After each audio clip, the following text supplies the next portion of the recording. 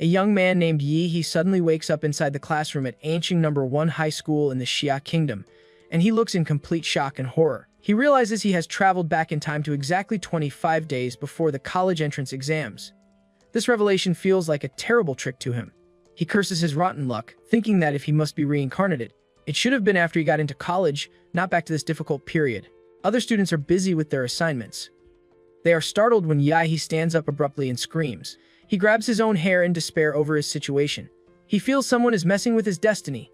The world he now lives in, Blue Star, is plagued by invasions from mysterious secret realms. These realms connect to a world full of terrifying monsters that threaten human civilization. To fight back, humanity developed a beast gene system. People can inject these genes to awaken a monster template and gain genetic talents. Warriors who awaken these powers have a very high status, making martial cultivation the most important thing for everyone. Just then, a system notification informs Yi that he is the host for this world traversal. It begins implanting the memories of this world's Yi into his mind, and as he holds his head, his classmates laugh at him. They call him a loser for even thinking he can pass the exams.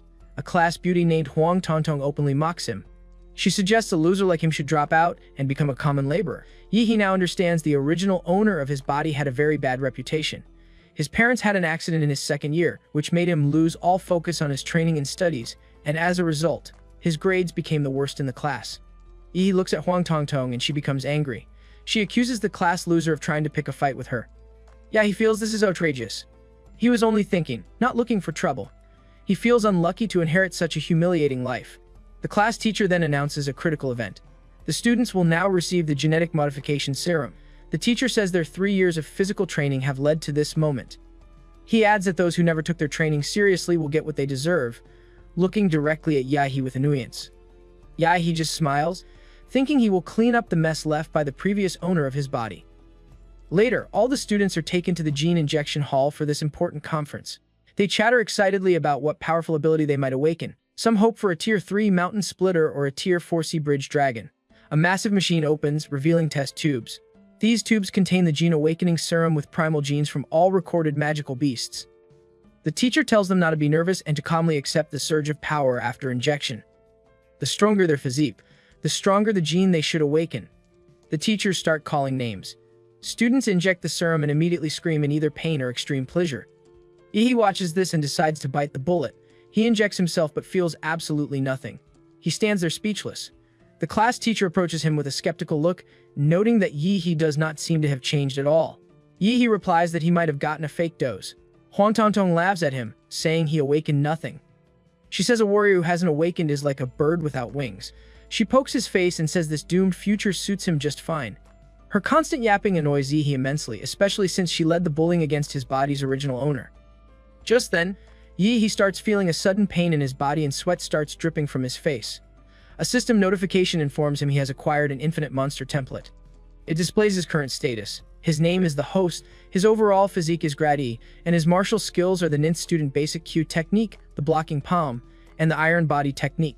Huang Tongtong sees his expressions and mocks him for pretending after failing to awaken. Yi tries to warn her to stay away, but she does not listen. Just then his body begins to shake violently. His eyes glow with an immense power, and a raging beast of enormous power bursts forth from him. The force throws Huang Tongtong across the room like a rag doll. The power also affects all the students nearby, knocking them down. This incredible display immediately grabs the attention of the top awakeners, Miss Lu and Lin Sinuan. The system notifies Yi of his awakening. He has a ranked template called the Mad Flame Demora. Its bloodline abilities are Scorching Breath, Molten Pulse, and Spore Absorption. His advanced form is the Flame Lord Demora, which will unlock when his template compatibility reaches 100%. He starts at just 3%. Yi wonders if this incredible power is the special advantage, his golden finger, from the system. The other students' impression of him does a complete turnaround. They now see the class loser might have awakened something monstrous. His aura was strong enough to blow everyone away. Even Huang Tongtong, who had awakened a second-tier flaming lizard, is knocked out cold. Yi apologizes for making a scene, noting he did warn everyone to step back. His classmates are now bowing and acknowledging his monstrous potential. Just then, a PA system announcement directs all awakened students to proceed to the testing building. They must examine what magical beast gene they awakened and test their martial arts level. At the testing device, a holographic screen displays each student's information. Lin Xinyuan awakens a third-tier magical beast bloodline, the Swiftspine Bug. The students comment on his lucky break from being an average student. Another top student, Chuzhou, lives up to his reputation. He is a level 9 martial apprentice and awakened a top tier 3 bloodline, the Ice Demon Dragon. People think he will be the champion of Aning City. Next is Ms. Liu, also a level 9 martial apprentice. She awakens a stage 4 rare bloodline, the Nether Sparrow. This is a well-deserved ability for the top scorer in the province. He notices something peculiar. Everyone's awakened beast templates are classified as stage 3 or 4, but his system called his A rank. He wonders why his is different. It becomes his turn to be examined. The crowd of students stares at him with dreamy eyes, believing he will be someone very important. Some girls even express a desire to have his children. He understands this world truly revolves around martial power. He walks into the chamber with great confidence and superiority. The crowd cheers him on like crazed fans. Lin Xinyuan watches with a serious expression, acknowledging he is someone to look forward to. The result, however, is mind-boggling. The device only shows basic information for Yahello stage 3 with an unknown beast bloodline. A brief silence falls over the crowd. Then the guys burst out laughing at him like he is a mad joker. The girls cringe in disgust and embarrassment for ever thinking well of him. Yahello calmly walks out of the chamber. He expected this result because his martial power and beast bloodline are unique and probably immeasurable by their standard technology. His system template was not detected, but it triggers a prompt for the infinite monster template. He starts laughing like a maniac, and as he reflects, his template rank is different. It means he can draw monster templates infinitely as long as he meets the conditions. With this power, he wonders if he is going to become the true king of monsters. Later that day, after the class is finished, he visits his teacher in his office and requests to take a break from classes to study at home. The teacher wonders about his sudden request for a study break and questions the sincerity of a student like he actually studying at home. He insists he truly wants to improve, explaining he has fallen too far behind and needs special training. He argues that following the normal class pace offers him no hope. The class teacher reminds him that becoming a warrior requires college admission. He states that Beijing University is very difficult to enter and requires serious preparation. The teacher believes Yahi's foundation is too weak to pass the entrance exams this year. He suggests preparing to repeat the year for a better attempt next time. Yahi ignores this advice, stating his desperation to learn. He claims that his awakened powerful bloodline will let him achieve anything with hard training. He asks the teacher to look into his eyes, insisting they show his sincerity. Seeing the determination in his eyes, the teacher reluctantly agrees to the break. He makes Yahi promise to return and repeat the year under him if he fails the exams. With permission granted, Yahi heads to the Ancient Warrior Center. He knows his parents' house was mortgaged for 600,000 yen and the accident compensation exceeded 1 million, giving him enough funds for his plans. Yahi realizes he has 2 paths to power, leveling up as a warrior or increasing his compatibility with the Demora template. He reflects his infinite monster template data showed each template starts with 1 compatibility point, yet his Demora template began with 3 points.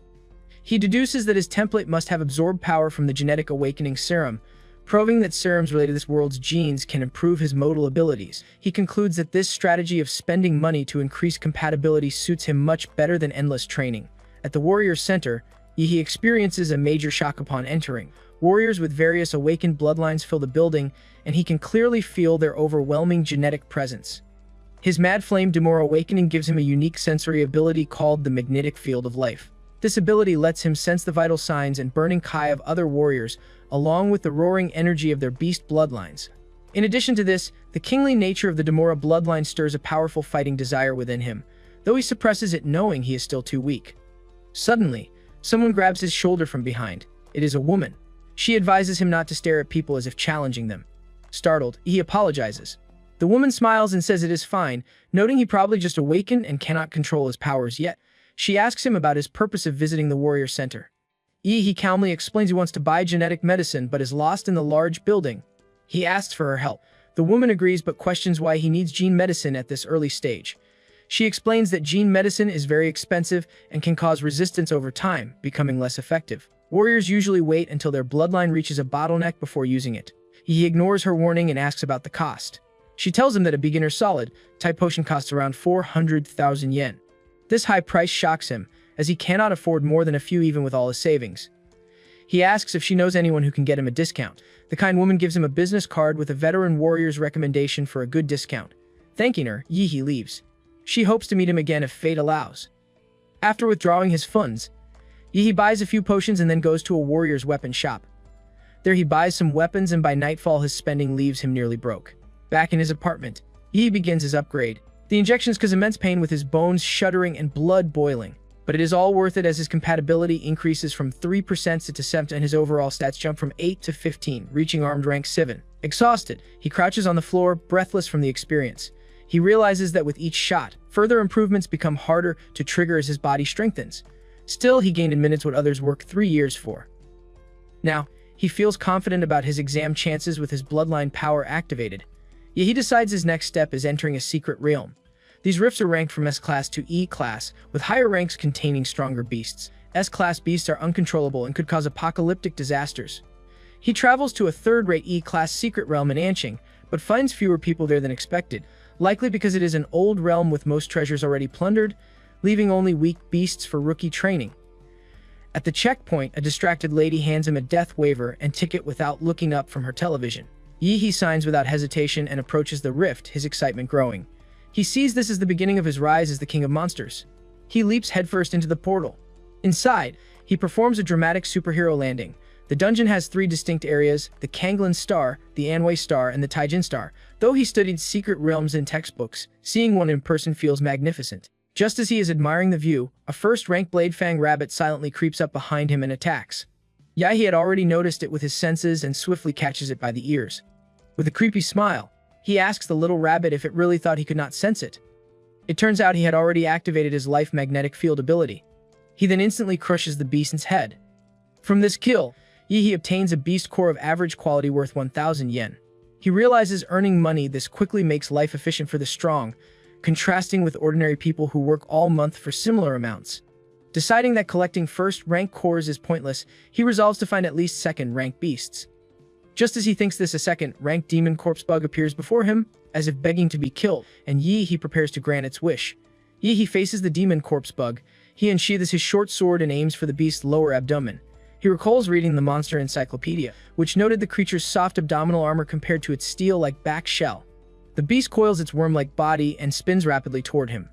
Seeing this terrifying attack, he plunges his sword into the ground and activates the hyper beam technique. An overwhelming aura shoots from his arms like a fire cannon, hitting the beast squarely on the abdomen. The attack wounds but does not kill the monster. In retaliation, the bug shoots several spinning discs from its mouth. Yahi feels surprised by this projectile attack. With agile and nimble movements, he dodges the attack, though his outfit gets torn. He screams in frustration about the cost of his damaged clothing. Realizing his current martial artist level is insufficient against this bug, he acknowledges his limitations. Without powerful martial techniques, he can only exert 50% if despite his deep danshin energy and strong blood vitality, a consequence of the original body owner's academic failures. Deciding to use his hidden power, he activates his Mad Damola bloodline. His physique empowers from 15 to 21, and his arms transform into a beast form with lethal claws and impregnable skin. Just as the demon corpse bug lunges with its mouth wide open, he leaps directly into it.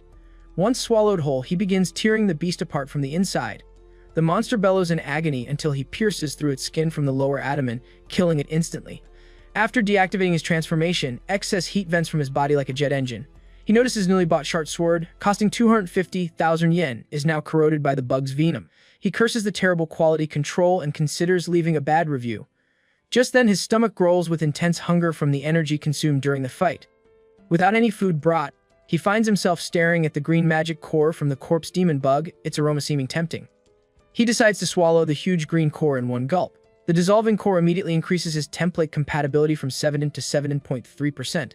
This shocks him as he spent hundreds of thousands on a genetic potion for just a 1% increase. He realizes 3 or 4 green cores equal a whole potion's effect, and even white cores from weaker beasts could provide significant gains. He tears up in regret over his wasted money, vowing to turn his frustration into motivation for a night of intense hunting. He places 2 fingers on his forehead and activates his magnetic life field, sending out a pulse to detect everything around him within a wide range. Later, after hunting through the night until the next afternoon, his compatibility rises to 9% and his overall physique to 15.8. He reflects that white magic cores stopped increasing his compatibility after reaching 9%, so he decides to sell them for money. He has collected a total of 20 white magic cores and 4 green magic cores. He goes back and the receptionist at the checkpoint is stunned by the number of magic stones presented by a mere high school student. According to government regulations, martial artists must submit 1/10 of their loot. For each green cores, he hands over 5 white stones. In total, he earns 200,000 Shia Kingdom credits. Now only 9 days are left until the college entrance exams. Meanwhile, near the entrance of a D-class secret realm, a team of 5 warriors is discussing their mission. One of them, who is driving the jeep, asks Captain Lin Hui if they can complete the Blood Jade Flower bounty mission. Captain Linu, a Tier 2 martial artist, states they have already found the flower's general location during their last exploration, but their team at Old Kin got injured and they could not continue. The young lady on the team, named Xiao Xia, questions if they can proceed with only 5 people, noting the rules require at least 6 for a D-class realm. Captain Lim points behind him, revealing he contacted an agency to introduce a new martial artist. The new person is Yi He, using the fake identity, Dad's Law, as a level 9 martial disciple. He had to pay 100 credits to an illegal agency to create this fake identity since students are not qualified for D-class realms. Captain Lin questions the odd name, and Yi He replies he had to avoid copyright issues with his real name. The captain drops the matter, stating it is just a code name. He warns Yi that at his level, he does not qualify for this mission, so he must only observe and not hold the team back. Yi agrees, appreciating the clear responsibilities. The team drives into the portal, arriving in a desert landscape, which Yi notes is different from the previous rainforest. He quickly realizes that secret realms must connect to multiple worlds. Captain Lin then explains that, according to the tracker, the Blood Jade Flower lies in an oasis ahead, but is guarded by a Tier 2 monster with a general-level bloodline. They continue forward, and suddenly the driver notices a horde of earth demon rats locking onto their scent. Captain Lin orders a teammate named Hood to handle them. With murderous glee, Hood throws daggers that explode upon piercing the rats, eliminating the threat effortlessly. Hood feels full of himself, while Yi He silently notes that this guy is ruthless and says little. The group arrives near their destination and exits the vehicle to proceed on foot to avoid alerting highly sensitive monsters in the oasis with engine noise. Captain Lin distributes tasks. Xiao Xia will throw a stun grenade with high-level monster pheromones to lure the beast, Xiao Wu and Hood will set traps, Old Liu will provide suppressive fire, and Captain Lin will handle the front line. He tells Yi He to stay still and watch, which Yi He finds boring but accepts. The strategy begins. The stun grenade attracts a Tier 2 Earth Dragon, which roars fiercely and charges toward them. Captain Lin warns Yi He to be careful as the monster approaches. Meanwhile, elsewhere, a mysterious silhouette appears at the site where Hood eliminated the Earth Demon Rats. The figure picks up a discarded dagger and licks the blade with sadistic glee. This idiot seems to be tracking the team. Back at the oasis, Captain Lin decapitates the Earth Dragon with his energy-imbued sword. Upon landing, Xiao Xia and Xiao Wu rush to his side to check if he is okay. Captain Lin sheathes his sword and tells him to proceed as planned, but just then, a massive paw from the dying creature suddenly looms over him. They shout a warning, but it is too late. The Earth Dragon plans to take the captain with it in death. Unexpectedly, Yi He exerts considerable force in his legs and leaps high into the air. He spares no effort and unleashes a terrifying hyper beam at the beast. With his current level and strength, the creature stands no chance and is completely obliterated. Everyone is stunned by Yi He's sudden display of power, as a mere martial novice should not be able to shake a Tier 2 beast. Xiao Xia, Xiao Wu, and even the captain begin to express their admiration. Yi He casually basks in the attention, acting like it was no big deal. Captain Lin thanks him for saving his life. With the Earth Dragon dead, Old Lu pulls out its soul essence and calls everyone to look. The team's attention shifts to this valuable harvest, which looks like a large fruit. Xiao Wu expresses surprise at its high value. Captain Lin confirms it is worth a lot and can greatly improve a warrior's template. He believes they can now find the Blood Jade Flower. However, in a shocking turn of events, a sharp dagger suddenly pierces Captain Lin's lower abdomen from behind. The attacker is the traitorous Hood. He tells the captain there is no point in thinking about the mission now, as he will die and his entire team will follow. The group is shocked by this betrayal and questions Hood's actions. Hood makes a massive leap backward to avoid the captain's retaliatory swing and lands beside a bulky man named Huang Peng. Huang states that Hood is simply doing what he always meant to do, which is to strike it rich by robbing other martial artists. The team is furious at the sudden appearance of Huang Peng. Yi He asks Xiao Wu if they know him personally. Xiao Wu explains that Huang Peng is a known bandit who robs martial artists in dungeons and has recently targeted their team. Old Lu helps Captain Lin but discovers the blade was poisoned. The team wonders how Huang knew their location, since only teammates learned the ASIS coordinates after entering the dungeon. Yi He remembers Hood's explosive daggers and tells others that it seems they were not just imbued with energy but also transmitted their location. Hood gives a menacing smile and tells Yi He he is smart but should have stayed in school instead of walking hand in hand with death. Yi He agrees about the college exams, noting the top scorer title awaits him. But he decides who walks with death. Hood throws a dagger at him, calling him arrogant. Yi He catches it between two fingers and counters that a bald freak like Hood has no right to bark at him. He states it is time to pick up the trash, meaning both traitors. Huang Peng grins with glee, finding Yi interesting, and orders Hood to take care of him, specifically demanding his head. Hood grabs numerous daggers and throws them at Yi in a fraction of a second. Knowing their explosive nature, Yi roars, and the mere shockwave of his roar shatters all the daggers. The next moment, Hood disappears from sight and reappears directly above Yi using his martial technique, Mountain Splitter. The team warns Yi to be careful. Yi places 2 fingers on his forehead, stating it is the perfect chance to test his new skill. He shoots Hood with a hyper beam that shatters his defenses and pierces his chest. The group is surprised again at how effortlessly Yi has defeated Hood with a single move. He blows smoke from his finger as Hood's lifeless body falls to the ground. Huang Peng gets annoyed and surprised by Yahe's gene technique and questions which family he is from. Yahe repeats the word, family, with a dark look, then claims to be from the Damanra clan. He asks if Huang plans to beg for mercy. Huang roars that even with a gene technique, Yahe cannot close their massive martial gap. Huang activates his Tyrant Terror Blackbeard bloodline, and his massive size grows 1,000 times over, and as his imposing figure looms, Huang activates his Peak Shaker martial technique. Yahe bends low and aims his hyper beam at Huang's legs. The mountain beast of a man roars in pain from the shot. Huang quickly adjusts and counters. He closes his hands into one massive fist to slam Yahe down, but Yi is already above him in the air. Huang immediately leaps after him. Yi comments that second-tier martial artists are really something else, as his atomic beam could not even penetrate Huang's ankle bone. Huang leaps forward, his massive hands closing in from both sides of Yi, intending to crush him into paste with a single clap. The clap creates a terrifying shockwave, but Yahe dodges and suddenly appears behind Huang, stating it is his turn. Huang's eyes widen as Yi activates another technique, Core Fused Mountain Crushing Fist. His hands grow in size and become imbued with martial energy. Numerous fists rain down on Huang like a tsunami. Huang cannot dodge a single blow, and when the dust settles, Yi stands over Huang's body with steaming fists. The idiot's body is riddled with countless blows and his face got disfigured. The group stares wide-eyed and speechless. Huang shouts at Yi, accusing him of using a gene technique that releases toxic gas. He calls it despicable and swears that a wicked martial artist like Yi will surely be punished. Huang continues cursing. With an overwhelming aura, Yi glares at Huang and presents another Core Fused Mountain Crushing Fist. Calmly, Yi says that with so many people cursing him already, their words only pile up and Huang will just have to wait his turn. Then, with a cold sneer, he asks Huang and who is even supposed to be. 9 days pass quickly, bringing the highly anticipated college entrance exams in the An City. The Central Sports Stadium buzzes with energy as students from various schools gather for this crucial event. The host welcomes everyone with enthusiastic words, explaining the tournament format that will determine their futures. He emphasizes the importance of this competition not just for individual careers but for humanity's future against monster threats. The atmosphere grows tense as students prepare to demonstrate their martial prowess through direct combat matches spread across 3 days of elimination rounds. The competition begins across multiple arenas simultaneously. In Arena 1, 2 male candidates face off with intense determination. Arena 4 features a mixed-gender match that draws considerable audience attention. However, all eyes eventually turn to Arena 6, where a curious situation develops.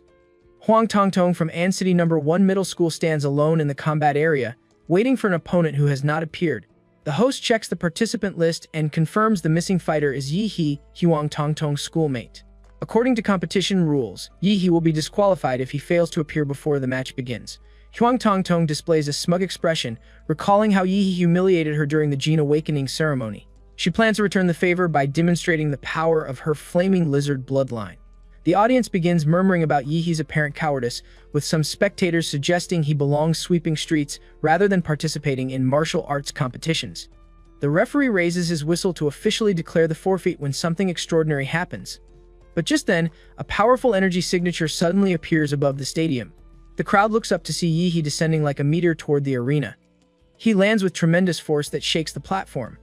Before Huang Tongtong can process what happened, Yi delivers a powerful kick that sends her flying out of the arena, knocking her unconscious for the second time in their encounters. He comments quietly about his perfect timing, having nearly missed his chance to compete this year. The host announces Yi as the winner amid stunned silence that quickly turns to roaring applause. Spectators marvel at his spectacular entrance and decisive victory, dubbing his technique the kick from the heavens. Yi's system interface displays his current stats, total physique at 26, and template compatibility at 20%. Improvements gained through his recent Secret Realm adventures and the Blood Jade Fruit from Captain Lin. He feels particular satisfaction at easily defeating his former bully. Yi's dominance continues through subsequent matches. His next opponent is Long Tao from NC City's No. 4 Middle School, who falls to another single kick. Another candidate from the same school meets the same fate moments later. With 3 consecutive victories each ending in a single strike, the audience nicknames him One Kick Superman. The host then formally announces Yihee's advancement to the 3rd round, noting his perfect record of instant victories. A crowd quickly forms around Yihee after his matches, with admirers seeking his contact information and school representatives offering recruitment opportunities. Reporters ask about his academic ambitions, and Yihee confidently states his goal to attend Huado University. This declaration causes many in the crowd to disperse, considering his ambitions unrealistic given Hodo's status as one of the world's top 5 martial arts institutions that typically accepts only the most exceptional students from major cities. Yihee remains unfazed, knowing his abilities will prove his worth. Examiners take special notice of Yihee's performance and request a retest of his martial level. The results shock them. Yihee has jumped from level 3 to level 9 martial disciple in just half a month. Their investigation reveals his frequent visits to E-class secret realms after leaving school. When questioned about this dangerous training regimen, Yihee explains his father's final message about surpassing humanity by overcoming fear, and he has simply done that. Yihee tells them that during one of his ventures in E-class secret realm he somehow broke through his genetic locks. The mention of genetic locks alarms the examiners, who immediately depart to report this development to higher authorities. Later, in the competitor's waiting room, Yihee observes live streams showing parents and friends supporting other examinees. He experiences a moment of loneliness as an orphan without personal supporters, unaware that his class teacher is cheering enthusiastically for him from home. His next match pairs him against Luo Zhuan from the city's 3rd high school, a level 8 martial disciple with a rare 2nd-tier monster bloodline and warrior parents. Yihee displays obvious boredom toward his opponent, and motions for Luo Zhuan to make the first move. Feeling insulted, Luo Zhuan activates his bloodline and executes his signature dashing lightning claw technique. His body accelerates to incredible speeds, heart pounding like a supercar engine as he aims his sharp claws at Yihee's throat. The attack generates sonic booms and visible sparks, carrying enough force to kill 9th level disciples. Despite the impressive display, Yihee effortlessly catches Luo Zhuan's arm mid-strike. He comments that the momentum shows promise, but falls far short of that old man's collision force from his previous encounter. Terrified, Luo Zhuan begins begging for mercy, but Yihee delivers a palm strike that knocks him unconscious instantly. Yihee then challenges the tournament to provide worthier opponents, questioning whether any real competition exists. The host announces another one-strike victory for Yihee, and a particularly significant one as Luo Zhuan was a seeded player expected to perform well in the competition. The crowd erupts in excitement at this latest demonstration of power, wondering how far this dark horse candidate can advance in the tournament. Dozens of high-speed cameras focus on Yihee from every angle, with live broadcasts generating massive online buzz. Viewers express both awe and excitement about his overwhelming power, particularly how he defeated the fierce-looking Luo Zhuan in the blink of an eye. In this martial arts-driven era, Yihee's dominant performances stir passion throughout the audience, with some female viewers even expressing desires to have his children. One of the participants keenly observes all this attention and cheer Yihee is getting. He sees medics carrying Luo Zhuan offstage and smiles at the prospect of facing Yihee in the finals with overwhelming power of his own. Meanwhile, at the head of Huadu University's admissions office, the officials are watching Yihee's impressive performance through live broadcasts, and their head immediately demands complete information about him within 30 minutes. In another arena, the second group of qualifiers begin their matches. This time, both competitors are top-tier beauties with substantial followings. The match features Kai Xiaoling from Anqing Second Senior High, known as the Queen, against Lu Chungju from Anqing First Senior High, called the Unattainable Flower. Tai Xiaoling flips her long golden pigtails and gives Lu Qingju a provocative look, expressing her dislike for the robotic expression of the Lu family's young lady. Lu Qingju responds with a slight bow and expressionless face, showing she doesn't take the challenge seriously. The referee's whistle signals the start between these two martial disciple level 9 competitors. Kai Xiaoling instantly appears before Lu Qingju, sweeping a kick toward her neck that threatens to slam her to the ground. Lu Qingju remains unmoved, lightly waving her palms to make the air around her thicken into a swamp, like consistency under her martial technique's influence. When Tai's kick meets the air barrier, her leg, capable of tearing through military-grade steel, sinks into what feels like soft cotton.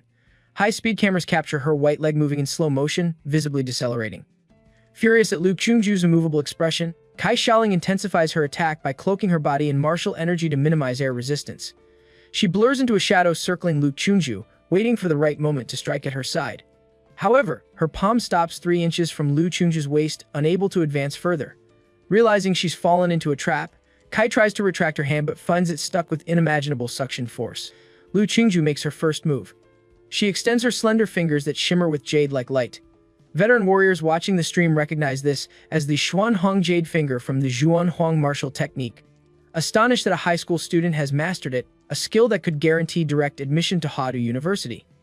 Sensing the terrifying energy from the Jade Finger, Kai Xiaoling realizes she must use her trump card immediately. Without hesitation, Tai activates her Shadow Tiger King bloodline, creating a massive shockwave that shatters the air around her. Lu Qingju doesn't attempt to withstand the blow.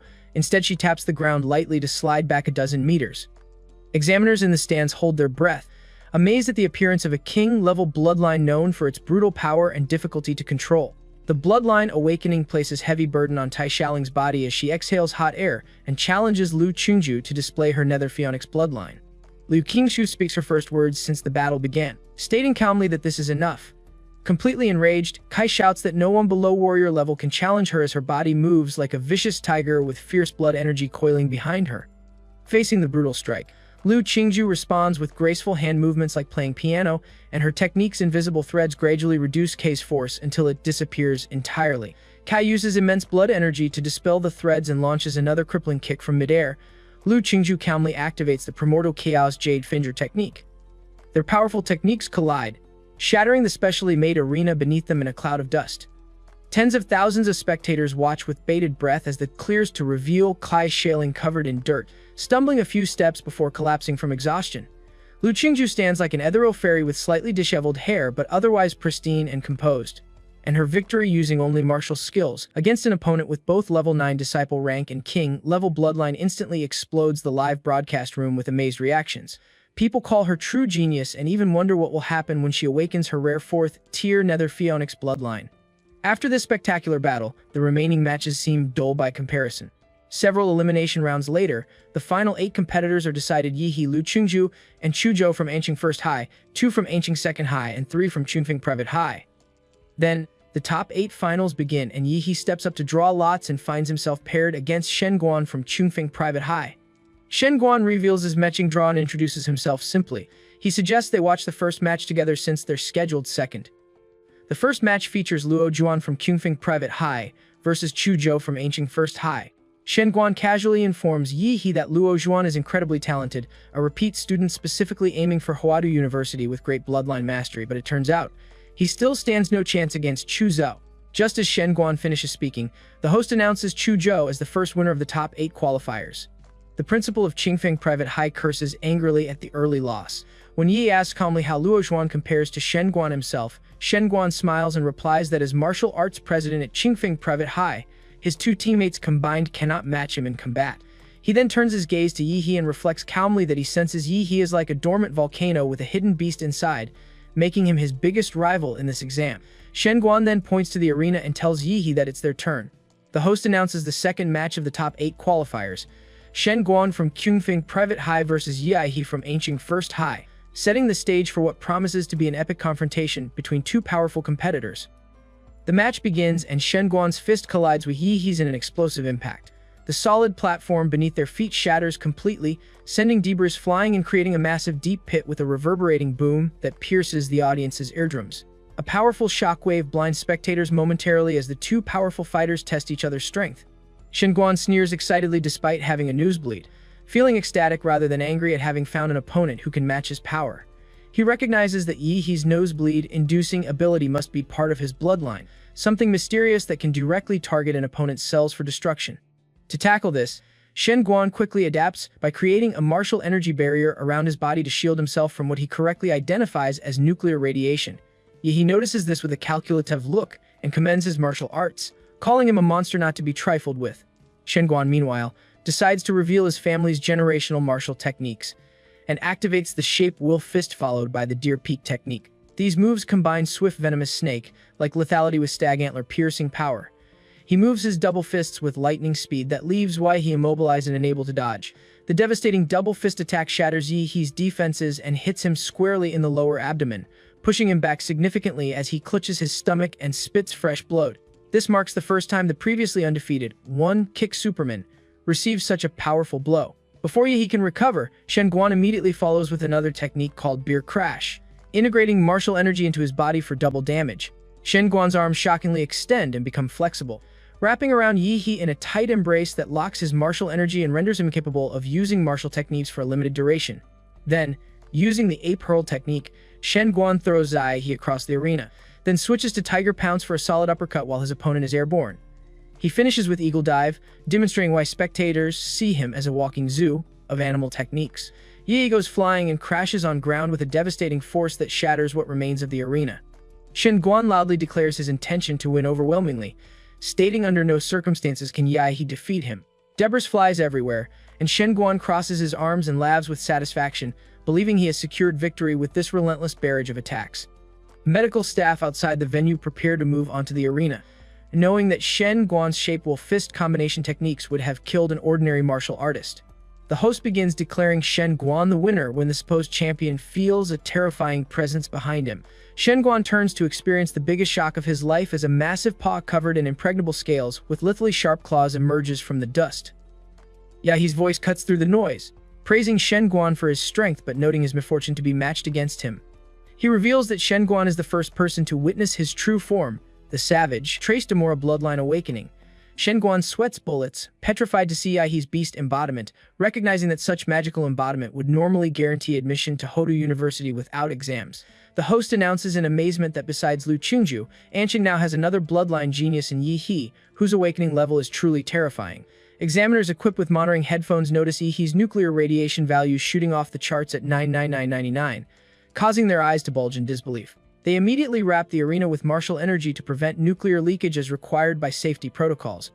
The audience discusses Yi's bloodline with fascination, noting its cool appearance but complete mystery since no records exist of his awakened beast type at Anqing No. 1 Middle School. Yi hears these discussions with his heightened senses but isn't surprised, realizing there are no creatures like Demora on planet Blue Star. Shen Guan continues suffering nosebleeds as his martial energy shield proves insufficient against Yi's enhanced nuclear energy. Deciding to end the fight quickly, Shen Guan activates his own bloodline awakening, the Golden Star Ape Demon, which encases his body with martial energy and significantly increases his physique and overall stats, even making him grow in size. Shen Guan activates his form, will fist snake strike, and goes on the offensive. Yi counters with a terrifying powerful attack called Mountain Arresting Fist, which appears to be an upgraded version of his Hyper Beam technique. The impact disables Shen Guan's entire left arm, and he realizes that without releasing the force in time, his arm would have shattered beyond recovery. Shen Guan understands he was making a big fuss earlier when Yi never went all out, and now he feels metaphorically slapped in the face. Yi, fully immersed in the fight without reservations, tells the dominated Shen Guan that he was outstanding, but unfortunately this cannot change the outcome of this match. The crowd watches in awe as Shen Guan activates his bloodline awakening. The host announces with delight the appearance of a third Order King bloodline, contrasting it with Yi's unknown but powerful magical beast bloodline that clearly represents a rare sight. Shen Guan takes a defensive stance, calming himself to assess his current predicament with a level head. He recognizes that after Yi's bloodline awakening, his opponent's strength has become simply unfathomable, making direct confrontation inadvisable since he can no longer suppress Yi's martial energy. Shen Guan decides his only option is to retreat strategically and wait for an opening to present itself. Yi makes a mad dash toward the larger opponent, instructing him not to become distracted. The moment Yi closes the distance, Shen Guan executes a tactical retreat while simultaneously activating his form will fist technique called Snake Strike. His arm becomes flexible and moves like a serpent, wrapping around Yi's left hand to temporarily restrain it.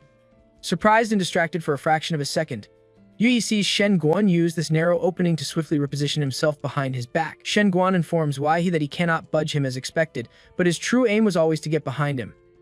Now successfully repositioned, Shen Guan leaps high into the air and stomps down with force comparable to 1,000 tons of weight. Although this pressure would have immobilized any other candidate, Yi swiftly dodges the bone-crushing stump with ease. Shen Guan immediately makes another tactical retreat with 2 massive leaps backward, believing he has put sufficient distance between himself and his powerful opponent. Looking up at Yi, Shen Guan becomes surprised to see his opponent casually watching him the entire time with arms folded. Yi releases his terrifying aura and announces that it is now his turn to attack. The moment he raises his right foot, he closes the distance to Shen Guan with another mountain arresting fist technique. Surprisingly, Shen Guan drops to his knees just as Yi is about to strike and admits defeat respectfully. This sudden surrender leaves Yi completely speechless and shocked. He feels all fired up and ready for his turn to attack, making Shen Guan's surrender feel particularly uncomfortable. He sighs heavily and lets out a fiery breath, stating that holding back his energy makes him extremely uncomfortable. Nonetheless, according to competition rules, once one party surrenders, the other has no right to continue attacking. The host declares Yehi as the winner, and the crowd cheers excitedly like crazed fans, calling him awesome and cool. Across almost all media platforms, comments sections feature Yehi and Shen Guan's match as the trending topic of discussion. Shen Guan faces humiliation as fans compare his confident demeanor before the match to his surrender after it. Simultaneously, Yehi's popularity and fan base increase exponentially, with fans establishing chat groups and sharing full videos of his matches throughout the college entrance exams.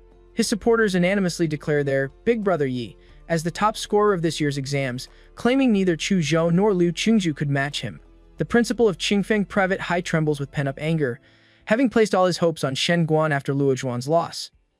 The moment Shen Guan shows his face, the principal spares no time expressing his displeasure, questioning how Shen Guan could admit defeat after all the money they invested in his training. He calls Shen Guan an ungrateful bastard and threatens that without paying off the debt, he shouldn't even think about attending college. Shen Guan calmly approaches the principal and places his injured hand on the man's shoulder. When the principal demands to know what he's doing, Shen Guan simply replies that he couldn't take Yehi's punch, so he admitted defeat to avoid further injuring his already damaged body. He asks if the principal would have taken that punch for him instead. Regarding the kindness Qingfeng Private High showed him, Shen Guan promises to repay it slowly in the future, but warns the principal to refrain from threatening a warrior significantly stronger than him. This subtle threat shuts the fat old bastard up immediately, leaving him sweating bullets and trembling with fear as he concedes that Shen Guan has a point. After fierce competition, the top 4 contestants of the year's college entry exams are decided: he, Liu Qingju, Chu Zhou, and another contestant nobody particularly cares about. Meanwhile, the principal of Anqing No. 1 Middle School floats on cloud 9, fanning himself with the expression of a creepy old man as he admits that old Liu has worked hard at the school for many years and deserves promotion. The draw for the semi-finals takes place with He drawing the first slot unexpectedly matched against Liu Qingju, who draws the other first slot, while Chuzhita gets matched against the relatively unknown 4th contestant. The first match of the college entrance exam semi-finals becomes an internal battle for Anqing No. 1 Middle School. Deemed the strongest battle in the history of the city's exams, and the most anticipated showdown since the competition began, the goddess Liu versus the supposed one-punch Superman. Some fans believe Liu Qingju has better chances of winning because intelligence reveals she has mastered 2 mysterious royal martial arts, which helped her crush Tai Shaoling, who possessed a 3rd-level king bloodline. Additionally, Liu Qingju's 4th-level Netherbird bloodline awakening has not been fully revealed yet. Meanwhile, Shen Guan also had a 3rd-order king bloodline and was forced to awaken his bloodline by Yehi. Although Yehi's bloodline seems very powerful, estimates place it at 4th level as well, but fans argue he cannot compare with their goddess who possesses both a 4th-level bloodline and superb martial arts background. When the awaited time finally arrives, the arena gets set amid erupting excitement from the venue crowd. Both Yehi and Liu Qingju step onto the arena platform, and the referee spares no time starting the match. The moment the match officially begins, a cloud of dust and steam forms around Yehi, completely encasing him and briefly covering the entire arena while blocking Liu Qingju's direct line of sight. She stares ahead and becomes surprised to see a silhouette of terrifying presence encased by the dusty smoke and steam. She steels herself while hoping her opponent proves strong enough to give her a worthy challenge. The stage becomes set for what promises to be an epic confrontation between 2 of the most powerful students in Anqing's history, with both combatants preparing to reveal their full capabilities in this crucial semi-final match that will determine who advances to the championship round against the winner of the Chu Zhou match. The audience finds itself completely obstructed by thick steam covering nearly the entire arena, leaving everyone wondering about the ongoing events. Spectators cannot see Yehi at all and barely make out the silhouette of Liu Qingju through the dense vapor. This visual limitation forces everyone to rely on the host's commentary to understand the battle situation. The host works hard to maintain engagement and keep anticipation palpable throughout the venue. He questions how Liu Qingju, the talented young miss from the prestigious Liu family, will deal with Yehi, the dark horse of this year's college entrance exams. The host speculates whether the massive steam output means Yehi has awakened his bloodline again, though everyone must wait to see the truth. It eventually becomes clear that Yehi has directly entered his blood awakening state specifically to generate this enormous amount of steam. His strategic reason involves hindering Liu Qingju's direct line of sight while buying himself a little more time to assess his battle strategy in greater depth. He knows Liu Qingju typically avoids making the first move anyway, so this situation works strongly in his favor. Having carefully studied the battle video between Lu Chunju and Tai Xiaoling, Yi has formulated a specific battle strategy based on his observations. He recognizes clearly that Lu Chunju's martial arts skills far surpass his own, particularly with her magical martial arts capabilities. No matter how strong his raw power might be, he cannot easily hurt someone with her sophisticated techniques. She represents the kind of martial arts genius with exceptionally high combat intelligence, meaning the longer their battle lasts, the more disadvantageous it becomes for him. Understanding this temporal disadvantage, Yi decides he must go all out right from the start. He activates his mountain arresting fist technique, creating a sonic boom on the spot as he makes a mad dash forward toward Lu Chunju with a massive glowing fist. The attack appears so obvious that Lu Chunju, ever calm and vigilant, evenly spreads her hands and stirs the airflow in front of her as if preparing to absorb the incoming fist. She believes since Yi has taken the initiative to attack first, she will use her martial arts to defend and counterattack effectively. However, in an unexpected turn of events, Yi's mountain arresting fist never actually arrives. Instead, he skillfully twists his hips together with his waist the moment he deactivates the skill, landing abruptly to close the distance between himself and Lu Chunju. Then Yi uses his martial energy to create Demora's thick tail behind him, swinging it flexibly like a steel whip that bursts through the air and strikes Lu Chunju's lower body from the side. Lu Chunju feels completely deceived by this unexpected tactic. Throughout all her years of fighting since childhood, she has never encountered an opponent who clearly committed to using a fist strike, but abruptly changed to using a steel whip tail attack. In battles between masters, critical changes often occur within mere seconds, and now Lu Chunju finds her rhythm completely disrupted. She executes several backflips to put some distance between herself and Yi, but he refuses to waste such a good opportunity when his opponent has clearly lost her rhythm. Relying on his strong physique, Yi chases and attacks fiercely and firmly to gain the upper hand. He suddenly appears before Lu Chunju the moment she tries to balance herself.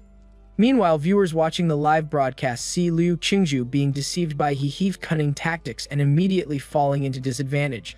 Some begin to scold Yi for being unethical in his fighting approach, while others support his actions, arguing that all tactics become fair in warrior battles on the battlefield. Yi's pursuit remains too fierce and relentless, leaving no chance for Lu Chunju to escape at all. An endless barrage of skills and attacks rains down on Lu Chunju like a meteor shower.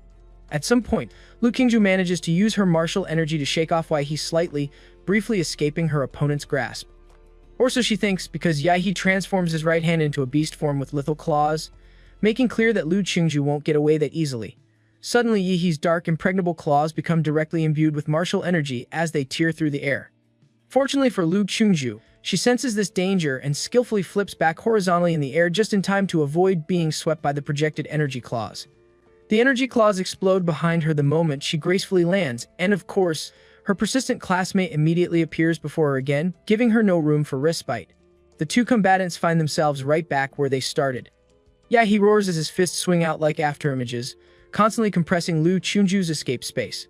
She wonders why he shows no signs of fatigue from these numerous high-intensity attacks, realizing her opponent possesses incredible physical strength and stamina. Lu Chunju has mastered two mysterious royal martial arts, the defensive Lu family secret art, Floating Shadow, and the more offensive Jade Finger.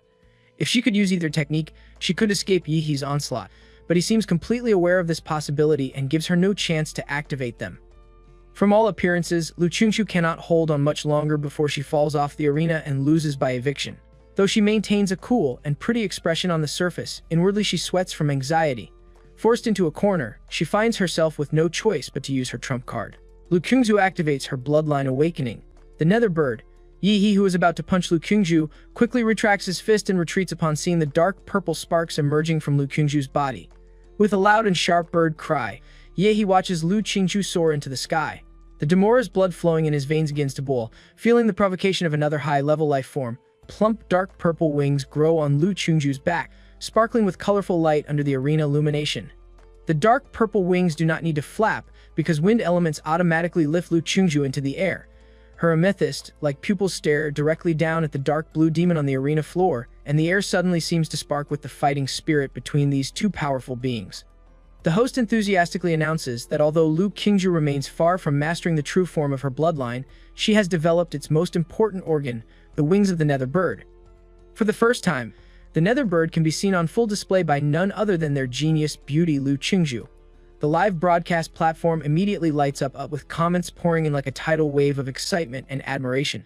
After her bloodline awakening, Lu Qingqiu stretches out her slender jade finger and points at Yihe as her fingertips begin turning a transparent jade color. In a cold tone, she declares that Yihe should be careful because she cannot fully control her strength in this awakened form. He replies excitedly from below that he feels glad to hear that, mentioning he has only exerted about 50% of his strength until now. He states he can finally go all out and hopes she won't disappoint him. Accompanied by a strong wind that sweeps across the entire arena, Lu Qingqiu appears behind Yihe in an instant like a bolt of lightning. He even catches a faint and beautiful fragrance before registering her presence behind him. Lu Qingqiu activates her mysterious royal martial art, the Jade Finger.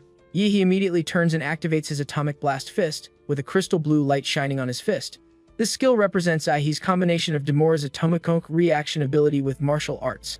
The elegant jade fingertips collide with the ferocious blue magic fist, creating a massive energy reaction at the point of contact. A huge explosion of light and heat follows, blinding the audience with its bright impact and strong gust of wind.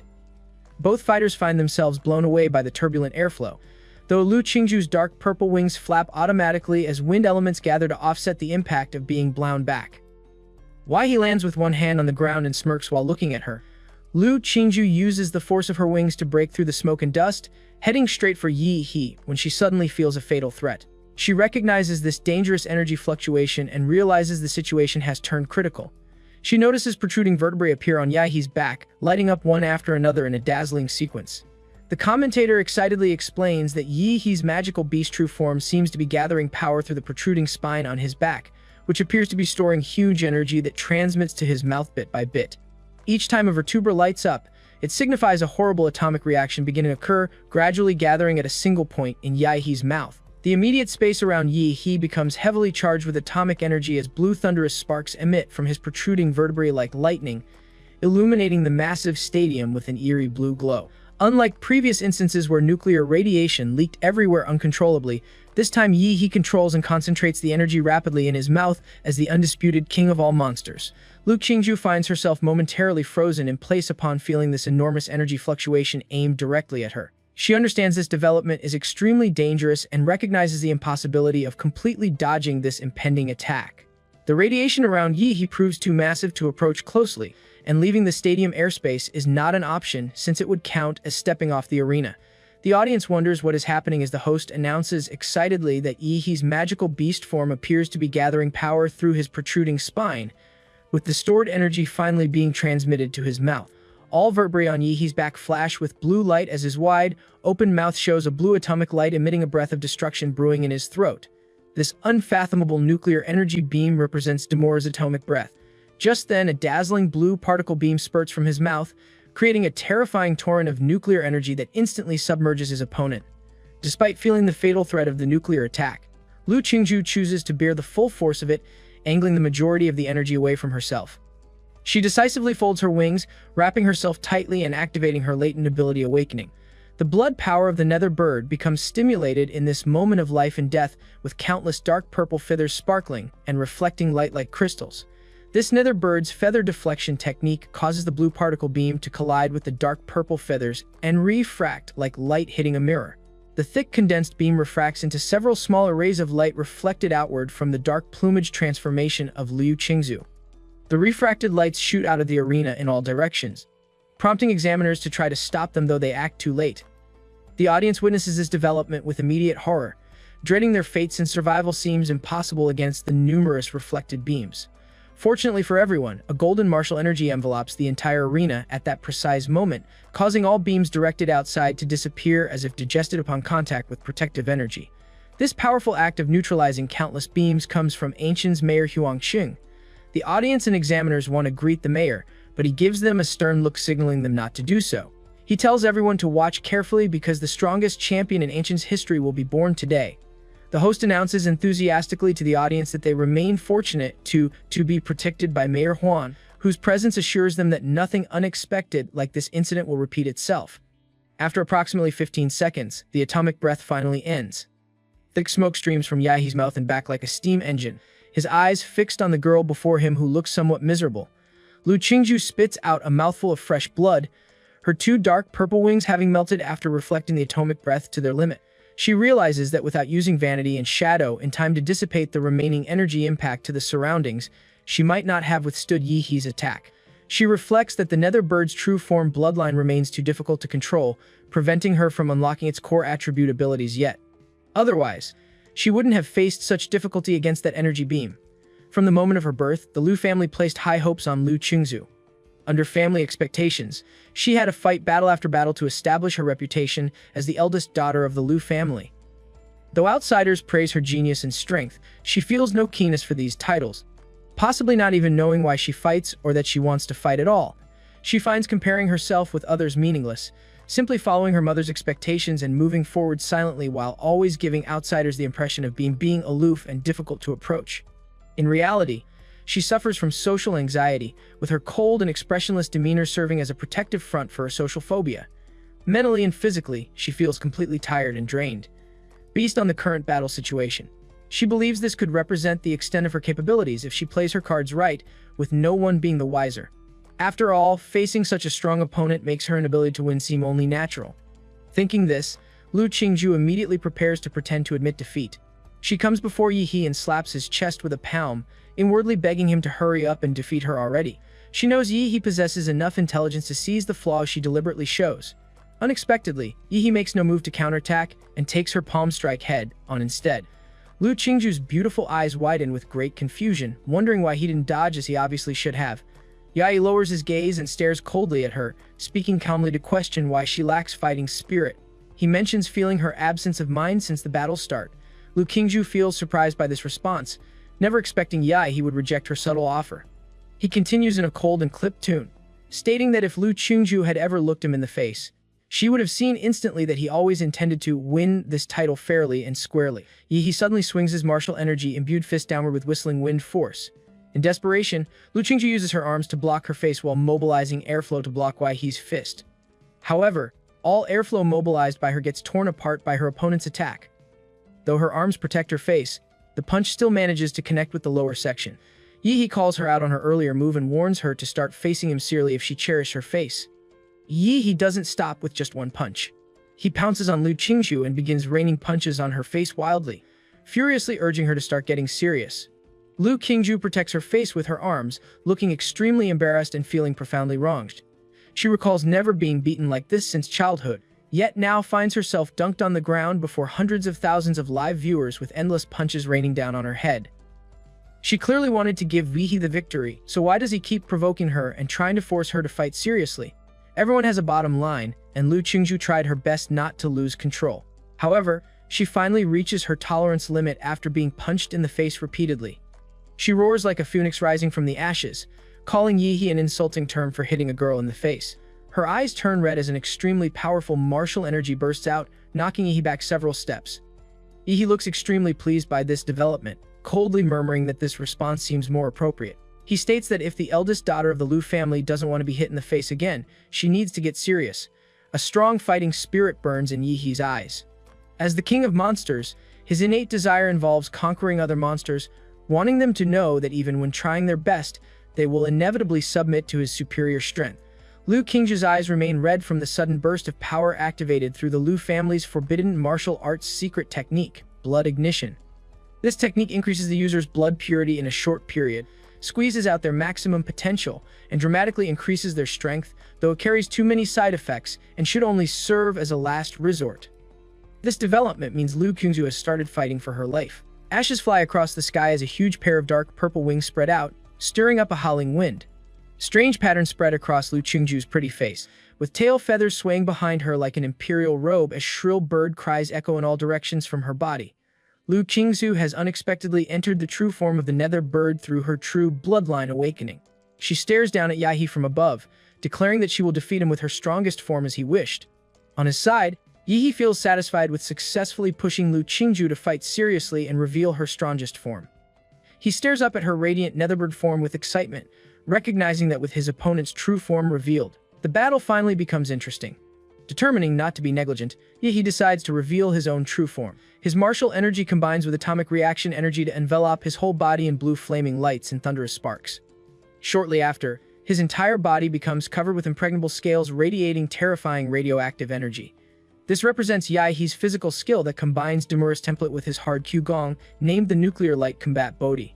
With a sudden explosive boom, energy gathers under Yihee's feet, creating a deafening sound that propels him into the sky like a missile toward Lu Qingju. This sudden display does not faze Lu Qingju at all, who watches with eerie calm. She flaps her wings to mobilize surrounding air currents into a hurricane infused with netherworld energy that has the property of devouring any form of energy. The tearing hurricane envelopes the entire space, crushing the arena base to pieces. Yi shows no fear and dives directly into the netherworld hurricane like a torpedo. This move would be suicidal for most martial arts disciples, but Yihee activates his atomic fist upon entry, producing a blasting punch that creates a massive blue energy explosion tearing through the hurricane and rushing toward Lu Qingju unstoppably. Seeing this, Lu Qingju taps into the explosive power of her netherworld bloodline and activates the cry of the nether bird. The strange patterns on her face turn red and purple, becoming as hot as branding iron. Despite the pain, she opens her mouth toward Yihee, releasing visible sound waves that distort the air and sweep over him.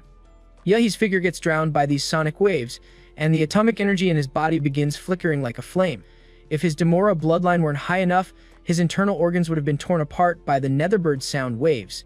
Yihee questions almost amusedly whether she thinks she's the only one who can scream, his eyes sparkling with blue atomic glow. He opens his mouth as beams of blue light light up the vertebrae behind him one after another.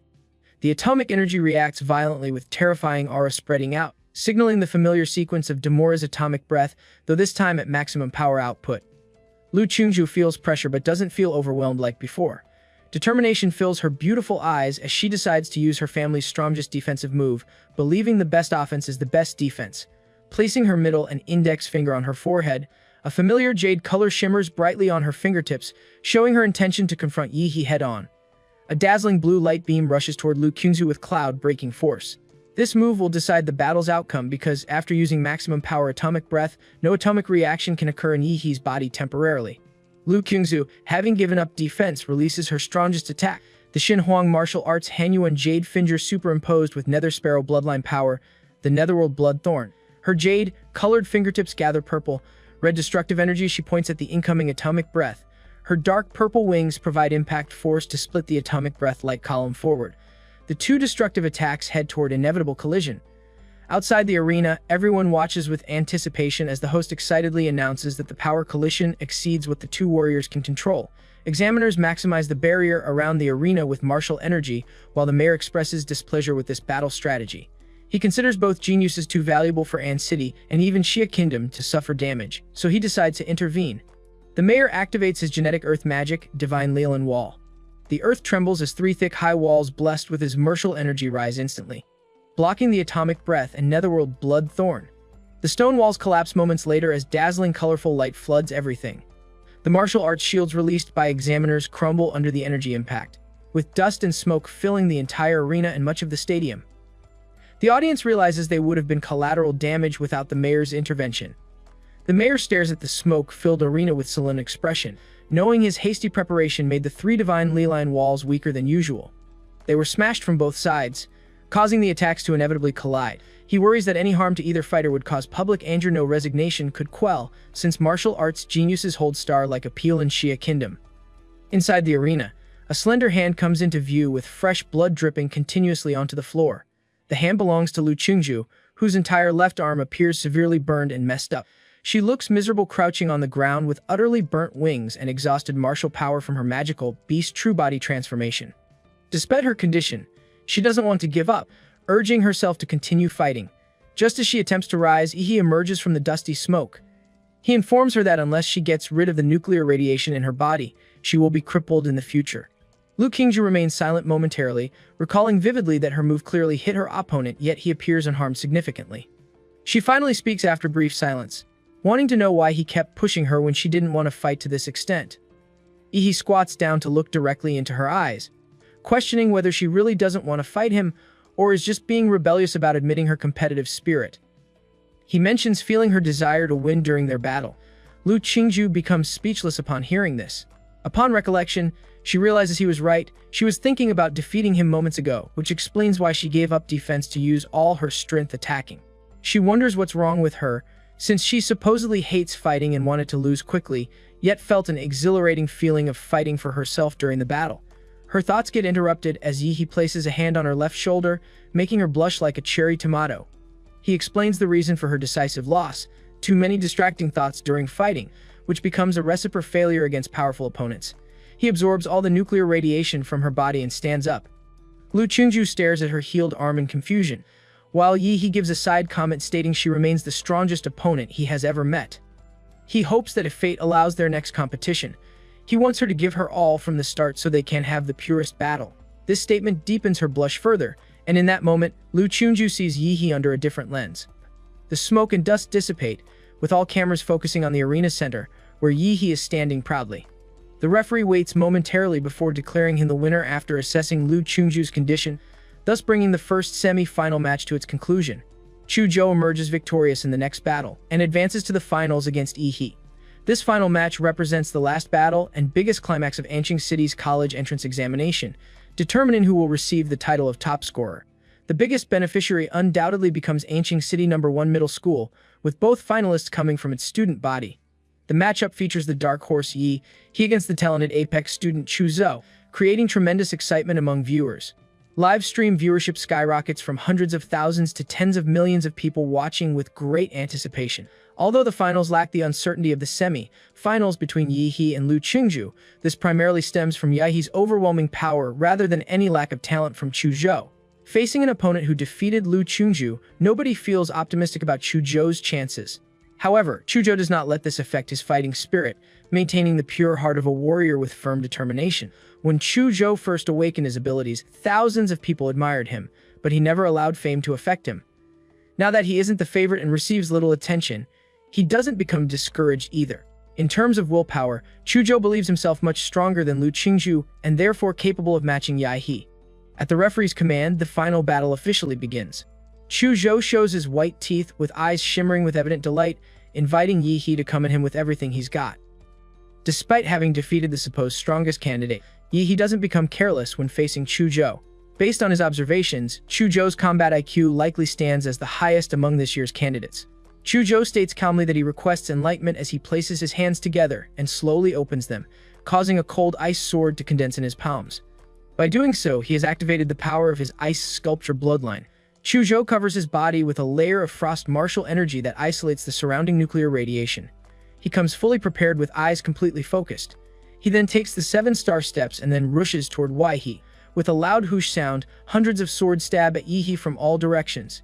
He simply stands there, too lazy and unbothered to try directly pursuing the real Chuzhou among the countless clones. He has his own way of breaking through these numerous illusory images. He clenches his fists tightly, his arm muscles becoming as hard as steel bars with blue atomic and martial energy radiating in waves across his arms. The crystal blue light makes the bulging veins on his arms clearly visible as he activates his explosive fist technique. He punches the floor explosively, shaking the ground as blue energy erupts forth.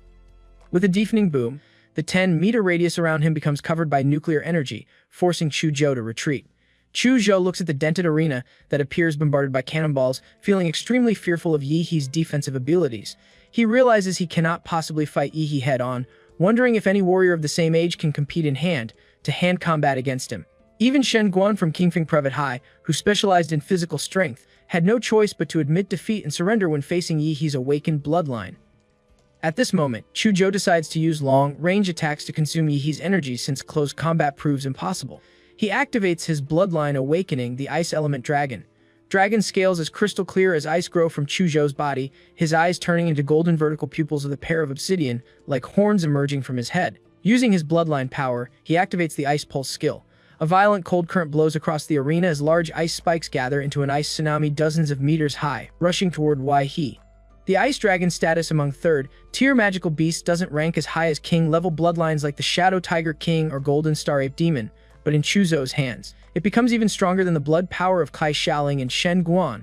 The audience and examiners express surprise at this strong bloodline power. A wave of ice submerges the entire arena, causing the stadium shrouded in hot summer sun to suddenly drop below zero temperature. The live stream that constantly displayed He's awesomeness becomes completely silent, with his haters cheering excitedly and calling Chuzhou handsome while condemning He as a devil. Chuzhou gashes slightly from the sudden burst of strong icy force, taking quite a toll on his body. Even with He frozen by thick ice, Chuzhou doesn't breathe a sigh of relief, not being naive enough to think he would be defeated so easily. At this moment, a barrage of comments floods the live stream as the iceberg begins to melt. He's wide, open mouth shows blue atomic light emitting a breath of destruction brewing in his throat. A bright blue energy beam penetrates the iceberg and shoots straight toward Chuzhou. Chuzhou, who had been on guard the whole time, stares with wide eyes in disbelief at why he breaks such thick icebergs so easily and quickly. Chuzhou instantly pushes himself away and manipulates the ground to raise an icicle imbued with martial energy as a barrier. When the blue energy beam hits the icicle, a deafening explosion occurs. It turns out, Yi has activated his atomic breath mainly to break out of the iceberg. The melted ice evaporates from the high-energy heat radiating from Yi's body as he takes a step forward clad in his nuclear light battle body. The atomic reaction in his body accelerates, covering him with dazzling blue flames that vaporize any ice approaching within 5 meters into mist. He strides toward Chuzhou, leaving melting footprints on the ground with every step. No matter how Chuzhou activates his ice attribute bloodline to attack, it proves useless against the overwhelming gap in strength. So far, only Lu Qingju has faced Yi in this form head-on, with even Shen Guan surrendering directly. Nonetheless, Chuzhou wants to try his final technique. Chuzhou stares at Yi and informs him about his last move representing the current limit of his martial arts, originally saved to face Lu Qingju. Chuzhou closes his eyes, shuts down his 5 senses, and points the ice sword in his hand directly at the sky. A layer of frost covers his body as the ice crystal dragon scales appear even more dazzling, demonstrating full activation of his bloodline power. The mayor becomes the first to react to the soul-damaging sword intent, his shock no less than when he saw Lu Qingzu performing the Shen Huang martial arts. He recognizes this as a genuine sword intent, marveling at how someone Chuzhou's age already possesses such strength. Accompanied by a gust of cold wind, Chuzhou appears before Yi with a high-pitched dragon roar and sword sound echoing throughout the arena. A few drops of hot, fresh blood drip onto the ground, burning several pits as Yi shows his slightly injured hand with a sword wound deep enough to draw blood. The flesh on the wound begins wriggling and flashing familiar blue light as it slowly heals itself. He calmly tells Chuzhou to wait until he obtains a better sword in the future, suggesting there might still be a chance to seriously cut his skin then. Chuzhou's eyes widen as he stares at the broken ice sword in absolute disbelief. Although he knows full well he has lost, curiosity makes him ask about his chances of success. He responds that the chance of success rates slightly better than being a dog licker. Sighing softly, Chuzhou raises his hand, looks at the referee, and announces his surrender. Thus, Yi becomes the winner of the college entrance examination finals. The audience and viewers across all platforms erupt in joy and celebrations, particularly Yi's numerous fans. The dark horse of this year's college entrance exams truly maintains his unexpected victory to the very end. Yi's face and title display on every billboard, news channel, and live streaming platform as citizens praise and celebrate their city's champion. Everyone recognizes that the level of this year's college entrance examination qualifying tournament far surpasses previous years, making Yi naturally the strongest top scorer in entire history that nobody will likely surpass in the future. Back at the stadium, the audience chants Yi's name repeatedly as the mayor joins him on stage. The host quickly gets on stage and announces with bated breath to all viewers following the 24th college entrance examination that after 3 days of bloody battles, their city's top scorer has finally been born, Yi from Anqing City No. 1 Middle School. The host mentions hearing that Yi's strength results from catching up from behind and accumulating strength over time, asking if he has anything to say now that he has won the top spot. He feels beyond stupefied, thinking the host indeed represents a cultured person who can describe his rapid improvement in such subtle terms. He first thanks his teacher for not giving up on him and encouraging him during his lowest point, providing the fighting spirit needed. Elsewhere, the head teacher watching Yi's speech through live broadcast begins shedding tears, feeling unworthy of the praise since he neglected noticing this monster on just before the college entrance exams. Just then, Yi notices a lean middle-aged man suddenly appears in the audience waving his hands excessively. Realizing Yi has no intention of acknowledging his presence, the man raises his hands making the number 2 million through lip sync. This turns out to be the principal of Anqing City, No. 1 Middle School, wanting Yi to promote their school with a 2 million scholarship reward. This changes the money-hungry Yi's attitude immediately. He adds thanks to his alma mater and principal, claiming without his wise leadership they wouldn't be there today. Originally unsure what to say, Yi suddenly understands how to finish the award speech after seeing the principal's clear instructions. Finally, he thanks himself, stating that without his hard work and wisdom, he would never achieve such glory today. Surprisingly, he doesn't feel the least bit embarrassed spouting these lies. In that very moment, the system congratulates him for winning the champion title and rewards him with a random template ability. Yi's eyes widen upon realizing this template also contains an achievement system, opening new possibilities for his continued growth and evolution as the king of monsters. Yi wants to check his new template ability immediately but recognizes the ongoing awards ceremony makes this impossible with tens of thousands of eyes watching him. He decides to wait until later for proper examination. After the ceremony concludes, the mayor gives a summary speech announcing the smooth and successful conclusion of the college entrance examination. As Yi leaves the arena through the stadium corridor toward the entrance, a swarm of reporters resembling crazed hyenas rushes him with various cameras the moment he passes through the open door. Reporters barrage him with questions about whether he felt pressure winning first prize, how he grew so fast in just half a year, and if he plans to attend Hwaju University. Yi screams desperately for the reporters to stop chasing him, mentioning he needs to earn it. A particularly sleazy-looking guy makes his way beside him and shoves a phone in his face while smirking, asking which female candidate he finds most attractive, Liu Qingzhu, Tai Xiaoling, or perhaps he prefers male candidates like Shen Guan or Xu Zhou. He says nothing and bolts faster, having no time for weird fan service interviews. After finally ditching the frenzied media, Yi enters an empty basketball court, his eyes full of excitement about the new system development.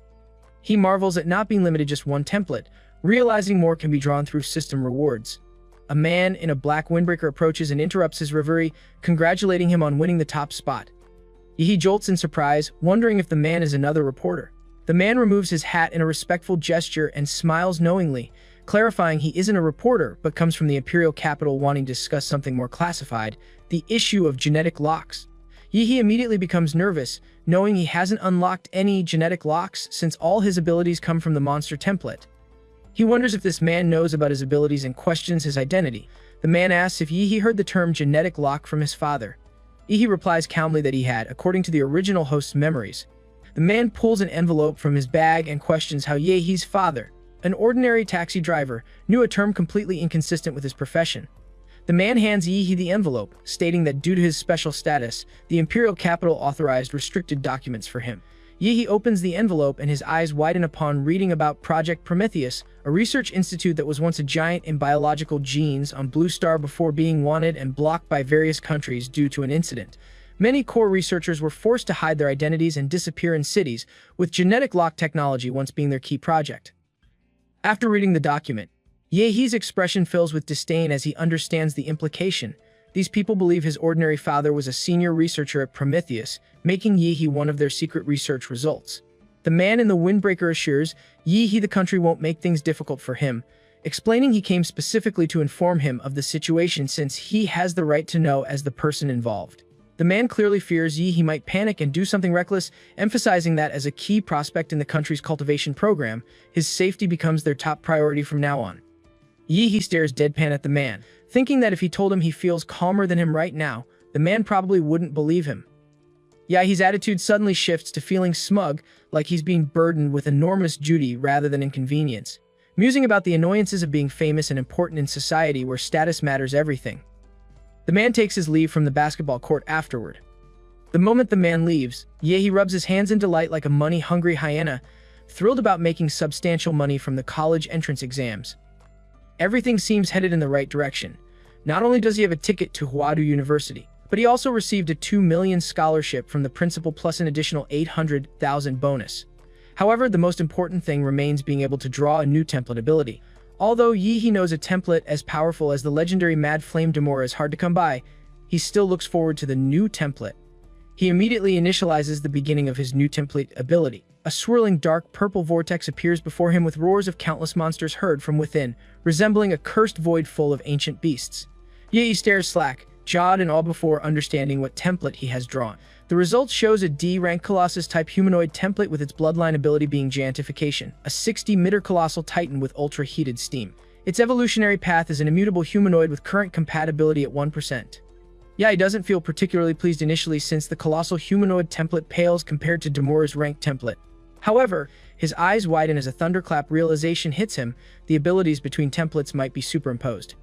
If the colossal humanoid template combines with Demora's template, the implications become too incredible to imagine.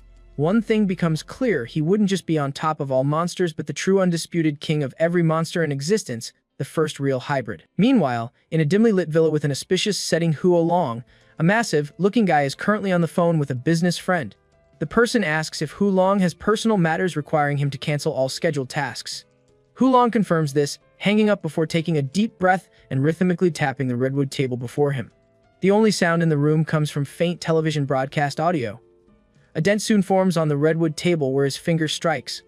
Hulong's younger brother has been missing for over half a month. With search teams returning empty-handed without even a corpse, they did find residue with small amounts of nuclear radiation at his brother's last known location. Being an experienced hunter of forbidden secret realms, Hulong needs no confirmation his brother is dead, and the scene was cleaned up without traces. Hulong's gaze locks on the television screen replaying footage of Yi He's battle with Lu Kyungju, specifically the moment Yi He unleashes his atomic breath beam. Hulong feels a gut feeling that Yi He's nuclear radiation ability connects to his brother's disappearance. Hulong closes his eyes regretfully, weighed down by sorrow and guilt. He repeatedly told his younger brother to quit underground society involvement, but his advice went unheeded. Now he has failed their mother, to whom he promised to care for his brother. When Hulong opens his eyes, his entire demeanor and facial expression transform into something grotesque.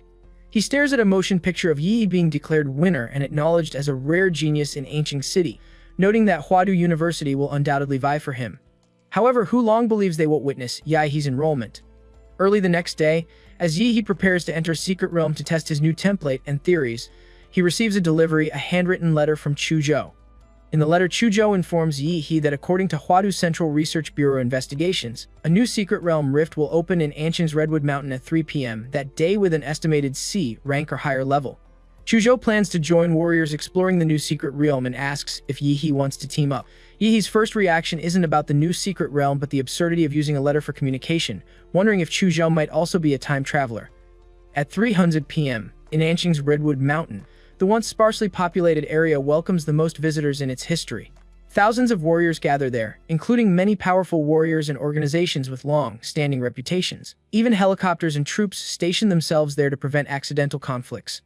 The new secret realm means unpredictable dangers, but also everything remains undeveloped, filled with rumors of getting rich overnight or opportunities for low-level warriors to soar to success. At the mountain base, Yi meets up with Chuzhou, who now has a sword hanging around his waist. Chuzhou immediately notices Yi has grown stronger again. Yi gives a creepy smile, feeling both annoyed and surprised at Zhou's keen sense. He used some prize money to buy several June serums, increasing the colossal humanoid template compatibility to 35%. Though just a deer rank monster template, it has advantages and grows faster, producing quick results. The two chat casually while waiting for the rift to open. Curious, Yi asks Chuzhou which university he applied to. Chuzhou's mood seems somewhat off, but he replies he applied to Huadu University. Yi notices this but chooses not to pry, simply stating they might become classmates. At that very moment, the crowd erupts in excitement as the secret realm begins opening. A Jap several dozen meters long appears on the mountainside with galaxy-like fluid flowing inside. Suddenly, a sharp scream comes from the spatial rift as a ferocious monster bird with 3 heads and dark purple feathers forces itself halfway out of the rift, undoubtedly a high-tier monster. The 3-headed strange bird relies on its incredible aerial advantage to be the first creature rushing out of the newly opened secret realm. Unfortunately, it gets greeted by thousands of fully armed warriors who let out a battle roar shaking the mountains and forests. The warriors care nothing about the 3-headed strange bird stuck in the rift entrance as they all rush forward aggressively. The bird looks in horror at the thousands of warriors charging toward it like crazy beings. The poor creature tries to drill back into the rift but finds itself embarrassingly stuck. Within mere seconds, its huge body gets trampled into mud by the overwhelming force of warriors. Yi and Chuzhou follow behind a large group of warriors and pass through the rift into the secret realm. The 3-headed strange bird meets a tragic death, with both its body and magic core hacked to pieces by the aggressive warriors. Inside the Redwood Mountain secret realm, everyone gets greeted by a jaw-dropping sight, an extremely exaggerated forest of giant colorful trees. Each tree stands nearly 100 meters high, so massive that a dozen people might not be able to hug a single trunk. The warriors under these gigantic trees appear no different from tiny ants. A thick metallic stench of blood rushes into Yahe's nose as he notices a small tide of beasts already gathered before the secret realm rift. The area a short distance from the rift entrance undoubtedly becomes the first battlefield between the mini beast tide and arriving warriors. Without moment of hesitation, the warriors rush forward with their roars and war cries gathering together to play a cruel and bloody symphony of war. The warriors resist the beast tide at the secret realm entrance instead of dispersing to look for treasures because of a state law. Warriors have the right to freely explore secret realms, but also bear the obligation to risk beast tides protecting planet Blue Star. Any warrior ignoring a beast tide and causing casualties among civilians faces revocation of warrior status and military court proceedings. Greater ability brings greater responsibility for warriors. Yi and Chuzhou join the ranks fighting against the beast tide. Chuzhou activates his bloodline and releases a large stream of ice to freeze the feet of monsters ahead, hindering their movement. Although the ice soon shatters under monster strength, it successfully hinders their actions for precious seconds. Many warriors seize this opportunity forward and kill the temporarily frozen monsters. Unexpectedly, a beast tries to ambush Shujo from behind, but in that split second, the poor creature gets hit with Yahi's atomic fist and instantly melts into meat paste. Shujo thanks a completely unfazed Yihi who warns him to watch his back. Yahi looks quite bored and comments that none of the beasts inside the secret rear are worth fighting, a field of smoldering corpses behind him testament to this truth. Witnessing such an absolutely terrifying and grotesque scene stuns Shujo. Yihi has effortlessly wiped out numerous monsters, while other warriors carefully hold their defensive line. These results come from his nuclear radiation, hard to resist, silent, and directly attacking the cells of living things. On this battlefield, Yihi can finally release radiation without restraint. Constant wailing sounds come from the herd of beasts as they open bloody mouths wide trying to approach Yihi. Before getting within meters of him, their flesh and blood melts away, collapsing them to the ground with weak wails. Even the few monsters forcibly breaking through the nuclear radiation net face Yihi's more ferocious atomic blasting fist. Monsters attempting aerial attacks get greeted by the dazzling atomic breath symbolizing destruction. The only difference between monsters dying from these moves versus radiation is quicker death without enduring slow, withering pain. Yahi becomes an absolute terror on the battlefield, a god of death wherever he goes, causing life within his vicinity to rot and die. His fighting style frightens even fellow warriors, who secretly feel lucky he is on their side. He looks at the magic cores that can't even fill several bags and smiles with the joy of a farmer's good harvest. This smile frightens surrounding warriors even more, giving them goosebumps all over their bodies. Without counting Yihi's various atomic reaction moves, few warriors would want to make an enemy of him just for his deadly nuclear radiation field. In other battlefields not far away, warriors fighting monsters look back and find others resting leisurely behind them. A curious warrior curses in amazement, wondering why the fight behind them ended so quickly, and if there's a high-level warrior among them. Another calmly replies that obviously Ancient's top scorer in the college entrance exams is among them. The curious warrior questions how a martial artist could possibly kill so many monsters, having missed the live broadcast, deeming it uninteresting. What could be special about high school students fighting? The other calls him a foolish idiot since that high student can effortlessly beat 10 of him. Beast tides form because several Lord-level monsters lead them. Once these Lord-level monsters get beheaded, the beast tide disperses. Currently, about 10 high-level warriors have joined forces to go deep into the beast tide searching for Lord-level monsters to execute a decapitation operation. Other monsters in the beast tide, though weaker on average, come in endless numbers, and as the battle drags on endlessly, warriors begin showing signs of fatigue. They decide to drive monsters toward their champion Yahi. Though unclear who conceived this idea, warriors quickly establish a strategy using Yihi's nuclear radiation field against the beast tide. More magical beasts get led to his location, including some high-level magical beasts with extremely terrifying strength. Yihi doesn't need to attack actively, he simply stays under warrior protection, continuously releasing lethal amounts of nuclear radiation against the beast tide. For nuclear radiation breaching warrior martial energy and accidentally making contact, Yahi easily absorbs it back. With Yahi as the core, every warrior in his vicinity gathers around him, collectively resisting invading monsters. Although some highly intelligent beasts within the discover Yihi's peculiarity, they can only guide other monsters to attack continuously, trying to overwhelm their enemy. Fighting intensity on the battlefield escalates rapidly for an unknown duration until a flare flashes in the air, signaling successful decapitation of the beast tide leaders. The warriors' eyes, numb from fighting, finally light up. They have won as the beast tide begins retreating. On another part of the battlefield, Shujo finally wipes sweat from his face in exhaustion after being forced into a desperate situation. He breathes a sigh of relief knowing the fight against the first wave of beasts in Redwood Mountain's secret realm has been won. The beast tide retreats, leaving only over 800 survivors from the original thousands of warriors. Those who survived remain covered in blood, with many left disabled and ending their warrior paths. This is a warrior's life, enjoying glory while facing unfathomable danger, never knowing which comes first. Yet he walks toward Shujo carrying several large sacks on his back. His relaxed look appears very conspicuous among the battle-weary warriors. After the battle, he asks Shujo if he knows how to transport all his goods. During the beast tide retreat, Yihi slowly came to each magical beast that died of nuclear radiation and dug out their magic cores. While warriors could take advantage of magical beasts dying from other attacks, nobody dared approach creatures covered in deadly nuclear radiation. Feeling somewhat helpless, Yihi drops the several large sacks filled with magic cores on the ground when Shujo hands him a silver, black space ring worth tens of millions. The money-hungry, he can't help smiling, never knowing Shujo possessed such wealth. A sudden bustling from the crowd bedraws their attention, as many people crowd in one place with eyes full of admiration. The crowd makes a path for a tall, particularly upright man named Wu Sen who strides toward Yi He. Wu Sen and his group of friends were the high-level warriors who eliminated the Lord-level monsters, ending the beast tide before others died of exhaustion. Wu Sen introduces himself as leader of the Silver Wolf martial arts group in Anqing, having heard of Yi He's heroic performance from group members.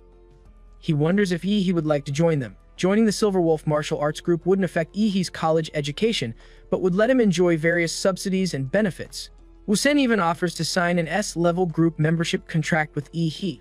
These words make surrounding warriors extremely envious since martial arts groups receive sponsorship from various companies converted into activity funds and member subsidies. Without group support, a single warrior cannot sustain the extremely expensive career. The Silver Wolf martial arts group counts as a large-scale organization throughout Xia Kingdom, with even ordinary Imperial Capital University students typically ineligible for S-level contracts. This offer shows Wu Sen values Yi He's talent tremendously. At that very moment, a gorgeous tiger with shiny hair walks out from the crowd, not a warcraft but a genetically synthesized beast created by a genetic company. Sitting cross-legged on it is a heroic woman who previously wondered why Wu Sen left immediately after the beast tide ended. The woman invites Yi He to join the Chengde martial arts group. Though smaller than Silver Wolf, she guarantees Yi He can enjoy 15% of the group's monthly training resources after joining. These words make all warriors' eyes widen. 15% of training resources equivalent to investment level treatment. They underestimated Yi He's potential, causing martial arts groups to make crazy concessions scrambling for him. Other martial arts group leaders remain silent, wanting to win over Yi He but needing to consider whether offering conditions comparable to Chengde and Silver Wolf proves worthwhile. Yi He soon gives his answer, apologizing to both that he doesn't intend to join any martial arts group currently. Wu Sen and his companions aren't surprised since Yi He would remain extremely outstanding even without a top group. They regard winning him over as establishing good relationship foundations. Several people come forward extending similar courtesy, exchanging brief greetings before leaving. During this period, Chuzhou also receives an S-level contract offer from Wu Sen which he declines like Yi He. With the beast tide crisis ended, many warriors leave one after another, beginning the free exploration stage. Since the secret realm contains a forest of giant trees, Yi He suggests going to the tree canopy top to see the overall layout before making plans. Chuzhou has no objections, thinking the same. Looking at the 100-meter-high giant trees, they use their own methods to climb up. Chuzhou gathers strength in his knees and jumps suddenly upward. At his jump's highest point, he controls moisture in the air, condensing it into ice under his feet as a fulcrum for double jumping. Yi He uses a simpler and more brutal method, activating his nuclear-like combat body mode, gathering nuclear energy under his feet, and ejecting like a rocket to propel himself airborne. He reaches the tree canopy seconds before Chuzhou.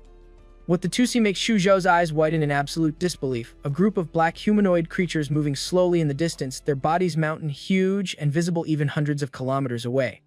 Such enormous bodies must stand over 1,000 meters tall, making it really hard to imagine.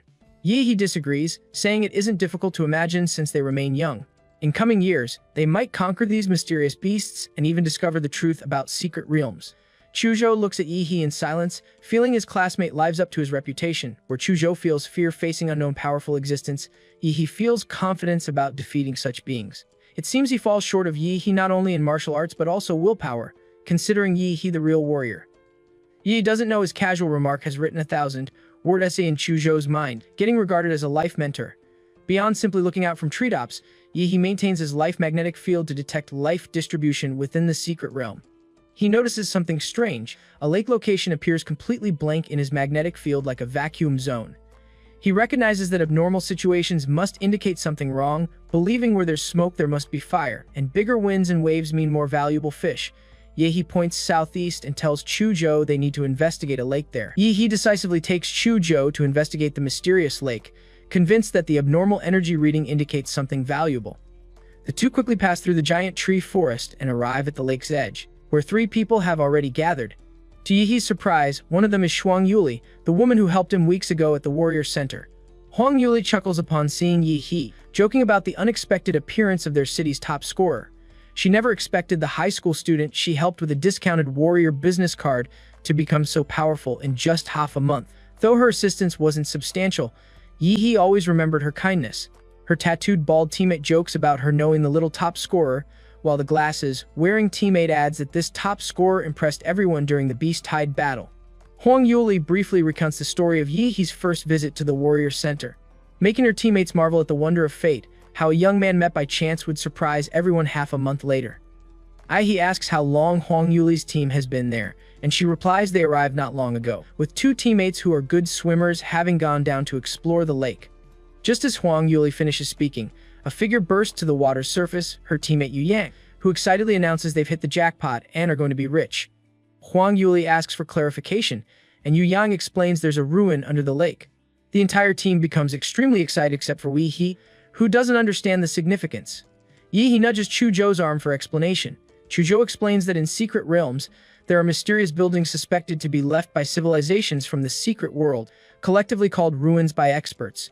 These ruins contain technologies or artifacts from secret realm civilizations, with modern human martial arts theory and many genetic technologies reportedly originating from such discoveries. Yu Yang suddenly realizes two outsiders, Yi He and Chu Zhou, are present after sharing this sensitive information. He immediately stares at them with hostile eyes, placing a hand on his sword. Chu Zhou senses the murderous intent, recognizing that people often kill each other over ruins where significant interests are at stake. Just as Yu Yang prepares to engage, Hwang Yuli angrily shouts to stop him. She places an elbow on Chu Zhou's shoulder as the two stare at Yu Yang with mocking looks. Hwang Yuli explains that He and Chu Zhou ranked first and second in Anqing's college entrance exams, with strength far exceeding ordinary warriors, making them valuable additions for the raid. Yu Yang questions how they will divide the spoils. He remains unbothered, stating that as external aid, they will receive allocation according to their contribution. The more they contribute, the more loot they get. Yu Yang's eyes flicker, and seeing his other teammates agree, he drops the issue, recognizing it's better not to make enemies with future big shots. Yu Yang leads the way as everyone follows him into the lake. Relying on their powerful warrior lung capacity, the six dive 30 meters to the lake bottom. Yu Yang finds marks left earlier and leads everyone to a cave at the lake bottom containing a hidden secret passage. When they surface from the water, they find themselves in an underground cave. Yu Yang mutters in confusion upon getting ashore, wondering about the whereabouts of his teammate Louis, who was supposed to stay behind. The tattooed guy angrily suggests Louis might have found treasure and left first. Yu Yang takes out a walkie-talkie and calls Louis several times with no response, giving him a bad feeling that something has happened. Hwang Yuli calmly asks if they found any signs of monster activity after coming to this underground cave. Yu Yang replies that he and Louis released all monster bait bombs but found no monster hair. The female teammate becomes shaken, suggesting the underground cave seems dangerous and they should reconsider exploring given Lai Wei's disappearance. This annoys Yu Yang, who shouts that they must explore. If they dare not take the wealth and glory before them, they'll remain low-level warriors forever. Those afraid of death should leave now. Nobody withdraws, not even the female teammate who proposed withdrawal, recognizing that refusing Mountain of Gold goes against human nature. The group proceeds forward with Yu Yang leading. Due to Li Wei's disappearance, the group remains silent and vigilant against possible dangers. Yu Yang uses an ultraviolet flashlight that clearly shows marks he and Li Wei left earlier. The group gradually goes deeper into the underground cave as the path narrows until only one person can pass through. He walks through the narrow tunnel with flickering eyes, turning to meet Chu Zhou's gaze and communicating through lip language. Both notice something wrong with the timing. Hwang Yuli said her team arrived at the lake just 10 minutes ago, yet Yu Yang and Wei Fei found this cave at the bottom of a huge lake and discovered a hidden route to ruins as if having map perspective. Perhaps the ruins news temptation is too great, or the involved parties are confused while bystanders see more clearly. Experienced warriors like Hwang Yuli don't notice anything unusual about their former teammates, but this clearly appears to be a scam. Chu Zhou wants to know if they should alert Yi He's acquaintances and leave, but Yi He tells him not to panic since he has a trump card. Chu Zhou nods and remains silent, trusting Yahi's judgment. Walking out of the narrow path, the view suddenly opens up to a football field-sized cave. Hwang Yuli and her two teammates look gloomy as Hwang Yuli suddenly questions Yu Yang about the ruins he mentioned. The huge cave has dense dark green vines covering every corner, many wrapped with dull magic cores, and surrounded by magical beast skeletons turned to bones. The female teammate screams upon spotting a dried corpse pierced by vines hanging in the air, identified as Lai Wei by his clothing. Hwang Yuli and her female teammate tremble with wide eyes. Yu Yang doesn't answer Hwang Yuli's question about ruins, instead kneeling on the ground holding his head and talking to himself neurotically. Yu Yang seems to regain his last bit of sanity, turning to look at everyone while murmuring incoherently about Lu Wei's death, vines catching up to him, his escape, and other nonsense.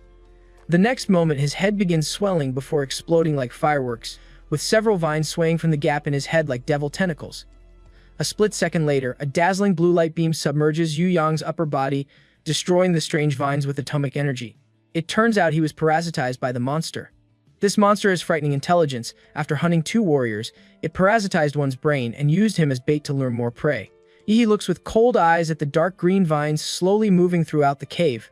With a crackling sound, a huge rock entangled with vines falls from above like a meteor, collapsing behind them and blocking their retreat. Chuzhou finally remembers reading about this monster, a second-order king-level magical beast species called the Ghost Demon Vine. Huang Yuli and her 2 teammates pause their breathing upon hearing this, trembling with fear.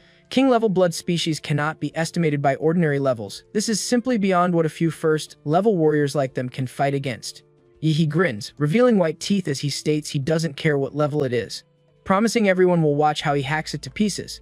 Just as he prepares to enter Colossal Titan mode, a loud boom sounds from behind. The collapsed passage behind them blasts open as a mysterious warrior with terrifying blood energy sweeps over. This one is none other than Hulong, the 8th level warrior, who has arrived here to take revenge from Yi for killing his younger brother.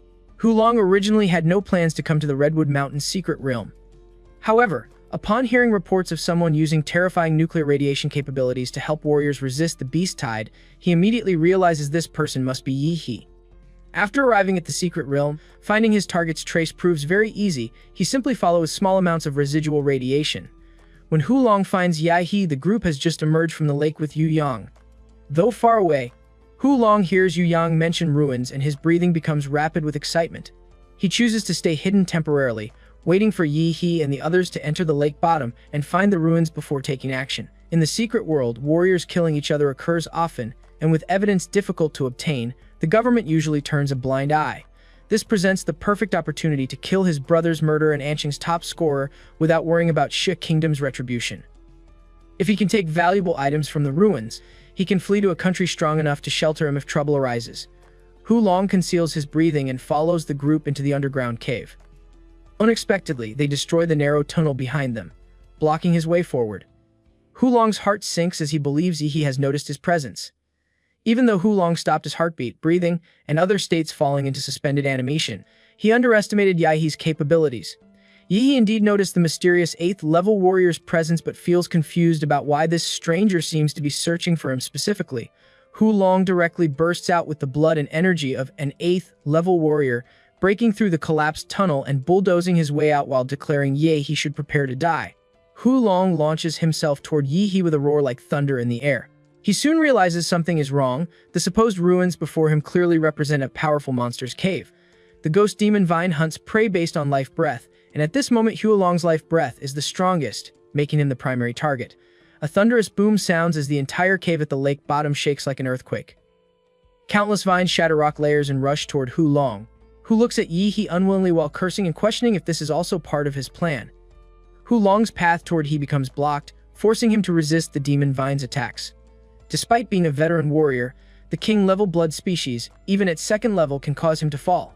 The ghost demon vine raises wave after wave of demon vines trying to kill Hulong. His punches and kicks resemble artillery shells, blowing countless vines into pieces with juice spilling onto the ground. Although Hulong seems to have the upper hand, the demon vine's greatest characteristic involves absorbing chi, blood, and martial arts while releasing nerve toxins. Hulong feels his condition declining as the demon vine grows endlessly. If the battle lasts long, he will definitely be defeated. Huang Yuli becomes alarmed that the cave is about to collapse from the fighting but gets told to get out of the way. Dark blue rough skin grows on Yi's body with crystal blue light flowing through the cracks. He opens his mouth as the protruding vertebrae on his back light up with blue light one after another. Accompanied by a thunderous boom, maximum power Atomith releases a torrent of blue light that breaks through everything, shooting through the rock formation above everyone, into the lake above, and finally rushing into the sky. Large amounts of lake water pour into the cave from the gap above, surprisingly opening the passage to the outside world. Yi tells Huang Yuli and her teammates to escape first. They don't hesitate, recognizing that although not an official martial artist, Yi remains the strongest among them. Without him staying behind to cover the retreat, the others cannot escape. Hulong shouts loudly for them not to run away as all his martial energy bursts out, shattering all demon vines within dozens of meters. He stumps the ground, creating an air wave explosion behind him as he rushes toward Yi like a missile. Chuzhou, who has been on guard the whole time, draws his sword immediately with bloodline power bursting out, pouring all cold air into his cold attribute material sword with an 82% martial energy transmission rate. Chuzhou activates his soul-damaging sword intent, creating an extremely sharp sword energy that cuts a vacuum zone in the air with thick ice condensing wherever the sword energy passes. Hulong throws a punch, his fist rubbing against air to create blood-red flames from his raging blood. The blood flame fist and icy sword intent collide, scattering large amounts of water mist. Yihe knows Chuzhou's sword cannot stop the opponent due to the large martial arts gap. He rushes into the water mist right after, activating his nuclear-like combat body as terrifying atomic energy gathers on his fist. Dazzling blue light illuminates the entire underground cave as Yihe activates his atomic explosive fist. Hulong, caught off guard by Yihe's punch, flies backward and smashes into the stone wall. He spits fresh blood and crawls out from the stone wall. After receiving Chuzhou's strongest sword and Yihe's charge punch, he still exudes a powerful aura with only skin burns. High-level warriors have their skin, flesh, bones, and even internal organs tempered in every way, their entire bodies transforming into incredibly tough killing machines. Yihe tells Chuzhou to leave first. After swinging his sword, Chuzhou's momentum weakens and he knows he can no longer help Yihe, so he decisively withdraws to avoid causing trouble. Not long after Chuzhou leaves, the cave begins collapsing on a large scale with countless rocks falling down, revealing thick ghost vines inside. Meanwhile, Huang Yuli and the others stand on the shore watching the lake become turbid as the sound of ground collapsing continues echoing from the lake bottom. The demon vine has gone completely crazy, stirring the entire lake bottom into chaos. Huang Yuli feels relieved when Chuzhou comes ashore but notices Yihe hasn't followed. A brilliant blue lightning flashes across the lake, illuminating the entire surface. The moment Yihe bites his palm, fine blue electric current bursts from the wound. Hulong feels something wrong and sprints toward Yihe with all strength, trying to interrupt him. But it is too late. With a deafening boom, dazzling blue lightning bursts from Yihe's body, directly submerging Hulong. Hulong's alloy hard muscles begin carbonizing upon touching the lightning. Similar to an attack on Titan transformation, every Titan transformer transforms by biting their palm, with huge energy bursting out, usually released as lightning. Since the colossal Titan is the largest after transformation, the energy released during the process is also the largest, making it strategically useful as a small human nuclear bomb. With a roar like a giant beast, Yihe turns into a dazzling blue ball of lightning that explodes, submerging everything in terrifying energy explosion.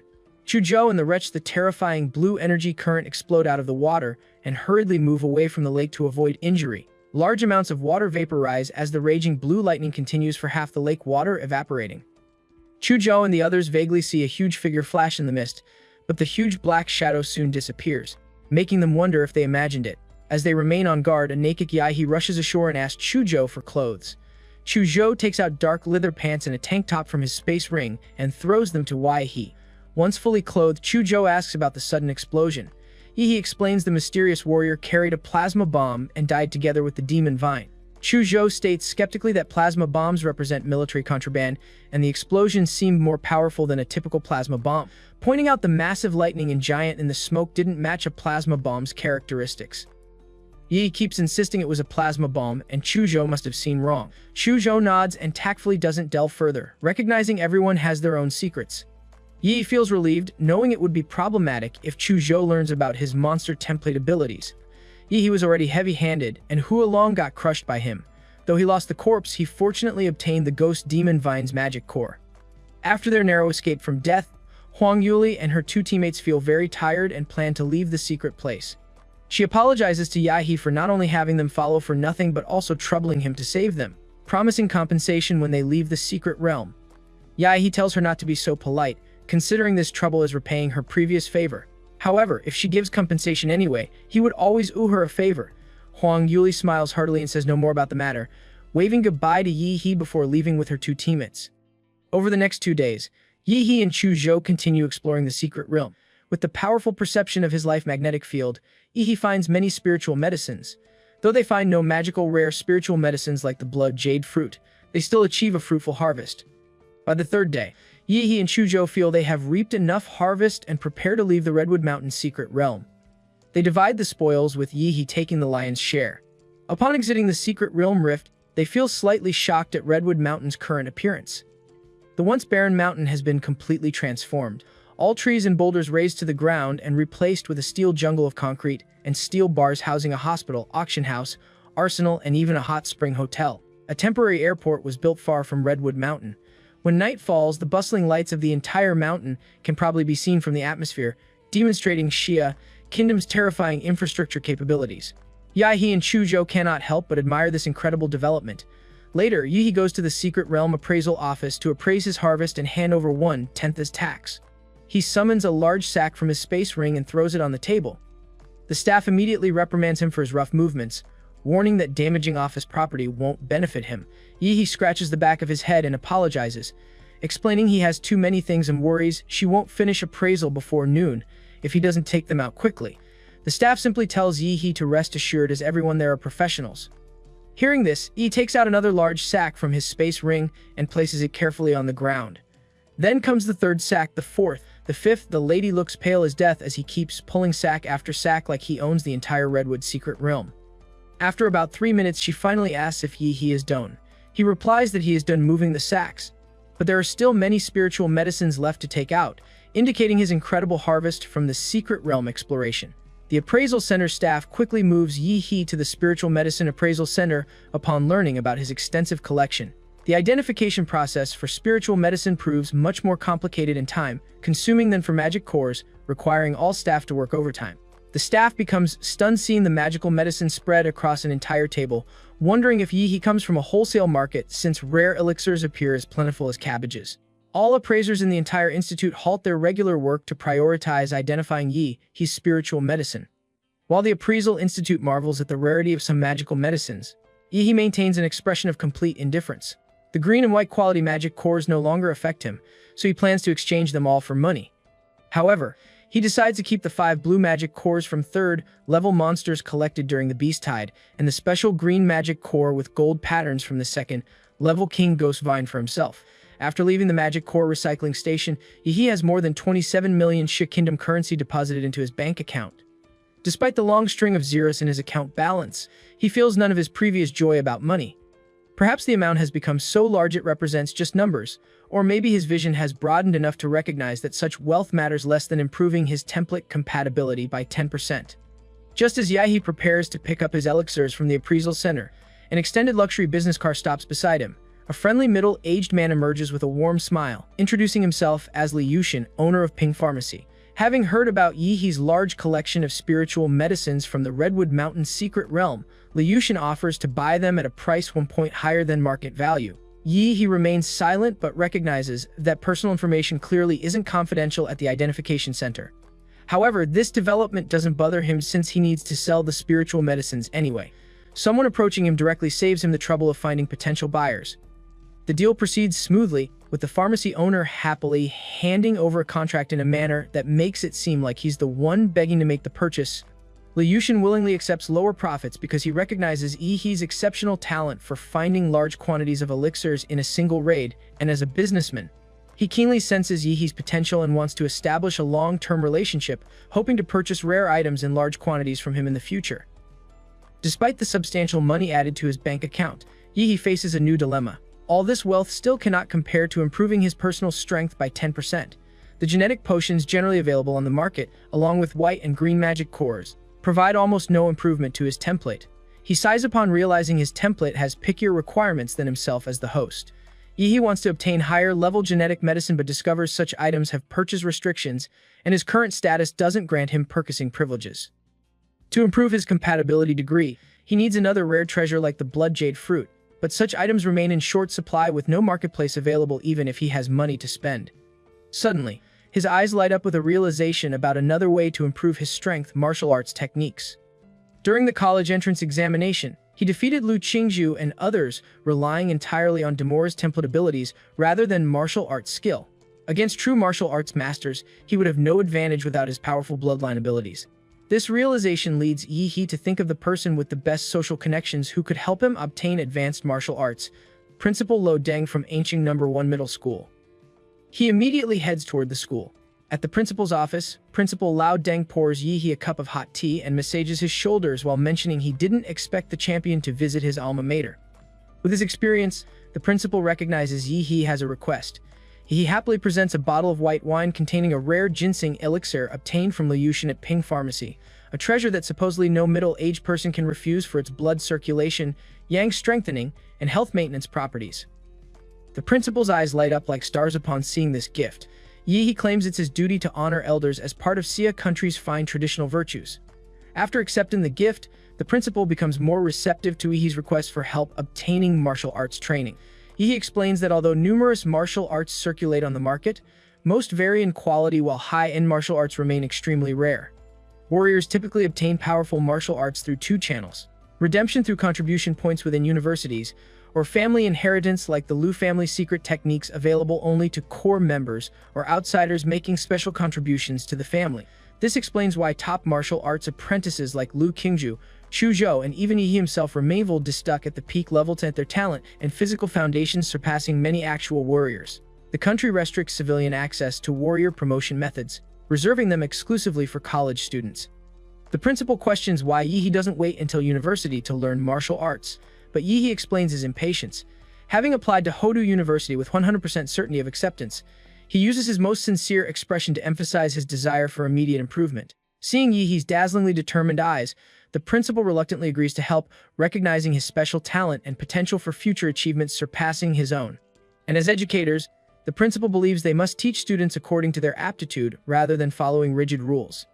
He cleverly adds that rules are dead, but meant for living people, praising Principal Lao Deng as an educator who understands necessary changes, compliments that put the principal on cloud 9. The next day at noon, Yi receives a call from the principal while showering after training.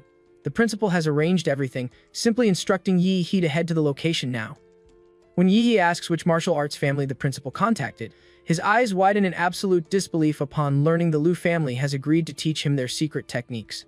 Though this seems wonderful, Yi feels suspicious about why the Lu family would teach their techniques to someone who defeated their jewel Lu Qingju before hundreds of thousands of spectators. He wonders if the principal might be teaming up with the Lu family against him, but decides to proceed despite his doubts. The Lu family maintains a manor on the outskirts of Anqing as their family land. Meanwhile, a guy named Ji wearing slick dark glasses and a leather jacket rides a black modified motorcycle costing about 2 million yuan with engine power comparable to a supercar. The roaring engine creates a buzzing sound throughout the street as a blonde girl hugs his waist tightly behind him, her hair blowing in the wind as she praises his awesomeness. Feeling proud from the beautiful woman's compliments, Ji prepares to brag when a figure suddenly appears beside him, Yi pedaling a little yellow bicycle while advising Ji not to drive distracted at high speeds to avoid causing tragedy for loved ones. Ji feels insulted that a seemingly broke biker would compare himself to him and twists his motorcycle handle tightly, making the steel beast roar furiously as he speeds away, leaving Yi behind while giving him the middle finger. The blonde girl continues praising Ji's manliness until they hear a buzzing sound behind them that drowns out the motorcycle noise. A blue light streak appears in Ji's rearview mirror, Yi riding his bicycle with nuclear light combat body mode activated in his legs, creating blue rocket-like tail flames that propel him past them in a flash. Jay and his girlfriend stare with embarrassed expressions, wondering when shared bicycles became faster than airplanes. He arrives at the entrance to Liu Manor, staring at the castle, like building that looks magnificent despite not surprising him. The entire Lu family manor centers around the Lu family castle with various garden landscapes built in concentric circles around it. Professional gardeners trim green plants into animal shapes, complemented by bronze sculptures and park fountains that enhance the manor's beauty. The Lu family castle itself appears solemn and dignified with towering stone walls and spires combining old-fashioned architectural style with strong historical heritage that makes anyone feel intimidated standing before it. This display matches expectations for a wealthy martial arts family, completely different from new riches like himself. Why he activates his life magnetic field to detect powerful beings within the Lu family manor, finding several presences. From a distance, he spots a graceful figure in a white dress approaching the gate, Lu Qingju herself.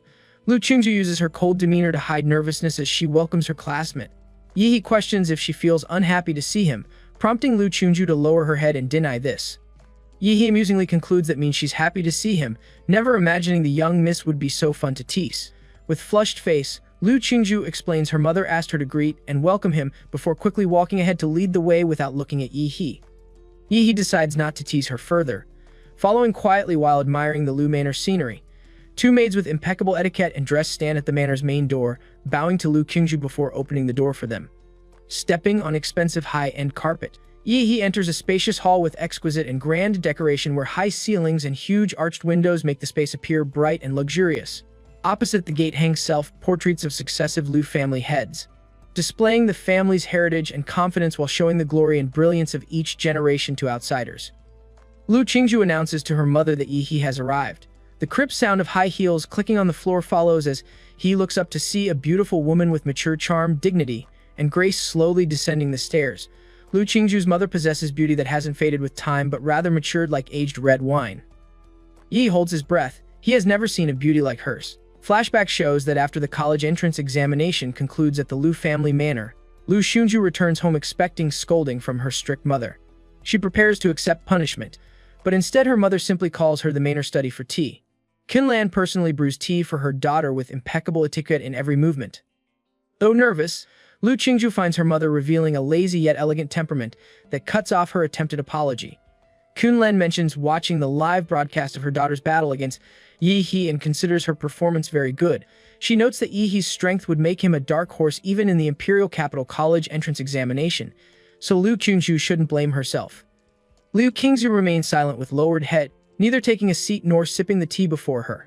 Qinlan continues after a brief pause, explaining that in their generation, Lu Qingju alone can shoulder the Lu family's heavy responsibilities since her younger brother lacks sufficient ability to inherit the family legacy. However, as a beautiful girl without her father's early protection and with their family power forced to retreat to small Anqing city, they cannot refuse if a major family proposes marriage alliance. This would mean the Lu family's annexation and the loss of their century-old foundation to others. Qinlan suggests Yi He seems like a very good boy with outstanding talent, simple family background, and bright future. From her observations, he definitely doesn't seem ambitious. She proposes pairing the two together and asks for Lu Qingju's thoughts. Lu Qingju's eyes widen at this suggestion as her mother looks directly into them with aggressive phoenix eyes. Before Lu Qingju can respond, Qinlan adds that she doesn't need to answer immediately but should try getting along with Yi He first. Returning to the present, Qinlan descends the stairs to officially welcome Yi He to the Lu family manor. He greets politely with serious expression, suppressing the weird thoughts emerging in his mind. He presents a gift, but Qinlan simply stares expressionlessly. She mentions hearing from Principal Lao Deng about his desire to learn advanced martial arts and confirms this with him. Without hesitation, Qinlan adds that her daughter will show him the way. Yi He feels surprised at her generosity. Qinlan walks down the remaining stairs, accepts the gift without looking at it, and states that her daughter will take him to the Lu family's martial arts pavilion. Since martial arts in the pavilion cannot be taken out, he will have only one day to study inside. 3 sets of Xuanhuang martial arts reside deep in the martial arts pavilion, and whether Yi He can learn them depends on his ability. Upon hearing he can learn Xuanhuang martial arts, Yi He feels surprised again. He initially expected to learn only slightly more advanced martial arts, not gaining access to the prestigious Xuanhuang techniques. He wonders whether Principal Lao Deng possesses significant influence. Qinlan proves overly generous, or this represents an investment in his potential. Despite suspecting hidden motives, he cannot refuse this opportunity placed before him. He thanks the Lu family rather than Qinlan personally, making a significant distinction that implies a promise to the family itself rather than just its matriarch. If the Lu family needs him in the future, he will fulfill this promise.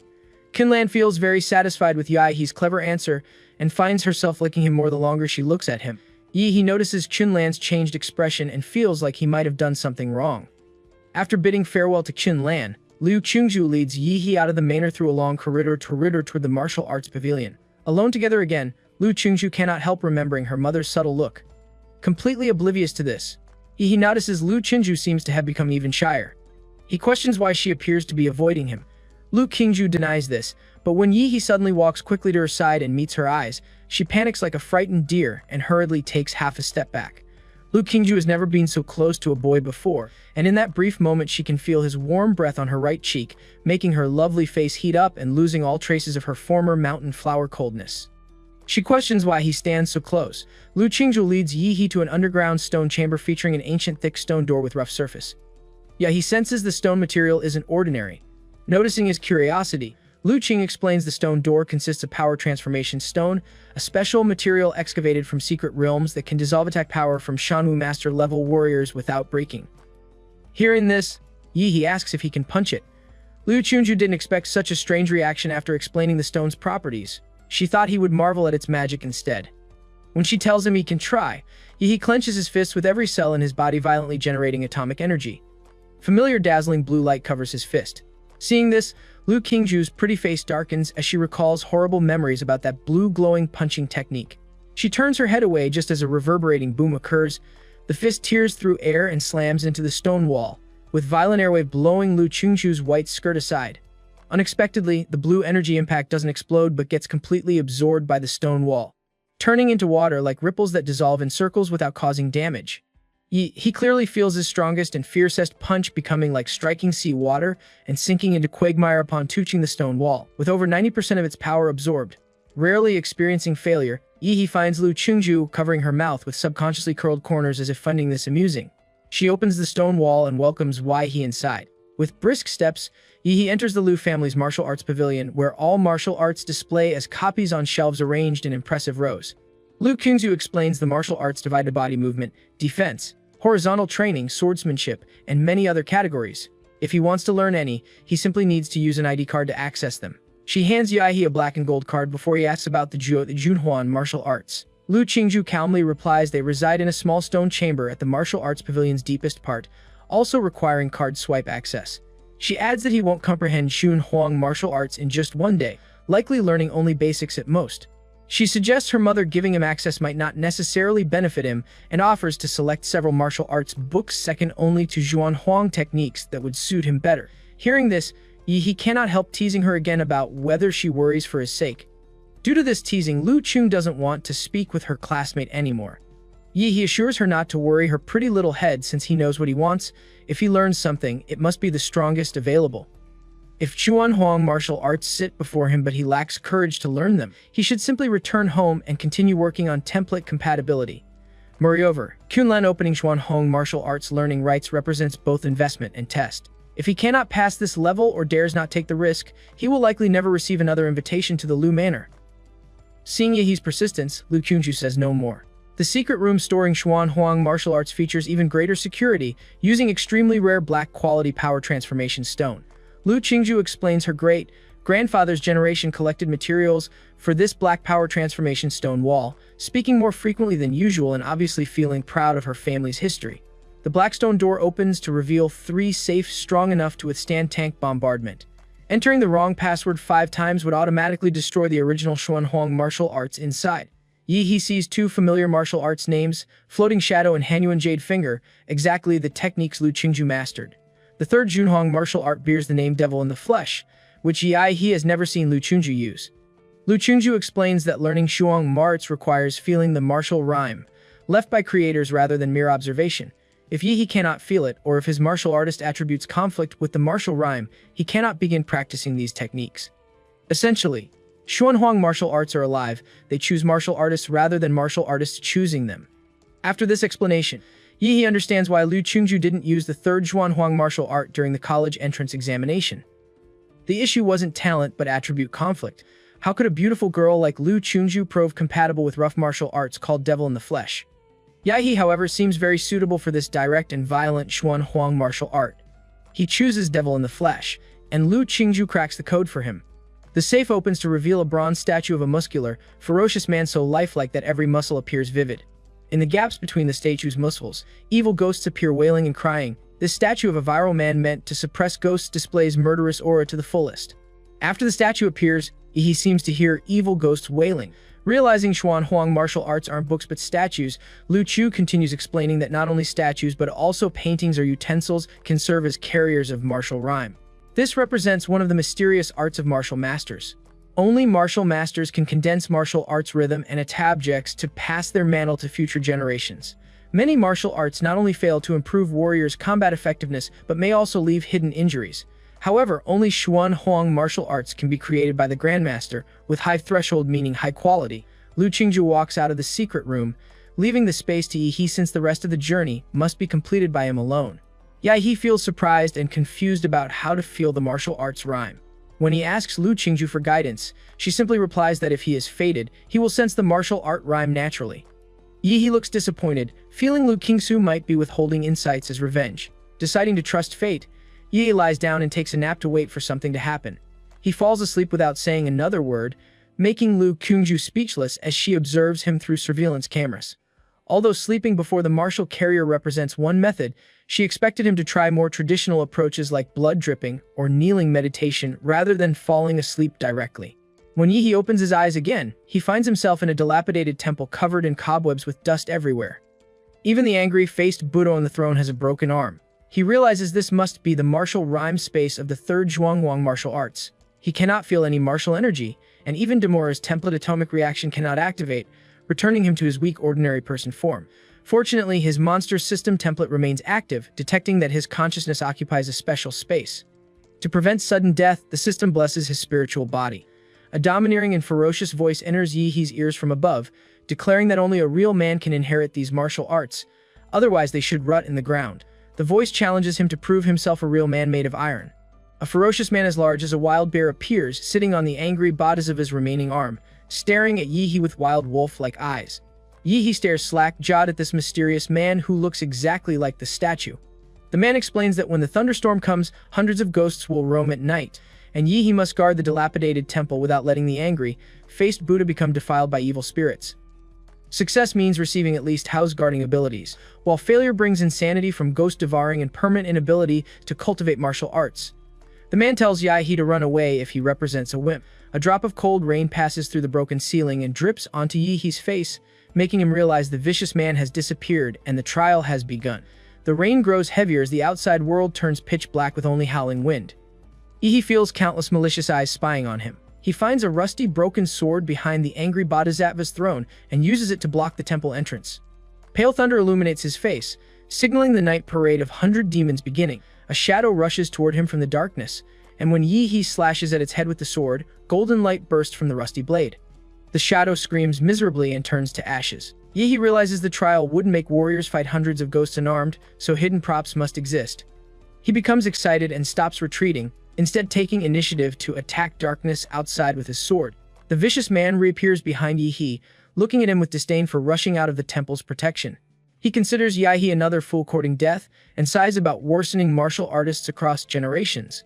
Just as he prepares to collect Yihee's body, he stops in disbelief, wondering why hundreds of ghosts cannot approach the boy. Outside the temple, Yihee randomly wields the sword without formal swordsmanship skills, simply slashing any approaching ghost. When an evil ghost swings its claws at him, they pass through him harmlessly. Yihee turns and splits the evil ghost in half, realizing the system automatically protects him in the spiritual world, granting invincibility.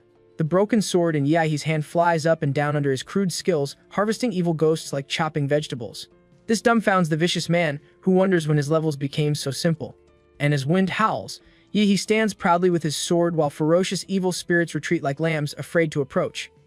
Seeing hundreds of ghosts cannot harm Yihee, the vicious man shows up personally, demanding to know how he remains unaffected by the martial arts influence. Yihee replies it results from nothing but hard work and diligent practice, a convenient excuse.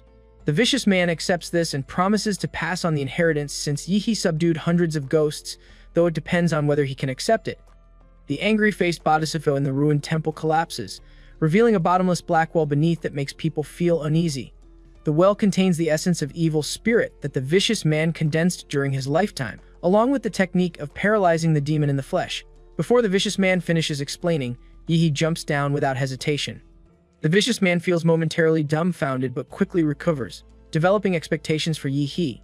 He praises this unique young man's personality, recalling his own life as a hero who passed through S-level secret realms using Det Ril in the flesh technique.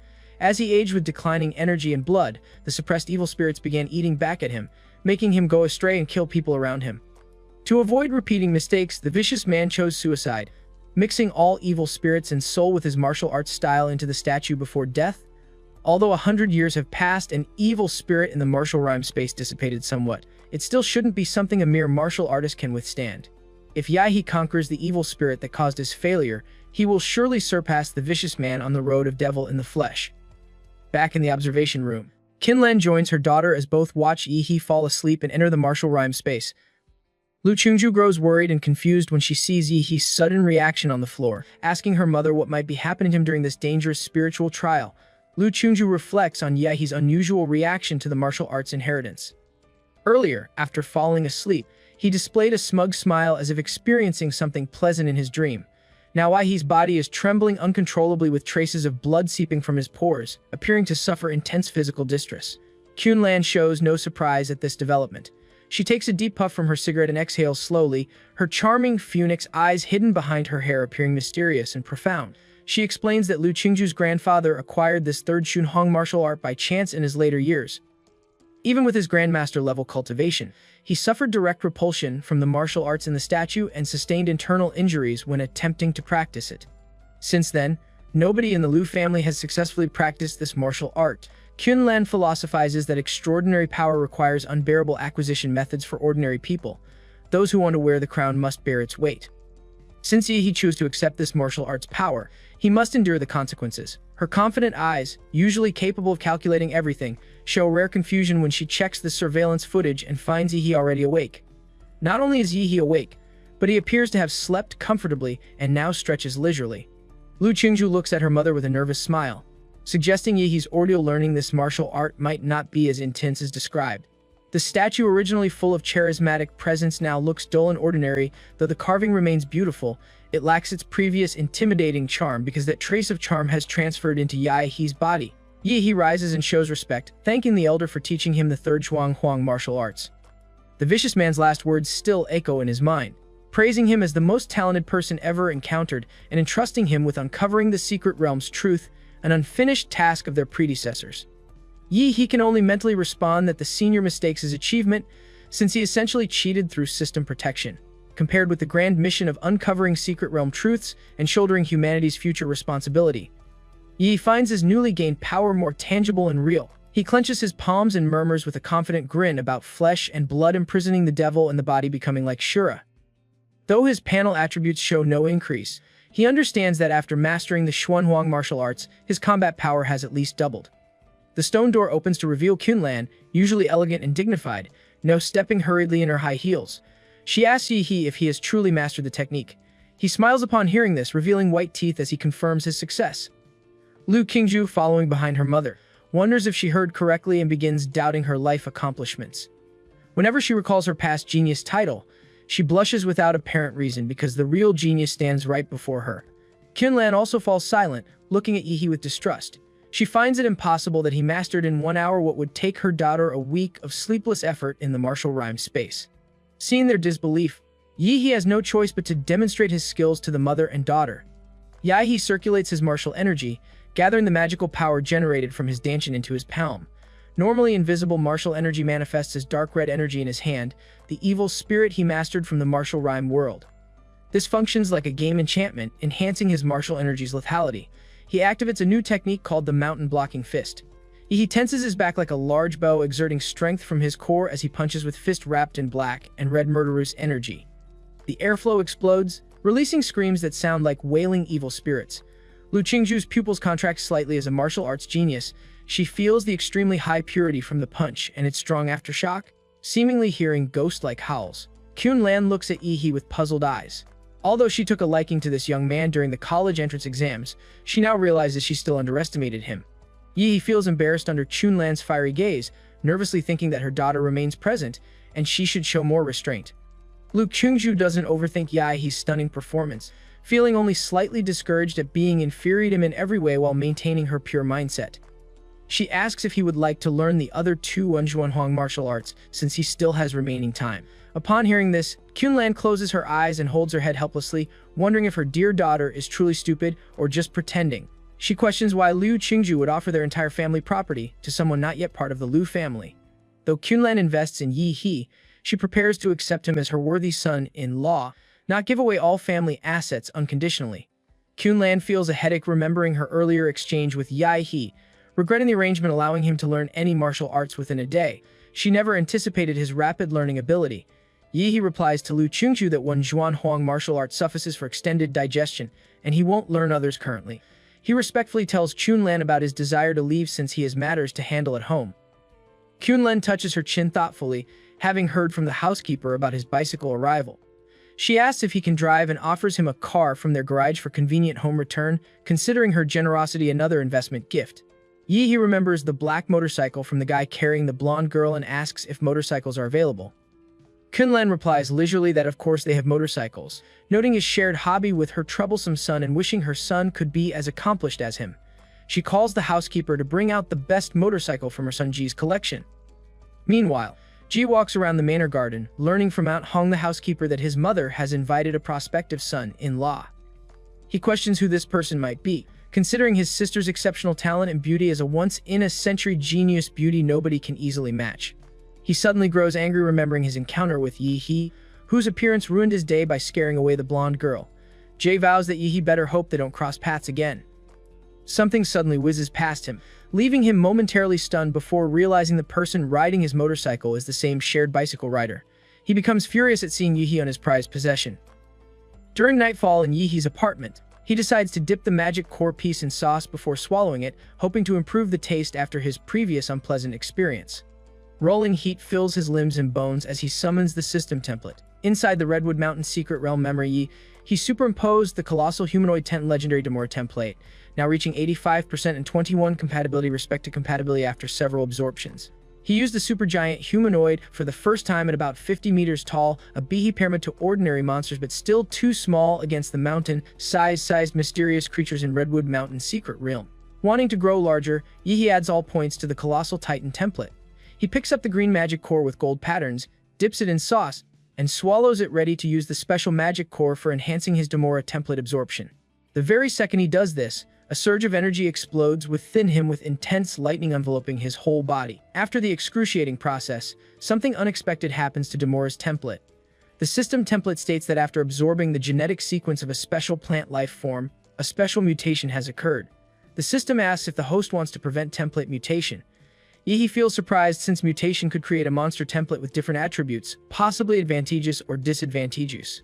After careful consideration, he decisively chooses to proceed, deciding to gamble for the best outcome. Fortunately, the mutation unlocks an S-rank nuclear template, leaving him completely speechless. The notification explains that when the Savage Trace Demora's template reaches 100%, there exists a 2% chance of it changing into a Star Universe Demora. He clenches his fist excitedly reading this. The name alone suggests tremendous power, though it requires reaching full compatibility first. His reverie gets interrupted by sudden commotion not far from his apartment complex. He wonders what might be happening, possibly a terrorist attack disrupting his breakthrough moment and forcing him to address this new disturbance. Outside Yahi's apartment complex, a loud roar echoes through the streets as dozens of police cars flood the entire area. Armed officers evacuate the crowd and form a security perimeter around the neighborhood. Inside his apartment, Yihi becomes alert and suspicious when he hears a sudden knock on his door. Knowing the original owner had a withdrawn personality, with no friends who would visit at this hour, and having ordered new deliveries or packages, he wonders who could be outside. His gaze suddenly shifts toward the open window behind him as he questions the mysterious invisible intruder in a calm tone, asking if she knows who stands outside. Seconds later, a figure materializes out of nowhere, a mysterious lady with a very sexy figure wearing a white nanobattle suit that clings tightly to her skin, perfectly highlighting her curvy form. Unfortunately, she wears a black reflective mask that hides her true face. The woman feels genuinely surprised that this young fellow is not an ordinary martial artist. She originally planned to hide something in Yihi's apartment and alter his memory conveniently, but now that her target has discovered her, she decides he must suffer a little. She warns him not to try running away, showing no fear and wanting no involvement. Yihi quietly asks who she is and what she's doing in his apartment. After receiving no reply, he notices the shadow on the floor in front of him shows a stream of energy locking onto him like a poisonous snake. In that moment, Yahi realizes he cannot move the battlefield outside his apartment. Deciding to accept the situation, Yihi notes he has substantial savings anyway and can always buy another house. The mysterious Lady Yaoyumi feels puzzled about what nonsense he's spouting. For dramatic effect, Yihi takes a moment to reply and explains that Yaoyumi is already a dead woman walking. Meanwhile, down the streets, several warriors in sweat uniforms fight a man named Zhou Yi. Despite facing siege from many special warriors, Zhou Yi actually holds the upper hand until caught off guard by a powerful punch to his abdomen. The opponent's martial energy penetrates his internal organs, causing piercing pain that makes Zhou Yi clutch his lower side in agony. One special police soldier instructs his group to take down Zhou Yi the moment he reveals a flaw. These special police fighters excel at combat coordination, and after Zhou Yi shows vulnerability, everyone tacitly pursues him, forcing his gradual retreat. Although Zhou Yi nears defeat, he feels much more relaxed because everyone's attention focuses on him, exactly his plan to buy time for Yaoyumi to escape with the golden gene. Thinking this, Zhou Yi laughs out loud like a crazed victor, even using the forbidden blood burning technique to fight to the death against all armed police. Flames rise, illuminating the streets as the battle intensifies. Suddenly, a bright blue beam of light bursts above everyone's heads and shoots straight into the sky. A dark figure falls beside Zhou Yi, creating a hole in the ground. Zhou Yi immediately recognizes Yaoyumi by her recognizable figure, though her nano-battle suit has turned charcoal black instead of white. He risked his life to let her take the item and escape, so her sudden return confuses him. Yaoyumi stands up from the shallow pit, feeling extremely gloomy. She seriously underestimated Yihi's strength and got hit head-on by the energy beam that spurted from his throat. Without the nano battle suit's protection, she would have suffered serious injuries. She whispers to Zhou Yi that she successfully hid the item, so they need to escape immediately. Zhou Yi feels relieved hearing this, but the moment armed police realize the two are partners, they try to surround them. Unexpectedly, Yao Yumi releases a special smoke bomb strong enough to block martial warriors' perception, engulfing the large area in thick white fog. The armed police hurriedly use their martial energy to create strong winds attempting to blow away the white fog. By the time the fog dissipates, they find the enemies have escaped into the sewers. 30 minutes later, Zhou Yi and Yao Yumi emerge from an alley, hearing distant sirens and knowing they've temporarily escaped pursuit. They finally breathe a sigh of relief. Just as Zhou Yi admires the nano battlesuit's repair efficiency, a cold voice echoes through the silent night questioning why the beautiful lady still hasn't explained her break-in at his house. Yao Yumi's eyes widen in shock. She made a serious mistake randomly selecting a resident and ended up picking the final boss with the worst luck. As reward for breaking into his house, Yi promises to have some fun with both of them. Zhou Yi looks at Yi with murderous eyes, shouting questions about how he found them when special cops couldn't. He naturally won't explain that Yao Yumi got contaminated with his nuclear radiation. When it's time for action, he prefers few words.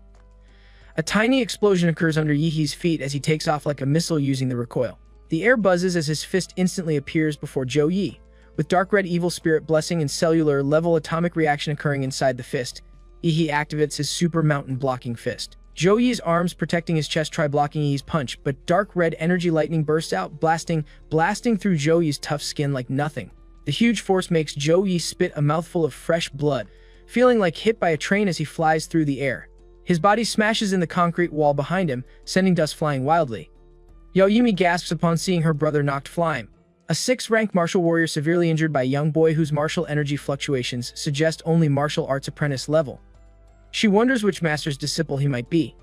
Zhou Yi struggles to get up, grinning brightly at Yao Yumi as he claims to be the disciple of Emperor Guangla. Yumi has never heard of Emperor Guangla and didn't expect a small city like Anqing to harbor hidden masters.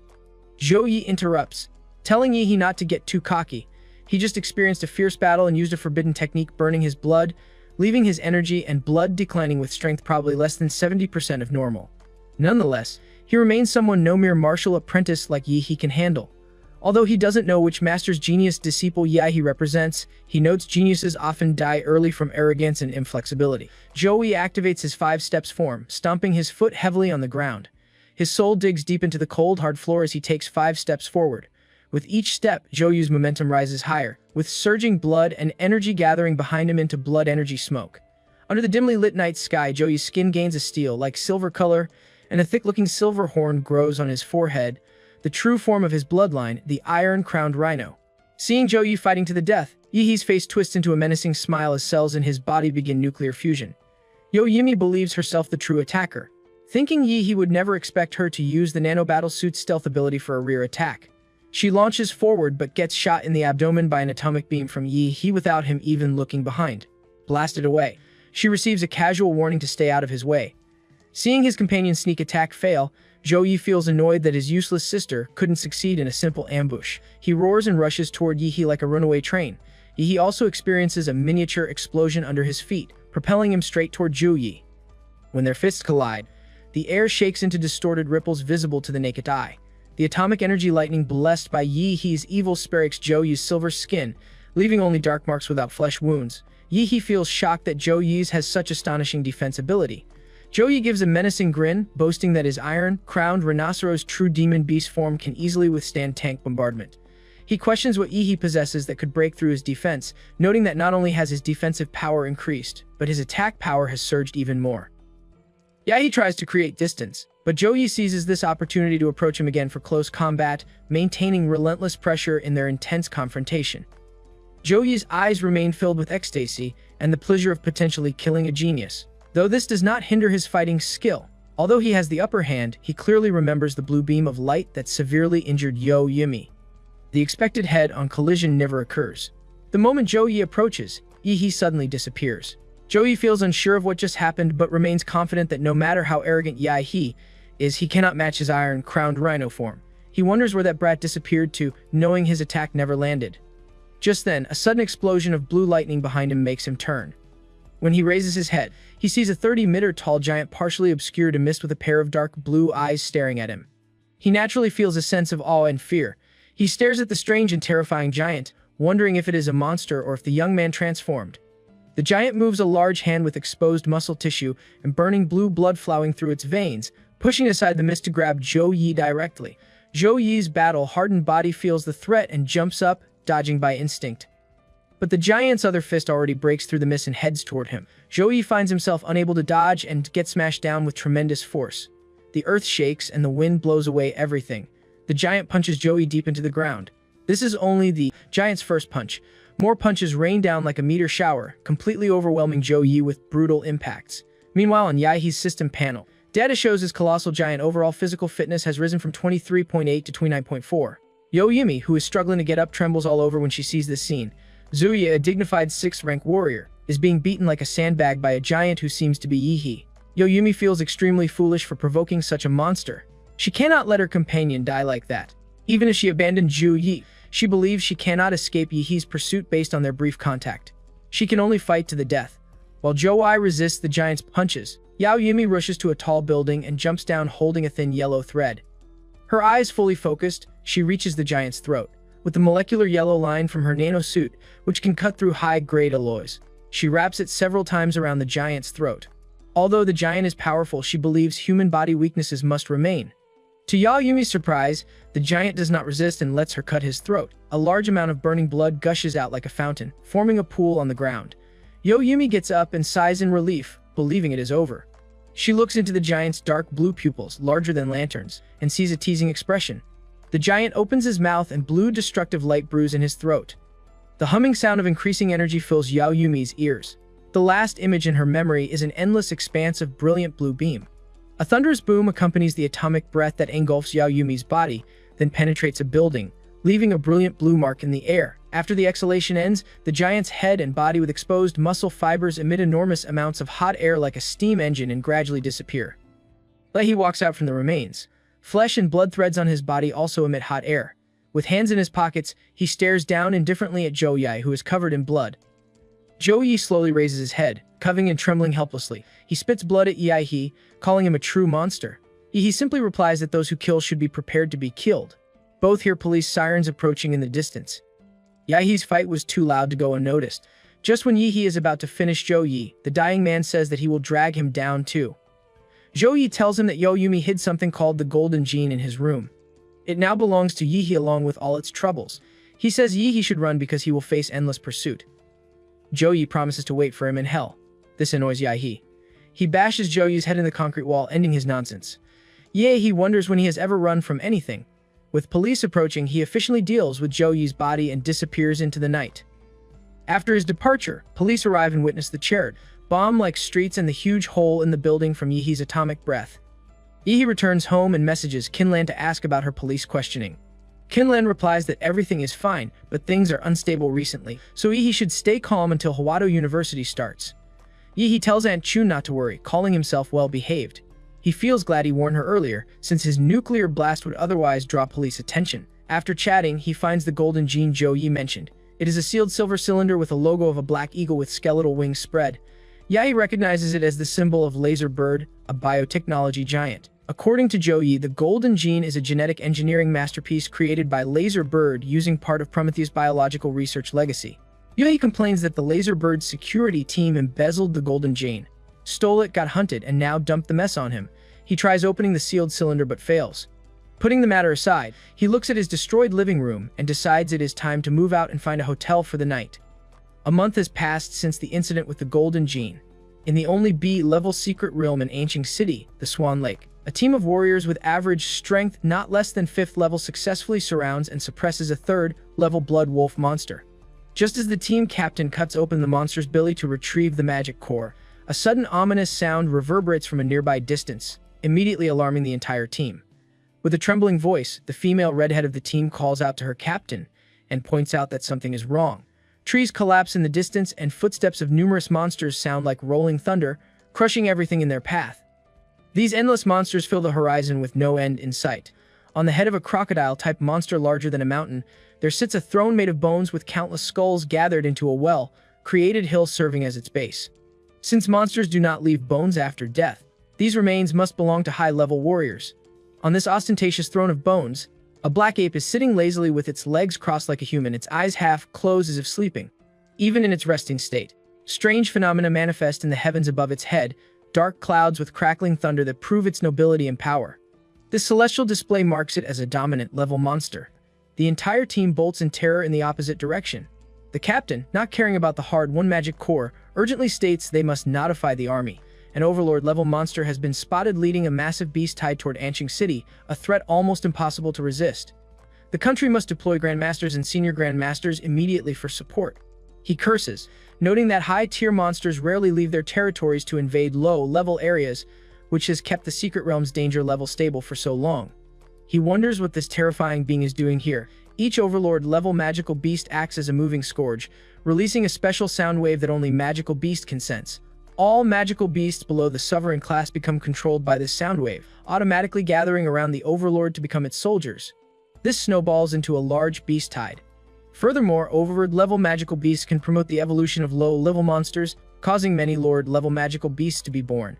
If this 5th-tier sovereign class monster leads this large beast tide into Anqing City, the city will turn into hell on earth with millions of deaths. The black ape slowly opens its scarlet eyes and looks disdainfully at the team of warriors. The giant crocodile underneath seems to understand its meaning, and ferocity flashes in its vertical pupils. The crocodile opens its mouth as if chanting silently, releasing enormous colorful sonic waves that engulf everything. Mud and rocks within a 100-meter radius roll and meter and gather in the air in a spiral shape, constantly compressing into a 10-meter-sized stone cone that shoots out like a missile. The airwave explodes, and an entire mountaintop gets pierced through by these stone cones. The team of warriors that discovered the beast tide becomes submerged in the bombardment, experiencing what seems like a meteor shower. When the dust clears, only a radio communicator held at arm's length from a broken hand remains, but a signal of overlord incursion has been successfully sent out. The black ape stands up from its throne of bones and speaks in human language, giving the order to charge full speed ahead. The surging tide of beasts responds with loud and bloodthirsty roars.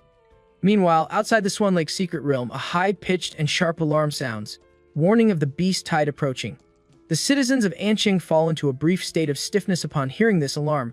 They know what it means, having only heard about beast invasions in news from other countries, and now feel a sense of unreality about facing it themselves. Soon, Mayor Huang Chung's voice comes over the city's radio, announcing that a massive beast tide from the B-level Swan Lake secret realm is about to invade Anqing City. This incursion is expected to break through and reach the city in 20 minutes. The army has been transferred to the front line to resist the beast tide, and the mayor calls on all warriors in Anqing to come support. This broadcast completely awakens the citizens to the reality of their situation.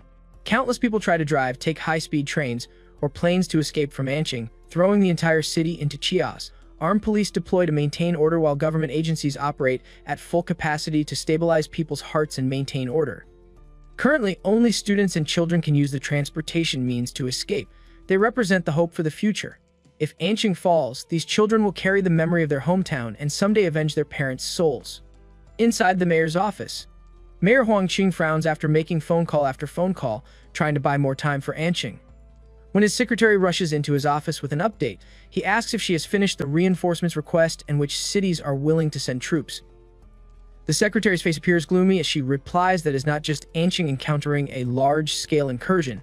Many places across the country have beast invasion warnings and cannot help others. The fortunate cities not experiencing beast incursions have started building fortifications to guard against possible disasters. With a slightly trembling voice, the mayor then asks about the imperial capital, wondering if any Grandmaster warrior or above has been sent to support them. Even just one would help.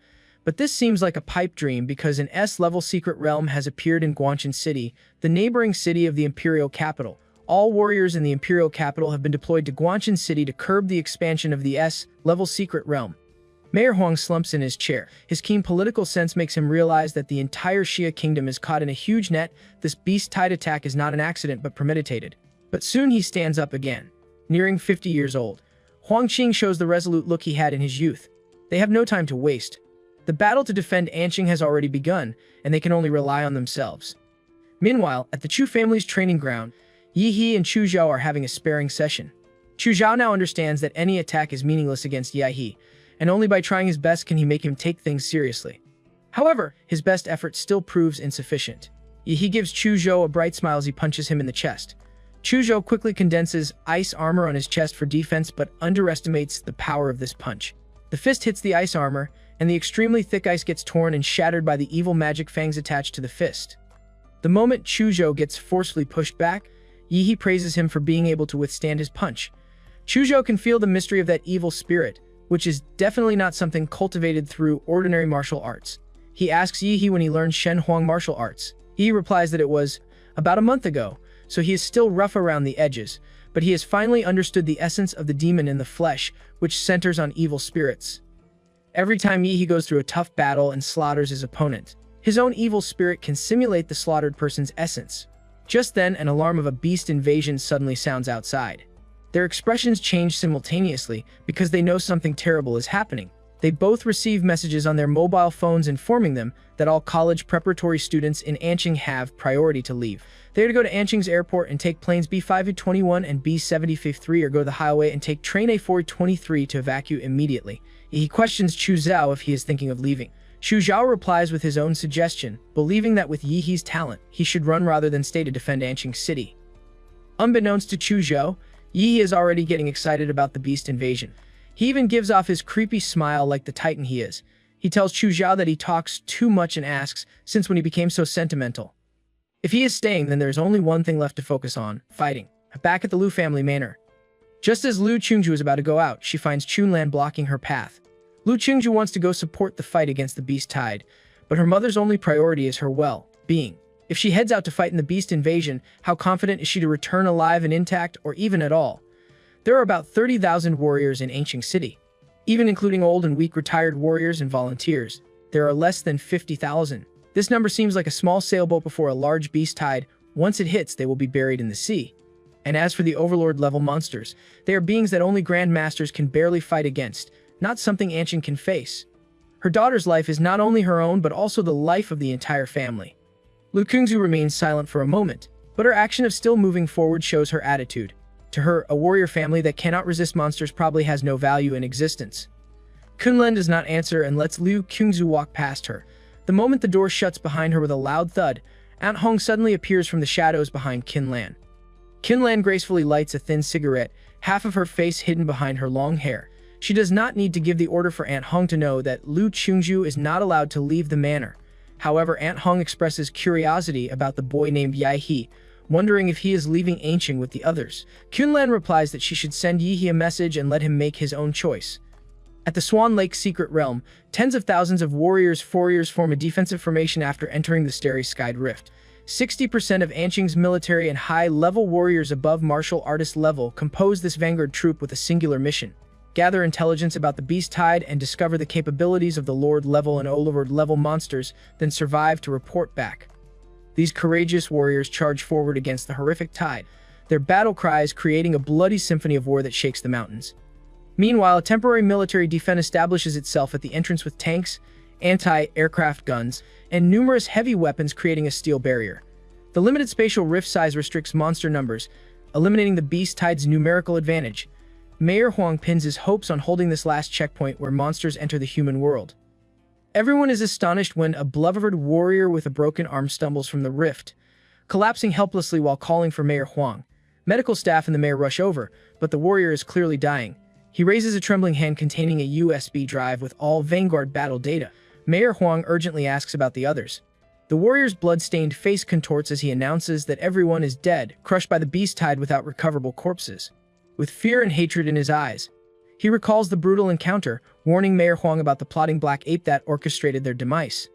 Just then, a loud noise interrupts them as huge rotating stone cones fly from the rift, piercing distant buildings and destroying carefully built fortifications. Countless buried mines detonate under the impacts. Mayor Huang realizes with dread that the monsters are strategically targeting their defenses before emerging. He orders concentrated fire toward the spatial rift. Tanks and anti-aircraft guns unleash flames that submerge the rift, yet stone cone attacks continue unabated. The mayor's expression turns sullen at this tactical warfare from monsters. Another round of stones breaks through artillery encirclement. Just when one strikes ground, a giant winged rat emerges from rubble to bite off a soldier's head, a scene repeated across the battlefield. The stone cones serve as transport cabins for warcraft deployed behind human lines. Mayor Huang urgently orders to intercept the stones before they land. Missiles begin targeting the cones, but this reduces firepower against the rift. Tank troops fall into brief chaos as warrior troops provide support. Monsters avoid direct combat and instead focus on destroying military equipment and weakening defenses. Inside the secret realm, the Blackade's blood-red pupils reveal cunning intelligence. Knowing human resistance nears collapse, it commands total destruction of humans in their land. A white-haired giant, Gorilla King of Lord level, charges out first, drawing firepower while other beasts swarm through the rift and scatter in all directions. On a rooftop overlooking the battle, Yahi watches humans losing control. Though only in Anqing for months, he feels attachment to the city and refuses to let monsters destroy the life he built. Without hesitation, he roars and leaps from the building, running vertically down the wall as tough dark skin covers his body. He charges into battle in his Demora form. Elsewhere in the city, Luo Juan activates Thunder Kick martial arts against a monster, cracking its abdomen with such force that eyeballs pop out.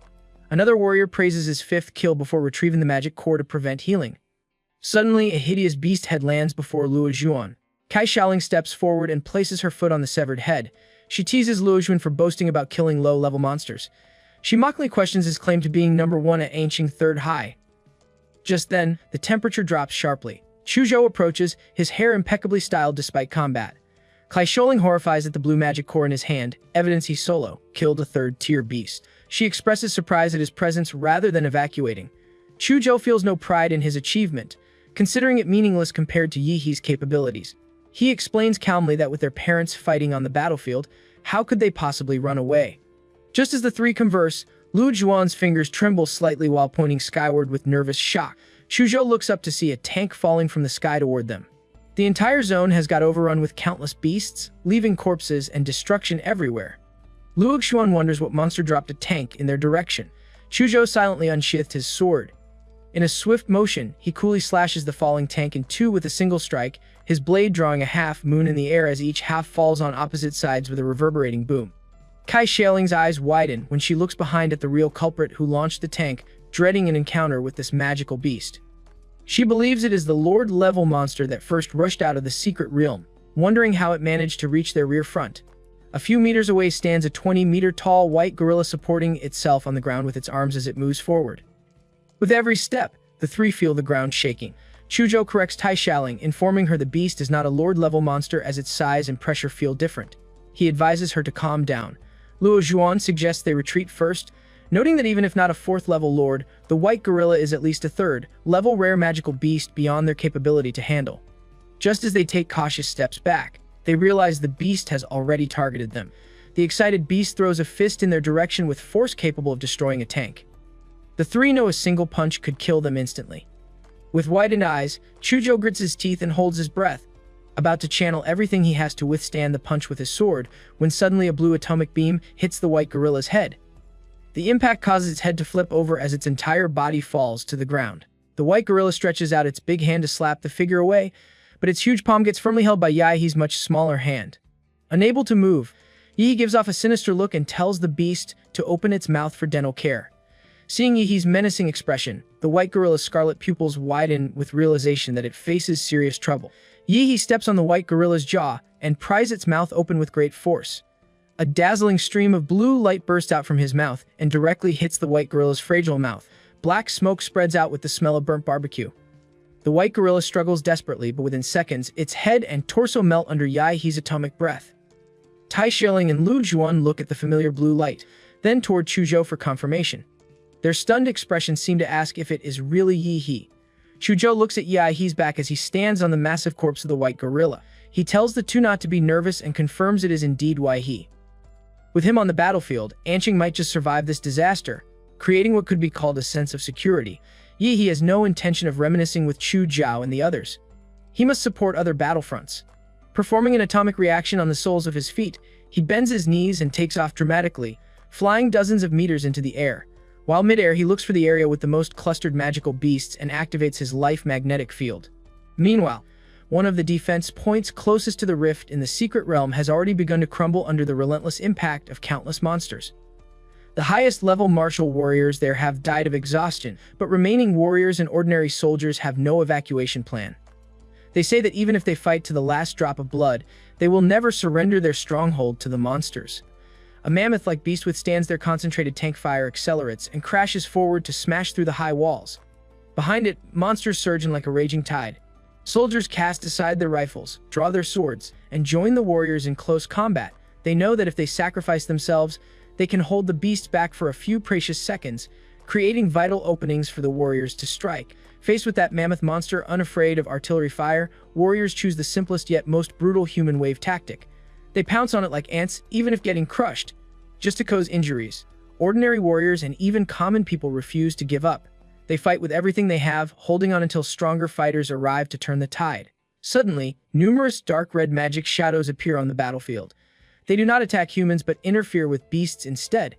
Countless monsters become confused by these shadows, allowing warriors to seize opportunities and kill them successfully. Just as warriors wonder about the shadow's origin, a brilliant blue light stream hits the mammoth monster. The mammoth monster, which had been silently resisting artillery fire, lets out a painful whine for the first time. When the atomic breath ends, its huge body collapses to the ground. Its invulnerable skin and flesh melt to form a burnt mark deep enough to see bone. The remaining level monsters glare with open hostility, while Yahello, who has just obliterated the mammoth, activates a new skill called Thunder Fang Cleave. He creates a blue explosive airflow under his feet and plunges downward like a missile. A sonic boom sounds as if he tears through the sky and crashes into monsters below with destructive power so massive that no beasts in the vicinity survive. Meanwhile, on other battlefronts, warriors become dumbfounded seeing beasts temporarily abandoning their siege and moving toward one location. A female warrior informs others that their city's top scorer, Yahello, has entered the battlefield, and beasts swarm him from every direction. The warriors realize monsters are calling reinforcements to besiege Yahello. Though Yahello might be strong, he remains just a kid and their city's last hope. The warriors rush toward Yahello's location, addressing everyone that they cannot let him be killed by beasts like other masters from the past. They must protect their top scorer at all costs. Meanwhile, back with Yahello, he continues killing all magical beasts with his radioactive blue beam. Hundreds of bodies of monsters are lying here, and they're as a result of his killing spree. He has unexpectedly transformed into a perfect killing machine, a walking radioactive disaster. The beast tide attempts to kill Yahello through sheer numbers, but this only leads to their slaughter. He stands at the center of the beast tide as countless dark, red magic shadows burst from his body and sweep across the beast herd. With monsters rushing at him from every direction, he activates his atomic breath. The familiar blue light on his body grows brighter, turning him into a small blue sun as he spews a torrent of atomic beam from his mouth, piercing through all powerful monsters not killed by the intense nuclear radiation. Soon, the tide of battle begins to turn. Other warriors rush to Yahello's side, their hopes rising once more. They shout for everyone to protect and support their hero, Yahello, no matter the cost. A Lord-level monster successfully rushes from the Secret Realm Rift, and after seeing Yahello leading humans to control the beast tide, it charges toward him like an enraged bull. Suddenly, 4 massive stone walls nearly 100 meters high rise abruptly from the ground, trapping this bull-type Lord-level beast along with 4 other Lord-level monsters inside. It turns out Mayor Huang Chung, who possesses the highest combat power in Anqing, has casted the genetic technique of Earth V and Divine Wall. He knows his Earth V and Seal will not stop Primal Beast stop Hull Pride them indefinitely. Only decapitation of the Overlord-level beast would permanently seal the deal. Directly below him, the Lord-level bull-type monster madly rams the Earth V and Divine Wall with force of hundreds of tons per collision. The stone wall not only remains unmoved, but constantly shrinks as if trying to squeeze the Lord-level monsters to death. Unexpectedly, a white-haired ape king steps on other Lord-level monsters and jumps suddenly, attempting to escape the stone wall. Mayor Huang clasps hands together as golden energy surges between his palms, aiming directly at the Lord-level white-haired ape. This golden energy shoots out in a massive beam that instantly vaporizes the white-haired ape king's head to dust. Just as the mayor prepares to descend and deal with remaining Lord-level monsters, something bursts from the spatial rift that immediately captures his attention. His gaze locks onto the huge crocodile head barely squeezing through the dimensional rift. The creature is so massive its main body cannot pass through completely. He recognizes this terrifying monster from information brought by the Vanguard troops. It is the mount of the 5th Order Overlord monster, the mount of the bloody black ape known as the giant mountain crocodile. This beast is capable of flattening anything in its path. Those missile-like stone cones were condensed by this giant mountain crocodile using Earth attribute bloodline power. The appearance of the Overlord's mount means the sovereign-level monkey can no longer hold back. Mayor Huang quickly reaches the ground, places his palms on the floor, and his endless powerful martial energy spread across the earth. He activates his genetic earth magic, mountain-crushing dominator hammer, commonly known as rock tsunami. The hard soil and rocks soften like water, and the earth's crust before him rises hundreds of meters before collapsing like a tsunami toward the half-exposed head of the giant mountain crocodile. Facing the collapsing mountain, the giant crocodile flashes contempt in its deep green vertical pupils. Being the king of earth attribute, This marks the first time it encounters a human warrior choosing to fight with the same ability. Under the giant crocodile's will, the center of the rock tsunami begins collapsing and gathering into a huge stone ball that absorbs surrounding rocks, causing the mass and volume to shrink continuously. Unnoticed by the giant crocodile, Mayor Huang's figure hides in the mud and sand, quietly approaching the enormous creature. The moment the giant crocodile finally realizes the threat and attempts to condense stone armor for defense, it is too late. Using the Shen Huang martial arts technique drilling mountain power, Mayor Huang punches out with a powerful spiral of golden energy several times harder than diamond. The attack breaks through the mineral eyelid of the giant mountain crocodile, blowing its eyeball apart. Blood spurts out like a fountain as the giant crocodile's howling anger reverberates throughout Anqing City. Glass from surrounding buildings shatters, and the earth responds to this enraged mountain crocodile. Sharp stone spikes protrude from the ground within hundreds of meters, forming a huge stone forest in the blink of an eye. Fortunately, Mayor Huang obtained information about the giant crocodile in advance and evacuated all warriors and remaining citizens within 1 km, preventing too many casualties. If the enormous creature had completely entered Anqing, he would have hardly been able to weaken it. However, since it has only shown its head, it is literally begging for slaughter. Approaching the enraged creature in the air, Mayor Huang performs 1,000 hands of Guanyin, using several powerful martial arts in a short period. The air around him fills with flames from his high-speed fists and feet as he attacks the giant crocodile's weak points with all his strength. Blood spurts from its scales and armor, soon covering the giant beast in blood. Without its powerful self-healing ability from the magic core, it would probably have been killed by Mayor Huang already. Even under these relentless assaults, the monster is not down for the count. Pissed off, it counterattacks, planning to catch Mayor Huang off guard. Spires of stone suddenly grow from its body, aiming to pierce Mayor Huang, who is forced to halt his offense and defend himself. The mountain giant crocodile now resembles a living mace, completely covered in jagged spikes. Although the attack is unexpected, Mayor Huang is not surprised since using its body as a weapon is expected from a king-tier lord-level beast. Just as he stops briefly to adjust his breathing, the stone pillar behind him suddenly cracks, revealing a single crimson eye staring directly at him. Mayor Huang senses the fatal threat and decisively turns around, only to realize it is an ambush. An arm covered with black hair stretches out and grabs Mayor Huang's head before he can resist. It is none other than the 3-meter-tall black ape with blood-red eyes. It questions the mayor what the foolish human thinks he is doing to its mount. Mayor Huang's pupils shrink, but he remains silent, realizing the blood-eyed black ape hid inside the stone spikes purposefully for this precise ambush. The bloody black ape declares in an arrogant tone that it will crush Mayor Huang's skull so every human can see how insignificant they are before him. The bloody black ape slams Mayor Huang Chung to the ground with tremendous force, creating a deep dent. Mayor Huang makes a split-second decision to sacrifice his left arm, escaping the death grip and saving his life. This act only excites the creature immensely. It shows a sinister smile after confirming no stronger martial artists remain in the city, believing it can now kill without restraints. Having tested humanity's trump card, it finds no warrior in the entire city who can resist a 5th-level overlord. Mayor Huang maintains a blank expression, seemingly unsurprised by the situation. He waves his only remaining arm, causing countless broad and sharp stone knives to emerge from the stone forest created by the mountain giant crocodile. The stone knives gather into a storm that sweeps toward the blood-eyed black ape. The creature appears in no hurry to kill Mayor Huang, informing him that his resistance is meaningless and only delays inevitable death. With no natural enemies on the battlefield, the blood-eyed black ape sees this not as war, but as a game designed to make humanity drown in fear and despair. It wants to witness the expression of fear and hopelessness on the strongest human's face in Anqing City. The storm of stone knives powerful enough to smash tanks hits the bloody black ape, but the arrogant monster does not bother to defend itself, allowing the stones to cut its body before calmly walking out of the storm. The creature casually comments that the speed was good, but the power was too weak, like some twisted human instructor grading an exam. Mayor Huang raises his working arm, launching another tidal wave of stones that pounces on the overlord beast. The arrogant bastard simply jumps hundreds of meters high, avoiding the attack range. The stone forest gets destroyed by the sea of stones, yet the bloody black ape remains unharmed.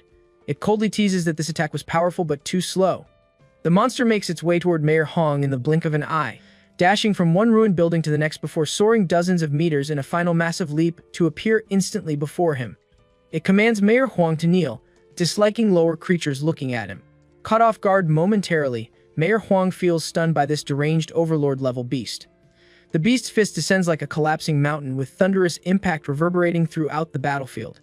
Mayor Huang hits the ground, feeling pain in his knees but forcing himself to stay half-crouched rather than kneeling completely. The ground beneath his feet shatters into fractures, yet his eyes remain determined and unshaken. Only calmness shows on his weathered face as the bloody black ape stares in confusion, wondering why the human shows no fear unlike countless warriors it has hunted before. Mayor Huang places his hand on the ground and replies coldly, questioning if the arrogant beast believes itself clever while gravely miscalculating because it remains just an ugly, arrogant creature. He activates a forbidden blood-burning technique, the Earth Vein Seal, having deliberately lured the bloody black ape to that precise vicinity where he laid a formation in advance. The ground turns into quicksand with terrifying suction and begins spinning rapidly in a vortex. Within seconds, half of the bloody black ape's body gets stuck in this quicksand, sinking deeper the harder it struggles. The creature sneers, questioning if this is Mayor Huang's backup plan to seal him underground, calling him too naive since no seal can hold forever. It threatens to tear every human to shreds the moment he falters. Mayor Huang stares down at the arrogant beast with a slight smile, not of joy but resolved pride. He reveals this is not a backup plan but a hymn to humanity's courage. He pulls back his torn shirt, revealing a large star-shaped wound on his chest, then pierces through his own chest with his arm. Blood gushes out instantly. The bloody black ape feels puzzled, questioning what the human is doing. Mayor Huang coughs blood but maintains his resolute gaze. He explains that at the war's start, he buried the city's only tactical nuclear warhead beneath the battlefield, with the trigger implanted inside his heart. If his heart stops, the nuclear warhead detonates. The bloody black ape roars in desperation, claiming Mayor Huang must be bluffing and insane, believing no human would gamble their life this way. Mayor Huang keeps that prideful smile as the creature continues roaring desperately. From the war's very beginning, he never intended to survive, knowing only active involvement could completely deceive this cunning beast. Mayor Huang remembers his declaration at the inauguration ceremony 20 years earlier, when he pledged to give everything, including his life, for the city and its citizens. Now he feels at peace and content with what he has done. Huang Qing closes his eyes as the bright light of the nuclear bomb breaks through the earth. Endless light and heat flood his body and the bloody black ape's body, annihilating them in a single blinding instant. A deafening boom shakes entire ancient city as a huge mushroom cloud rises like a tombstone at the center. The nuclear explosion's center reaches hundreds of millions of degrees Celsius, vaporizing all matter instantly under this terrifying high temperature. Warriors who received advance information to evacuate the blast range stand in silence. They look toward the explosion's center with tears and great respect, raising their hands in salute with pride and gratitude for what Mayor Huang Qing did for his city. Chu Zhao and the others lower their heads in silent tribute. This is not merely an explosion but a grand funeral worthy of legions. When the dark mushroom clouds subside, the area of thousands of meters in radius turns into a dark red magma swamp. Still, the destructive energy proves insufficient to kill the fifth-level overlord completely. Somewhere within that dark red lava swamp, a charred creature barely recognizable as humanoid trembles. Its carbonized flesh has completely burned off, revealing charred bones. The heart of the skeleton, a dual orange crystal, suddenly emits dazzling golden light as if revitalized. Mystic blood threads emanate from the magic core within and begin weaving along the broken skeleton. After a few seconds, a bloody man forms. Countless membranes grow on its surface, followed by black hair. A pair of blood-red eyes opens, revealing endless coldness and resentment. The bloody black ape is reborn from the ashes, significantly weaker than before the explosion but still alive. The ape cannot believe that it was nearly eliminated by that lowly human. The creature feels the life energy in its magic core depleting. For monsters at the overlord level, ordinary nuclear bomb attacks are too slow and insufficiently concentrated to cause effective damage. However, being trapped by Huang Qing forced it to take the nuclear blast head on. The bloody black ape roars, promising to slaughter every last person in Anqing City. It vows to torture every human to death in the most brutal ways imaginable for the humiliation of being forced to the brink of death by a human warrior it could have eliminated with a single move. It plans to return to the secret realm where it came from to recover its blood and Kai energy before returning to flatten the entire city. At that very moment, it suddenly feels a strong murderous intent as someone questions where it thinks it is sneaking off to. The bloody black ape looks back and finds a young warrior covered in dark scales with blue flames on his body hovering nearby. It recognizes the familiar blue light and identifies this person as one of the biggest obstacles to its beast invasion, a terrifying human genius. After the nuclear explosion, He did not lower his guard and used his life magnetic field to repeatedly scan the entire area. After numerous attempts, he found a slight fluctuation of life. He arrives just a little too late as the beast has already reconstructed its body. He spares no time charging at the Overlord level beast. With his super atomic blast fist already activated, he punches directly toward the Overlord level beast. To his utter shock, the monster remains unharmed even after taking the attack head on. Its bloodshot eyes flicker with greed. Human geniuses are usually heavily protected and extremely difficult to kill, but now this human genius stands isolated and helpless, creating the perfect opportunity. Driven by inner greed, the blood-eyed black ape no longer chooses to escape, but takes the initiative to attack Yi. A surging heavy mist bursts out of the bloody black ape. Relying on its dominant defense, it goes against the torrent of energy. When it barely comes in front of Yi, what it sees is not a frightened face but a smile. Yi thinks that if the cunning bastard had run, his mini-nuclear bomb might not have reached it. But since it is so eager to die, he will grant the beast its wish. Suddenly, he activates his 60-meter colossal titan form with familiar ultra-heated steam. And as this enormous ultra-heated steam engulfs everything in sight, brilliant arcs of electricity also burst out. The bloody black ape feels the familiar energy explosion before being engulfed in blue light and heat. The atomic reactor in Yi's body undergoes horrific nuclear fission when the colossal humanoid template and the legendary Demora template trigger simultaneously. This creates a radiant blue nuclear explosion. Though far less powerful than the first nuclear bomb, the familiar destructive feeling is palpable. Several kilometers away, warriors see the second nuclear explosion in surprise and wonder about another nuclear bomb. They speculate if it is another trap set by Mayor Huang Qing, thinking that man really did consider everything. The bloody black ape stands there in a charred state within the dust, visibly shaken as it stares at the terrifying figure before it. It calls Yahi's hybrid transformation monstrous. A demonic figure over 40 meters tall emerges from the dust and smoke. Its skin appears as tough and rough as black reefs with spine spikes exposed with blue, fluorescent patterns. The heavy tail behind it could destroy a cliff with a slight wave. This is the super, giant humanoid wearing Demora's armor. He spreads his long arms, roars to the sky, and declares the majesty of the king. The bloody black ape looks unhappy that Yi appears more like a monster than itself. Most Lord-level monsters do not have an aura like Yi's. He looks at the ant, like black ape with blood-colored eyes, and replies that he is nothing like the bald monkey. He raises his overwhelming feet as the overlord beast stares in panic. He stomps down, creating a cloud of smoke and dust. The bloody black ape manages to roll out of the range of Yi's feet. He activates the mountain-blocking fist flash strike, and his arm, as big as a pillar, swings with a fierce murderous aura wrapped around it. He mucks the little monkey, declaring there is no use in running. The arrogant, a blood-eyed black ape cannot accept ridicule from what it deems an inferior life form. It turns around and swings its arm to collide with the fist that is a circle bigger than its entire body. Dark and red lightning explodes, and the bloody black ape is hammered into the earth with a direct beam of atomic energy. Yi's fist is twisted into a knot by the huge force of the bloody black ape. But with the powerful self-healing ability of the giant form, it recovers in just a few seconds. He reflects as long as his real body at the back of the giant's neck remains intact, the external body of the giant will never disappear. He did not expect that the skinny overlord-level beast would still be stronger than average overlords. In his giant amorphous form, his overall physical fitness has exceeded the 30-point mark, yet he still cannot overwhelm the opponent in terms of strength. The bloody black ape looks at Yi's instantly healed arm and finally gives up on killing him. It used full strength in that last strike, and Yi already healed it. It realizes it cannot beat this genius. The bloody black ape gets up and bolts like its life depends on it, which at this point it obviously does. Yi sneers at the creature no longer charging but running away. The filthy beast does not deserve to stain Mayor Huang Qing's sacrifice. The cracks on Yi's chest glow blue, and the blue crystal-like spine behind appears extremely dazzling. He controls his body over 40 meters long and releases a super large atomic breath. The blue light like divine punishment tears through the air like a sharp knife. Faced with such large-scale energy bombardment, the bloody black ape jumps up and down in a ridiculous manner to dodge, but it is no use. The filthy monkey is hit hard by the atomic breath. The entire body of the bloody black ape smashes into the ground and suddenly disappears. Yi narrows his eyes, realizing the cunning beast has used the force of the atomic breath to escape underground. It is pretending to be dead. This means it feels afraid of being discovered, suffering its most serious condition ever after numerous unprecedented injuries. This presents the best chance to kill it. Yi tries using his life magnetic field to locate the beast, but overlord-level magical beasts can conceal their presence completely. But now he's gravely injured. Even with its concealment, any faint traces of life can still be sensed immediately. This time, he focuses the life magnetic field underground and eventually finds the creature's location not far away. It has swum through the soil like a fish. Escaping his pursuit, he immediately spurts out an atomic breath that cuts through the Earth's surface. The bloody black ape jumps out of the soil like a fried fish, only to be greeted by another huge fist carrying a terrifying gust of air.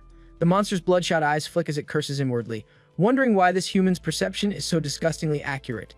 Curses, It had already sensed the entrance to the secret realm and was not far away, hoping to recover its energy and blood before devouring this young warrior who dares to chase it. The punch sends the Sovereign-class monster crashing into the earth upon impact, creating a cloud of dust. He confidently declares he will make the Overlord-level beast wish it was dead, adding that this is what the filthy monkey deserves for trying to defile Mayor Huang's sacrifice. The Sovereign-class monster just scoffs at this, telling him not to push his luck.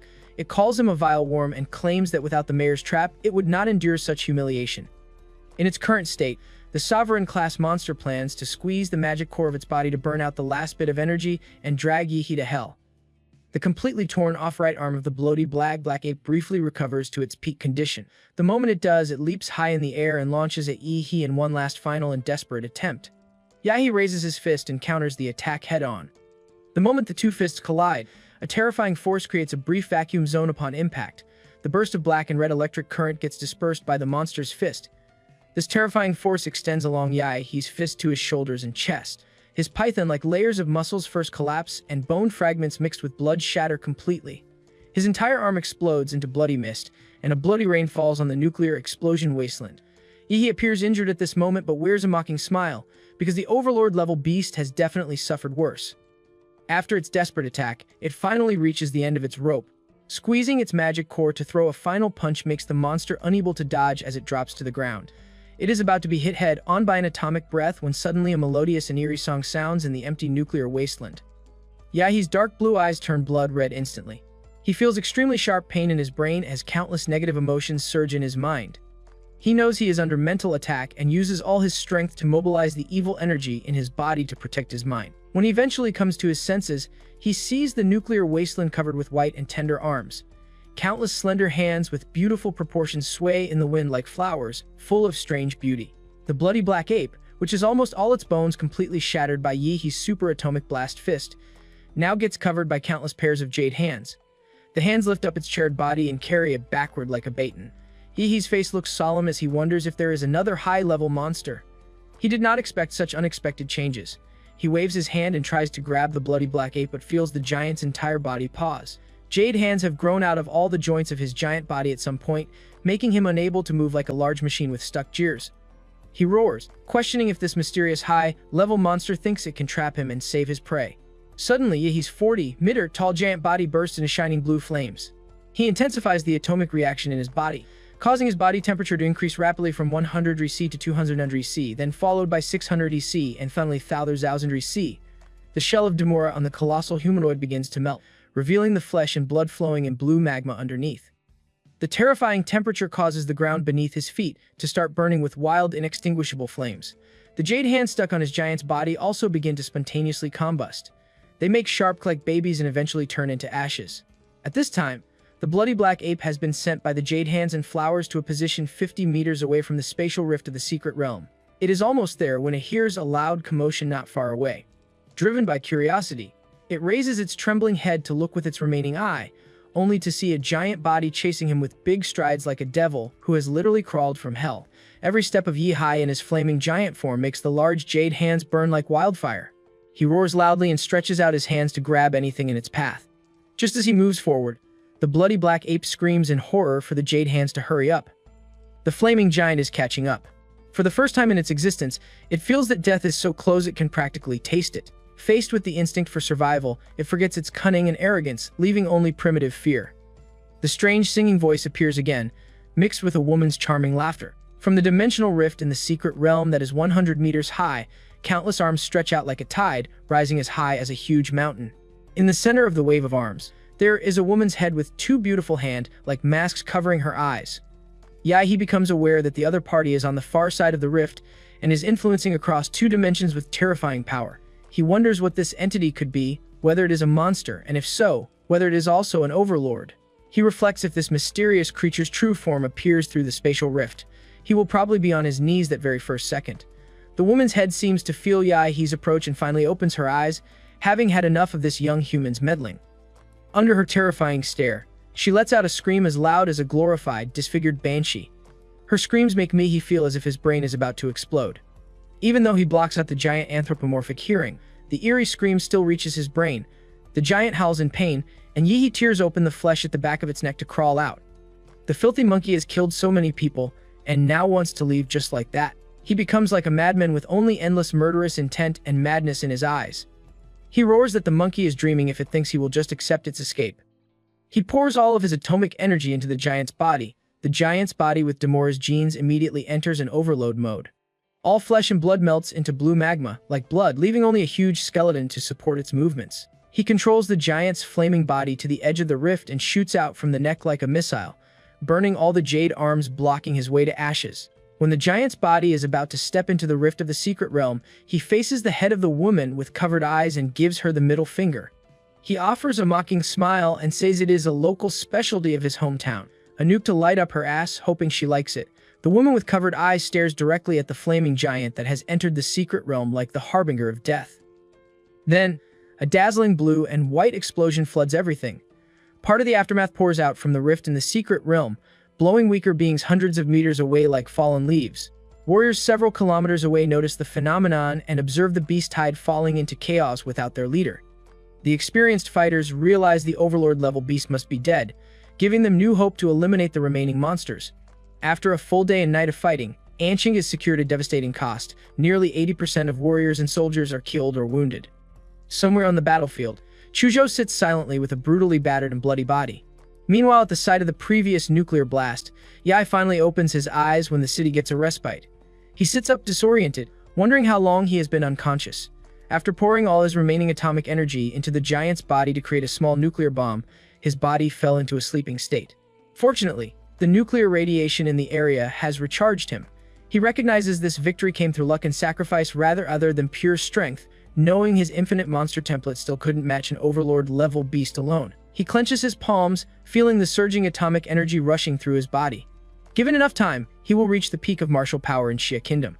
However, this secret realm riot throughout Xia Kingdom gives him a sense of urgency. He has no time for gradual growth. He does not know when the next template will be available, and may not be gold tier or higher if he draws it. The collection of plant magic cores needs acceleration, because merging with the planet Demora's template is the fastest way for him to become a top-tier warrior. There are also the Shen Wang martial arts, since the infinite monster templates can help him cheat. Although the growth period of Shen Huang martial arts is slower than his template abilities, its potential remains extremely high as a cultivation system in the high martial arts world. Perhaps being transported to this world is part of his destiny. 1 month later, the city has mostly recovered. A massive bronze statue of Mayor Huangchun stands in the city center to honor his sacrifice. Through news reports, Yi learns the full scale of the national tragedy. 18 cities attacked, 12 completely destroyed, and Guangshan City declared a life-forbidden zone after 1.8 million deaths. The Imperial had sent Grandmaster Du Jingming with 35 cav warriors to investigate Guangshan City, but only the nation's strongest warrior Fu Hongxing and 2 masters emerged alive after 8 hours, all seriously injured. Facing this dire reality, Yi understands that even National Guardian-level martial artists are barely sufficient. He urgently needs more power, so he dials Qin Lan at the Lu Mansion. She assumes he wants to learn the remaining Shen Huang martial arts. He clarifies he actually needs high-quality plant attribute magic cores, preferably blue or even purple Lord-level cores. Qin Lan notes his substantial request since plant-type magical beasts are rare and Lord-level magic cores extremely precious. Seeing her response is an outright refusal, Yi grows confident and offers to help her daughter Lu Qingju win first place in the Imperial Capital University's freshman in exchange. Qin Lan becomes alert, pointing out he underestimates the top talents from other provinces. She adds that her daughter only ranks above average among previous freshmen, and even Yi himself falls short of the top geniuses. Undeterred, Yi boldly states she chose him to revitalize the Lu family and offers to write an IOU. If they don't get first place, he'll work for the Lu family and provide for her retirement. After consideration, Qin Lan agrees to help him just this once. She gets up from her leather sofa and moves toward the window. Upon receiving Qin Lan's promise, Yi feels temporarily relieved. After finishing the call, he visits the city's central hospital to see Chuzhou. He hears the battle fanatic took 4 battle stimulants in 1 day, overdrew his body, and was admitted to the ICU. Just as he arrives on his sleek black motorcycle, fanatical fans, mainly young women, swarm him excitedly and ask for autographs. Some request to add him on Penguin Talk. He feels overwhelmed and honestly did not expect such popularity. He politely rejects numerous requests after signing a few autographs but accepts some gifts for his friend. Entering the ward for Chu Zhou and Lu Juan, he cannot hold back laughter. The originally handsome classmates are now wrapped in bandages like mummies. Chu Zhou lies on the bed with an embarrassed expression. Yahai then notices Lu and asks who he is. Luo Xuan gives an awkward laugh and introduces himself as Yihe's first opponent from the promotion match weeks ago. Yihe tries to recall him but stops when he notices something unexpected. At first glance, Luo Xuan looks better off than Chu Zhou, but in truth he is badly injured. His one leg is gone. Luo Xuan quickly reassures him it's not beyond saving, that he can get limb regeneration surgery or even the latest combat prosthetics from Laser Bird. To prove he's fine, he kicks his own broken leg, leaving Yahe speechless, torn between pity and respect. Though still inexperienced, Luo Xuan has shown that he is a true warrior, having lost his leg defending Anqing City. Just then, Yahe's cell phone rings in his pocket at that moment. After a quick glance confirming an unfamiliar number, he hangs up and blocks the number. The process goes smoothly, but 10 seconds later, his phone rings again. This time, principal from Anqing No. 1 Middle School is calling. He picks up to hear principal's somewhat anxious and furious voice questioning why he blocked that important person from the capital. He should unblock him immediately. Realizing his mistake, Yihe unblocks the number right away. Moments later, a call comes through from a man who introduces himself as Wang Tao, the person in charge of admissions at Imperial Capital University. Wang Tao informs Yihe that Hadu University will start school 1 month early, with a special train picking him up in 3 days. He asks if Yihe has any requests or disagreements. Yihe replies he has none and will follow the organization's arrangements. Inwardly, he knows even if he had issues, he possesses no power to demand anything. The early opening obviously results from the heavy blow caused by the Secret Realm invasion to Xia Kingdom, forcing Imperial Capital University to make adjustments or reforms. Wang Tao praises him for his high level of awareness and ends the call. Chu Zhou also receives a call from Imperial Capital University, though not from Wang Tao. Among the 3 students in the ward, 2 are top students accepted into Huadu University. Luo Xuan lowers his head, feeling out of place. He believes he should not be in that ward or even on the bed, perhaps under it instead. Before reporting in, Yihe has one more thing to take care of. He says goodbye to Chu Zhou and Luo Xuan, then leaves the hospital. 3 days pass quickly like a bullet. Back at the Swan Lake nuclear blast site, a massive mushroom cloud had hurled hundreds of tons of dust into the sky. For days, the land around Swan Lake and its surroundings remained shrouded in ash, plunging the world below into endless night. The days after leaving the hospital, Yihe returned to this wasteland. Guided by Demora's bloodline instincts, he sought out the areas with the heaviest radiation and lingering energy, places like the very pit, where Huang Qing sealed the bloody black ape and detonated the nuclear warhead. Settling cross-legged in the crater, he used Demora's template to draw the radiation into his body. His skin hardened into a rough, reef-like texture as mist coiled around him. He inhaled clouds heavy with deadly radiation, his back muscles loosening as steam burst from his pores like a raging engine. Slowly after days, the vapor around Yihe thins, and a ray of morning light pierces the gray haze, striking him like a spotlight. The dust cloud scatters in the wind, and sunlight finally reveals the scorched wasteland. Yihe opens his eyes, a crystal blue light flashing in his pupils. He pulls up his system panel to check the results of 3 days of nuclear absorption. His overall physique is at 27.4, Demora template compatibility has climbed to 38.9%, and colossal humanoid compatibility now stands at 90%. Blue arcs of electricity and dark red evil spirits surge through him, and he can feel his fusion of martial and nuclear energy far stronger than before. After the battle with the blood-eyed black ape, he gained 1.5% more Demora compatibility, an incredible leap. 3 days here raised it by over 6 points, proof this wasteland is a true cultivation sanctuary. But it's time to leave. He bends his knees, atomic energy brewing under his feet. A blue flash erupts, followed by a sonic boom as he soars into the sky. Meanwhile, at the city's high-speed station, train 66066 to Imperial Capital West is about to depart. Chu Zhou waits calmly, knowing he won't be late. Just then, an explosive sound rips through the air. The crowd panics, thinking a monster approaches. Until Yihe lands with thunderous force, the warriors look at this dusty yet handsome young man with respect and curiosity. He truly represents the pride of Anqing City. That oppressive aura just now scared them to death. Chu Zhou gives a slight chuckle upon noticing Yihe has grown stronger again. He has become accustomed to his friend's rapid growth. Yihe stares at Anqing City with nostalgia. He is about to leave the only city he has ever known since crossing over, his first stop and point of origin. He bids farewell to Anqing City for the last time as he and Chu Zhou stride toward the Imperial University train's waiting platform. Upon boarding the red slick train representing Imperial Capital University, it gradually pulls away from the railway station exactly when the 5 minutes are up. Inside, Yihe feels somewhat curious about the strength of top students from other regions. He questions Chu Zhou about it, and the handsome classmate confirms their prowess.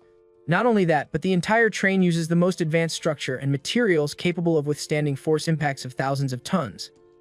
Additionally, no less than 5 black tortoise warriors escort Hadu University's train either openly or secretly. Even Grandmaster-level warriors oversee everything, since those sitting inside represent the most talented and elite students of the current generation who will become the backbone of protecting the entire Shio Kingdom in the future. Yeah, he smiles with a knowing grin. He has used his life magnetic field to sniff out everyone within a 5-meter radius around him. Sure, there are a few strong ones among the bunch, but it seems only 5 people could survive 3 moves from him. The moment he sits down to rest, a loud noise suddenly issues a level 1 alert. The Imperial University train has been attacked by an unknown enemy. An official announcement spreads through the carriage, informing the students that professors and faculty leaders are investigating the situation. Students are told to evacuate immediately and avoid engaging the enemy. The cabin becomes silent for a brief moment before breaking into noise. Many students insist that the situation cannot be real, believing no one would ever dare attack Imperial University. Some suggest it might simply be a drill to test freshmen. Others argue otherwise, pointing out that Shia Nation is currently at its weakest. Guardian warriors are either injured or hidden away, and even Du Jingming, one of the 3 great grandmasters protecting the nation, has gone missing. Countless warriors already perished in Guantan City and other fallen cities, so suppressed nations and factions are naturally stirring up trouble. Most freshmen begin debating whether they should leave or remain. Though all of them are highly talented, confusion and panic spread. Chuzhou looks to Yihi for guidance. Yihi has his eyes closed, drained after 3 days of non-stop training, and wants nothing more than rest. Yet, being practical, he rises and states that they should confirm the situation themselves. Students react in different ways. Some consider it a test and start forming groups, eager to fight and prove their courage. Others follow instructions and prepare to evacuate. The rest remain uncertain, torn between the 2 choices. Chuzhou unsheathes his sword and follows Yi He. Their carriage is far to the back, so they pass through several cars until meeting Zhao Jingxian, a terrified freshman covered in blood. Zhao shouts that the first 3 carriages have already been taken by the enemy. He explains that the attackers control a special domain that drags people into an independent space, hiding the battle from the outside world. According to him, even the teachers who tried to protect them have been killed or injured. Before being sent out, the teachers order him to warn everyone to run. This is not a drill. The urgency of his words causes hesitation among the students, but the moment Yan Zhengxiang appears, attention shifts. With golden hair like a lion, Yan walks forward with an air of dominance. He demands Zhou prove his story, saying that a teacher's token or another survivor would suffice. Without proof, refuses to believe Zhou escaped while his own close friend, a top freshman in the front carriage, did not. Many students agree with Yan's reasoning. He marches past Zhou, followed by supporters determined to see the truth for themselves. Zhou grows desperate as he watches them go. Pale and weak, he notices Yahi beside him and brightens with recognition. After confirming he is Yahi, Zhou nods with relief. He explains that Lu Chunju had shown him Yihi's photo earlier and told him to warn Yihi not to go forward. Yihi is stunned and asks if that was all. Zhou confirms, adding that Lu Chunju was gravely injured by a sword while protecting him. Since he could not stop others from courting death, he must at least fulfill her last request and keep Yahi safe. Yihi reacts by striking Zhou lightly on the head, questioning why Zhao speaks of dying wishes when Lu Chunju is not dead. Chuzhou then asks Yihi if he intends to move ahead, and Yihi confirms without hesitation. He promised Lu Chunju's mother, and he intends to keep his word. Zhao suddenly blocks their path, eyes burning with determination. Yihi stares, baffled by how someone this useless ever entered Imperial University. He signals Chuzhou to proceed. Chuzhou instantly slashes with his sword. Zhou disperses the attack, calling them shameless for resorting to violence over an argument, but he is quickly overwhelmed when Yihi drives a fist into his abdomen. The blow is so powerful that his old wounds reopen, leaving him retching. Yihi apologizes, gives him blood essence pills for recovery, and departs with Chuzhou. For him, Lu Chunju's safety matters more than wasting time. They reach the 4th carriage, already thrown into chaos. The door to the 3rd carriage is sealed by a hazy purple barrier, like an entrance into another world. Yi tests it by tossing in a bag, but no sound follows. His life magnetic field fails to penetrate it, though many freshmen already passed through earlier. Yi tells Chuzhou he is going in and dives forward, Chuzhou following close behind. Inside, the glowing path stretches endlessly. Yahi quickly realizes Chuzhou is gone, leaving him alone. The brightness at the end nearly blinds him, but he continues until the light clears and he emerges into a ruined city under a gray sky. Collapsed buildings stretch around him like scars from a great disaster. Yi grows solemn as he notices that his life magnetic fields vanished, blocked by this strange place. He leaps to the top of a building, searching for a view, but the city feels lifeless and empty. Despite the silence, he senses unseen eyes watching him. The feeling of being mocked and observed stirs his irritation. Yet he gathers martial energy into his hands, fusing it with unstable atomic force, shaping it into a globe. He hurls it into the clouds, detonating an immense blast of heat and light. The silence of the city shatters. If someone is hiding, they now know he has arrived. The huge burst of energy gradually disperses the surrounding gray clouds and lights up the entire dead city in an ostentatious fashion. Every freshman of Imperial University holding their breath and hiding suddenly stares at the explosion in the sky. Some show amazement and admiration while others worry it might cause trouble. A few remain indifferent, but almost everyone wonders curiously what expert could make such an insanely flashy entrance. They remain unaware that this supposed expert is one of their own. In a building somewhere, a pale-faced Lu Qingzhu looks at the blue light explosion outside the window and already knows he has entered this dead city. However, she finds herself in no condition to leave her hiding spot. Unlike Lu Qingzhu, Xu Zhou already rushes toward the explosion location with sword in hand. He knows Yi's flare has made him the focus of the entire city. Meanwhile, Yi himself looks at the restless city and realizes he has attracted attention from both teammates and enemies. Right on cue, he hears footsteps nearby. At some point, a strange figure wearing black clothes and a white pig head mask appears behind him. This mysterious person holds a rusty chain with a blood-stained long knife at the end. Seeing this strange-looking man, Yi can tell at first glance he means no good. Without any hesitation, blue flames erupt from Yi's feet, leaving scorching marks on the floor. Accompanied by a sonic boom, he appears before the masked figure instantly. He punches directly the opponent's pieted mask with his atomic fist, announcing his intention to rip the guy's head off. Unexpectedly, the moment Yi's atomic fist hits his target's head, the long sharp knife in the mysterious person's hand also stabs him in the abdomen. The weapon directly ignores his martial arts shield and Dimura skin defense. Surprisingly enough, Yi's atomic fist, capable of reaching thousands of degrees and melting steel, only manages to submerge the pieted man's head in blue flames without burning it off completely. The pieted man clenches the handle of the sharp knife stuck in Yi's abdomen. He exerts force with his arms, trying to cut Yi's body open. No matter how hard he tries, he fails to swing the long knife. His sharp knife remains stuck in Yi's quickly healing muscle layer. The pig-headed man immediately wants to retreat, but Yi grabs the rusty iron chain wrapped around the figure's arm tightly and pulls him closer. The guy's strength proves unremarkable, but his weapon is very special with its ability to ignore any defense. He grins mischievously and questions what the hell the guy is. He grabs the strange-looking guy's pieted mask with both hands and forces open the pieted mouth, declaring it is time for oral surgery. He tells the figure to stop resisting and open obediently. What follows is a blue beam of high-temperature light gushing from Yi's mouth and pouring directly into the guy's pie-headed mask. The pig-headed man struggles violently with his limbs but cannot break free from Yi's firm hold. The smell of burnt barbecue wafts out, and the pie-headed man finally stops struggling. His pig mouth has been pierced by the atomic breath and his neck melted by the high temperature. Holding the pig's headed mask, Yi declares himself an honest person who does what he says. In that moment, he notices something inside the mask he is holding. He pulls out a green pendant from the wide, open mouth of the pig's headed mask. With this discovery, Yi becomes convinced everything is actually a trial arranged by Imperial University where they are supposed to kill monsters for loot. The long, sharp knife lodged in his abdomen shatters into tiny fragments at that moment. It seems the masked person's weapon was blessed with the martial energy of a high-level warrior, making it extremely sharp. Once the martial energy fades, the weapon reverts back to an ordinary item. He stares at the pendant in his hand, thinking about how to pass the trial arranged by Imperial University. The entire setting feels like a battle royal. He wonders if he must find a bunch of masked enemies and take pendants from their masks. Just then, he senses an arrow aiming toward the back of his head. Before the arrow can get closer, a ferocious evil shadow instantly rushes out of Yi's body. It opens several bloody mouths from all angles, stopping the arrow and biting it into pieces. He looks in the direction where the arrow came from and sees another masked figure with crossbows. Already pissed off from the earlier ambush, he rushes forward with the intention of ending this attacker's existence when suddenly a sharp spear pierces through the concrete ground directly in front of him, aimed at his heart. The masked figure seizes this opportunity and shoots several sharp arrows directly at Yi's vital points. Yi hasn't had time to catch his breath before being surrounded by murderous intent from all directions. But it proves too naive to think of taking him down this way. Yi roars angrily and summons the power of the humanoid giant from his monster template. Intense flames and steam burst from his body as huge ribs grow around him. A burning new colossal figure entirely enveloped in dark and red evil spirits takes form. The masked figure with crossbows clearly becomes scared shitless, staring at the insanely massive fist descending upon him like a meteor. Yi's explosive punch shatters the entire building into a cloud of dust and debris, taking the masked figure with crossbows with it.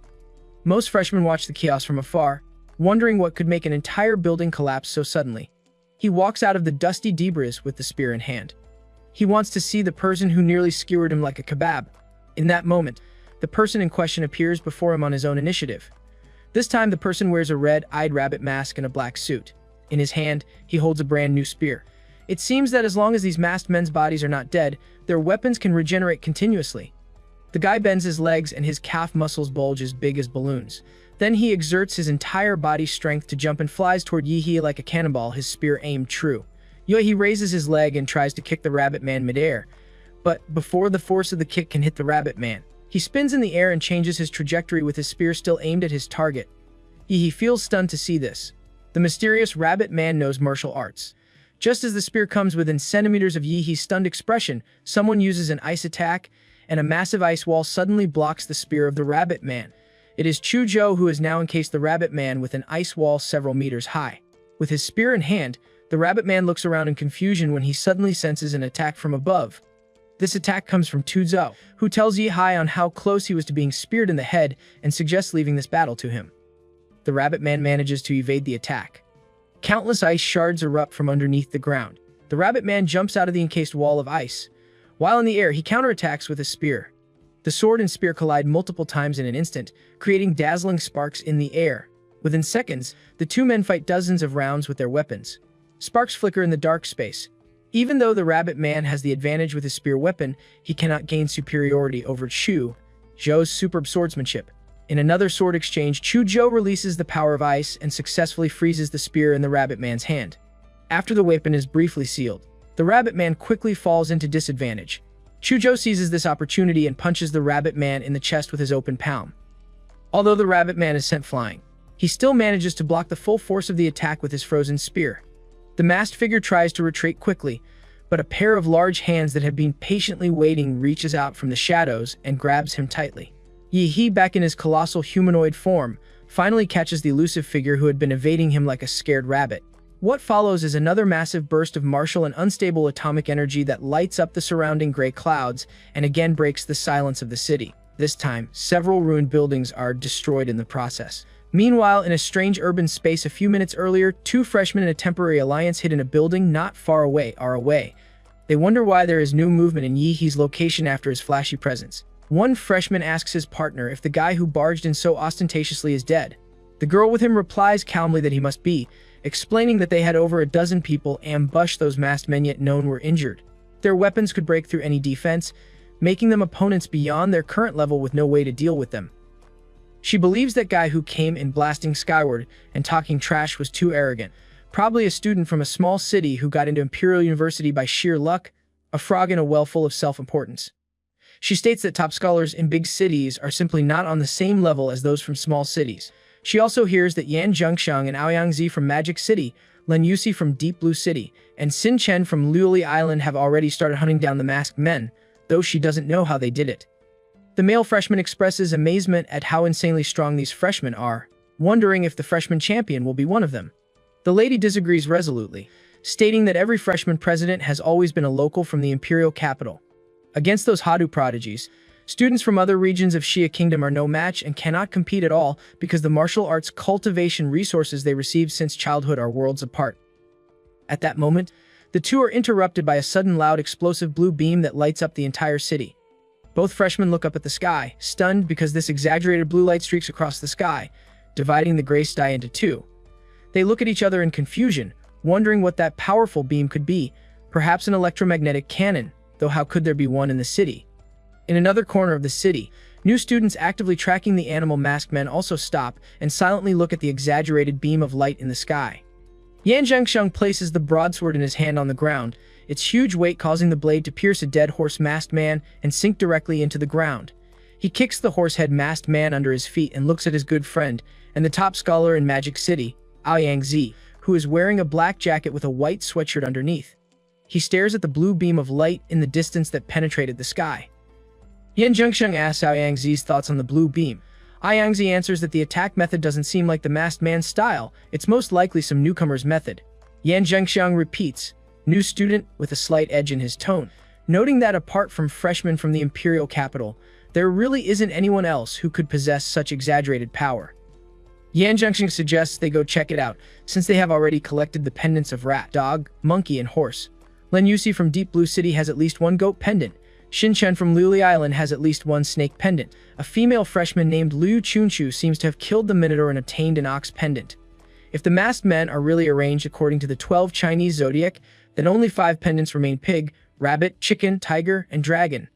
The dragon is undoubtedly an absolute monster that could kill anyone with one touch, obviously a boss that can only be escaped, not fought. And as for the remaining pendants, there are definitely a few in the mysterious freshman's place where those blue beams were released. Shin Chen and Lan Yusi will most likely be attracted over there as well. Yangzi tells Yan Zhengxiang that the game has entered the final round. If they want to win, they have to snatch it from the others. Meanwhile, back with Yihe and Chuzhou, the duo has successfully obtained the rabbit pendant. The rabbit man took the full force of the atomic breath at close range and vaporized without any resistance, leaving the pendant intact. Seeing the rabbit pendant in Yihe's hands, Chuzhou feels confused and asks for clarification about what the pendant is. After brief consideration, Yihe answers that before Chuzhou arrived, he killed a guy wearing a pig head mask and got a pendant with a pig shape carved on it from his mask. He guesses correctly that this trial involves Kalevs collecting all the pendants from these animal masks. This makes Chuzhou ask if they are going to proactively hunt for the masked men. Yihe confirms they are.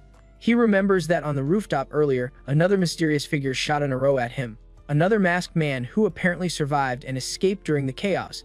He clearly remembers the exact location where the arrow was shot and intends to find the masked figure to settle the score.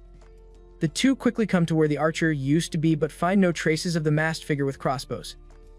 Since Yihe was hit with his arrow, he can track him with it.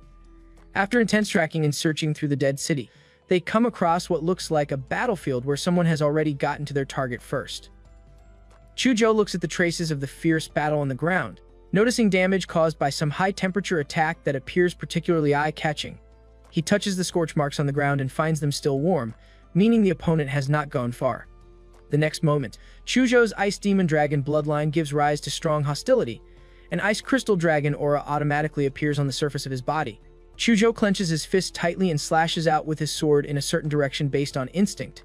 A 10-meter-high ice front rises from the ground and crashes straight into the air, accompanied by a pained sound from a fellow freshman, a girl named Len Yusi.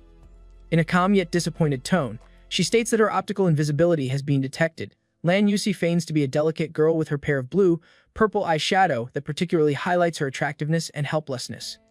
For someone caught sneaking around, she shows no sign of threat when Chuzhou strikes her with his ice element. He points out how anyone preferring shadows is always up to no good.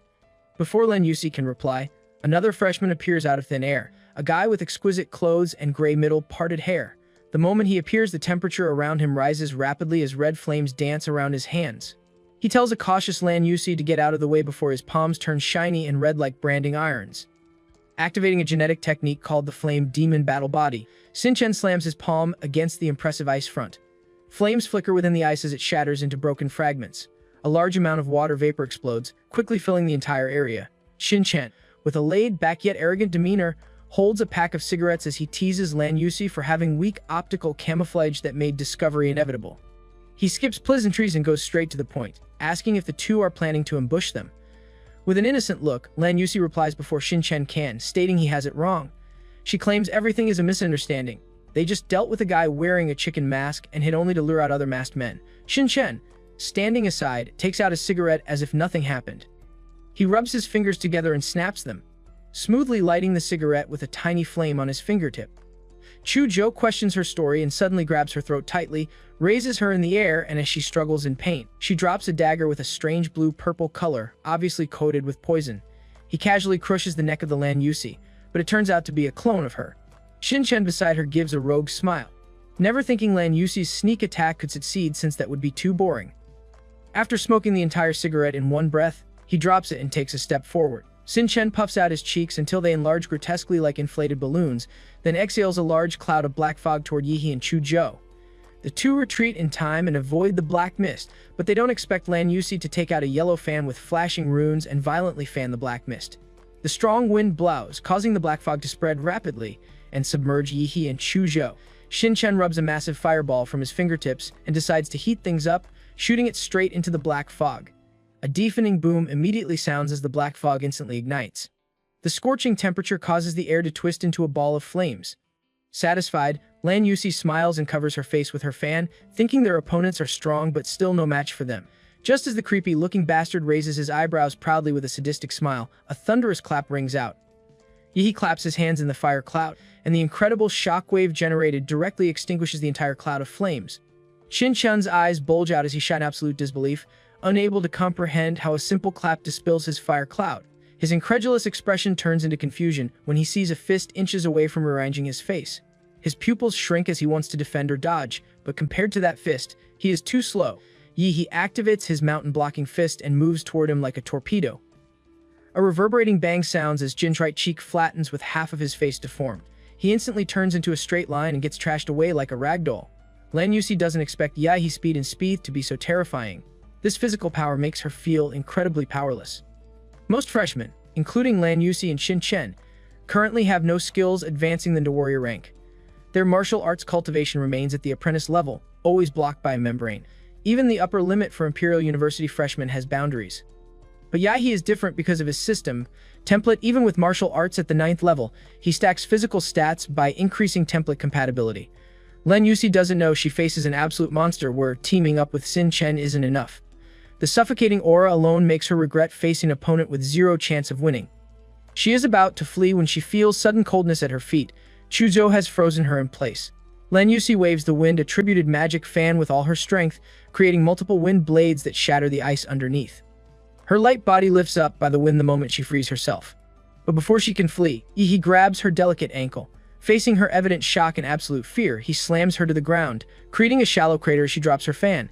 He shows no hesitation as he raises his fist. Seeing this, Lan Yusi immediately consumes a large amount of martial energy to escape his clutches. A strange cloud of jade energy explodes in the spot as countless clones of Lan Yusi rush out, fleeing in all directions. The real Lan Yusi among them thinks she is in the clear. However, he just smiles with a crazed look upon seeing her desperate escape attempt. He activates his Shenhuang martial arts as countless dark and red evil shadows burst from his body, using imprisoning the devil in the flesh and demonic illusions simultaneously. The released chaotic shadows transform into numerous magical beasts that quickly surround and attack every Lan Yusi clone. Unfortunately for her, her clones are not as numerous as Yihi's evil shadows. Though her clones could suppress 1 or 2 shadows individually, the numbers prove overwhelming. She has no idea what they are and feels too scared to resist. Yihi laughs with the expression of a mad joker. Lan Yusi is completely at his mercy. She cannot fight or flee, leaving her only to accept her fate. Lan Yusi surrenders to Yihi's overwhelming power and obediently hands over the sheep and chicken pendants. When pressed for information, she decisively reveals that Shin-chan possesses snake and tiger pendants and details his combat abilities.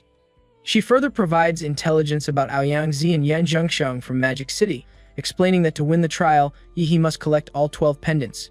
With the competition entering its final stage, she warns that others will proactively target pendant holders if he doesn't strike first. Having no chance of victory herself, Lan Yusi aims to create chaos by pitting the strong contenders against each other. She offers to guide Yihi and Chuzhou to Aoyangzi and Yan Zhengxiang's location, but Yihi rejects her proposal. Instead, his attention shifts to her fan, which he expresses interest in keeping, a development that worries Lan Yusi.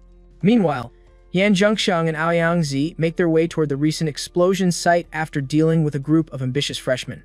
They assume Shin-chan and Lan Yusi have already engaged their target, but remain confident they can seize any pendants from the winners.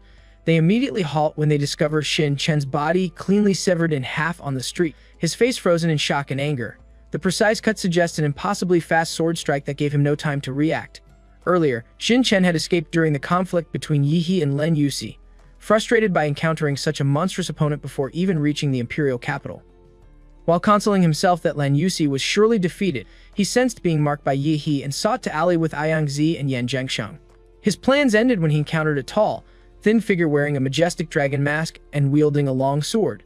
The masked man had double-blood red pupils that exuded an eerie, dangerous aura. In a flicker of unstable streetlights, the dragon mask teleported forward, plunging the area into darkness. When the lights returned, Shin-chan lay dead and his pendants were taken. Examining the corpse, Aoyangzi identifies the killer as the dragon mask, the only one capable of such a clean, overwhelming strike. Previously, they believed the dragon mask was confined to the underground parking lot, where they first encountered it alongside 20 other freshmen. That encounter ended with only Aoyangzi and Yan Zhengxiang surviving after witnessing the dragon mask slaughtering students like cutting vegetables. The hot blood proved the deaths were real, not part of a simulation. Aoyangzi deduces that the dragon mask's emergence means restrictions have lifted, likely because all other masked men are defeated. Now, the final boss actively hunts pendant holders. He concludes a head-on fight is impossible, and they must seize pendants from others before the dragon mask collects them all. Determined, Yang activates his fourth Order King Bloodline Awakening, the Golden Winged Dragon. Golden light bursts from his body as feathers appear on his cheeks, platinum dragon horns grow on his forehead, and majestic golden wings spanning over 4 meters unfold. He flies high, releasing a provocative cry infused with golden martial energy to challenge all pendant holders. Elsewhere, Lu Chunju is still hiding in a ruined building, wounded from her encounter with the dragon mask in the underground parking lot. After she and 2 others killed the Minotaur mask, they accidentally entered the parking lot and faced the dragon mask. One teammate died instantly, and she survived only because 20 other freshmen drew the mask's attention. She was severely injured by its sword energy but met a teacher who offered escape from the city to warn others. She chose to send another freshman, giving Yahi's photo with a request to warn him away. Seeing Yahi's blue explosion in the sky, she knows he entered despite her warning. She believes his strength makes him unbeatable except against the dragon mask.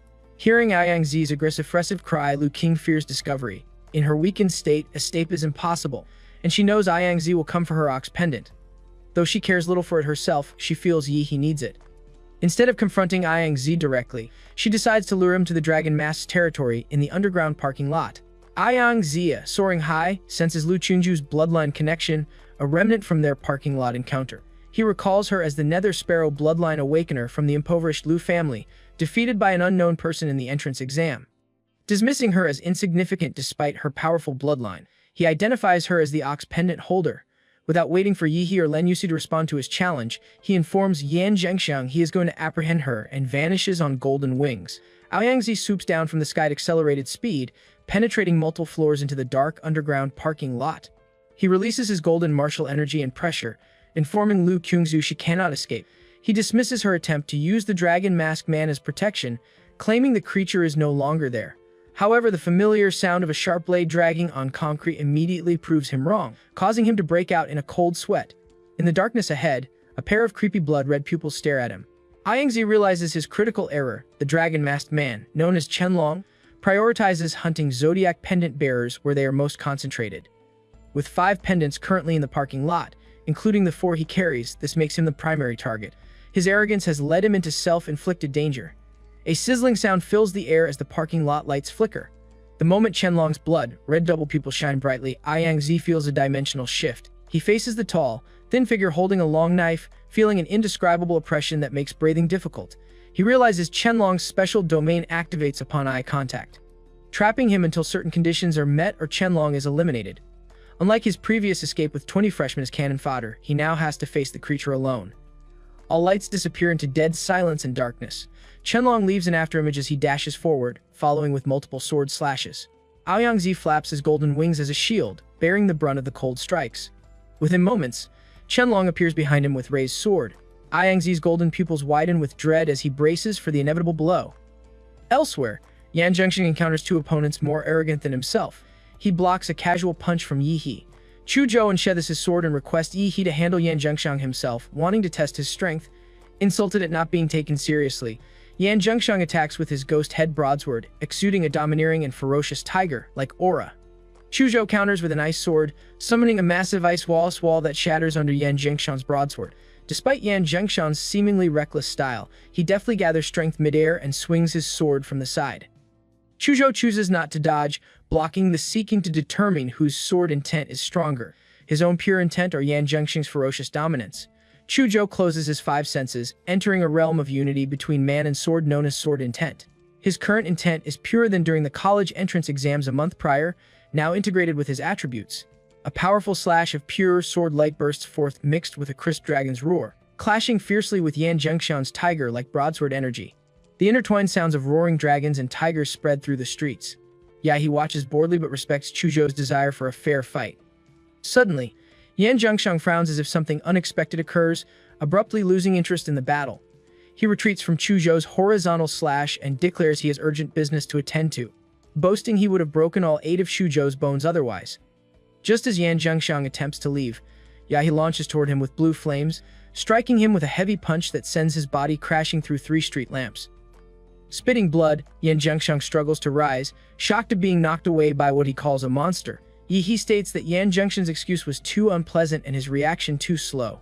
Enraged, Yan Zhengxiang grabs his ghost head broadsword to teach Yi a lesson. But within 3 minutes, his eyes lose their luster and his face swells like a pig's head.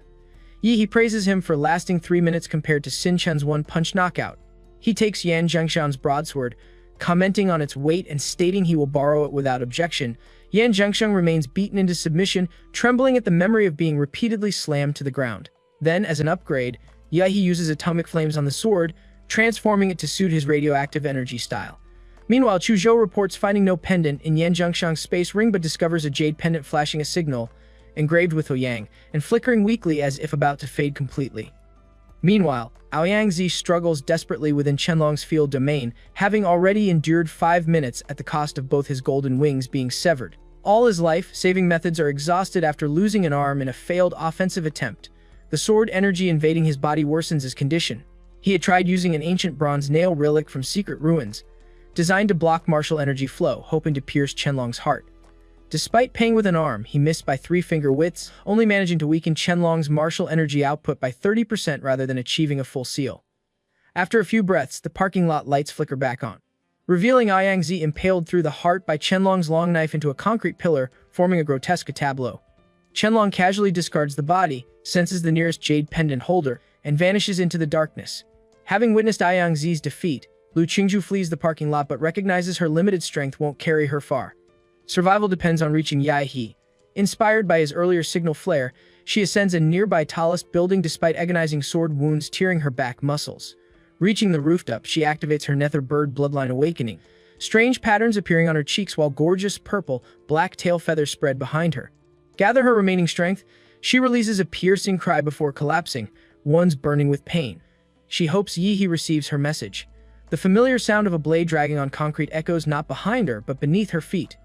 Looking down in disbelief, she sees Qianlong walking perpendicularly up the building's surface, his ferocious blood-red pupils fixed on her. Astonished by his speed, her first thought isn't self-preservation but sending another signal to warn Yi away.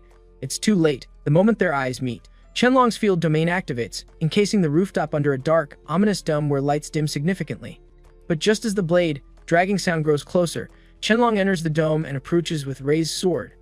Time seems to slow for Lu Qingju as the lethal strike nears her eyes.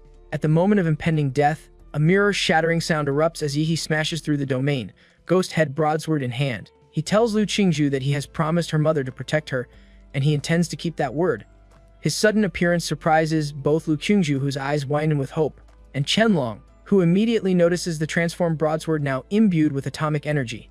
Yi slashes out a black and blue crescent moon over 10 meters wide. Qianlong raises his sword to block but is overpowered, sent flying off the building as the entire structure is cleaved in half by the devastating sword energy. Yi instructs Lu Qingju to leave immediately and join Chu Zhou and Yan Zhengxiang in the east alley. When she asks about him, he states he'll meet them after dealing with the dragon-masked man.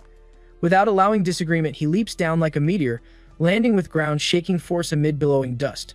However, Qianlong has vanished from where he was struck and has disappeared completely, and even Yi's magnetic field detection is unable to track him. Then the surroundings plunge into darkness as lights flicker and die. Qianlong has reactivated his field domain. The blade dragging sound resumes, and Yi turns to see a shirtless Qianlong emerging, his clothing destroyed by the earlier crescent slash. Noting the huge bronze nail still embedded in Qianlong's chest, Yi wonders if this is the weakness Yan Zhengxiang mentioned, perhaps the key to defeating this domain-dependent opponent. Qianlong suddenly moves forward with incredible speed, almost too fast to follow.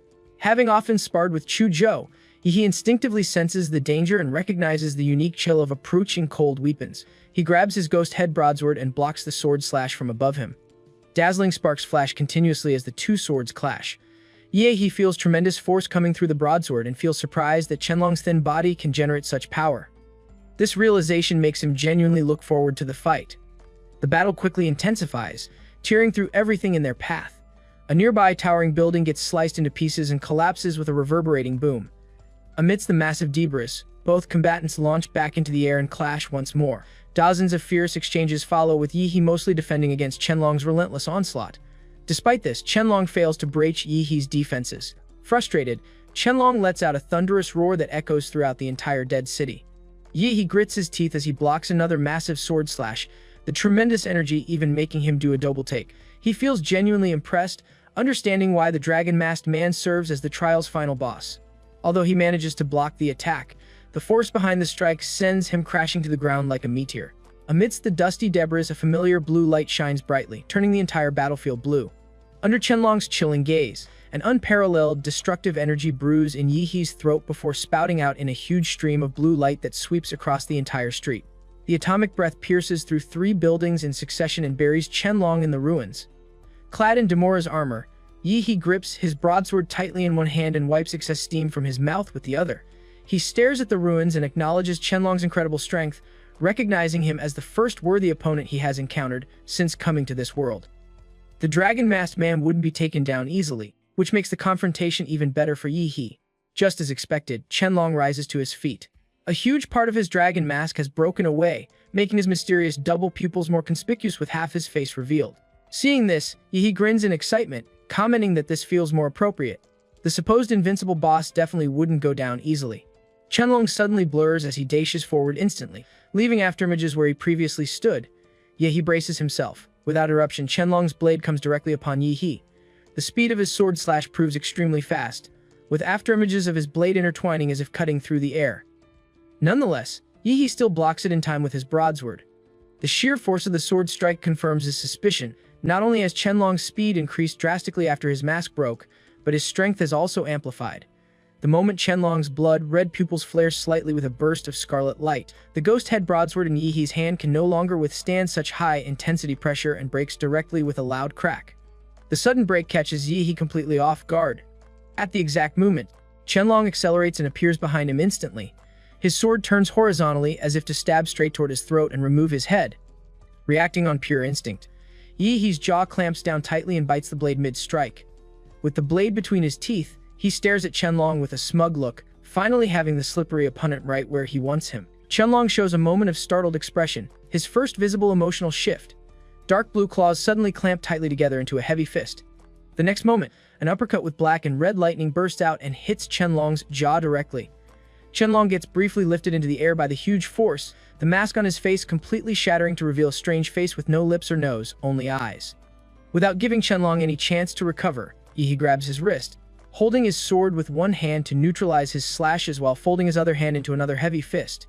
He swings in rapid succession, targeting temples, throat, heart, spleen, kidneys, and genitals, the fatal weaknesses of the human body bombarded like a hurricane. With each punch, condensed evil spirit penetrates Qianlong's important acupoints and pointure and meridians, causing deep damage. Qianlong's meridians were already blocked and his martial energy not flowing smoothly due to Ayangzi's bronze nail piercing his body. After being hit in fatal points and having his body invaded by evil spirit, Qianlong starts bleeding everywhere instantly, his breath weakening drastically. Yet he still maintains strong murderous intent and hostility toward Yihee like programmed boss data in a game. His restrained hand lets go of his sword, then kicks it up with his foot, aiming to stab the blade tipped straight into Yihee's chest. But Yihee expected this and dodges effortlessly. He sneers, already aware Qianlong wouldn't die easily even under this barrage. The only chance Qianlong had to kill him was the moment he first arrived, when he might have caught Yihee off guard with the information gap. But even then, with only a 30% chance at best, since he wasn't using full strength initially. With a flip of his palm, a yellow fan engraved with runes appears in his hand. It is Lan Yuxi's fan, now infused with evil spirit. Yihee roars for the opponent to die, then fans violently, and a strong whirlwind rises from the ground, sweeping up Qianlong, who had pounced into the air. Dark red wind blades continuously cut at Qianlong's body, while the strong wind suction throws him dozens of meters into the air.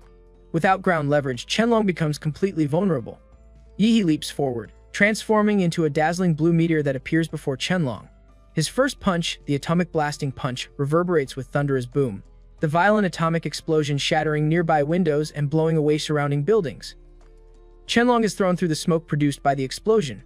With blue explosions under his feet providing propulsion, Yihee catches up with Qianlong again mid-air and follows with his second technique, the mountain-blocking fist black flash. The aerial battle becomes extremely one-sided as Yihee delivers punch after punch without restraint.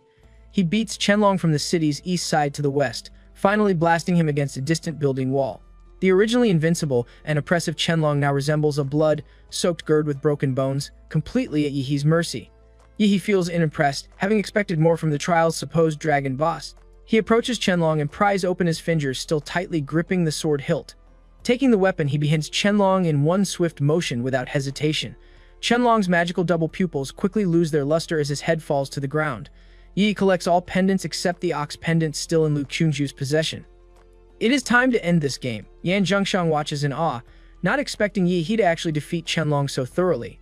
When Yi He casually passes by, Yan Zhengxiang doesn't dare look directly at him or mention his broken broadsword. Lu Qingju feels relieved to see Yi He safe but disapproves of him fighting the dragon masked man alone. Chuzhou disagrees, stating everyone else would have only gotten in the way. Lu Qingju falls silent, knowing Chuzhou is right. With her severe injuries preventing martial arts techniques, she would have only distracted Yi He by needing protection. For the first time, she develops a genuine desire to become stronger, at least not to hold Yi He back.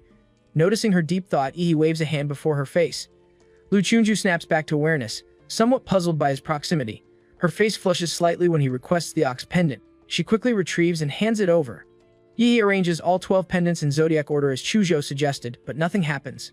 The group frowns, wondering what step they missed. Lu Qingju suggests another method, but still nothing changes. Yan Zhengxiang, silent until now, suddenly has an idea. He explains that the dragon pendant wasn't designed as part of the masked hunters, but rather as a hunter-eliminating pendant holders. Under normal circumstances, pendant holders probably shouldn't use the dragon pendant to clear the trial. The moment he removes the dragon pendant from the arrangement, the entire city space begins trembling violently. The gray fog filling the sky begins swirling with a golden glow at the center, illuminating the entire dead city.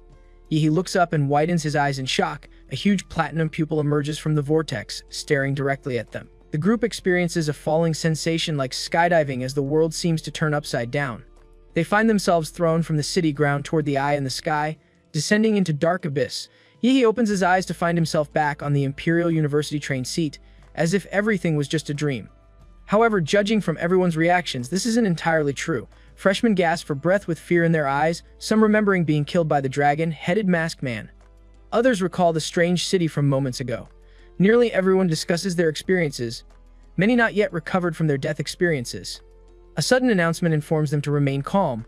They were dragged into an illusion dream created by the magic artifact named Mirage Eye. What they experienced was this year's Imperial University freshman trial. The announcement adds that Yi He, Chuzhou, and Lu Qingju's team from Anqing City collected all zodiac pendants and won first place, with Yi He performing outstandingly and receiving a special award after admission. After the broadcast ends, the carriage falls silent momentarily before erupting into louder arguments. Many freshmen who died early have no idea what happened afterward. Their main concern revolves around who this mysterious Yi He is, and what kind of place Anqing City is.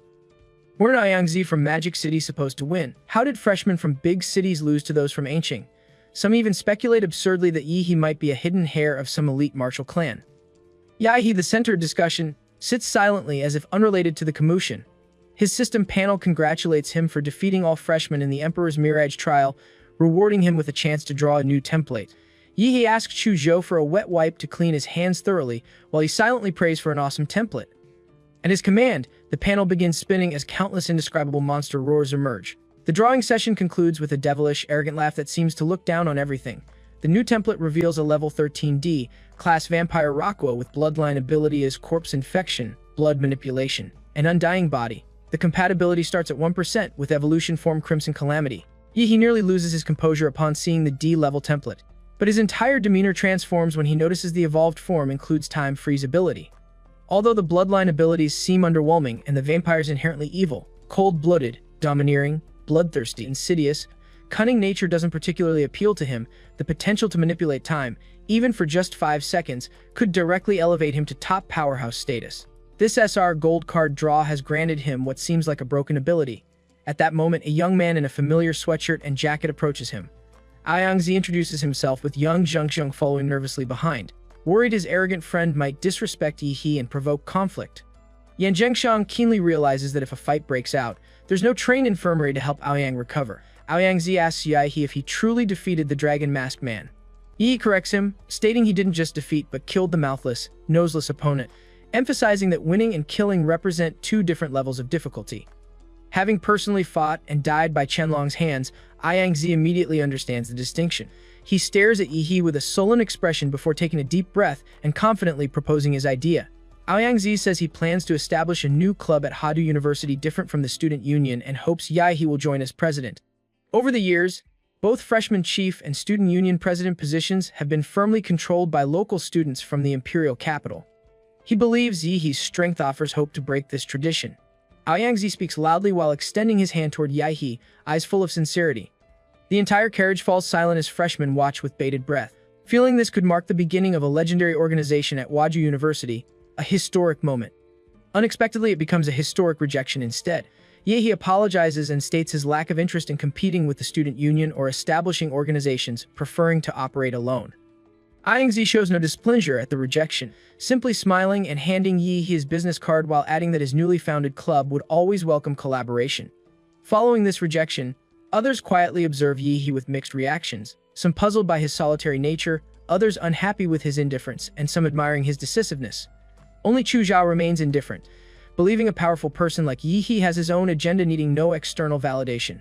The train continues uninterrupted until safely reaching its destination at nightfall. Chu Zhao looks out the window and announces their arrival. Yi does the same, amazed to finally see the imperial capital, Xia Kingdom's most technologically advanced city where neon lights interweave into colorful networks and towering skyscrapers compete with stars for brilliance.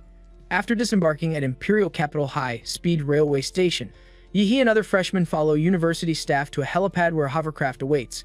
The aircraft features the Imperial Capital's most cutting-edge technology with futuristic sci-fi design. Freshmen stare in awe at this beautiful transport that will carry them to Wadu University from the station. They're instructed to board orderly with seat numbers matching their train assignments. Yi spots Lu Qingzhu nearby and rushes over to poke her lower back. The sudden touch makes her tremble with visibly reddening ears as she recalls her mother's lessons about ladylike behavior. Flushed, she questions Yahe's public behavior since they're only nominally engaged without official marriage yet, and she shouldn't let him take advantage publicly. The clueless Yahe wonders why she suddenly acts so serious, explaining he only wanted to know why they need aircraft transport within the city. Lu Qingzhu visibly relaxes with a soft sigh, wondering why her mother betrothed her to such a country bumpkin. She explains it's because Huadu University exists in the sky. Following her gaze upward with puzzled expression, Yi finally understands when the aircraft ascends above dark clouds to reveal Xia Kingdom's most prestigious university as an aerial city floating above the imperial capital. The night scene unfolds like a cyberpunk painting with sharp, three-dimensional skyscraper outlines under the city's night sky. The entire campus compares to 1/4 the imperial capital's size. Constantly protected by an electromagnetic wave net automatically recognizes authorized aircraft and opens circular entry points. Upon entering the city, Yi clearly feels his life magnetic field disturbed, limited detecting only within 100 meters. Each student receives a Huaju University student ID essential for all future training and campus life activities. Freshmen proceed to the maglev station for trains to their respective dormitories to rest before official courses begin tomorrow. The train passes through the bustling city to a skyscraper with hundreds of floors, one of Huadu University's student dormitories. Yi, like the country bumpkin he is, loudly comments about arriving at the world's highest city. Everyone except Chu Zhou glances at him strangely, wondering about his origins or mental state, though Chu Zhou considers it normal for powerful people to have quirks. Inside an elevator, Yahe learns Chu Zhou's dormitory is in B7 on the 45th floor, Wise is in A3 on the 42nd floor. He bids farewell to Chu Zhao on the 47th floor and enters his 100-meter single room. Treatment feels like living a dream for Yi, amazed by the finely decorated room, latest model computer, and eye-catching jacuzzi, equivalent to a 5-star hotel experience he never encountered before. He intends to fully enjoy it but first must maximize the Vampire Rakuo template. Earlier on the maglev train, he figured out how to use his student card by scanning its unique barcode with his phone to log into Huadu University's exclusive network, Huadupes. The Academy City marketplace accessible through this network uses learning points as exclusive digital currency.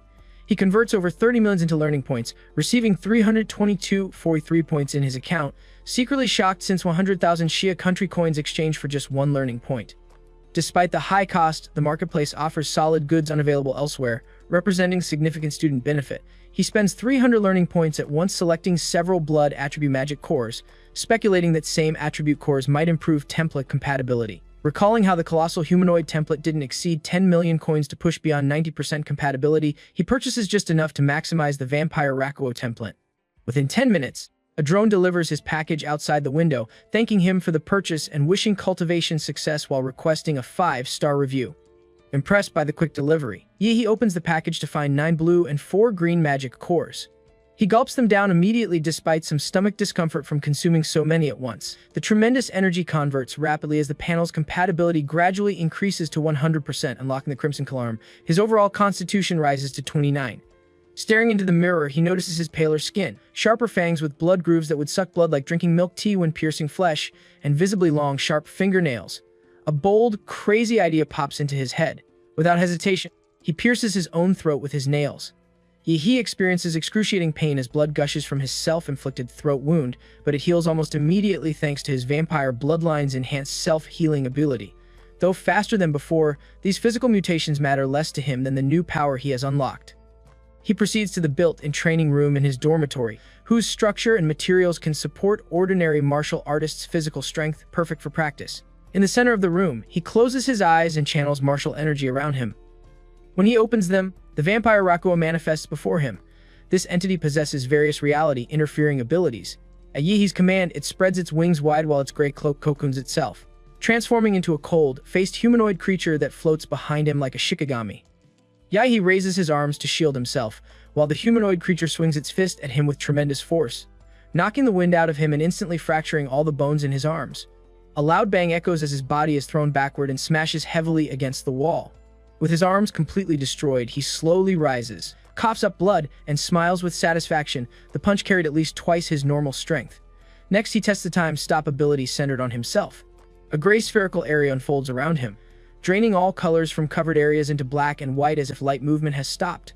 A timer begins: 1 second, 2 seconds, 3 seconds, 4 seconds. Upon reaching the 5th second, the gray area becomes unstable. Yihi pushes further. At 5.1 seconds, he begins sweating profusely, his eyes turning bloodshot. The timer advances to 5.2, then 5.3 seconds. His nose starts bleeding, and blood vessels in his eyeballs rupture from excessive pressure. By 5.5 seconds, excessive martial power consumption renders the humanoid creature translucent and unstable. The gray time-stop field begins disintegrating, yet he grits his teeth and perseveres. Finally, at 5.7 seconds, the gray area inevitably collapses. Half kneeling on the ground, he wiped blood from his nose and grins, pleased to learn the 5-second limit belonged to the original template owner, not him. Early the next morning, he meets Chu Zhao and they head to the freshman assessment gymnasium. Along the way, Yihi finds the sunlight unusually glaring, an unexpected effect of fusing with the vampire template. Although he won't die from exposure like a real vampire, he has developed a distinct dislike for sunlight. Chu Zhao asks if he has reviewed the university's new academic reforms for freshmen. Yihi admits he spent the entire night training with the vampire Rakuo and paid no attention to anything else. Chu Zhao explains that Huadu University has replaced its classroom-based teaching model with a group mentorship system this year. Each student will study under a main mentor for the academic year while seeking guidance from assistant mentors as needed. When Yihi asks if they need to find a mentor, Chu Zhao shakes his head and clarifies that he is exempt from this process. He shows him an announcement in the freshman group. As the collector of all zodiac pendants, Yihi has the right to directly choose any instructor who cannot refuse. While indifferent to the privilege itself, Yihi is concerned about the showy announcement posted publicly. Upon arriving at the athletics hall, they find a long queue inside. Generally, 3 students enter the assessment room simultaneously for evaluation, after which instructors light up their buttons to make selections. Seeing this, Yihi waves Chu Zhao farewell and leaves the gymnasium. Since he can choose any instructor at will, the timing of his evaluation is irrelevant. He decides to explore instead, finding the mentor selection process boring. The moment he exits the gymnasium, he detects a faint smell of blood. After sniffing the air a few times to confirm, he bolts in the direction of the source. This is no ordinary blood scent. It carries a hidden yet ferocious intent, like an undersea current of murder and sin, which actively arouses the evil spirit within him. Naturally attracted, he follows the smell through streets and alleys as the crowd gradually thins. He finally identifies the source, a cute little girl harmlessly eating a sweet potato like a harmless kitten. Why, he stares at the cute little girl, finding it difficult to believe she is the source of such an evil aura. The little girl with icy hair combed into a bun suddenly turns toward him. Her large gold and crimson eyes study him curiously before asking if he has practiced the devil in the flesh technique. He grabs his chin with a puzzled look. The white-haired loli in front of him appears childlike but acts like a grumpy elder, even referring to him as a kid. He questions how this little stranger knows about his martial arts. She reveals she is the one who helped Lu Chenhu perfect that martial art. Upon hearing this, Yihi recalls that ferocious man. The white-haired loli proudly explains that Lu Chenhu was her disciple over 90 years ago. He feels stunned, thinking she must be joking. While martial artists can surpass normal human lifespans and grandmasters maintain their prime into their 80s and 90s, this little girl who still smells like baby milk seems impossible. For warriors practicing certain advanced techniques, adjusting bone structure to child size isn't impossible. but the pure and innocent vibe she radiates seems too genuine to be acted out unless she's an Oscar-winning actor. The white-haired loli notices Yahe's skeptical expression and questions if he doesn't believe her. Of course he doesn't, Yahe replies skeptically, comparing it to declaring himself Emperor Qun Shi Huan. The moment he says this, his heart skips a beat as goosebumps cover his body. An icy cold sensation grips the back of his neck, and he hallucinates that he is placed on a guillotine and executed immediately after. The purity of this murderous intent immediately puts him on high alert. Just as he subconsciously prepares to use his crimson calamity to pause time, a strawberry-flavored lollipop is suddenly stuffed into his mouth. The white-haired loli stares at him with her big crimson golden eyes, acting cute as she apologizes. She says she might have gone overboard and hopes he won't report her to the school, explaining she can only leave her home 1 or 2 hours per week. Ignoring her deceptively cute appearance, Yi stares into her eyes and seriously demands to know who she is. The white-haired loli finally introduces herself as Gong Qi, a very powerful grandmaster. She adds as a secret that when the current president of Imperial University, Shi Jingwen, was a child, she once made him cry. Suddenly, Yi drops to his knees, surprising Gong Qi. He realizes becoming a disciple of the person responsible for improving the devil in the flesh technique would be a valuable investment. Gong Qi could help him break through his bottleneck, and as a grandmaster specialized in combat and killing, her style suits him perfectly. With utmost sincerity, he loudly declares he has drifted half his life without meeting the right master but now believes he has found one. He asks to become Gong Qi's disciple. Speechless, Gong Qi is totally caught off guard by this cringy and ostentatious display. Meanwhile, back at the gymnasium, nobody expected the 5 deans of Huadu University to be mentoring this year's freshman assessment. Countless freshmen glance in their direction, hoping to see expressions of approval but finding none. Most fantasize about becoming a dean's disciple, a sure ticket to becoming a rising star, but all 5 deans are actually there to compete for Yi. These freshmen aren't aware that the entire Zodiac competition was broadcast live to all teachers. From the moment the level 1 alert sounded on the train, teachers closely monitored each student's ability to handle sudden crises using AI facial recognition scoring.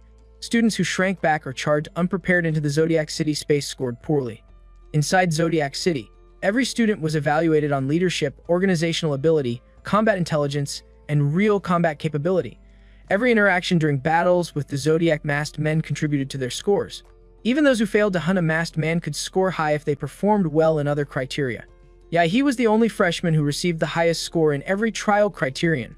However, what truly stunned the 5 deans was his ability to kill Chenlong, the boss not even part of the trial evaluation since no freshman had ever survived encountering him. The deans deduced he probably didn't realize who the Dragon Masked Man really was, a model created by Xia Nation's supercomputer based on data from National Guardian martial artist Fu Hongsheng when he enrolled decades ago. Although the supercomputer couldn't fully replicate the insurmountable power of the divine double pupils in the Mirage simulation, Fu Hongsheng remained the strongest martial artist in Xia Nation's history. His Imperial University records have never been surpassed in over a century. Yet his annihilation of a model trained by such a master, even without its full strength, proved his incredible talent. The deans believed that without setbacks, he could become at least a grandmaster or even reach great grandmaster level. While they contained their excitement waiting for Yi to formally seek a mentor, an emergency call arrived. An instructor announced that Yi had already become the disciple of Gong Qi, former professor of Huadu University and current special faculty personnel. All 5 deans voiced their absolute disbelief in unison. Meanwhile, Yi had unceremoniously grabbed onto Gong Qi, refusing to let go unless she accepted him as her disciple. His shameless behavior would have landed him in jail for 3 years, if not for Gong Qi's actual age of over 100 years. Gong Qi initially resisted, stating she wasn't searching for disciples and had been expelled from Imperial University. Hearing this, Yi played his ultimate trump card, promising to find a way to help Gong Qi regain her freedom within 2 years if she accepted him. The moment Gong Qi's eyes lit up in agreement, Yi couldn't hide his devious grin. But before they could make it official, 5 powerful auras rapidly approached them. The 5 deans had arrived to covertly impede this master-disciple union. The dean of the School of Mechanics and Magical Equipment anxiously reiterated Gong Qi's promise not to interact with students during her release period, adding that her current mental state made her unsuitable for teaching. The dean of the School of Human Body and Physical Training nodded in agreement, pleading for Gong Qi to just go home. Gong Qi, already used to these hall show but no substance, busybodies, agreed to go home as suggested, but announced she was taking her new disciple with her. She asked for Yahe's name and told him to follow her, defiantly claiming her right to teach despite the dean's objections. He follows Gong Qi into the Imperial University Research Institute, a building resembling a tilted Rubik's Cube. Despite her teenage appearance, Gongki possesses strength, likely ranking among the strongest in the entire university, making her a viable mentor despite her unusual circumstances. She swipes her card through multiple security checkpoints until they reach a secret elevator leading to an underground facility. During the high-speed descent, he questions lives so far from campus and secrecy. Gongki explains that she has experienced control issues over past decades that sometimes resulted in harming others, leading the university to settle her beneath the research institute. Fortunately, her improved self-control in recent years has granted occasional freedom to leave confinement. Interestingly, Ihi's main takeaway is being her first accepted student in decades. Gongki finds her new disciple's behavior strangely fearless, noting that normal people would be terrified of her potential for accidental harm. Ihi merely gives a nervous laugh, admitting he hadn't considered that possibility. The elevator opens to a narrow passage ending at an alloy door with an electronic countdown clock showing only 11 seconds remaining.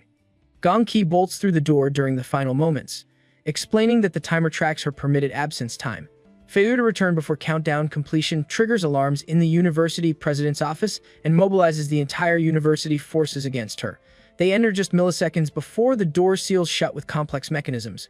A special electromagnetic field immediately activates within the room, making it difficult for Yi to gather martial energy outside his body, a deliberate feature to weaken martial techniques and prevent escape. The confinement space is unexpectedly luxurious, spanning 3 floors, living quarters on top, entertainment facilities with video games on the second level, and a large training ground at the bottom. All areas are layered with high-powered magnetic suppressors designed to contain Gongki should she attempt to break out. Despite being imprisoned, Gongki lives like an empress with all comforts provided, including scattered takeout containers, ends, and game cartridges. Meanwhile, in the Imperial University President's office, Shi Jingwen, dressed simply in a traditional suit with gold-rimmed glasses, appears more like a scholar than a grandmaster. He receives news about Gongki accepting Yi as a disciple. Though unexpected, President Shi decides to allow this development, emphasizing the university's reform goal to nurture talents capable of shouldering Xia nation's future rather than producing mid-tier practitioners. He views true geniuses like Yi as needing free growth opportunities. The president's computer alerts him that Yi has entered Gongki's safe room. Analytical reports indicate a 5% risk of Gongki losing control during long-term confinement with others, with Yi having a 9.7% chance of not surviving a rescue and 95.3% chance of dying even after rescue. President Shi reflects that special, ranked warriors like Gongki are either powerful death row convicts or extreme martial artists with uncontrolled strength, typically restricted during peace but deployed as national defenders during crisis. He believes Yi must have accepted the mortality risks when choosing Gongki as his mentor, recognizing that walking the path of a slaughterer requires such readiness. With time running out for Xia Nation amid threats from Northern Brighton Federation and Devane Descent Nation heretics, the younger generation must grow up quickly. Back in the confinement room, Gongki begins their first training session on the 3rd floor training ground, a space equivalent to 2 basketball courts surrounded by special alloy walls. She proposes a sparring match to assess Yi's strength after over a decade without teaching. When Yi asks if she will suppress her martial arts to apprentice level, Gongki chuckles and agrees, having initially forgotten. Just as they assume fighting stances, Yi recalls the guillotine illusion from earlier and hopes not to relive that experience. The moment he declares readiness, Gongki dashes forward instantly, her hand aimed precisely at his throat. Yi analyzes 5 possible dodging patterns but finds all countered before he can move, as if she's reading him like a book. Realizing his only option is to face the attack directly, he activates his nuclear light combat body. Deep blue light bursts from Yi's body, enhancing his speed significantly. He blocks his throat with one hand while gathering murderous energy with the other to counterattack. Gongki smiles brightly at his strategic use of Bloodline Awakening for simultaneous defense and offense but proves still faster. She retracts her attack unexpectedly, her arm wrapping bonelessly around Yi's like a python. She jumps onto his back and pulls hard, resulting in a gut-wrenching scream as Yi's wrist, elbow, and shoulder joints dislocate simultaneously, nearly being ripped apart. Despite the severe pain from his injuries, Yi's extraordinary resilience prevents him from losing combat effectiveness. He completely ignores his bloodied and bent arms, offering his master a pained smile.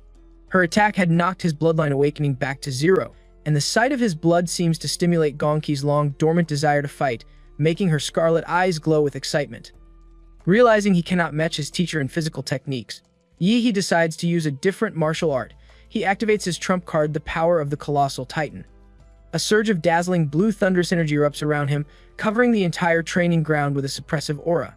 He is glad to have fully mastered this giant anthropomorphic template recently.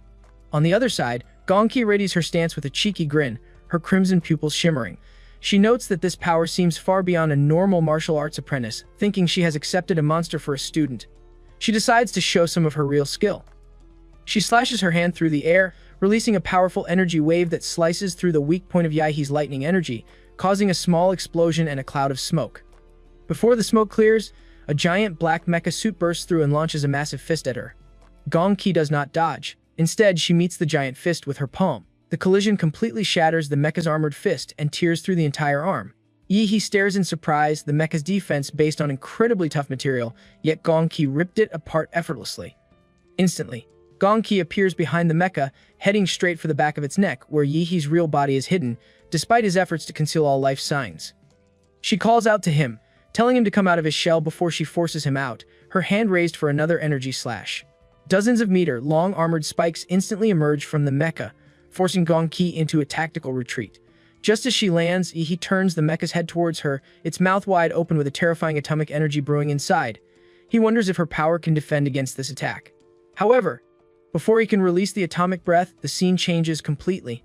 Yahe finds himself bound by countless thick iron chains under a massive guillotine.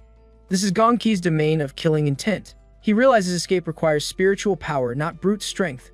Just before the blade falls, he activates his Crimson Calamity to freeze time. Then a familiar muscular demon emerges and throws hundreds of punches at the guillotine, shattering the illusion. Yahe slowly opens his eyes, finding himself lying defeated on the training floor. Gong Ki stands beside him, commenting on how tough his defenses were. He sees the shattered remains of his mecha suit and the diamond, like crystal fragments that had protected him. Understanding, she violently pulled him from his armor. Realizing she used power far beyond the martial arts apprentice level, he questions her suspiciously. Gong Ki first denies cheating, then admits she might have used a tiny bit more force than necessary, claiming it is difficult to hold back perfectly. Under his silent stare, she finally confesses that she cheated and promises not to do it again. She begins to tear up, pleading with him not to leave, explaining she hasn't had anyone to play with for decades. Yahe feels uncomfortable as Gong Ki begins to cry like a child, making it hard to believe her age is over a century. He assures her he is not angry and has no plans to leave. He worked very hard to become her disciple and would not abandon it over a small matter. The moment Gong Ki feels certain he is staying, she returns to normal and insists she was not crying. Yahe is speechless but cannot fault the old master for her sly tactic.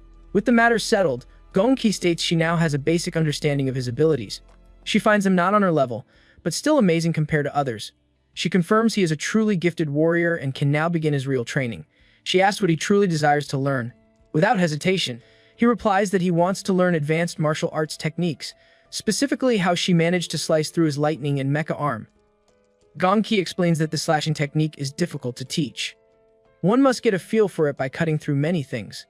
She describes the feeling as finding a shimmering line on everything, a precise point of entry she calls the kill line. This line can be clearly severed for a perfect cut. Yahe understands now that her technique is different from others. It is not about dominance or strength, but about perfect precision, like a skilled butcher.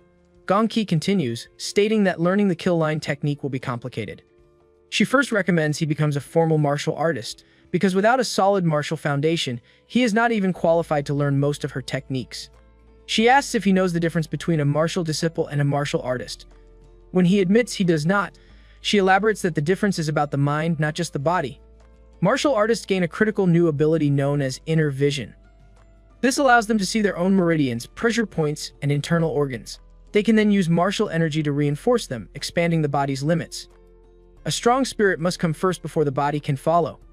Yahe smiles with understanding, impressed that his master is such a good teacher. He realizes his spiritual power has already greatly improved after fusing with his vampire template, which will give him a huge edge in reaching the martial artist stage.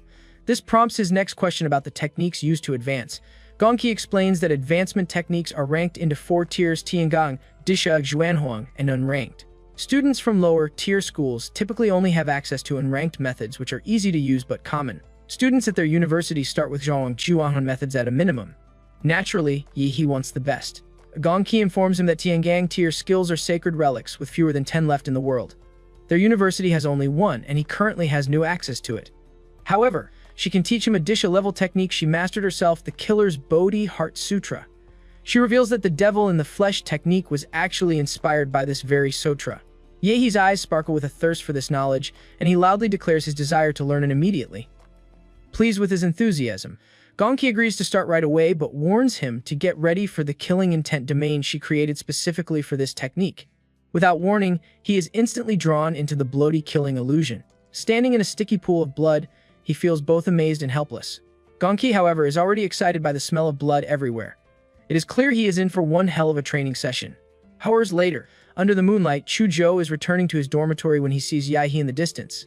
Chuzhou walks over to say hello and asks Yahe about his first day. But just then, he feels a sudden chill on his neck as if a butcher's knife is placed there. The terrifying murderous intent makes him subconsciously pull out his ice sword. It takes a moment for Yahe to snap back to his senses. The moment he does, he apologizes to Chuzhou, explaining he is a little stressed, and it was just a reflex reaction. Although Yahe looks clean, Chuzhou can smell a strong stench of blood on him, as if his friend had just fought his way out of a sea of corpses. This is indeed the case, as the hell Yahe went through felt like standing on a mountain of corpses to cultivate his aura. 10 hours earlier, inside the powerful illusion realm, Gonki subjects Yahe to intense training. She creates countless mindless undead zombies that swarm him from all directions. She restricts him to using only a sword for this battle, forbidding him from relying on any of his other abilities or martial arts techniques. Frustration initially wells up in Yi as he faces the horde with what he considers a dull blade. He complains to his master about the difficulty of the task, not understanding the reason for such extreme restrictions. Gonki explains her methodology. The purpose is to force his body to become intimately familiar with the sensation of a blade tearing through skin and splitting bone. He must train his muscle memory to the point where it can instinctively locate the kill line on any target and strike with perfect accuracy in a split second. Understanding the objective, he focuses. He grips his long knife tightly and begins to slash through the endless zombies with renewed determination, completely immersing himself in the gruesome task. Silently observing, Gonki feels a sense of amazement. Practicing her Disha-level technique inside this illusion is dangerously intense. Most martial disciples are not even qualified to attempt it. She realizes her disciple is different. She notes that if Yihe's spiritual power were not abnormally high, the purpose of killing intent alone would have devoured his mind, potentially turning him into a mentally ill patient or a mere puppet of slaughter. She finally understands why President Xi Jinping calls Yahe the rising star of Hadu University, and she honestly looks forward to his future growth. Returning to the present after his encounter with Chuzhou, Yahe goes back to his dormitory. He treats himself to a comfortable hot bath in the jacuzzi, a fair reward for his dead, tired muscles after such an exhausting day. However, his reverie is cut short when his fiancée, Lu Qingzhao, calls him. On the other end of the line, she is sprawled seductively on her bed, dressed in yellow cartoon pajamas, a contrast to her usual elegant public appearance. She informs him that her mother has sent over the item he asked for, and it is currently in her possession. She adds that her mother also wants to thank Yahe for helping her daughter get first place in the freshman trial team. Since the university dormitories are apartment style with no gender separation, Yahe suggests swinging by her apartment to pick up the item later. Lu Qingzhou suddenly feels nervous at this idea and immediately counters it. She insists there is no need for him to come over and that she can simply drone the item over to him. Yahe agrees to this arrangement as it works in his favor. He then changes the topic, asking her about her mentor. Her tone becomes slightly prideful as she reveals that Dean Bai has accepted her as a student. The dean apparently told her she was very talented and accepted her immediately after the assessment evaluation. Being a disciple of a Hwadu University dean is a significant achievement worthy of pride. Yahe chooses not to sully this moment by revealing that he personally rejected offers from all 5 deans, including Dean Bai. He knows full well that this news would prevent Lu Qingzhou from sleeping that night. He feigns a breaking call line and ends the conversation. Time passes quickly, and half a semester goes by. The first term of the freshman year nears its end. Many eventful things happen within the semester. Right at the beginning, Ayang Zenitzian leads from several provinces to form the Dragon Blood Society, which quickly gains influence among the first years. As expected, when the local freshmen from the imperial capital return from their special training summer camp, they clash with the society. The tension escalates into martial arts competitions between the Dragon Blood Society and the local students. Society loses more than it wins, and its influence begins to decline. The most popular freshman student becomes Shan Jianhui, who is the most famous nationwide among their peers. He was the top scorer in the imperial capital's entrance examination. During the live broadcast of the exam, citizens were deeply impressed by his powerful strength. Rumors even circulate that the legendary Fu Hongxing spoke highly of him, praising him as the next national-level warrior. And as for Yahe, who once stood in the spotlight at the school year's beginning, nobody remembers him anymore. He has completely disappeared from the public eye for over 3 months. Meanwhile, Deep underground in the Imperial University's Research Institute, Yihee's training continues relentlessly. Gongqi, bare feet, steps on his broad back. She instructs him to hurry with his push-ups.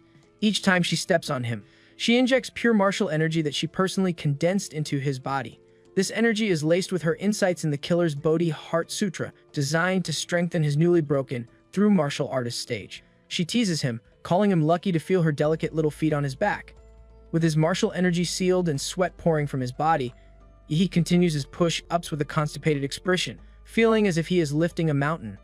He feels ticklish as Gongqi's martial energy flows through him. Not wanting to be outdone by her teasing, he gathers his strength and picks up the pace. Seeing her punching bag still full of fighting spirit, Gongqi no longer just stands on him but begins to jump repeatedly on his back, injecting more powerful martial energy into every part of his body. Yihee groans, swallows the fishy sweetness rising in his throat, and endures the torture. Finally, after the 10,000th push-up, Gongqi senses a change and quickly jumps off. Yahee's body explodes with a deafening boom. A large amount of blood mist bursts from his pores as his old, worn-out muscles shred. His old skin falls away, and a new layer of pink skin quickly covers his body, hardening with every passing second. These brand new muscles are evidently charged with enormous martial power. The whole process resembles the metamorphosis of an insect, where old flesh and blood are erased and replaced with a new body. With his shirt gone, Gongqi calls him a pervert and playfully covers her eyes with her fingers spread apart. Embarrassed, Yihee tells her to close her fingers if she isn't trying to peek.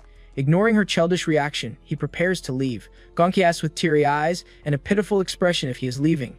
He confirms he is, explaining that after being holed up with her for 3 months, it is time to go out and see the sun. She wants to know if he will come back. He turns his head slightly and promises he will, adding that she needs to practice her video games more because she is terrible at them. She teasingly gets the last laugh, stating that he will play with her anyway. Once outside, Yihee takes a moment to stare at the marvelous city and bask in the warm sunlight. He realizes it has been 3 months since he last saw the sun. Although he dislikes sunlight, he still missed it. Walking down the streets feels like being in another world, the entire secluded experience feeling like a lifetime ago. Still, his reason for leaving seclusion is important. A very important component of student grades each semester at Imperial University is the off-campus assignments. These assignments include a wide range of activities, from hunting down illegal wanted warriors to investigating situations in secret realms, supporting the fight against beast tides, or cracking down on illegal organizations and foreign forces. He left his quarantine specifically to complete these mandatory off-campus tasks for the semester. He decides to go to the Student Activity Center where these assignments are issued, but before that he plans to meet his friend. He reaches the activity center and surprisingly at the entrance, his good old buddy Chuzhou, dressed in a slick white shirt, is waiting for him. Chuzhou spots Yihee and says so he is finally out, complaining that he kept him waiting for far too long. Yihee immediately notices his friend's improved condition and asks if Chuzhou has made a breakthrough in his power. Chuzhou confirms that he, like Yihee, has also broken through to the martial artist realm and has achieved this milestone 2 months prior. Chuzhou reflects that he has seen Yihee for the first time in 3 months, and on the surface, Yihee shows no obvious changes in his aura or physique, which Chuzhou finds to be the most terrifying change of all. With the help of his own mentor's resources, Chuzhou felt his own rapid growth, but he cannot even imagine how far his monstrously talented friend has progressed. He recalls a private ring match he witnessed 3 days ago between Shang Jianhui, the representative of Hodu's local freshman, and Aoyangzi, the vice president of the Dragon Blood Society. Aoyangzi was defeated in just 10 minutes, and the shocking aspect was that Shang Jianhui did not even need to go all out. Chuzhou wonders if Yihee's strength is above Shang Jianhui's, but then he thinks it cannot be possible. Just then Lu Qingzhou reaches there. Even in a university known for its beauties, her appearance makes others look dull. She has long, straight black hair and is wearing a cream silk blouse. She apologizes to the two for being late. Yihee raises his eyebrows and playfully asks what else she might have forgotten, noting that after 3 months apart, she did not even say hello to him. She looks at Yihee and turns red as she remembers her mother's teachings about what official couples do together. She nervously pinches her silk skirt with her delicate fingertips, wrinkling it. She even considers initiating a kiss to smooth things over, but is caught off guard when Yihee, seemingly naive, asks what she is doing. Embarrassed by this rejection, she turns around and declares that she hates his guts. Only after he coaxes her and promises not to tease anymore does she relent. The three friends enter the University Activity Center, a 5-story dome-shaped building with a skylight pattern like the Imperial University's emblem of 2 alternating palms forming wings. A huge central screen in the lobby scrolls information about the latest popular tasks and the students who have completed them with outstanding performance. Chuzhou and Lu Qingzhou have already completed 3 tasks, exceeding their target. They are here specifically to team up and help Yi He complete his quota. At a table-to-bedded booth, Lu Qingzhou selects 3 missions she believes are the best fit: the Hengxian serial killer, the Lianqing beast tide anomaly, and the Lingshui County's abnormality. Each mission has a detailed description of its location, requirements, and difficulty. Originally, all 3 were Tier 2 missions, but the Lingshui County's abnormality was just bumped into Tier 3. University missions are divided into 5 tiers of difficulty, with first-year students generally only taking on Tier 1 tasks. The only Tier 2 mission Chuzhou and Lu Qingzhou ever participated in was a team mission of 10 people. For a 3-person first-year squad, Tier 2 missions are rarely approved. Fortunately, Yi possesses a privilege card given to him by Gong Ke.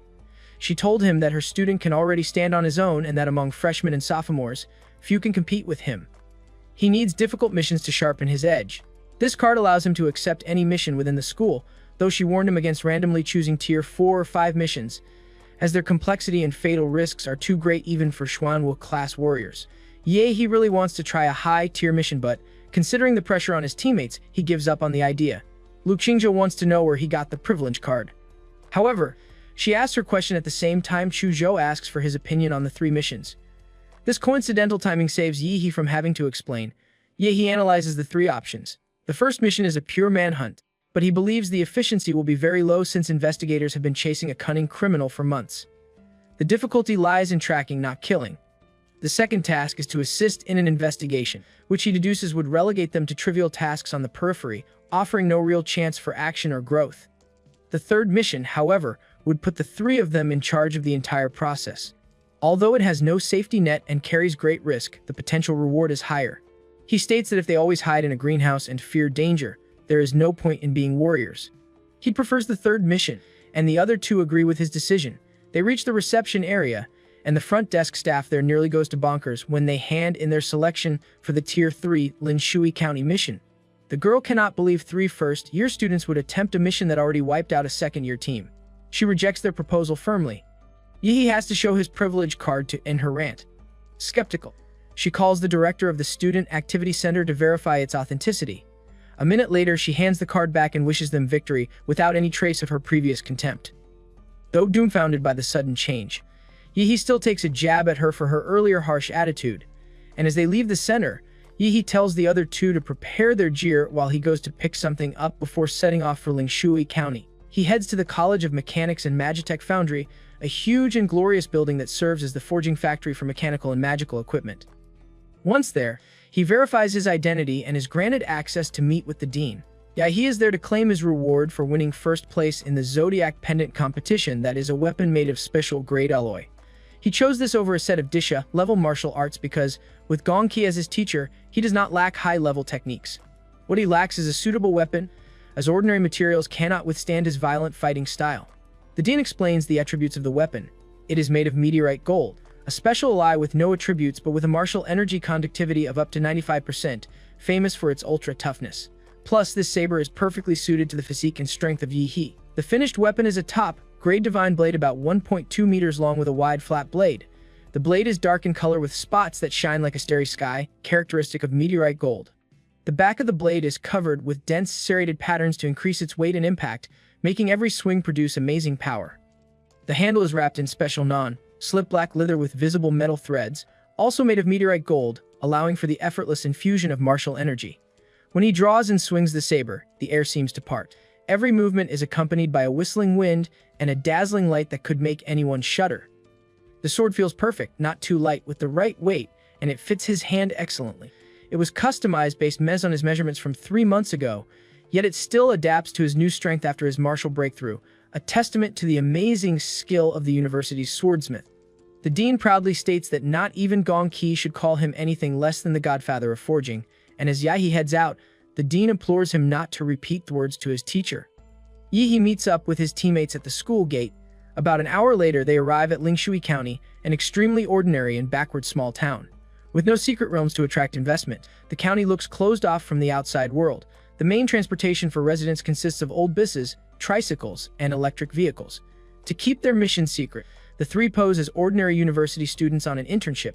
Yi naturally expands his life magnetic field for sensing but narrows its range to less than 100 meters. He reflects that after half a semester, He has raised his Demora template to 71%, and his life magnetic field is powerful enough to cover the entire county. He is worried that their arrival might spook their targets into hiding, and the real trouble with exterminating rats is always the search, not the killing. Chujo suggests they go check the house arranged by the university. Just as the three are about to walk to their residence on foot, a tricycle slowly stops in front of them, and the man riding it offers them a ride.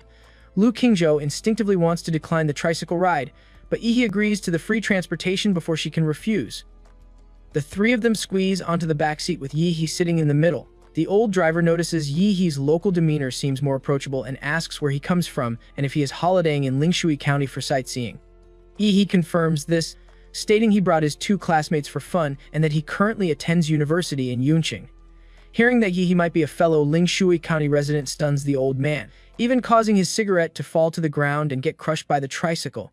He asks which family Yi belongs to, stating he does not recall seeing him before. Yi calmly informs him that he is the grandson of Wei Xiaorong, who passed away a few years prior, and that he moved away right after his grandfather's death. He speaks fluently in the local dialect of Lingshui County, having mastered its intonation in just over 10 minutes on the plane thanks to his enhanced memory.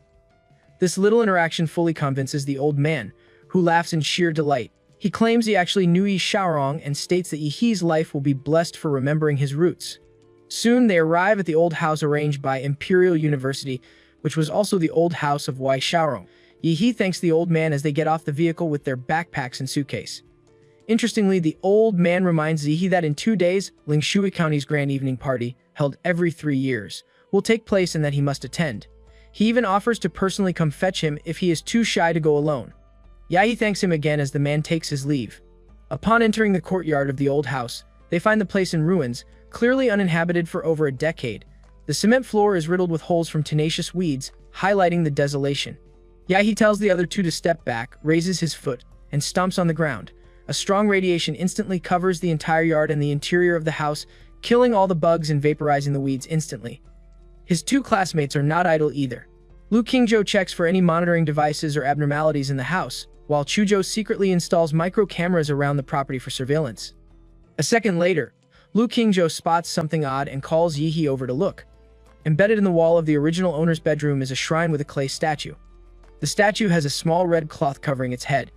Yi casually inspects the ominous statue and realizes the shrine was installed very recently. The wooden shrine would have rotted away years ago if it had been there the whole time. Although covered in dust, it looks practically new once wiped clean, meaning someone else placed it there. Chujo, who entered the room at some point, hears their discussion, ponders for a moment, and finally opts to chop it down, stating the damn thing makes him very uncomfortable. Lu Qingzhou feels Chujo is being too impulsive, arguing that they should not destroy such an important clue without checking it first. However, Yi, already charging up an atomic fist, agrees with Chujo's assessment. He believes they should take a hard look when in doubt. Lu Qingzhou screams in annoyance. She initially thought Yi would agree with her, but soon remembers her battle maniac Fianca always agrees with anything involving fighting and destruction. She concedes to a compromise, suggesting they at least look at what the clay statue looks like under its mask before destroying it. She only manages to lift a corner of the red cloth veil when a warm, big hand suddenly grabs her wrist. Yi, having trained in a killing illusion for 3 months, keenly senses a hidden evil and dirty spiritual energy emerging from the statue. He feels that something is off. He stares at the clay statue suspiciously, then instructs Chujo to cut the filthy thing down. The moment he gives the order, Chujo, who already enchained his sword, takes a stance and slices the clay statue and shrine in half. A strange scene then stuns the three into silence. An ominous black liquid begins leaking out of the slit clay statue, almost like it is bleeding. This dirty spiritual energy flows out like a leaky faucet, wanting to escape. However, a muscular golden arm, invisible to ordinary warriors, suddenly shoots out from the body of Yi and firmly grasps the invisible, dirty spiritual body in its hand. Chujo and Lu Qingzhou cannot see the humanoid Shikigami, but they see a twisted mass of flesh and dark blood in the clay statue, wriggling slightly as if it is alive. Chujo waves his hand and instantly freezes the flesh in dark liquid.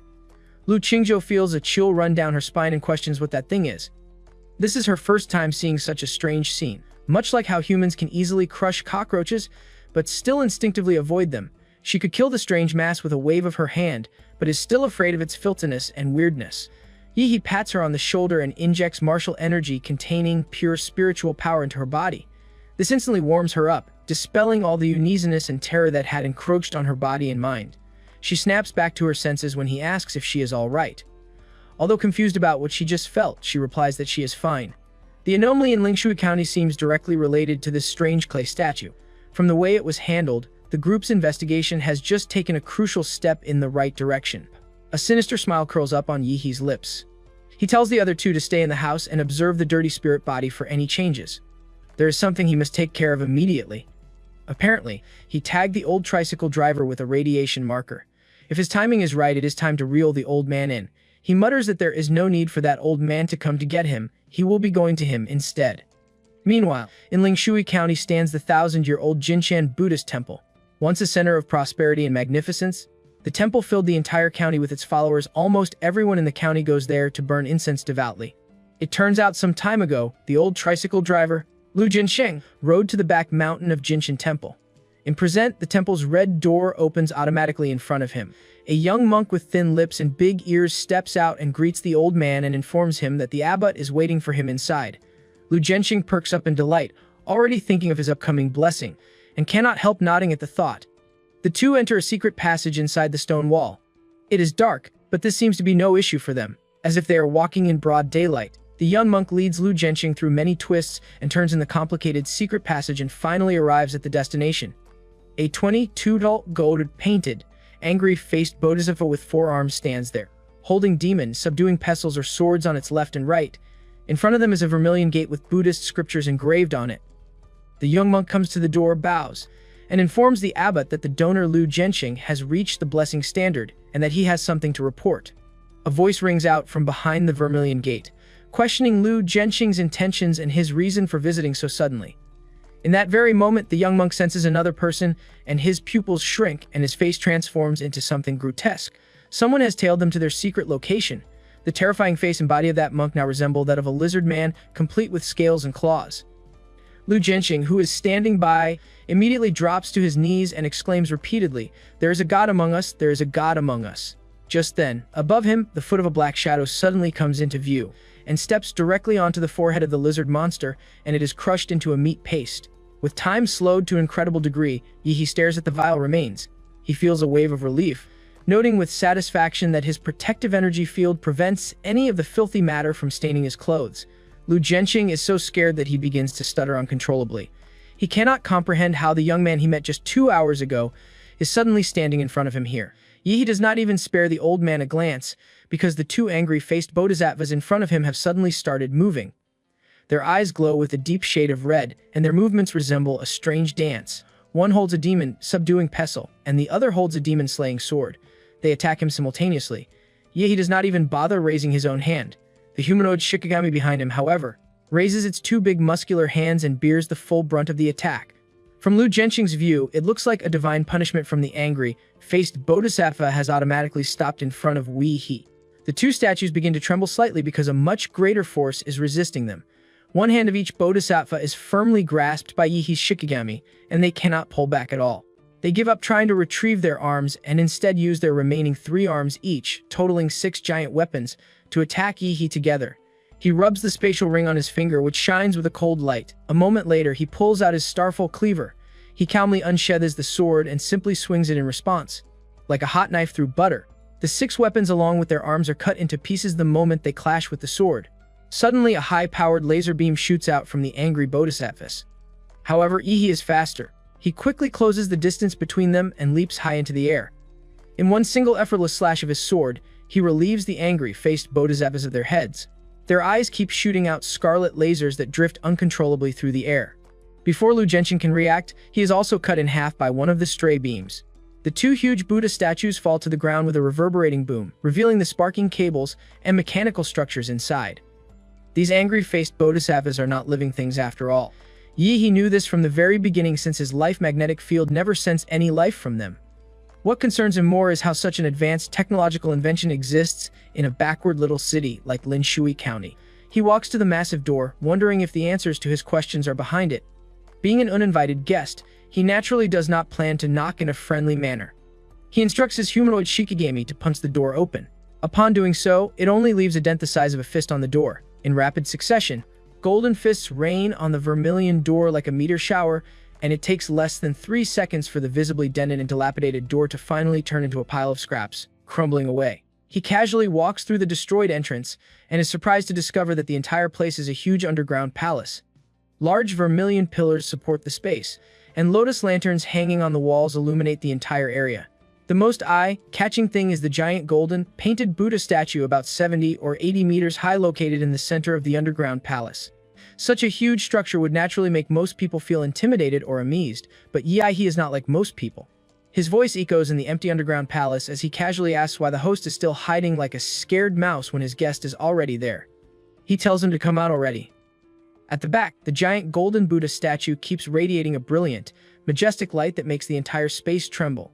A moment later, a monk wearing a red robe walks out from behind the big golden Buddha. The old monk wants to know why he is there, stating that their temple bears no grudges with him and has no connection to him whatsoever. He lightly strokes his spatial ring, preparing to draw the cold blade stored within. His eyes flash with excitement as he lifts the weapon. The swift motion reflects in his bright pupils, and a mocking smirk curls at the corner of his mouth. He calls out the mechanical being disguised as a human, asking if it really thinks it can hide from him. He declares it a worthless thing.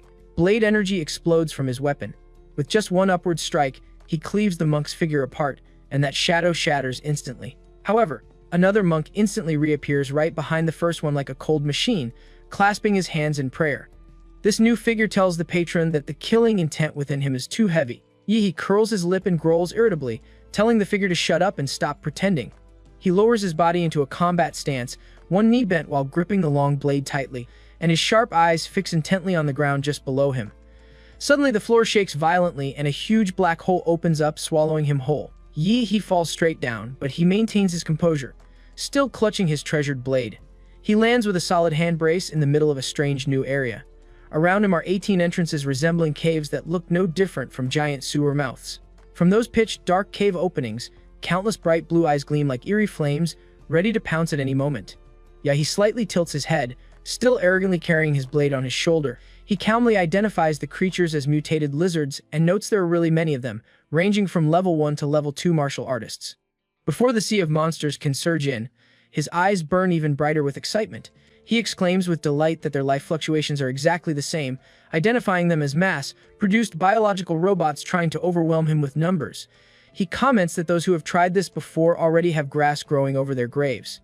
Saying this, he grips the hilt of his blade tightly and sweeps it forcefully down to the ground. A resounding shock echoes through the chamber as he unleashes his Xuanhuang blade art. Killing intent bursts out fiercely, his whole body immersed in a terrifying red glow. He bends forward, his eyes blazing as he shouts loudly, naming his technique Asura 3 blades, first blade 1,000-mile massacre. The star-severing blade vibrates powerfully. The blade's light stretches 30 meters, slicing through the sky. With one swing, a giant blood moon flash appears, devouring an entire line of monsters. Their screams echo like the gates of hell opening. With just one strike, countless figures are crushed. Those behind them become terrified and retreat, not daring to take another step forward. He smirks with contempt and speaks coldly, questioning what kind of temple stuffs a bunch of full monsters underground. His words cut into the pride of the beasts like a blade, driving them to roar madly. The caves continuously spew out more figures, but all rush headlong into the grinder named Yahe. 10 minutes later, he stands atop a towering mountain of corpses, clean without a drop of blood on him. He holds the star-severing blade tightly in one hand and the bald head of a monk in the other. The broken mouth of the head keeps repeating like a scratched tape recording. "Benefactor, your blood karma is truly heavy." Hearing that nagging phrase over and over, he clenches his fist in anger, his face coldly glancing down at the head in his hand. He condemns the cheap biological creature, noting that even though it's already decapitated, it still replays recorded words. He challenges whoever is behind this operation to show themselves. At that moment, a mysterious voice echoes through the space. The voice acknowledges that they truly face a formidable opponent this time, but states that this is only up to this point. The space trembles violently, forcing Yihi to stand still and observe carefully. From behind, the grinding sound of gears echoes from the great Buddha statue. Cracks appear on the statue's head, radiating intense heat. Mechanical roars sound like a giant beast awakening. The Buddha's once compassionate face becomes distorted. Its eyes light up like combat lights, and smoke billows from its mouth. The Fenhonate prayer beads around its neck fall down, suspended in the air and transforming into electronic firecrackers. It becomes clear that the giant statue was originally created as a machine of destruction. From its two shoulders, jet engine systems activate, spouting blue flames. The great Buddha rises from the lotus pedestal, transforming into a giant armored machine in the blink of an eye. Its entire body becomes covered in steel plating, with cannons sprouting everywhere. The cold recorded voice echoes through the chamber, telling the benefactor he has no path to salvation. Yahi smirks and acknowledges that the transformation is impressive. Immediately, the mechanical statue swings its giant arm, lunging straight down with its hand aimed directly at Yihi's head while roaring for him to enter reincarnation. On the mechanical arm, the accelerator cluster opens with the engine roaring fiercely. The arm strike powers to maximum capacity, pounding straight down his position and shaking the entire stone ground. Yet Yahi still stands firm atop the mountain of corpses, looking up directly at the giant shadow. In the blink of an eye, he activates his battle form Warrior's Titan, and his pupils start glowing intensely with white smoke trailing behind him. He simply utters 2 words sharply. Bring it. The mechanical hand slams down thunderously. Rocks shatter and dust swirls throughout the space like a closing iron cage. But just then, at the tip of the Buddha statue's finger, a strange light suddenly flashes. The mechanical system immediately issues a warning about the energy threshold being exceeded and the right arm overheating. Before the announcement finishes, error sounds continuously echo through the chamber. The system reports an uncontrollable energy increase. The Buddha statue tilts its head to look at its hand, its voice sounding doubtful about what is happening. Meanwhile, the human energy light grows increasingly dazzling. From the rubble emerges Yihi in his Warrior's Titan Godzilla form. Now he stands as tall as the Buddha statue himself. Spikes erupt across the body, and he clenches his fists, primed to explode. He chants Namo Amitabha, as his fist shines brightly, filled with nuclear energy and waiting for the moment to strike. He finally springs up and unleashes a terrifying punch, pouring all his fury into it. The giant Buddha statue takes the full impact and is violently thrown backward. Yahi spreads out his giant hand, rivaling the mechanical one. The only difference is that his glows green and is filled with benevolent energy. The back of his hand is covered with hard scales and sharp spikes like Godzilla's armor. Yihi decisively reaches out, squeezing the statue's face tightly and pulling hard until its neck nearly snaps. In that moment, his eyes flash and a thrilled smile appears. He declares that this game isn't over yet. One hand isn't enough, so he braces his head and forcefully lifts his knee. The collision lights up the sky with the impact so fierce that the ground trembles. He shouts loudly, challenging the statue to see how his black steel knee performs. The Buddha statue's face shatters completely, its outer shell falling away to reveal the metal and microchips beneath, and a harsh emergency alarm blares, critical warning, multiple damages detected to cranial unit. The giant Buddha statue staggers backward as if slapped by heaven itself. Then the statue begins to glow with intense energy. Hundreds of prayer beads transform into energy beams that shoot down like laser rain, forming a wall of light to block Yihi from closing in any further. These beams converge at a single point, triggering a tremendous explosion that echoes through the space and makes the mountains seem to tremble. The Buddha statue continuously emits shockwaves that sweep through the area like a storm. It has massive weapons hidden inside its chest.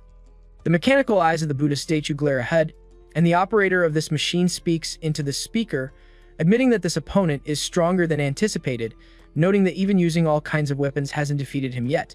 Yihi dismisses the thermal energy weapons as mere toys that only itch martial artists like himself. These words enrage the controller behind the machine, who shouts through the loudspeaker system with the persistence of a leech, vowing to exorcise him.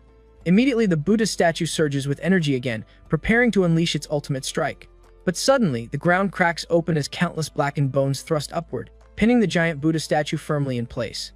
He opens his mouth exactly like the Godzilla monster in movies, and from his throat bursts forth a brilliant blue energy like a nuclear waterfall aimed straight at the Buddha statue. Before the machine can understand what is happening, Yihi roars that it's time to go to hell. When the energy storm passes, everything returns to silence. Yahi stands there exhaling hot breath that emits white smoke. He looks around and shrugs casually as if he has just dismantled a toy. He comments that digging a cave in the mountain to hide a bunch of lizard people with a walking Buddha statue must be the work of a mad scientist. Finished with the destruction, he shrinks his body back to its original form and jumps down to the ground lightly like a feather. In front of him, the statue is now just a pile of scattered scrap metal, but beneath the lotus pedestal, he spots a mysterious passageway. Noting there's also a door down there, he decides to see what fun awaits below. Half an hour earlier, inside a modern laboratory, a young handsome man speaks to the old man beside him. He reports that the intruder has already taken down the machines at the gate, but assures him that the main door is made from the latest alloy, ensuring he can't get in. Before he finishes speaking, an image of Yihi striding arrogantly inside appears on the screen. Both immediately turn pale, shrinking back like mice facing a cat. The young man stammers that they still have the biochemical army, 10,000 artificial warriors against one martial artist, but dares not finish his sentence because at that moment the scene of Yihi wielding a 30-meter-long great sword slashing through the biochemical creatures appears clearly on screen. The two can only hear the hissing sounds echoing in the silent room. The young man's face drains of all color as he suddenly goes mad and shouts that they still have the trump card, the Buddha statue, the ultimate product designed to deal with demon beasts at the Lord level. He claims destroying a minor martial artist should be a small matter. But as soon as he finishes speaking, the screen immediately shows the minor martial artist crushing the Buddha statue like tofu. The old doctor glares fiercely and tells the young man to shut his crow mouth up. Then one of his eyes flashes with electronic light, showing a trace of cold reformation surgery. He mutters that they must retreat immediately and activate self-destruct to avoid exposing any data. This doctor is Feng, who once belongs to the third-level Prometheus Institute and has now been secretly recruited by the Laserbird organization. The entire tragedy began 10 years ago when Laserbird silently its claws into the small town of Lingshui. They replaced all the monks of Jinjin Temple, exploiting the villagers' faith to brainwash them and turn them into guinea pigs for biological projects. In exchange for promises of blessings, the people obediently offered themselves for experiments. Before the two core researchers can even set foot on the escape door, a brilliant blue light tears through the ceiling, slicing it cleanly like a hot knife through butter. Immediately after, the sturdy steel door of the laboratory explodes into hundreds of pieces, scattering like fireworks on doomsday. The two doctors are instantly startled to the point of nearly losing their hearts, their faces pale as if they have just been summoned by the king of hell. In the hazy dust smoke, Yihi slowly descends with arms crossed over his chest, looking no different a demon king stepping out from dark legends. He tilts his head and speaks with a lazy voice full of disdain and asks Dr. Feng where he thinks he's running off to. Upon hearing this, the young doctor is terrified out of his mind and drags old Feng away in a desperate escape while shouting to the bodyguards to stop the intruder and protect the doctor. The poor bodyguards, who haven't even understood what is happening yet, see the figure rushing towards them like a lightning bolt. Yeah, he doesn't even bother to waste effort fighting these low-level guys. He sweeps past them like a cold wind, heading straight for the two leaders. Old Feng is small and shriveled with a face wrinkled like an ancient tree. He trembles as he steps forward, trying to appear calm and asking if they can talk. While saying this, he secretly pulls something out of his pocket, a self-destruct activation device. The old man calculates that just pressing the button will blow up the entire base, destroying him and the Laserbird group but absolutely preventing any secrets from leaking out. Laserbird has implanted tiny bombs inside each key member and used their families and loved ones as leverage to ensure no one would betray them. But this plan proves to be just a brief dream. Just as the old man's trembling finger is about to press the button, Yihi grabs that wrinkled wrist and breaks his wrist bone. The old man screams silently, only making pitiful sounds. Yihi squeezes harder, lifting him up like carrying a chicken. Dr. Feng's skinny legs kick wildly in midair. Then suddenly, Yihi lets go and the old doctor collapses to the floor with a thud. Yihi demands that the doctor now tell him everything they did at Lingshui. This single sentence causes old Feng to freeze on the spot. Yihi stands casually with hands in his pockets and asks whether Feng killed the three young martial artists and what secrets this place truly hides.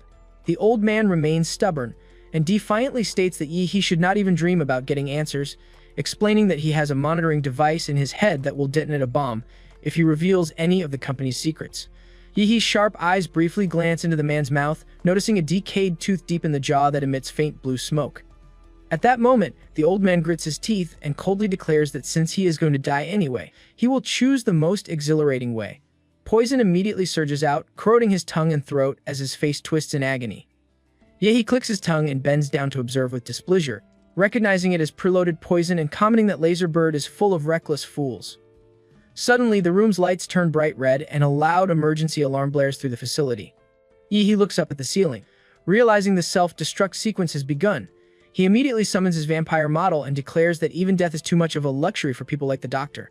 Then, in the blink of an eye, the vampire model lunges forward and stabs through the doctor's throat with its finger. Vampire venom spreads through the entire body. Normally, vampires can turn humans, or corpses, into corpseborn, but aside from a rare few, most are no better than zombies, no regeneration, dulled intellect, bodies that rot. But Yihi possessed the ancestral humanoid power. Fuse it with the vampire's gift and the result is something else.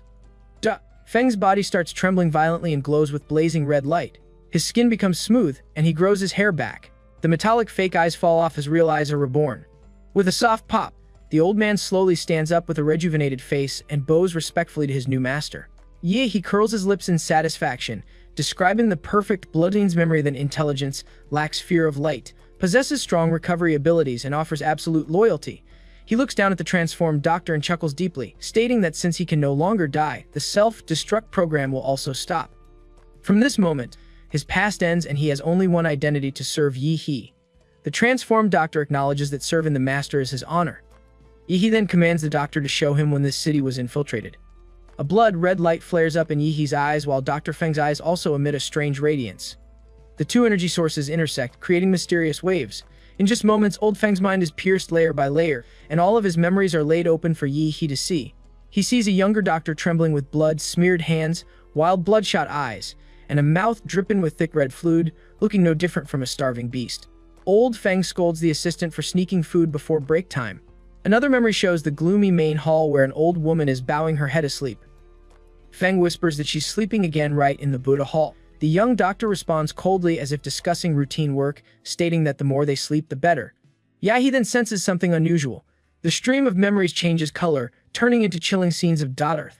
Feng kneeling before a clay Buddha statue and murmuring about a heavenly kingdom descending. The old man rolls up his sleeve to reveal strange numbers deeply engraved into his flesh. 60, 75, 33, 42, 1. He whispers questions about what this means and who carved it onto his arm. The memory shows Old Feng writing on paper, calculating and analyzing what appears to be a code string in internal document format code. Images shift rapidly as Old Feng types the sequence 0A425521 into a computer, making the screen light up with files full of ciphers. He says that things are not good as his consciousness has been interfered with. In the darkness, Old Feng hisses about who dares to turn him into a test subject and treat him like a guinea pig. It becomes clear that he had engraved this puzzle on his own hand beforehand as a reminder of when his memory was manipulated. The cannibalism, those who fell into deep sleep, and the heretical statue all trace back to one name, Divine Descent Nation. Returning to reality, Yi's eyes flash with light. He now understands that what they called raw flesh was human blood and flesh, and Divine Descent Nation is nothing less than a mad cult. Dr. Feng, now a loyal servant of Yi, kneels down and hoarsely reports that Laserbird chose this place as an experimental base, but that heretical organization infiltrated it, turning everyone into puppets like those villagers with their consciousness wiped clean and made absolutely obedient. Hearing this, Yi stares straight at the pale face of the old doctor. He questions whether the three Hadu warriors were butchered, and whether Shu Zhou, Qing Zhou, and himself are just premium ingredients in their eyes.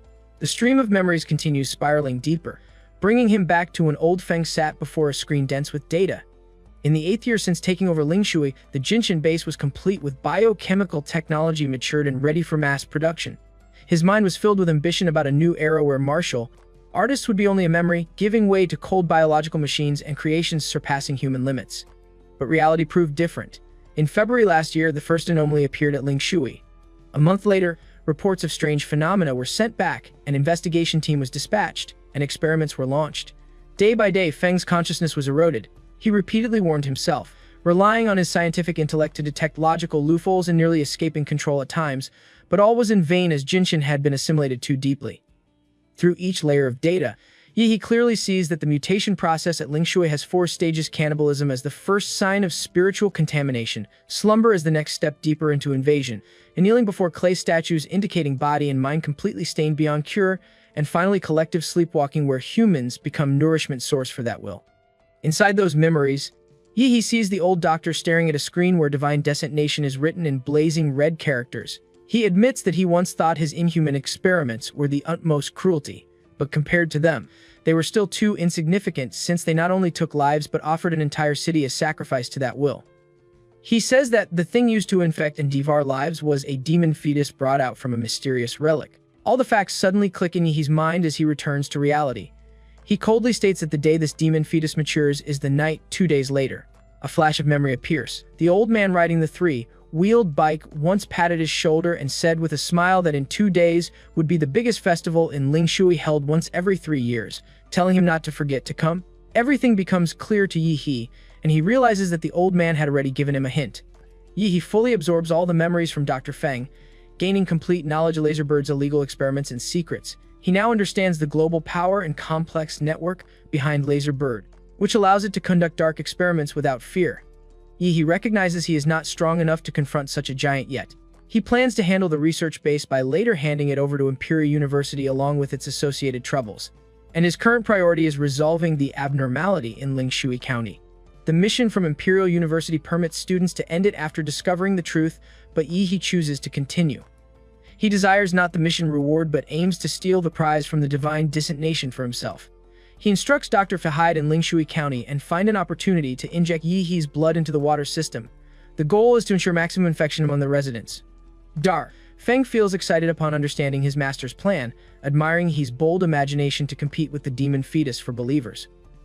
Since the entire county has reached the 4th stage of contamination, reverting people to normal is impossible.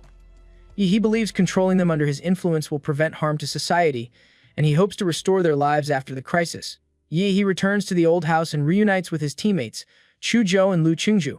They are eating combat rations, showing their awareness that local food is unsafe. Lu Qingzhu's face changes with disgust as she remembers the cannibalism, while Chu Zhou remains calm. Both have scouted the area and discovered the townspeople eating human flesh with warped cognition, akin to enslavement by some force. He acknowledges Chu Zhou's accurate guess about the situation. He shares details of his visit to Jinshan Temple but omits the assimilation of Dr. Feng and the truths about Laser Bird. Yi fears his plan is too crazy, and he cannot explain his ancestral vampire virus, so he avoids risking his teammates' support. Lu Qingzhu is surprised by the complexity, noting the illegal lab's presence suggests the anomaly has affected even powerful groups. She suggests calling Imperial University for backup, but this dampens Yahe's mood. He convinces them that the mission, though suddenly weird, does not threaten their safety. He argues that always seeking help hinders their growth as martial artists. Chu Zhou and Lu Qingzhu feel a surge of fighting spirit and agree to hold their position until nightfall to observe the mass sleepwalking, the last unexperienced anomaly. Meanwhile, Laser Bird headquarters in Magic City. The board of directors holds a meeting. They discuss the loss of contact with the Jinshan Temple base after the self-destruction program was triggered and terminated within seconds. The information department alerts them after failed attempts to reach the lab. Following a principle of eliminating witnesses, the board decides to activate heart bombs implanted in all researchers. They then dispatch a special team to Lingshui County to investigate. Back in Lingshui County, Dr. Feng experiences the heart bomb activation, but survives due to his immortal nature. He removes his heart and enters a weakened state as it regenerates. He informs Yahe about Laser Bird's actions and the incoming special team. Yahe assures Dr. Feng to continue with their plan without worry. Night falls, plunging the county into darkness with only streetlights illuminating the empty streets. A train arrives at Lingshui County Railway Station, and the special Laser Bird team disembarks. The team comprises 5 members. Black Lion is the captain, along with Catfish, Aries, Goldsnake, and Bluebird. Catfish, a middle-aged man, observes the secluded environment and remarks that it makes sense for the company to choose it as a black site. Aries, a woman carrying a baby, adds that the company has investigated and found Dragon Finch not involved in the Jinshan Temple base incident. She wonders aloud then who did it, given Laser Bird's many rivals. Their leader, Black Lion, tells them to hit the base first. He orders the team to destroy all experimental equipment and materials. They divide tasks, with Goldsnake and Bluebird investigating the town disguised as a couple, while Black Lion, Catfish, and Aries check the underground lab. The team moves out, with Goldsnake and Bluebird stealthily exploring the town. They find the streets eerily quiet, with pitch-black residential buildings and new sounds of animals, creating a dead city atmosphere. They sneak into an apartment covered in dust and cobwebs, discovering a rotten dog head in the kitchen, implying residents have eaten all pets. Bluebird checks the living room but finds nothing unusual. Upon entering a bedroom, she sees a shrine with a clay statue and lifts the red cloth, immediately falling into a trance. Goldsnake in the living room listens through his earpiece as Black Lion reports finding the base destroyed by a powerful warrior with thousands of bioman corpses and a combat mecha torn apart. Black Lion notes no survivors and Dr. Feng's body is missing. Just then, communication cuts off abruptly. Goldsnake realizes the equipment has been disturbed. He glances out the window and sees the empty streets now filled with sleepwalking residents in pajamas, their eyes closed and closing in on their location. Goldsnake understands they are discovered and attempts to warn Bluebird. Before he can act, a tactical dagger coated with anesthetic suddenly stabs into his abdomen, and his acupuncture points are sealed. It is Bluebird who has attacked him. Goldsnake drops to his knees, terrified to understand his teammate is under some form of control. Before losing consciousness, he notices the clay statue in the shrine. The bed has the same glowing eyes as Bluebird. He recalls a past event from the secret ruins where he saw a group of statues worshipped by a ruined civilization. One statue was an exact match, known as Moon Nightmare Barrows. Outside, the cold white moon over Lingshui City appears exceptionally large this night, brightening every dark corner. Yahe is standing atop a clock tower, observing the entire city. The enormous size of the moon makes him feel his life magnetic field is being jammed. He smells a strong stench of blood coming from a massive gathering of people to the southeast. Despite this, he detects a strong stench of blood from a southeast direction where countless people are gathered. He messages his teammates Chu Zhou and Lu Kunju, who are investigating elsewhere. Since the mass sleepwalking involves while eating, he wonders about the process but expects to witness it soon. Goldsnake wakes up after the anesthetic wears off and finds himself tied to a pillar next to Bluebird, who remains unconscious. He attempts to rouse her, but she seems deeply lost in a dream. Goldsnake feels terrified watching the naked crowd surround them. He tries to reason with the townspeople, but they appear so altered that their humanity is questionable. Their creepy, constant smiles suggest they are now monsters in human skin, perhaps more frightening than actual monsters because they fear nothing and show no respect for life or death. A bell suddenly rings, signaling the arrival of some existence. Goldsnake instinctively looks skyward to see the moon looming only a few miles away, nearly touching the ground. The sleepwalkers then climb on top of each other, forming a massive human ladder that connects heaven and earth. The pillars holding Goldsnake and Bluebird are lifted high into the air by this human structure. Meanwhile, at Jinshan Buddhist Temple in Lingshui City, Black Lion loses contact with Goldsnake and Bluebird without clear reason. He suspects this trouble relates to whoever destroyed the underground lab. Believing a major event is unfolding in the city, he decides to take initiative and return quickly. The moment he Catfish and Aries exit the temple, they sense something unusual and glance upward. All dark clouds have vanished, revealing a huge full moon that seems closer to Earth. A visible beam of moonlight then projects onto a specific part of Lingshui City, resembling a miracle. Even knowledgeable Black Lion finds this bizarre situation startling. He now thinks the lab's destruction is more complex than company leadership assumed. He resolves to carry out the mission with ruthless efficiency, even if the road ahead is hell. The three immediately head down the mountain towards the urban area where the moonlight shines, believing it holds the reason for their teammates' disappearance. Just as Black Lion and his team get closer to their destination, they unexpectedly encounter another team of two martial artists. It turns out Black Lion, being extremely vigilant, has discovered the other party's presence in advance, and his first reaction to the sudden appearance of two warriors is to kill them quickly. With a flip of his palm, he hurls a dagger imbued with powerful martial energy with tremendous force. Lu Chungju reacts decisively. She summons a large blue umbrella with the jade pendant her mother gave her. This protective magic tool can predict fatal killing intentions. The dagger collides with the seemingly weak blue umbrella, trembles, and bounces away, piercing a nearby building and denting it greatly. Black Lion never expected a mere martial artist to possess such a treasure. However, the failure of the attack means they are exposed. Black Lion demands to know who they are and why they are being attacked. Upon seeing the clothes on Lu Chunju and Chu Zhou, he figures they are not locals but the vermin who trashed the underground lab. Black Lion orders his teammates to crush their opponents within 3 seconds. Catfish and Aries immediately rush into action. Chu Zhou draws his ice sword and takes a decisive stance beside Lu Qingju. Catfish, who enjoys teasing his victims before killing them, directs creepy and disgusting remarks toward Lu Qingju, mentioning how he would enjoy her corpse. Lu Qingju feels disgusted. She blocks Catfish's attack and forcefully pushes him backward. Chu Zhou summons a massive ice peak that rises from the ground and charges straight toward Aries. However, Black Lion intercepts the attack effortlessly, shattering the ice with a wave of his hand. Chu Zhou understands that such a large-scale attack lacks killing power against strong foes, but his goal is to stall for time. He casually throws down several smoke bombs specially designed to block perception and vision, then escapes the scene with Lu Qingju.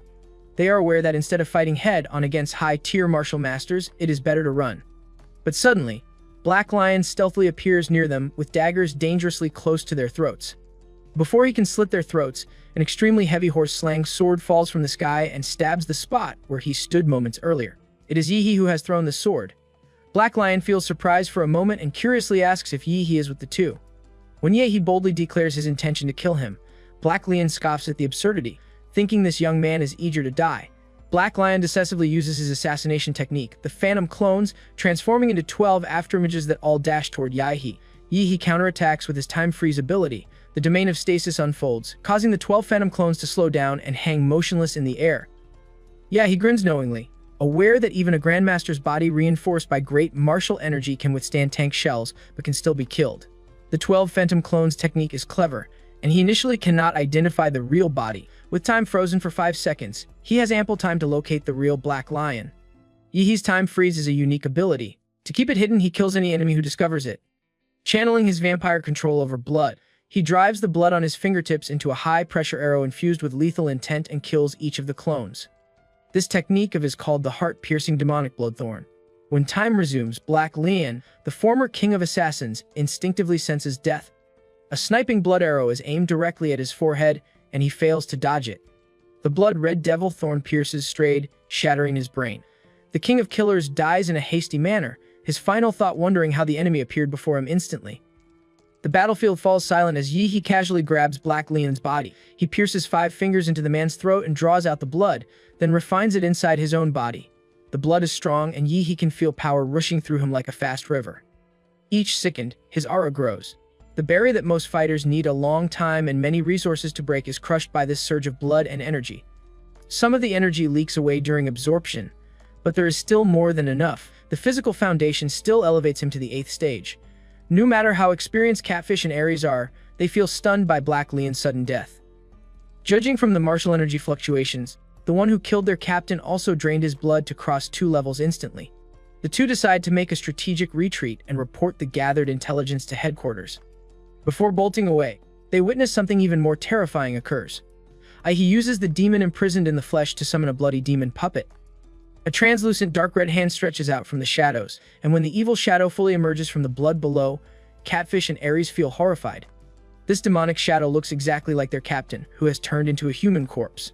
Catfish nearly soils his pants right then, wondering what kind of monsters they have provoked, each more terrifying than the last. He even doubts if Yi is just a martial artist. Ares, with a serious expression, throws away the baby in her arms. The baby grows rapidly in midair, soon turning into a 3-meter tall muscular monster. After instructing the monster baby to hold off the enemy, Ares and Catfish separate and flee. Upon seeing this, Yi instructs Chuzhou and Lu Qingshu to cooperate with his demon shadow and deal with the monster baby, while Yahe chases after the 2 martial artists. Chuzhou does not waste a second and immediately awakens his bloodline, the icing dragon shadow, to fight off this monster baby. Chuzhou turns into a soaring ice dragon. The baby monster roars in anger. Its black muscles swell and glow with dark red light. Heat pours off it as it smashes a burning palm down at Chuzhou. Chuzhou answers with his ice technique, the soaring dragon shadow. Frost covers his ice sword and forms a dragon-shaped phantom. With a light swing, he sends out a huge wave of freezing power that becomes a dragon's head and rushes forward to swallow the baby monster whole. The monster baby roars again. Its burning muscles crash into the freezing wave, and a thick mist rises. It doesn't notice the real danger hidden inside the ice. A sword blade concealed in the ice dragon's shadow suddenly cuts toward the monster baby's throat. Caught by surprise, it jerks its head away. Even so, half of its cheek freezes and then breaks off like glass. Under the broken flesh is an alloy skull, proving it is a bio-engineered creature. Chuzhou had not expected a creature of such enormous size to react so swiftly. Its agile movements make it so fast that it closes in on Chuzhou in an instant. Fortunately, he does not fight alone. The blood demon shadow, which waited patiently in the shadows, transforms into 12 blood shadows in midair. Their bloody knives whip into a dense storm of slashes, tearing into the monster baby's muscles. Even though the monster baby's regeneration ability is not weak, the speed cannot keep up with the wounds inflicted, leaving the monster baby drenched like a blood gourd. Subsequently, Lu Qingzhu fully accumulates her strength with huge purple wings spreading out behind her. She flies high in the sky like a goddess and activates a genetic technique, the purple dark sun flame. The strange lines on her cheeks flash with a dazzling purple glow as countless purple-black feathers gather in her palm and spontaneously combust into purple-black ashes. When the radius of the spherical ash ball reaches 5 meters, the entire ash ball instantly ignites, turning into a purple scorching sun. At that moment, Chuzhou swings his ice sword and freezes the monster baby's legs to the ground. The blood demon shadow grabs it from the front and holds it in place. It can't move. High above, Lu Qingzhu lifts the purple sun with both hands and throws it down. A thunderous boom follows. The explosion shakes the whole city. A giant pillar of burning purple fire bursts into the sky and, for a moment, even hides the cold moonlight. The monster baby is swallowed by the flames. It howls and screams as the fire closes in from every side. Like a maggot attached to a decaying corpse, the violent purple flames seep into its body through the dense cuts, reach its organs, and light them on fire. The monster baby burns from the inside out. In the end, nothing remains but drifting ash. Elsewhere in the silent city, Catfish desperately runs for his life in the sewers. The last time he ran so frantically was on the battlefield of the warlords and drug lords in the Black Triangle. Suddenly, Catfish feels something deadly and leaps backward instinctively. A blue beam of light, like a divine punishment, cuts through the stone bricks on the ceiling, allowing the bright moonlight to shine into the dirty and smelly sewer. Yi appears, sarcastically commenting that rats really like to crawl into sewers. Catfish hears these provocative words but feels no anger, only a primal fear that paralyzes him. Meanwhile, outside the sewers, Aries is running away while keeping a vigilant eye on her surroundings. She sees in the distance a 20-meter-long crescent blade aura shooting straight into the sky under the bright moon. She can feel a familiar killing aura and knows it can only be Yi. Her stomach sinks. The bright blade light is coming from the same direction Catfish ran. Goldsnake and Bluebird are probably dead, the captain is already gone, and now Catfish too. She is the only one left, yet Aries refuses to die. She forces herself to think fast. She wonders which path gives her the best chance to live. She pictures all the routes she knows, weighing speed against safety. She looks for a way with cover, places to break line of sight, and more than one exit. She plans to drop anything heavy, change direction if chased, and use any distraction she can find. Then she picks the route most likely to keep her alive and runs. Aries suddenly looks up at the strange lunar ladder in the sky and thinks of a bold idea. The only thing she can imagine stopping Yi from chasing her is this weird ladder in front of her. She wants to live even if it means giving her soul to the devil. Aries takes a deep breath and quickly makes her way to the location of the moon ladder. Upon arrival, fear immediately grips her when she sees the densely packed naked human bodies with creepy, peaceful smiles on their faces, forming a bridge connecting heaven and earth. She also finds them all extremely old with skin covered in wrinkles like dry bark. It seems that while forming this weird ladder, their vitality has been taken away by the moonlight. Suddenly, a cold voice comes from behind, questioning if she wants to go up there. Terrified, Aries turns to see her pursuer, Yi walking closer. He is holding Catfish's severed head in one hand and a long sword in the other. Waves of killing intent roll off him. Fear takes over. Aries stops thinking about everything else and rushes onto the moon ladder. The ladder looks endless, but she climbs fast, driven by terror. She can feel her lungs burning, yet her feet keep moving. At last, she reaches the top, and what she sees shocks her. A door stands there, carved with delicate patterns. It is beautiful, almost holy. Suddenly, the door opens, flooding the space with a bright purple light. Aries' mind blurs. In the glow, she sees her parents, smiling and reaching out to her, inviting her inside. Tears fill her eyes. She smiles through them, steps forward, and says she has missed them so much, then walks happily through the door. Meanwhile, the figure who suddenly appeared at the bottom of the moon ladder curls a strange smile after seeing Aries enter through the door. The figure looks like Yi, but it is nothing more than a phantom. The illusion was created to push Aries into climbing the ladder. Once its purpose is fulfilled, the phantom dissolves into a streak of moonlight and fades away. The real Yi stands quietly in the distance, observing everything. His eyes reveal both calm and interest. He realizes that the moon nightmare, Barrows, had drawn on Aries' fear and shaped it into an image of him, using illusion to control her actions. This method intrigues him, showing how fear itself can become a weapon. Yi then turns his focus back to the larger picture. 2 members of the Laserbird assassin team are already dead, and the rest are likely to be finished as well. His calculations tell him that the people of the god-descent heavenly kingdom will arrive the following day. Laserbird, having lost both its base and one of its squads, will probably lie low and not interfere further. That leaves no more distractions. After so much preparation and maneuvering, Yi finally senses that the stage has been set. The real performance is about to begin. At dawn, the huge moon moves away from the Earth's surface reluctantly, and the beam of light from the moon dissipates. The people of Lingshui County who formed the human ladder return to the ground. When not bathing in moonlight, they resemble dead wood. Their lifeless skin becomes full again, seeming to return to normal. But this is just an illusion. Their lost vitality has been permanently plundered by the moonlight. They return to their homes with eyes closed as if nothing happened. Yi and his 2 classmates watch the strange scene silently from a distance. Lu Qingzhu feels worried, thinking the mission's strangeness has exceeded their imagination. She indirectly asks Yi if he truly wants to continue. Chu Zhou stares in Yi's direction, waiting for a reply. Yi reassures them not to worry, expressing strong confidence in seeing this through to the end. He mentions they have a powerful ally helping in secret, though this individual does not wish to show themselves. Chu Zhou nods slightly in understanding. He suspects Yi is not from an ordinary family, perhaps an illegitimate son of a powerful warrior or a young master undergoing trials. This would explain the hidden protector Yi refers to as an ally. Yi delegates an important task to Lu Qingzhu and Chu Zhou. Countless demonic shadows burst from his body, densely filling the surrounding space with their murderous aura. He wants the 2 to move with his demon shadows and smash the clay statues in every apartment in the city. Chu Zhou leaves without a word, sword in hand, accompanied by some demonic shadows. Lu Qingzhu looks at Yi with concern but ultimately follows his plan. As she turns away, Yi calls her back. His eyes show confidence, and with a smile he tells her to believe in him. Lu Qingzhu remains silent for a moment, her ears turning red and her mouth curling into a reassuring smile. She replies that she does believe in him but adds that Yi should trust his teammates more in the future and not handle everything alone. Yi returns to the underground palace of Jinshan Buddhist Temple, where Dr. Feng waits patiently. Time is running out, and Yi is not in the mood for Dr. Feng's flattery. They need to prepare for battle quickly. Yi stares at the mountain of reptilian corpses in the pit of the underground palace, a result of his own slaughter. He now wants to give them a chance for rebirth. Activating the power of his anthropomorphism, Yi controls energy lightning to avoid damaging the reptilian cyborg corpses. A 50-meter tall giant with only the upper body forms. The giant raises its hands and tears open its chest, revealing a throbbing heart. A large amount of the giant's blood pours down like a waterfall onto the mountain of corpses. The moment the reptilian cyborgs contact the giant's blood, their dilated eyes tremble and refocus. Their broken bodies squirm with flesh fibers and begin to regenerate slowly. Yi plans to use the vampire virus to revive the reptilian cyborg corpses first. Then, he uses the founding power of his anthropomorphism to grant them the power of giants. When the moment arrives, they will evolve into an army of undying giants, completely bound to his will.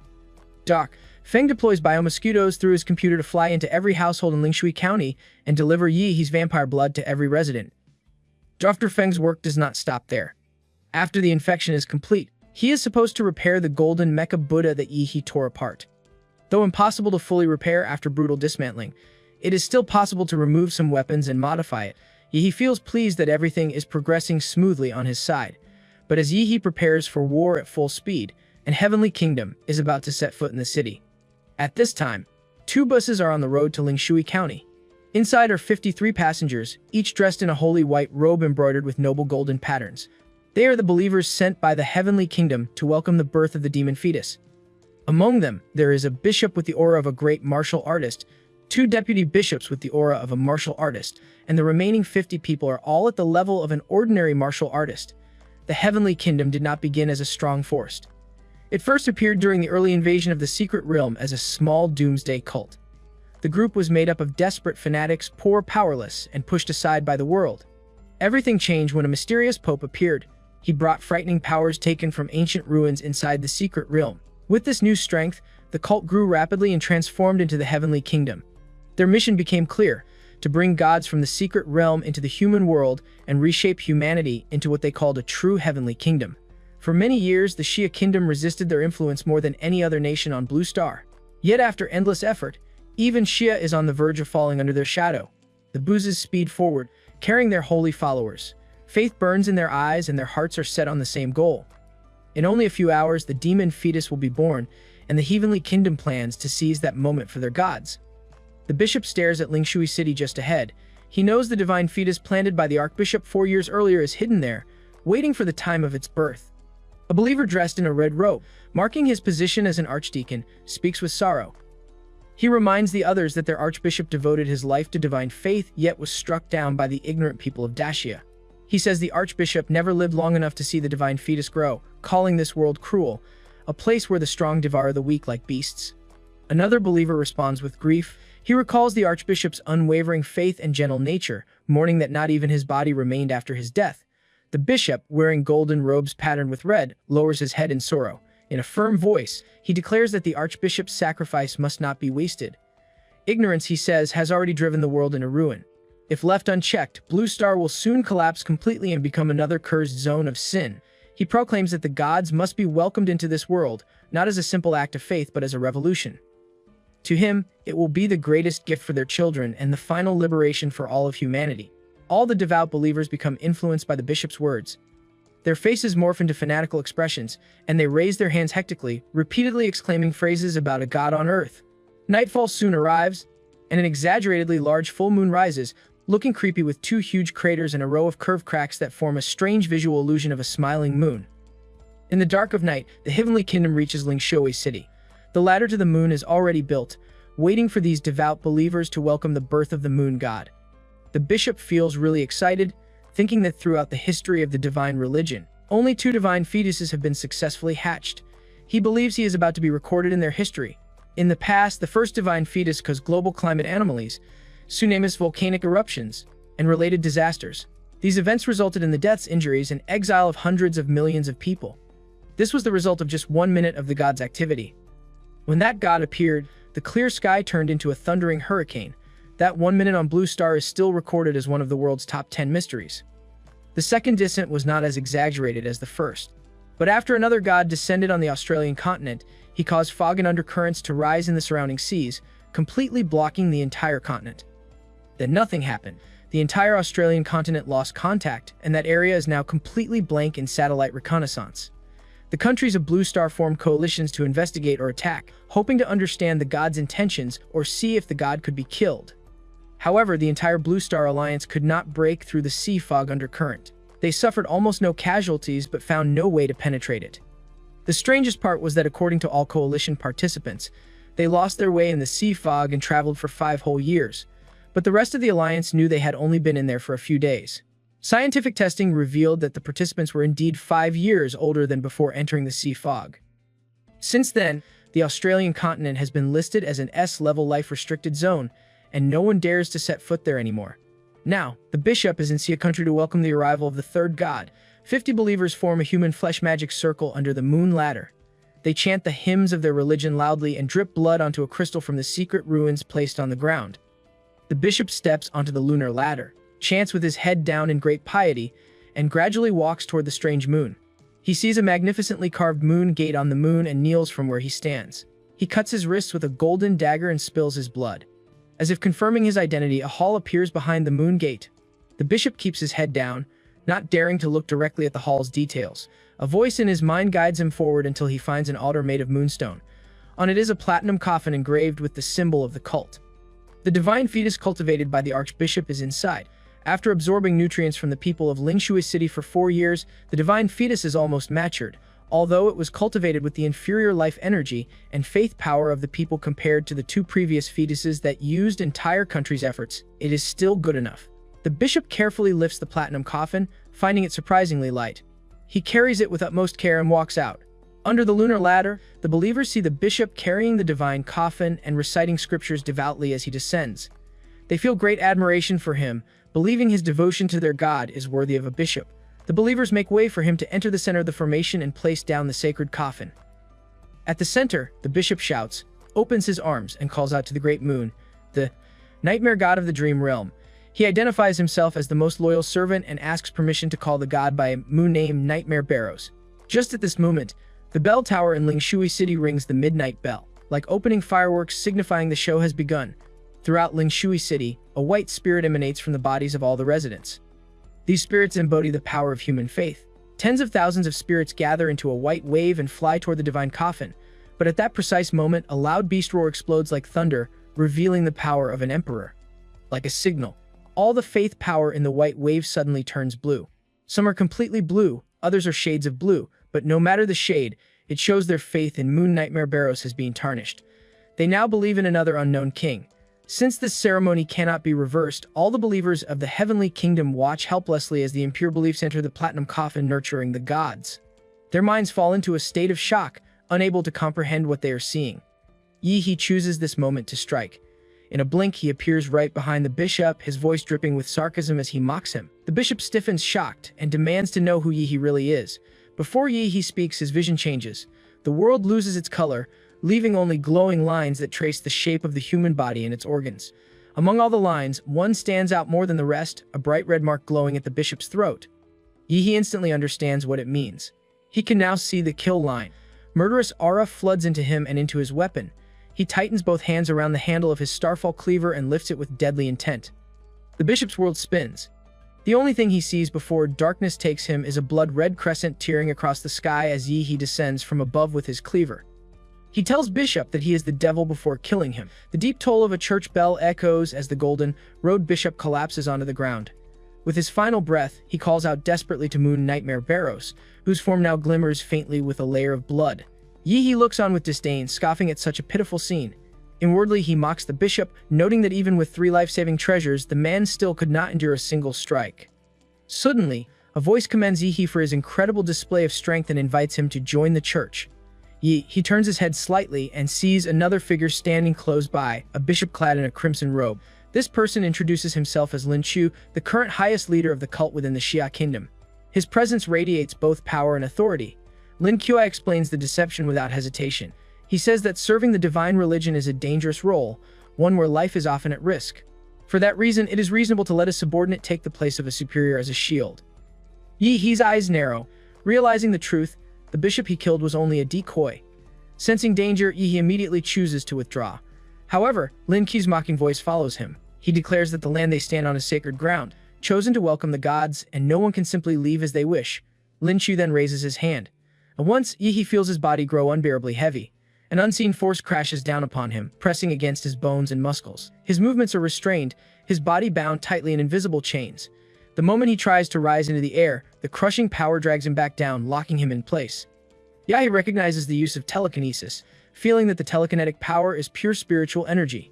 He understands that only spiritual energy can counter it. A golden armored demon emerges from behind Yi, tearing apart Lin Qiu's massive telekinetic hand. Lin Qiu's pupils shrink with shock flashing across his face as he stares at the figure behind Yi. He realizes that Yi has also been trained in the divine arts, possibly due his towering spiritual power and constant exposure to divine sounds. Lin Kuai even curses through gritted teeth, wanting to avoid fighting near the coffin, but Yahe's reaction makes him presume fear. Yi sneers and throws a punch, his arm bursting out with blue lightning instantly. Bones as thick as pillars sprout from the lightning, along with muscle fibers as tough as steel bars, sparks racing alongside. With just one punch, a roaring flesh-forged dragon bursts out in a flash like towering pillars. The dragon's maw crashes toward Lin Qiu's stunned face. Lin Qiu smirks and informs Yahe that such abominations cannot harm him. A thunderous explosion shakes the ground as Lin Qiu is blasted away. The flesh dragon barrels forward with unstoppable force, slamming him relentlessly. It drives him straight through a fortified building like a bullet train at full speed, shattering the entire structure instantly. The exposed muscle fibers stretch for hundreds of meters, dragging Lin Qiu as they tear through countless buildings with blinding speed. Lin Qiu's world spins violently, and when he regains his senses, he is pinned beneath the raging flesh dragon. His ornate crimson robes are reduced to rags. Without the psychic barrier shielding his body, he would have been crushed to dust. At that moment, his veins burst under the strain of overdrawn mental power, with blood pouring from his organs, nearly causing him to black out. Yet, in the next second, his wounds begin to heal. Lin Qiu grins with satisfaction, believing Yi cannot hurt him because he is a being blessed by the gods. Yi stares with an expressionless face and scoffs. He expected that these cult lunatics are nearly impossible to kill, finding it really troublesome. Suddenly, the rest of the frenzied cultists start gathering around him, chanting repeatedly in unison. Yi gives them only a passing glance, smirking to himself. He had almost forgotten these fanatics even existed. The chanting grows louder, reaching a fever pitch. Then, in perfect unison, every cultist draws a dagger. Without the slightest hesitation, each one slashes it across their own throat. Dozens of bodies collapse at once, spraying the ground with blood. Yi sneers at the display, thinking that mass suicide must be the only trick these lunatics know. Their twisted logic is something even he cannot begin to understand. Still, he chooses to wait and watch, curious about what sort of scheme they hope to achieve this time. The answer arrives almost instantly. A cold, slimy wave of spiritual energy sweeps through the air, wrapping around the fallen corpses. The bodies jerk and thrash violently, as if something monstrous is pushing from inside, desperate to escape. Yi narrows his eyes. A sudden tear of flesh splits the silence. A blood-red hand bursts out from the chest of one of the dead cultists, claws dripping with gore. The corpse shudders one last time before splitting open entirely. Crawling free from the ruined shell comes a creature with skin the color of fresh blood, twisted horns jutting from its skull, and long, razor fangs glinting in the light. He stares at the demon without alarm. To him, it is nothing but foreign trash in a borrowed form. He cannot help but smirk at the lunatics using their bodies as conduits to summon what he considers trashy demons. 50 cultists attempt to flood the battlefield with these mass spawns. However, he has his own mass spawn ready. The moment he throws his head back, a roar reverberates across the entire county. Bolts of lightning identical to his earlier transformation into a giant explode throughout Lingshui City. Countless giants, each over 20 meters tall, rise from the ground and rush toward the battlefield, responding to their king's call. The demons shriek in frenzy, but they are no match for Yi's giant avatars, being crushed into dust within moments. The Archbishop stands dumbstruck, staring at the towering giants born from the Byarillion warriors. His mind reels from the sudden events. An archbishop killed instantly, an army of giants appearing from nowhere, and Yi disappearing from sight. The archbishop quickly uses his spirit sight to locate He striding toward the divine coffin. Realizing Yahi's target is the god fetus, he bolts to stop him but is immediately intercepted by Chu Zhao and Lu Qinzu. Scorching violet flames and a blast of freezing dragon breath flare up, boxing him in with each aura carrying terrifying weight. The archbishop's brow furrows as he recognizes the preparation behind this attack. From the decapitation strike to the giants crushing the demon horde, and now this pincer move. He wonders if they are Lonko operatives who knew of the church's plan all along, fearing the mission might be doomed. He reaches the divine coffin, feeling a chill cold enough to freeze his soul and a searing hostility radiating from it. He understands this reaction since he is entering the presence of a so-called god.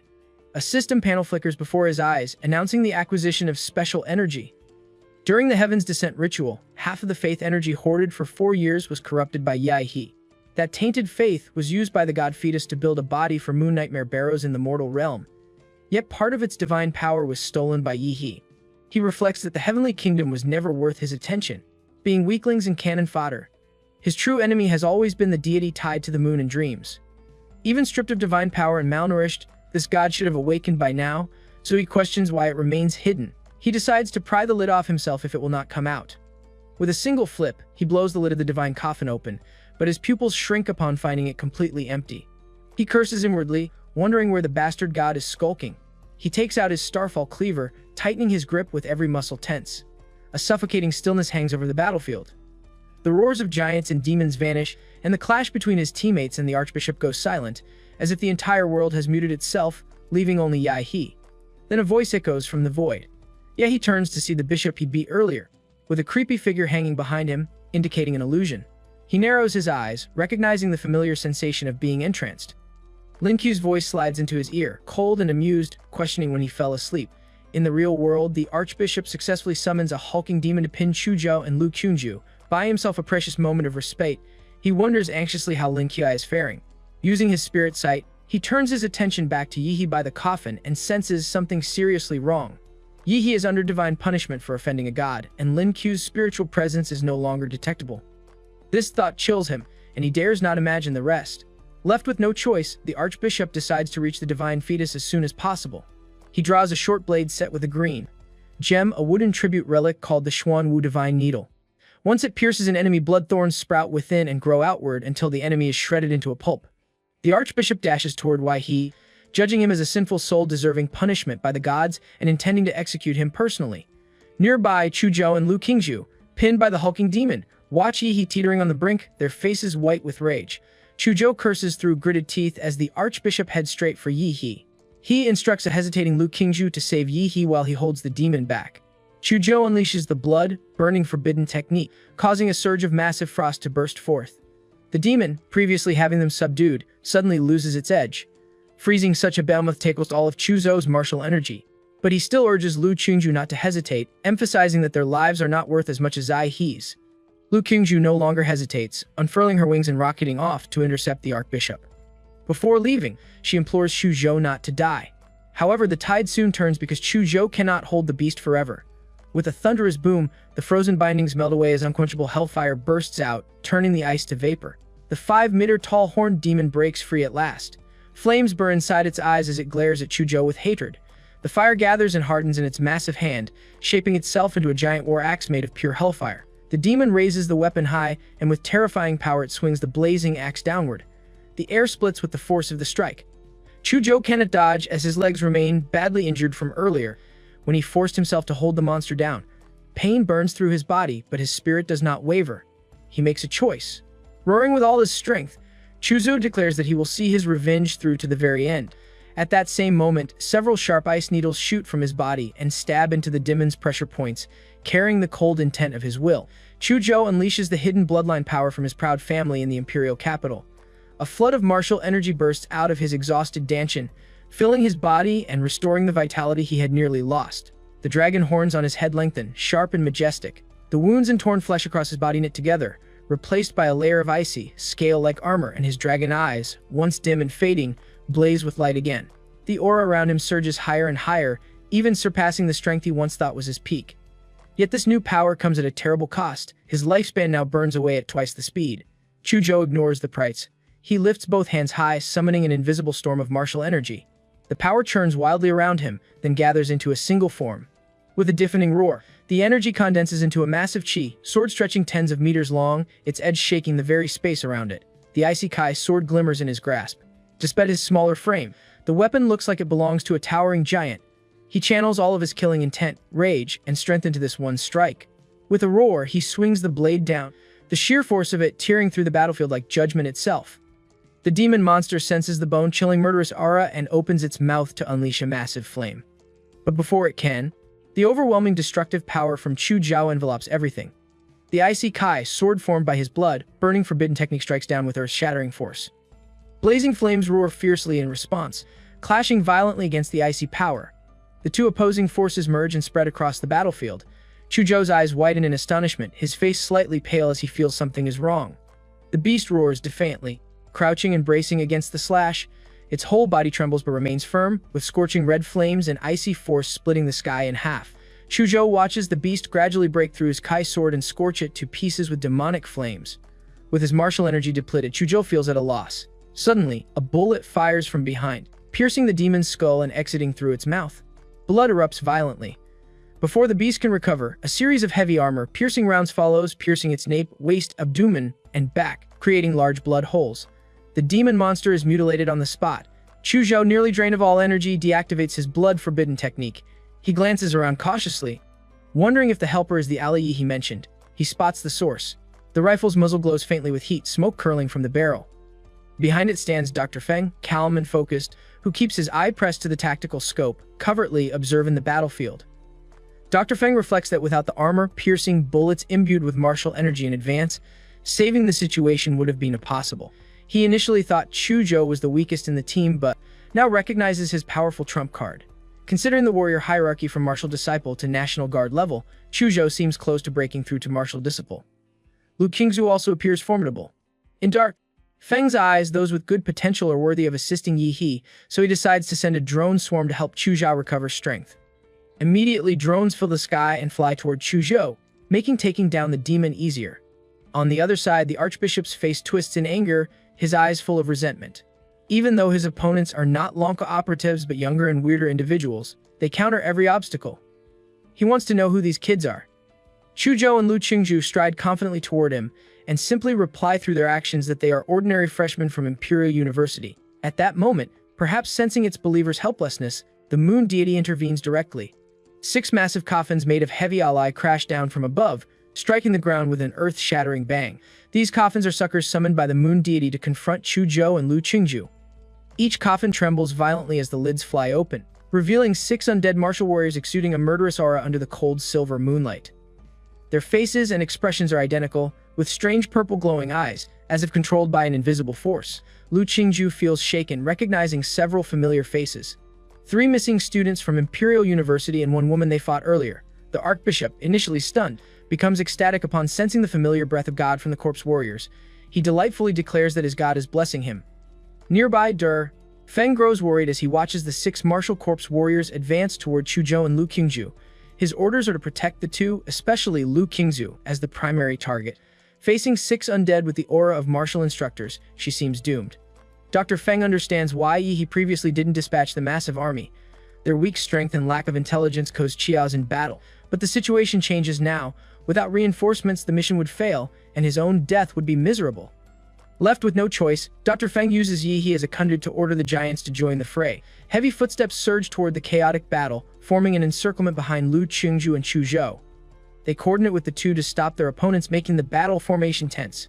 Lu Qingzhu glances around. She quickly realizes the towering giants are allies sent to delay the corpse warriors.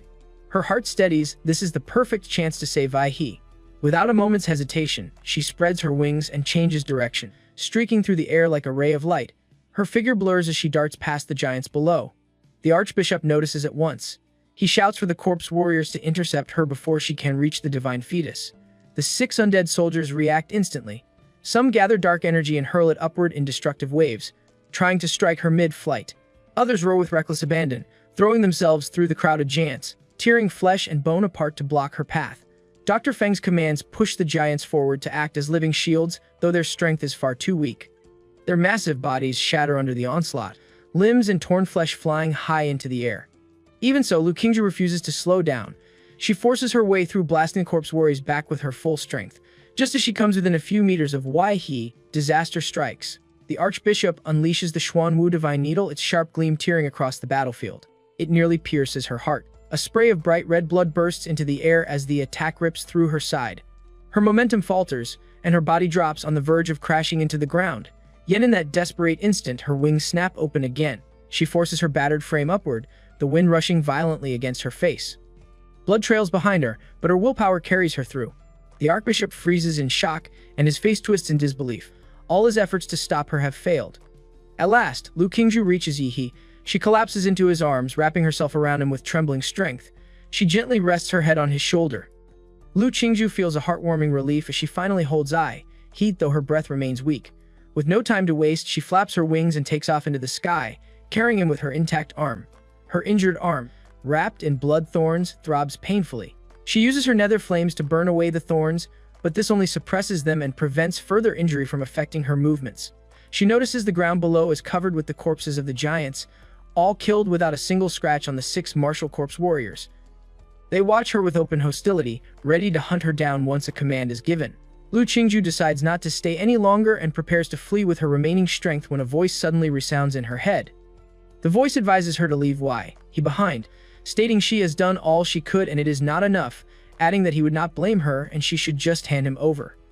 For a moment, Lu Qingju wonders who the mysterious voice belongs to, but upon realizing it is Moon Nightmare Barrows, a surge of anger flares within her.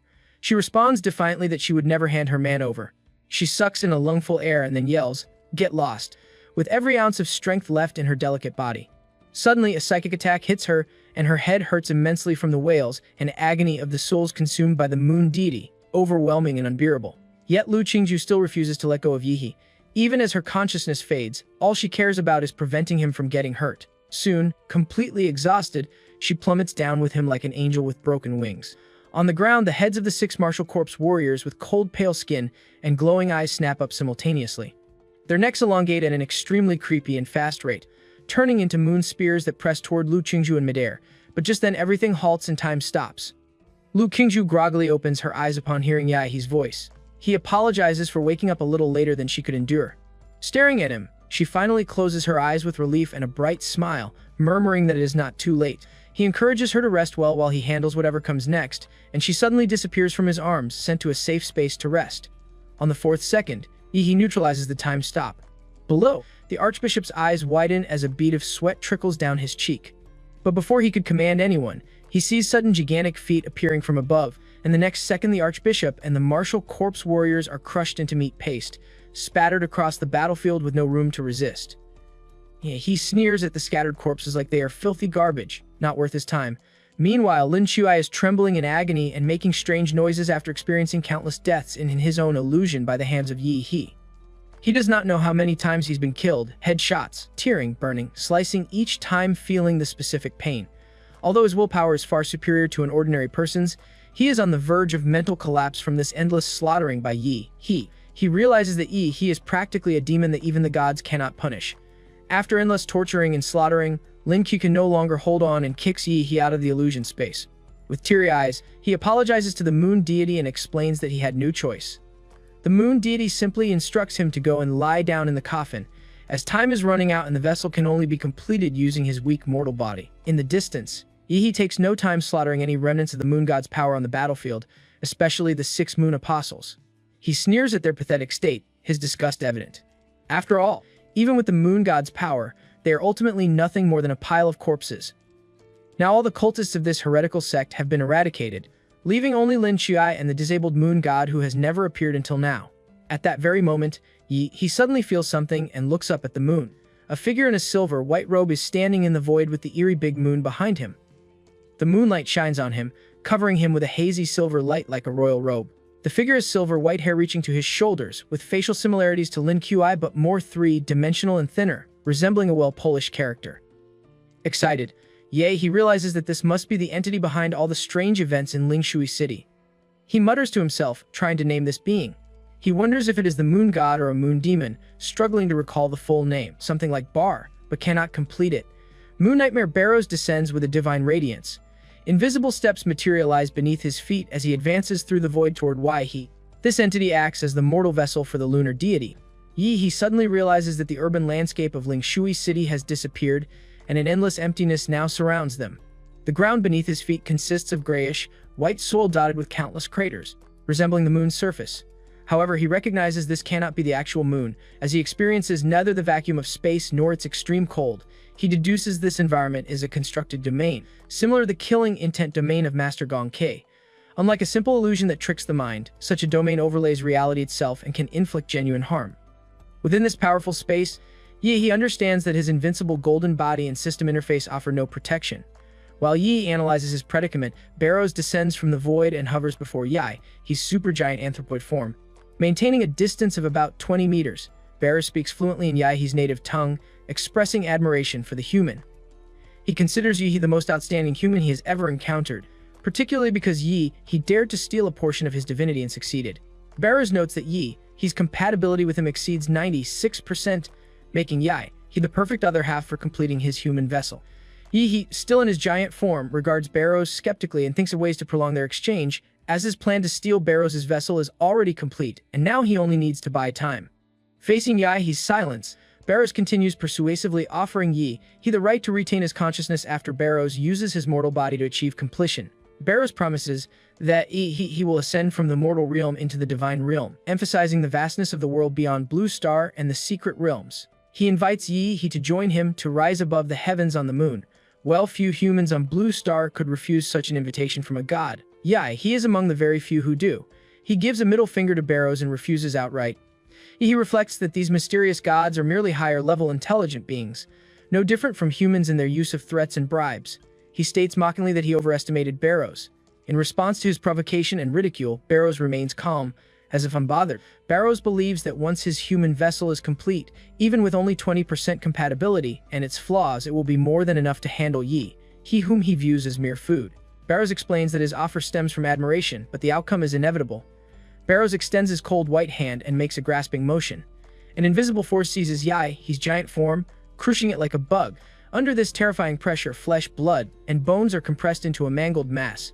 Yi is startled as his giant body is destroyed instantly.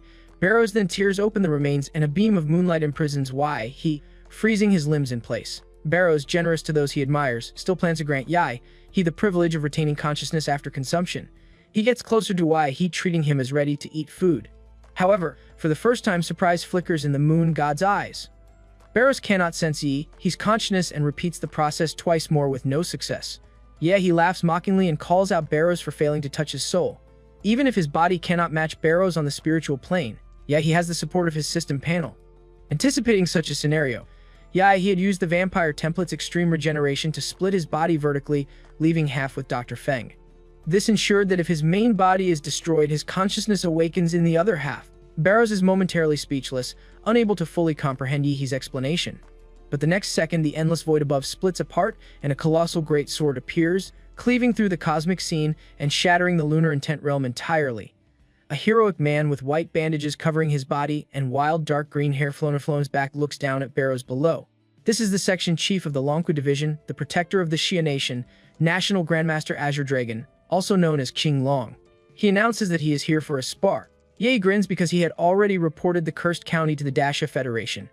From the start, he never intended to defeat Barrows, but only to snatch the divine power brought into the mortal vessel. Feng advanced to report everything in Lingshui City to the Dasha Federation, knowing how seriously they take matters related to demon fetus hatching.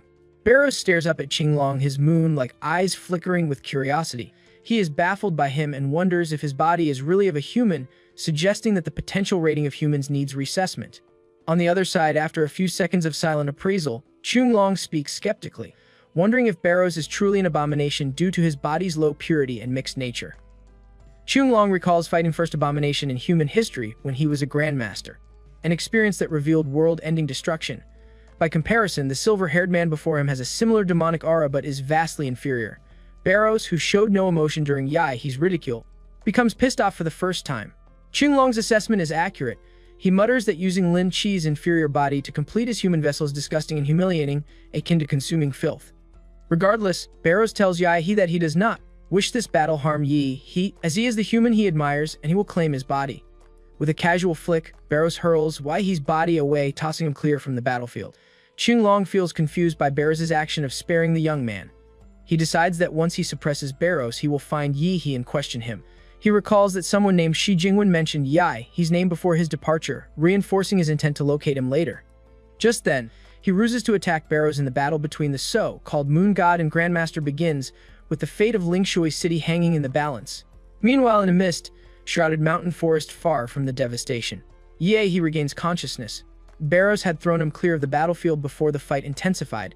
Disoriented, he tries to determine his location. He circulates his ki and expands his life magnetic field to its maximum range but detects no trace of Linshui City. This confirms the Moon Demon understood his battle with Azure Dragon would annihilate the entire county and surrounding areas, hence the strategic relocation. Fortunately, Yahe had previously instructed Dark Feng to evacuate Chu Zhou and Lu Qingshu, otherwise they would have been vaporized by the conflict's aftermath. The realization that Barrows possesses such powerful teleportation ability worries him. Such capability would make future evasion extremely difficult. He checks his system panel, feeling an unsettling sensation of being stalked by an obsessive entity. The thought frightens him, realizing even someone like him needs self-protection measures. With distance from the battlefield, he finally has time to examine the stolen divinity. After such effort, he hopes the prize proves worthwhile.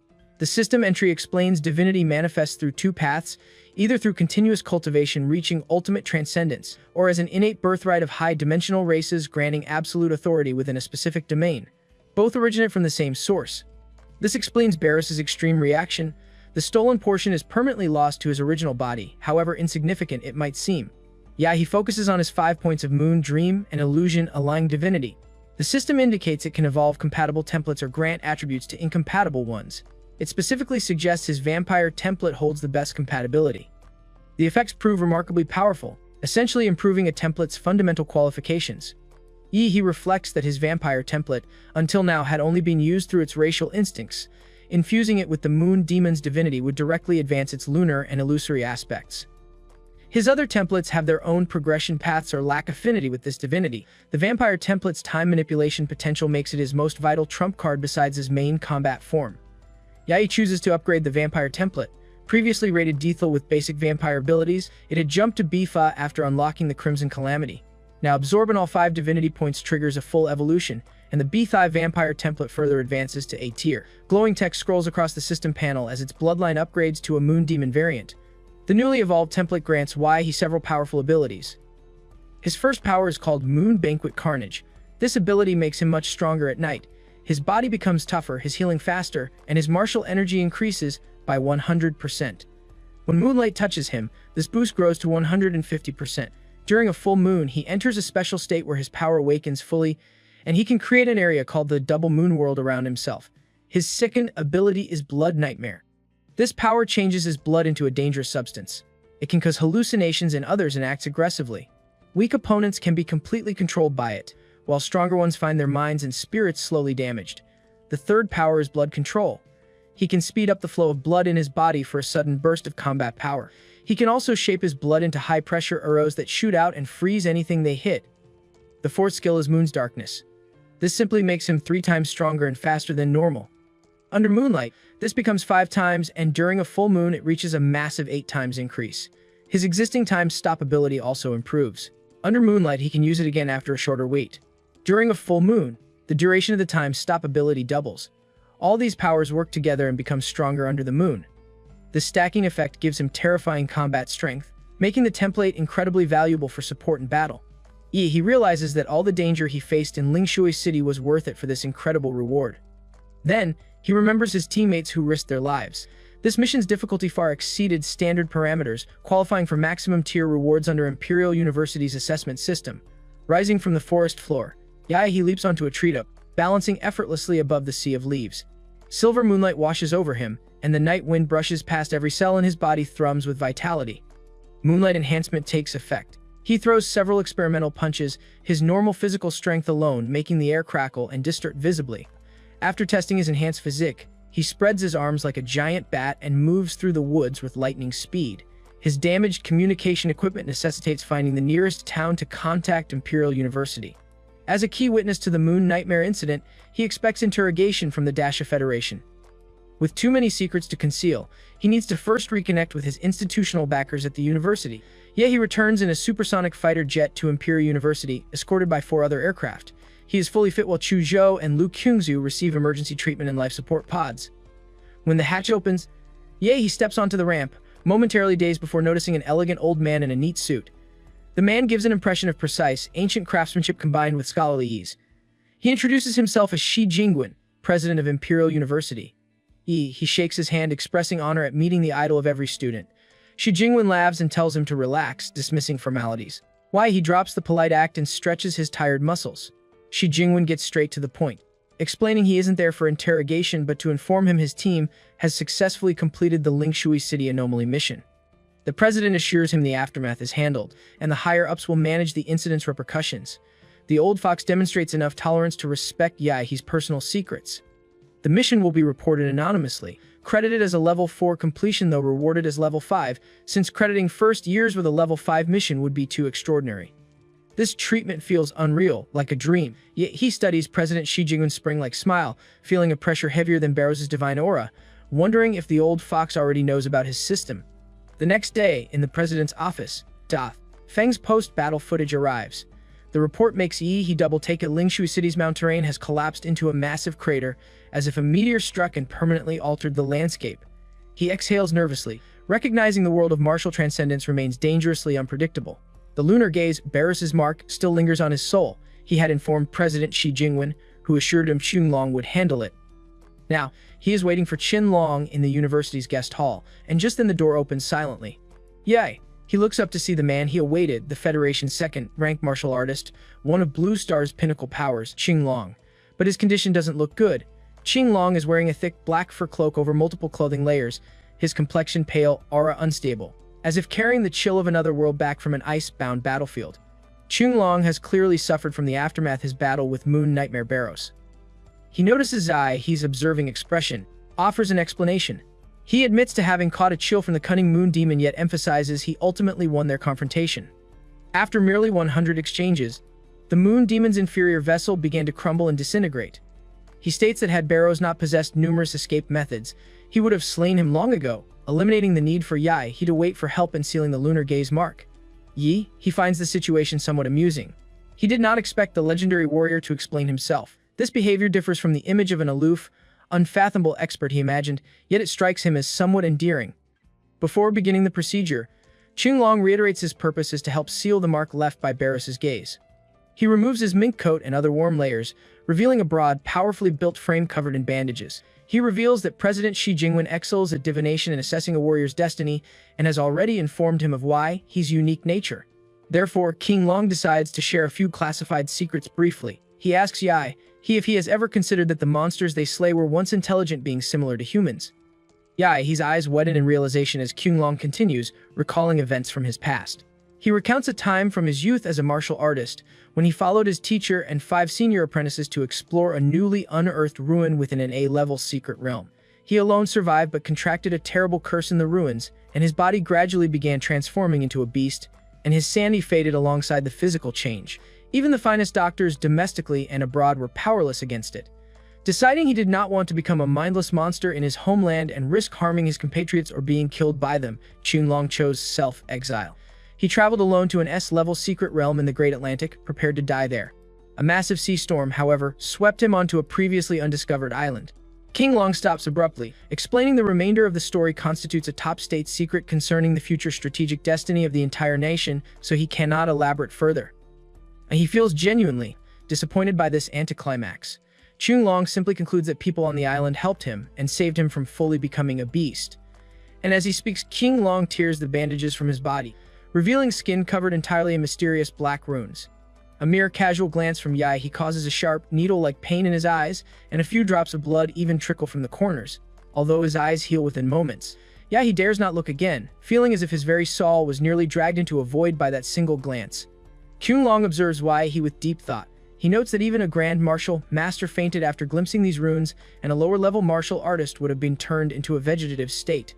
Yet he only bled slightly. This outcome matches his expectations, confirming his special nature. He remarks that Shi Jingwen has never misjudged anyone, suggesting he might truly possess the potential to alter the world's increasingly perilous situation.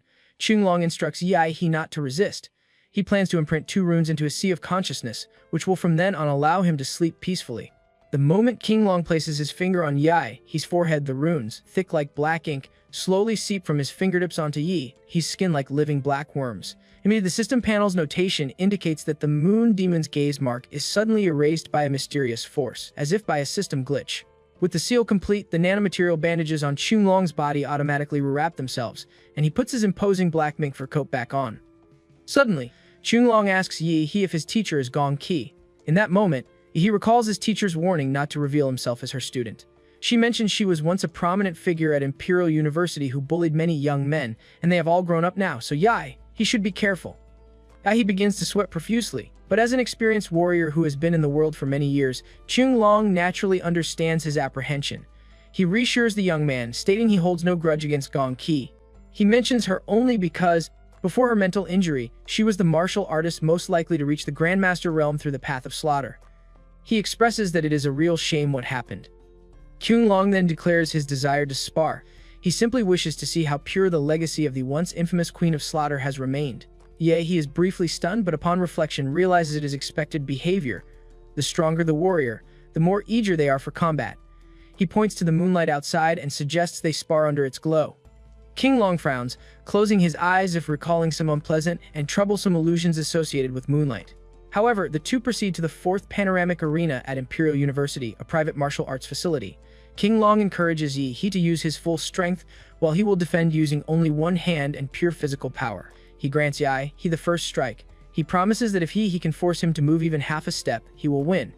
Victory would earn He one free request for Qinglong's aid, plus direct admission into the premier department of the Great Sea Lanka Division with all associated rights and privileges. This promise is exceptionally generous because Qinglong believes why he cannot possibly succeed. The showdown begins, and the next instant bright moonlight shines down on He, illuminating his figure, and his whole body then erupts with a crackling sound as he draws the meteoric blade, holding it high overhead and activating the moon banquet carnage. The surrounding moonlight suddenly becomes stained with blood, painting the entire arena in a faint crimson glow that further strengthens He's murderous intent. The silver blade is instantly dyed a murderous red. Majestic martial energy and bloody power pour into it, causing the blade to extend into a 40-meter-long bloody shadow. Qinglong's pupils contract. He actually senses an aura similar to the moon demons, yet it lacks the filthy corruption of the demon world, instead sharing the same origin as the moon itself. He genuinely wants to ask how he achieved this. As prior records indicated, he never displayed any moon-related characteristics. He struck down the 40 fighter, long sword with the murdering intent of the moon of massacre, transforming into a gigantic blood-red crescent moon that tears through the air. The bloody light dyes the ground crimson, and an endless murderous intent sweeps across the entire campus. Observing He's performance, Qinglong clenches his fist and casually punches toward the incoming blood-red moon slash. Meanwhile, deep within Imperial University Research Institute at Gong Qi's confinement center, the woman originally lazing on her sofa suddenly tenses up like a startled hamster. She wonders if the murderous intent she just felt belongs to He. She finds it impossible that he could possess such terrifying killing power after only 3 days of absence. She worries her disciple may have lost control and attempted to massacre an entire city. It is not just Dong Ke. Other students and teachers associated with martial arts routes at Imperial University, or those with keen perception, all feel the sword intent, deep as a sea of blood. Even Xiang Jianzhuang, who is in his bed with his girl, stares intently in the direction of the academy's martial arts arena. His girl wraps her arms around his neck, and she asks what is wrong, wondering what could be more important than their imminent entertainment. Xiang Jianzhuang brushes it off, saying it is nothing serious. He explains he sensed an insanely terrifying murderous intent and did not expect it to propagate over such a long distance.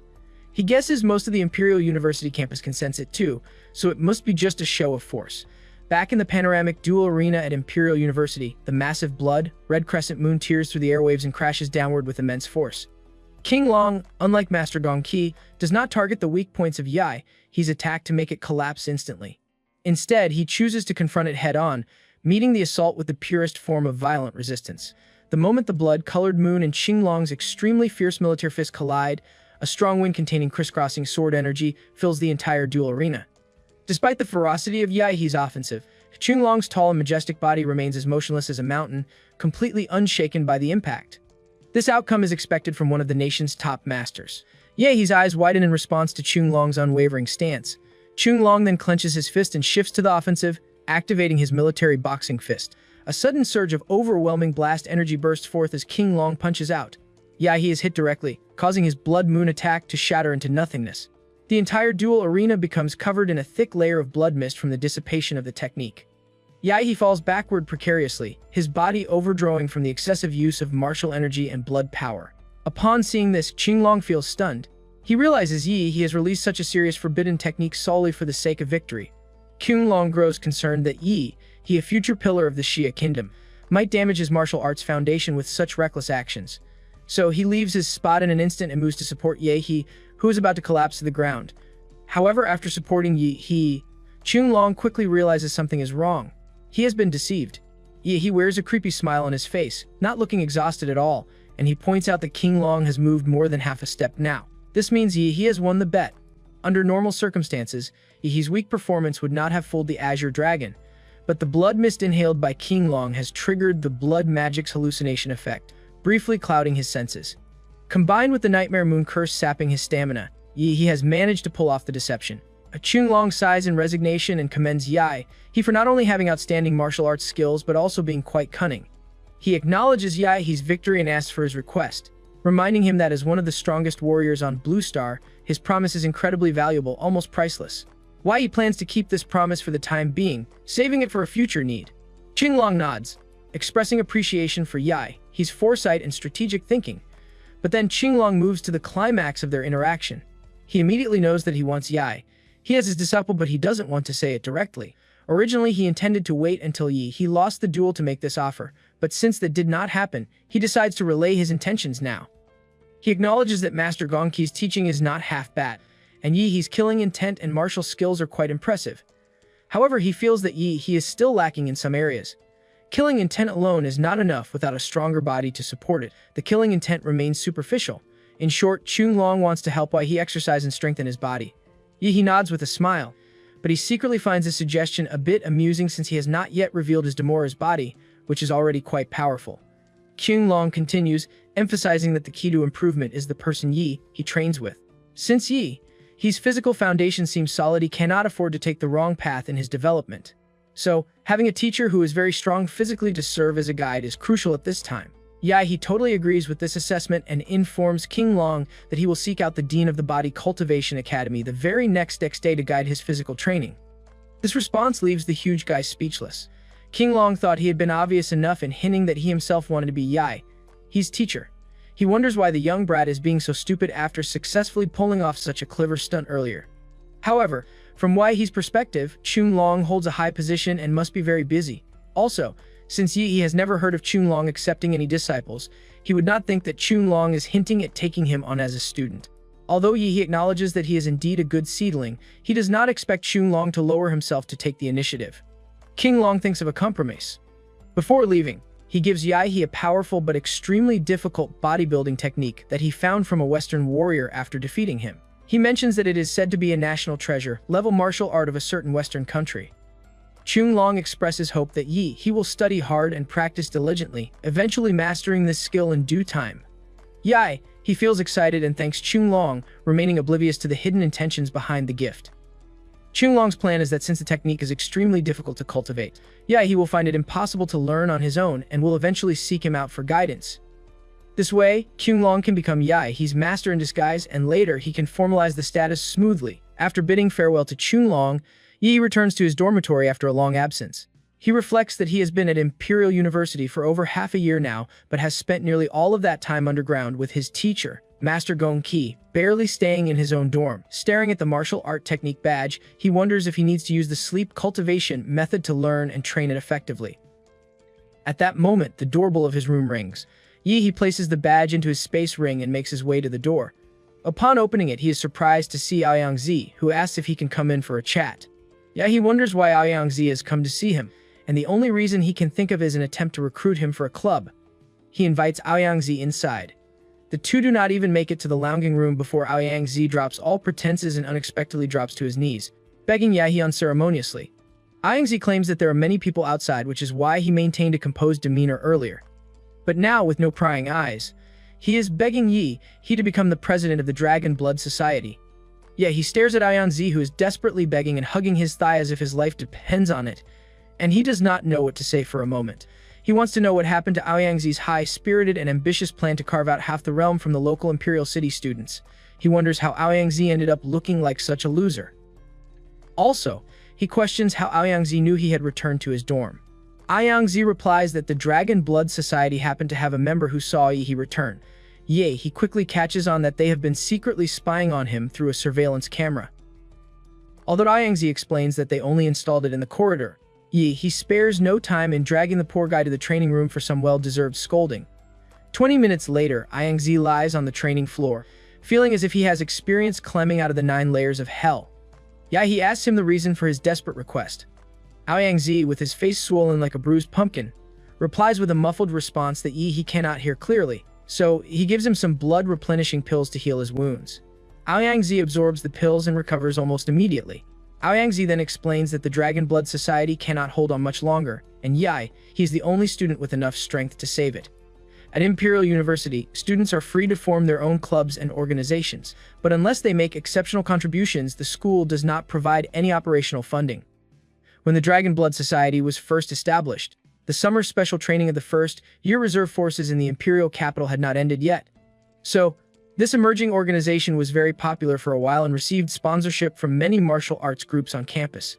Under Yang's leadership, the Dragon Blood Society opened discounted channels with many businesses as a benefit for its members, further attracting other students to join. The large influx of students increased the commercial value of the club, thereby attracting more resources and sponsorship, which in turn attracted even more students. This was originally a virtuous cycle.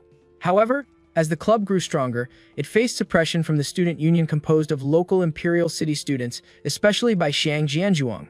The result was that the Dragon Blood Society suffered a series of setbacks. Its commercial value continued to decline, investors gradually left, and the club's welfare channels were closed. When ordinary members saw that the club was failing, they all thought about jumping ship and leaving. Now, outsiders would be even less likely to join a declining club. Currently, the Dragon Blood Society has fallen into a difficult situation. With this intel, he understands that Yang's strength is not enough, meaning he got his ass handed to him by Xiang Jianzhuang in confrontations. The society is on the brink of collapse, and Yang sees he is the only hope for revival due to his proven capabilities and influence.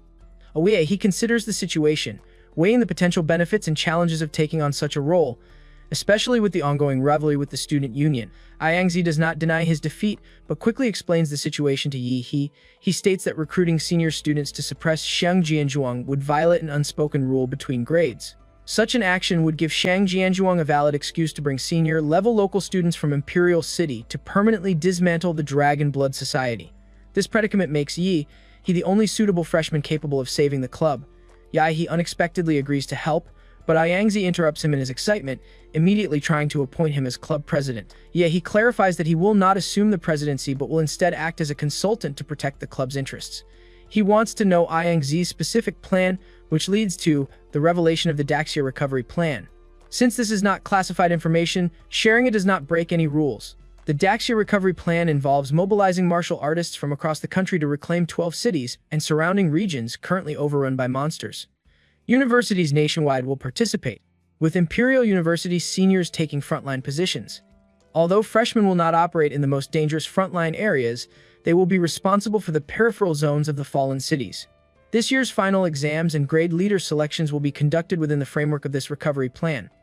Yang wants he to take full command of the club during this operation, hoping he can achieve the highest score upon completion. He narrows his eyes skeptically and declares that the plan details can be discussed later. First, he requires Yang to handle one more matter. Yang, suddenly sweating profusely, understands immediately that he refers to the surveillance camera. He supervises as Yang personally dismantles the equipment before taking his leave. He recognizes that Yang has indirectly provided him with a perfect opportunity. Achieving significant accomplishments in the recovery plan could grant him a chance to draw a new template from his system. Higher achievements increase the likelihood of obtaining a superior template. He also notes Yang's business acumen, thinking that with proper support, the Dragon Blood Society could reach unprecedented heights at Imperial University. Such success would undoubtedly yield a better template reward than those from Zodiac City and the college entrance exams. His ultimate goal remains mastering both his templates and martial arts. The next day, in the Dragon Blood Society's cater meeting room, all 12 core members gather, including several old acquaintances from Zodiac City. One idiot, named Zhen Chen, lounges with his legs propped on the table, smoking a cigarette with evident contempt. He questions Yan Zhengsheng about Yang's tardiness, his demeanor highlighting his dissatisfaction. Yan Zhengsheng stares at Zhen Chen with irritation, recalling how politely the same person used to address Yang when the society flourished. Now he uses Yang's name directly while acting provocatively. Though suspecting Zhen Chen plans something underhanded, Yan Zhengsheng remains calm and explains that the vice president is fetching the Dragon Blood Society's real president, and they will arrive shortly. Everyone freezes for a moment upon understanding his meaning, particularly Zhen Chen and Lan Yusi. They remember Aoyang always referring to himself as vice president, while publicly reserving the chairman position for Wei. Zhen Chen and Lan Yusi's expressions shift to pure terror as they recall their encounter with that monstrous freshman.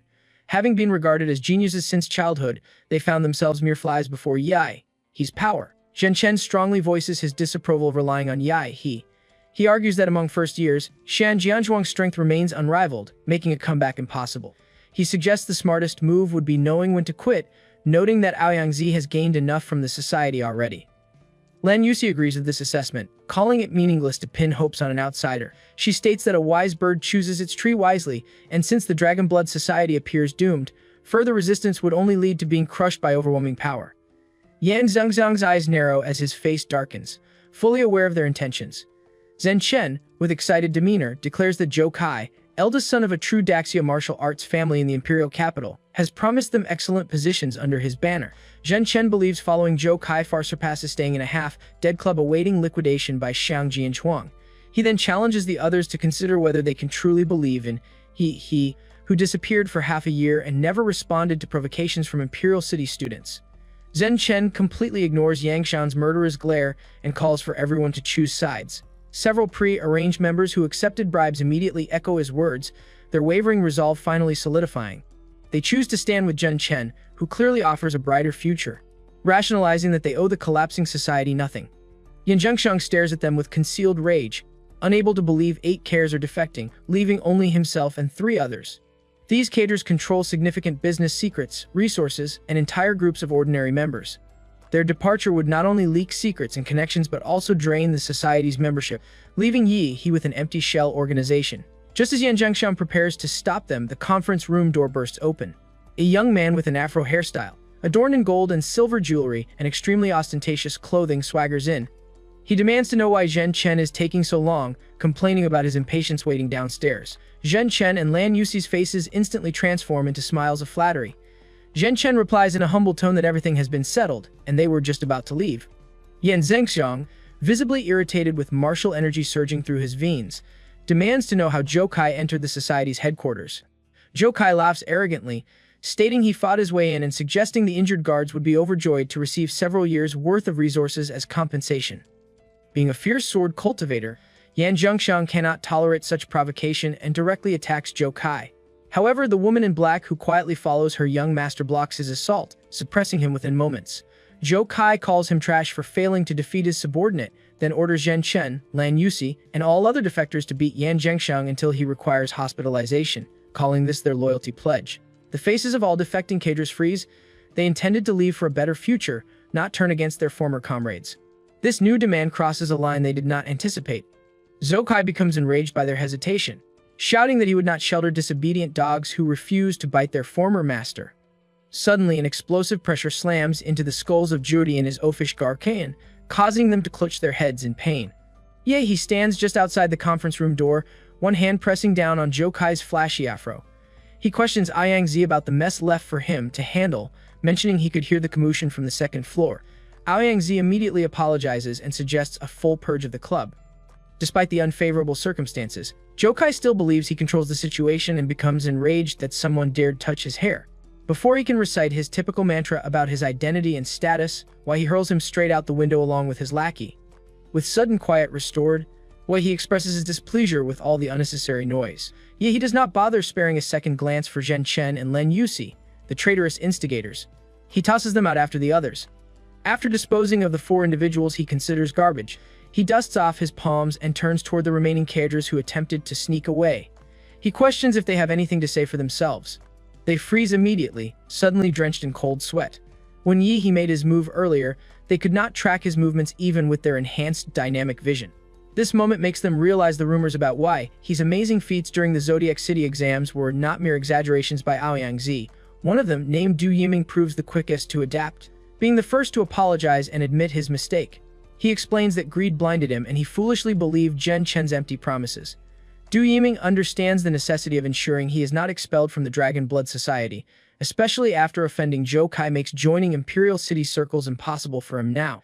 The other cadres quickly follow his example with their own apologies. He gives Aoyang a look, indicating he should deal with them as he sees fit. Their division of labor is clear. Yet he has no interest in wasting time on the society's trivial matters, recognizing this is not his area of expertise. Iangzi informs the cadres they will not be expelled, but their positions will be under review. He states that failure to meet requirements will result in removal from their posts. Furthermore, he bans them from all Dragon Blood Society activities for 1 week. Iangzi demands to know if they accept this punishment. The room falls silent as they consider protesting, but a sudden murderous aura from He makes them immediately compliant. While he coldly reiterates Iangzi's question, wanting confirmation they accept their punishment, the cadres feel as if their hearts are being gripped by an invisible hand, creating a suffocating pressure. In unison, they reply that they accept. Iangzi narrows his eyes as he watches them leave. He has already decided to remove them from leadership eventually, but for now, they must be kept in place because the club cannot withstand further turmoil. This is why he avoided expelling them immediately. Now, only the members Iangzi deeply trusts remain in the conference room. He takes the main seat without ceremony. He informs Iangzi he already understands the Dragon Blood Society's predicament fundamentally stems from lack of funding and investment.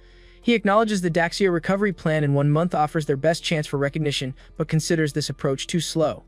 He proposes a more direct solution, having constantly heard Xiang Jianzhuang's name since returning to Imperial University. He suggests simply challenging the source of their problems directly. He believes defeating Xiang Jianzhuang would immediately resolve their difficulties. The group stares at him with incredulous looks. They recognize the idea sounds simplistic, but only someone with his strength would propose it. Unfortunately, they inform him that Xiang Jianzhuang announced his seclusion that very morning to break to the martial master realm.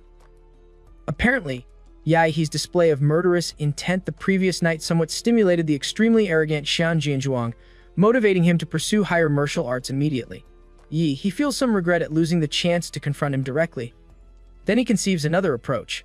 If attracting investment requires demonstrating strength, he reasons his opponents need not be limited to freshmen. Creating momentum through a dramatic gesture would serve their purpose better.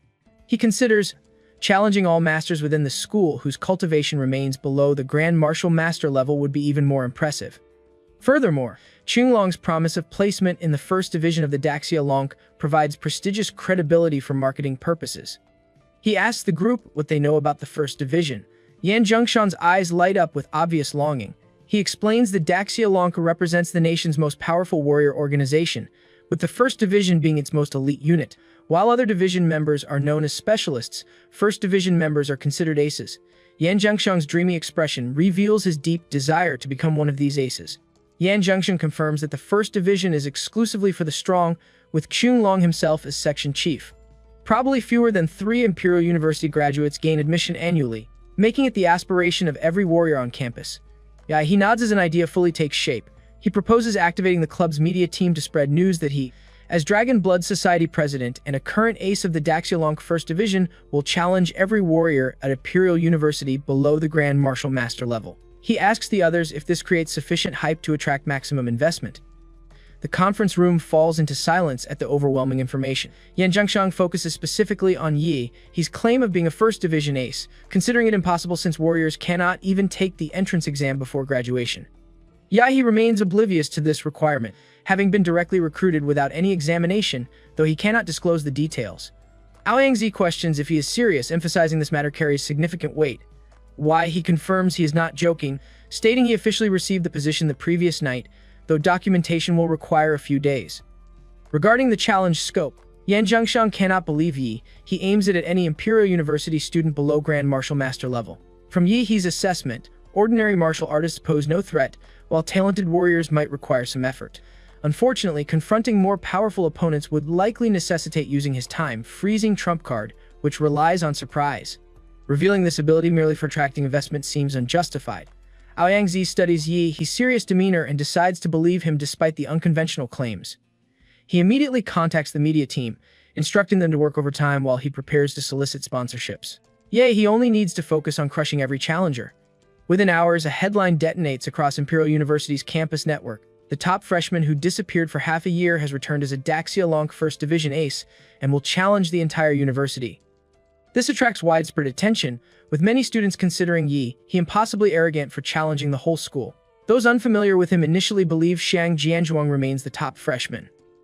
And as discussion intensifies, students who know of he share information about his achievements as the top scorer in the reformed freshman entrance exams, even alarming several college deans at the time. Despite this past fame, many wonder about his 6-month disappearance. Beyond the challenge controversy, nearly every student questions how he gained first division admission, especially since recent graduates describe the exam as extremely difficult with a 99% failure rate. The evident conclusion that he received with a direct examination makes most students incredulous, with some speculating about unconventional methods. The buzz around he continues unabated, becoming the semester's most anticipated event. Meanwhile, at Imperial University Hospital, Shuzhou and Lu Qingju see the news from their hospital beds. Their first thought is why he cannot remain still. Nevertheless, they recognize such a bold move means someone is about to experience misfortune. Ayangzi's efficiency proves remarkable. He quickly builds momentum around with the news spreading beyond campus and going viral online. The validity of he's first division status becomes a central controversy, with countless netizens questioning whether this is merely a traffic attraction scheme. When a Daxia Longkut official confirms he was indeed hired as a special talent without examination, the media frenzy intensifies rather than subsiding. Critics continue questioning his strength and whether he deserves the ace title, with some speculating about backdoor deals. These critics challenge he to prove himself during the live broadcast, while others urge patience until the competition reveals whether he is a fraud. Ayangzi seizes this controversy, leading his journalism team to manipulate the narrative. Public opinion divides into believers, detractors, and neutrals, but all groups maintain interest in watching his live broadcast. With overt and covert promotions, the live stream's popularity surges dramatically. Major platforms send representatives to negotiate exclusive broadcast rights, while advertisers flock to throw money at the Dragon Blood Society. In just one day, society experiences a miraculous revival with massive cash flow. Meanwhile, at the Imperial University Hospital, Jokai reads about he from his hospital bed and laughs in angry disbelief. After being thrown out by he not only had his martial energy sealed but also suffered internal injuries from hidden energy. He remembers the humiliating scene clearly. Before he could arrange retaliation, the same individual now organizes a school-wide challenge, which Jokai interprets as courting death. Jokai's expression turns as ruthless as a poisonous snake. An evil smile appears on his lips as he notes that warriors compete in the ring, but swords have no eyes, so even if someone is accidentally killed, that's normal. 2 days pass quickly as popularity continues to rise, finally bringing the day of his challenge. The audience feels puzzled by the nighttime scheduling. The Dragon Blood Society secures the largest jewel arena on campus, a structure strikingly similar to an alternate Earth's bird's nest stadium. Grand salutes explode in the sky while passionate music accompanies catchy drum beats, marking the official start of his school-wide competition. Countless students fill the arena stands, roaring and waving glowing sticks. The live broadcast viewer count exceeds 30 million. A helicopter rented by the Dragon Blood Society hovers above like a hawk, serving as his diving platform. Upon hearing the host's signal, he jumps from the plane without any protective measures. Atomic energy erupts within his body, accelerating his speed twice in midair and transforming him into a blue meteor that breaks through the clouds under the gaze of millions. He pierces through the clouds in an extremely ostentatious fashion, creating sonic booms during his descent. A thunderous impact accompanies his smooth, stylish landing. His handsome and masculine frame stands out under the dazzling moonlight like a god descending from heaven. The live broadcast comment barrages suddenly skyrocket tenfold, quickly labeling this as the year's most impressive entrance. The audience, uncertain of his strength, now feels sure about one thing. He is definitely an expert in showmanship, and his swagger appears off the charts, making it clear that anyone fighting him has already lost in entrance presentation alone. Long Tao, a sophomore, watches he from afar with clear dissatisfaction. His friend notices this and wonders if he plans to face he. Long Tao states he must make an appearance mainly because of the massive traffic flow. Being a small internet celebrity, he hopes to increase his fan base through this competition. From his experience, the first challenger never loses regardless of outcome.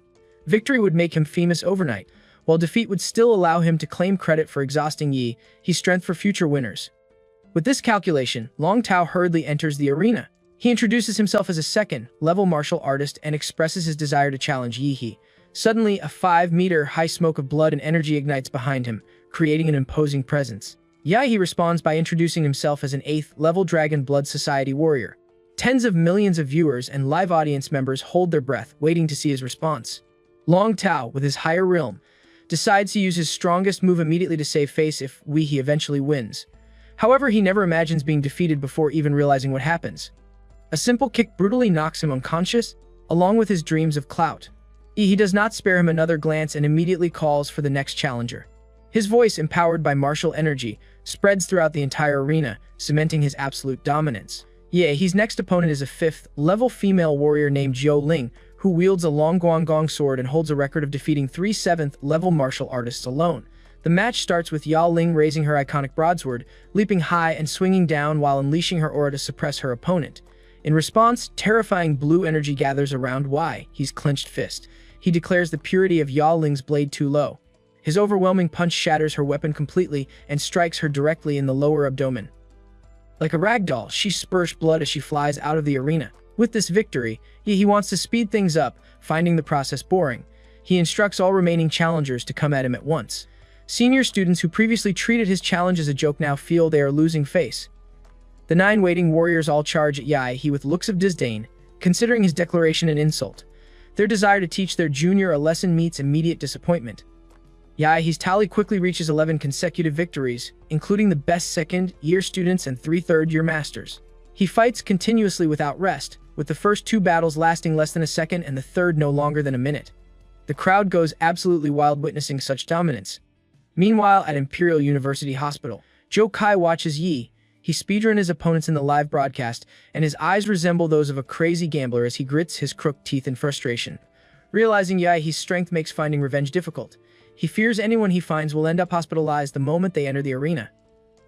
A name suddenly pops into his mind: his brother Zhou Yanning, the eldest son of this generation's Zhou family. However, Zhou Yanning is known as a stubborn blockhead who follows only his own reasoning and would definitely not help seek revenge. An idea suddenly registers, making the bastard show a sinister smile. Back in the arena, he stands proudly at the center, gazing in all directions like an unshackable pillar supporting the sky. Facing his brutality, the second and third years grit their teeth helplessly. The truly powerful talents from these classes, along with most reserve graduates, have already broken through to the Grand Martial Master level.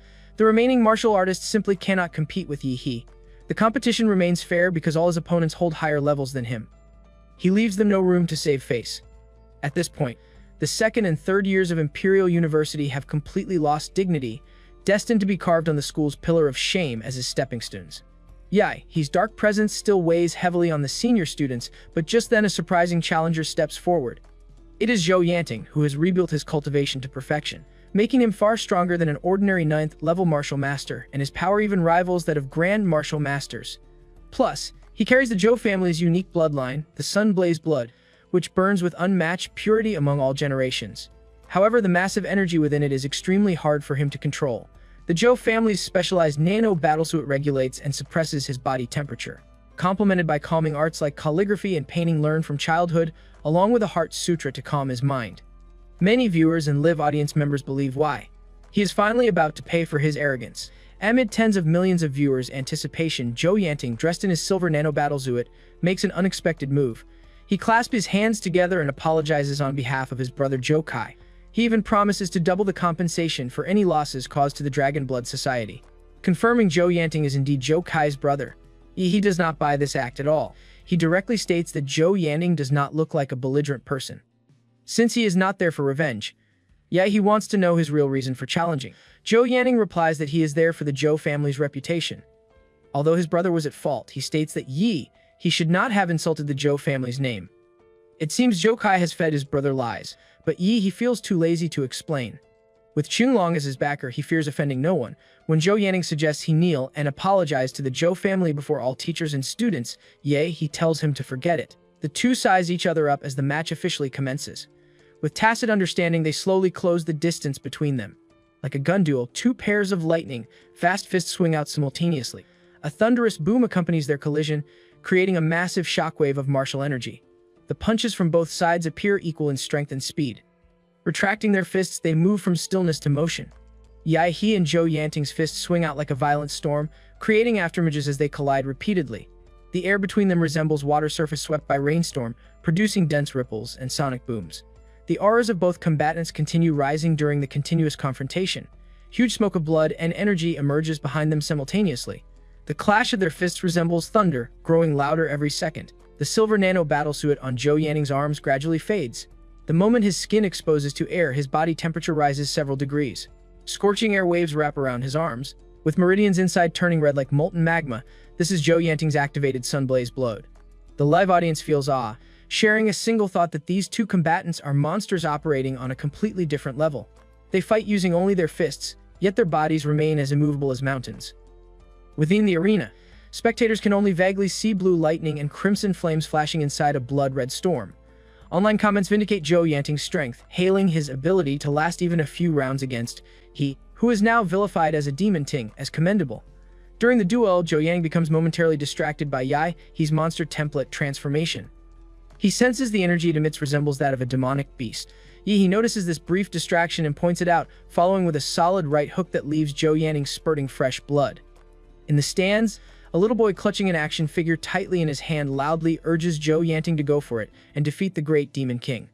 Wiping blood from his left cheek, Zhou Yanting feels appalled that the Daxialonka recruited someone like He, considering his fighting style barbaric. Zhou Yanting wonders if it is an illusion, but the opponent before him seems to be growing larger. Originally able to look he straight in the eye, he now needs to look up to see his neck. This is not an illusion. Instead of releasing the giant's power all at once to form an external body, he is using his vampire template superior control over flesh and blood to gradually release the giant's power internally. This method grants him agile speed and nerve reaction capabilities while increasing his physical quality several times every second. Zhou Yanting now only reaches Yahe's waist, making the fight comparable to an adult beating a child. Staring at he, who now looks like a monster covered in black scales with blue eyes, Zhou Yanting receives a single punch that makes his knees bend like taut springs, his feet almost driven into the ground. This moment makes Zhou Yanting finally understand why he dared to challenge the entire school. He questions how a human can possess such terrifying physical strength. Zhou Yanting thought his own bloodline was abnormal, but compared to it seems completely inadequate, basically a high-level humanoid monster. The bones throughout Zhou Yanting's body wail in protest, unable to withstand Yahe's power any longer. The martial body he painstakingly built threatens to break, likely requiring recultivation. Seizing a brief pause in Yahe's attack, Zhou Yanting flies backward. Flames erupt from his feet soles, the huge propulsion sending him soaring into the sky. With this momentary respite, Zhou Yanting believes he can win through speed since strength has failed. However, something happens that catches him completely off guard. Evidently, Zhou Yanting never studied Yahe's previous combat data, making him an arrogant bastard for challenging without preparation. Yahe's whole body lights up as violent atomic energy gathers in his throat. Before Zhou Yanting can formulate a strategy, he must dodge several atomic energy beams shot like cannon shells. Forced into evasion and unable to close the distance, Zhou Yanting resolves to use his trump card despite believing it might kill his opponent. He states he should not be blamed for failing to warn him. Activating the earthly evil martial art, the Flaming Sun Demon Hand, the nano battlesuit suppressing Zhou Yanting's energy melts away under visible red heat. Freed from suppression, his bloodline power erupts like a volcano. Zhou Yanting's palm, already red and translucent like a branding iron, suddenly stretches out. All his inherited power rushes to his palm under martial energy guidance, transforming it into a miniature flaming sun. Its crimson light overshadows the arena's searchlights, and the specially constructed floor begins melting from the intense heat. Witnessing this highly anticipated move, the live audience goes absolutely nuts as the duel reaches its climactic peak. Facing the hurled miniature sun, he shows no fear. Instead, he grins, his eyes emitting a fierce blue glow full of fighting spirit. He feels glad Zhou Yanting finally produced something decent. But if Zhou Yanting thinks he alone can release energy beams, he says he will use him to test his newly researched martial arts. He gathers a dense amount of atomic energy in his palm and uses his strong martial power to keep it in a round shape so he can control it better. But the energy is very unstable and almost explodes the moment it leaves his body. To stop that, he gets help from the Crimson Calamity, his pure spiritual energy body. Under this dual stabilization, he manages to keep the atomic energy stable, and instead of exploding, it grows stronger, activating the new Demora's Q cannon. He fires the powerful energy straight at Zhou Yanting. The glowing sphere turns into a massive blue beam about 20 meters wide, swallowing Zhou Yanting like a raging sea of energy. Against the blinding white-blue light, his burning sun looks tiny and weak, like a candle about to go out. Frozen in fear, Zhou Yanting can only watch as the blue wave rushes toward him, certain that he's about to die. A thunderous explosion follows, and the white-blue beam engulfs both him and his fiery sun, streaking through the night sky like a river of glowing blue lava. When the energy dissipates, Zhou Yanting is nowhere to be seen. Suddenly, a familiar voice reprimands he for being too reckless. He scratches his head and gives a sheepish laugh, explaining he knew Principal Shi Jingwen was nearby, which is why he chose to go all out. In the air, Shi Jingwen, wearing his usual suit, approaches he with a frightened, unconscious Zhou Yanting in hand. Shi Jingwen sighs helplessly. He just came to see what this popular tournament was about, never expecting the little brat to drag him into the open. He suggests luring him out was why he's intention all along. He apologizes for the deception, explaining it was unavoidable. Without the principal on stage, his tournament would lack the necessary prestige. He hopes Shi Jingwen will help him out just this once. Shi Jingwen gracefully drops the unconscious Ju Yanning on the stage. He mentions that He's teacher Gong Qi always describes her student as dull and stupid, but it seems he was just messing with her. Since he is already here, he will personally support the tournament this once. Shi Jingwen then picks up the mic and speaks. His voice spreads throughout the entire Imperial University campus so everyone hears clearly. He asks if any challenger still wants a duel. If no one dares step up, he will announce his victory in successfully defending his title against the entire school's challenge. In the shadows, the senior students look at each other in bewilderment. Knowing his grand victory will nail them to the pillar of shame in school history. Future students will probably call them the worst class. They push each other for the chance to challenge he next, but ultimately no one dares step forward, everyone frightened by the blue energy beam they just witnessed. Shi Jingwen sees this and has no choice. He declares that he, a freshman with just a martial artist's cultivation, has single-handedly challenged all the school's martial arts masters and stood victorious. This achievement is unprecedented and will never be repeated. His name will be forever praised at Imperial University, becoming a legend. After Shi Jingwen announces his victory, his fame immediately explodes across Imperial University and the entire country. The people of Anqing City feel immense pride, beaming with joy whenever someone mentions his name. On the hot search charts, the top 10 spots revolve around he. From the shocking one-on-one match to the principal declaring him a new legend, countless people online step forward claiming to be his acquaintances to grab attention. Meanwhile, the nation faces peril with the martial saint injured, the grandmaster's fate unknown, and many cities fallen, and the emergence of a new prodigy like he makes the public view him as a divinely sent savior. Back at Anqing City, in number 1 high school where he once studied, the homeroom teacher holds a live screening for the whole school to watch his victory. The atmosphere becomes electric, with everyone feeling proud and shouting his name. The teacher marvels that he never mistaken the student. However, in a corner, Wang Tong, who had bullied he in the past, scowls in displeasure at seeing his glory. Questions begin appearing online about why the principal personally announced his victory and what relationship exists between them. Speculation about some power backing he draws attention from many organizations, especially since records show he was only an orphan child. The Lonka organization quickly issue an official statement, and they declare his identity as top secret special classification and demand all parties cease speculation and spreading false rumors. Otherwise, Lonka will take strong measures to deal with it. At the Dragon Blood Society, everyone feels like celebrating a great festival. He has brought prestige to the society and has made rivals regret their actions. The happiest are Yun Zhengxiang and Aoyangzi, who regard he as the hope to revive the society. Amid the jubilation, Aoyangzi suddenly realizes the protagonist is absent. Yan Zhengxiang then mentions that he told them he had urgent business and left. In his dormitory room 42 Feth 3, while the whole world talks about him, he pays it no mind. He contacts Dr. Feng via 3D screen. Dr. Feng reports retrieving the golden gene bottle that hidden in Anqing City.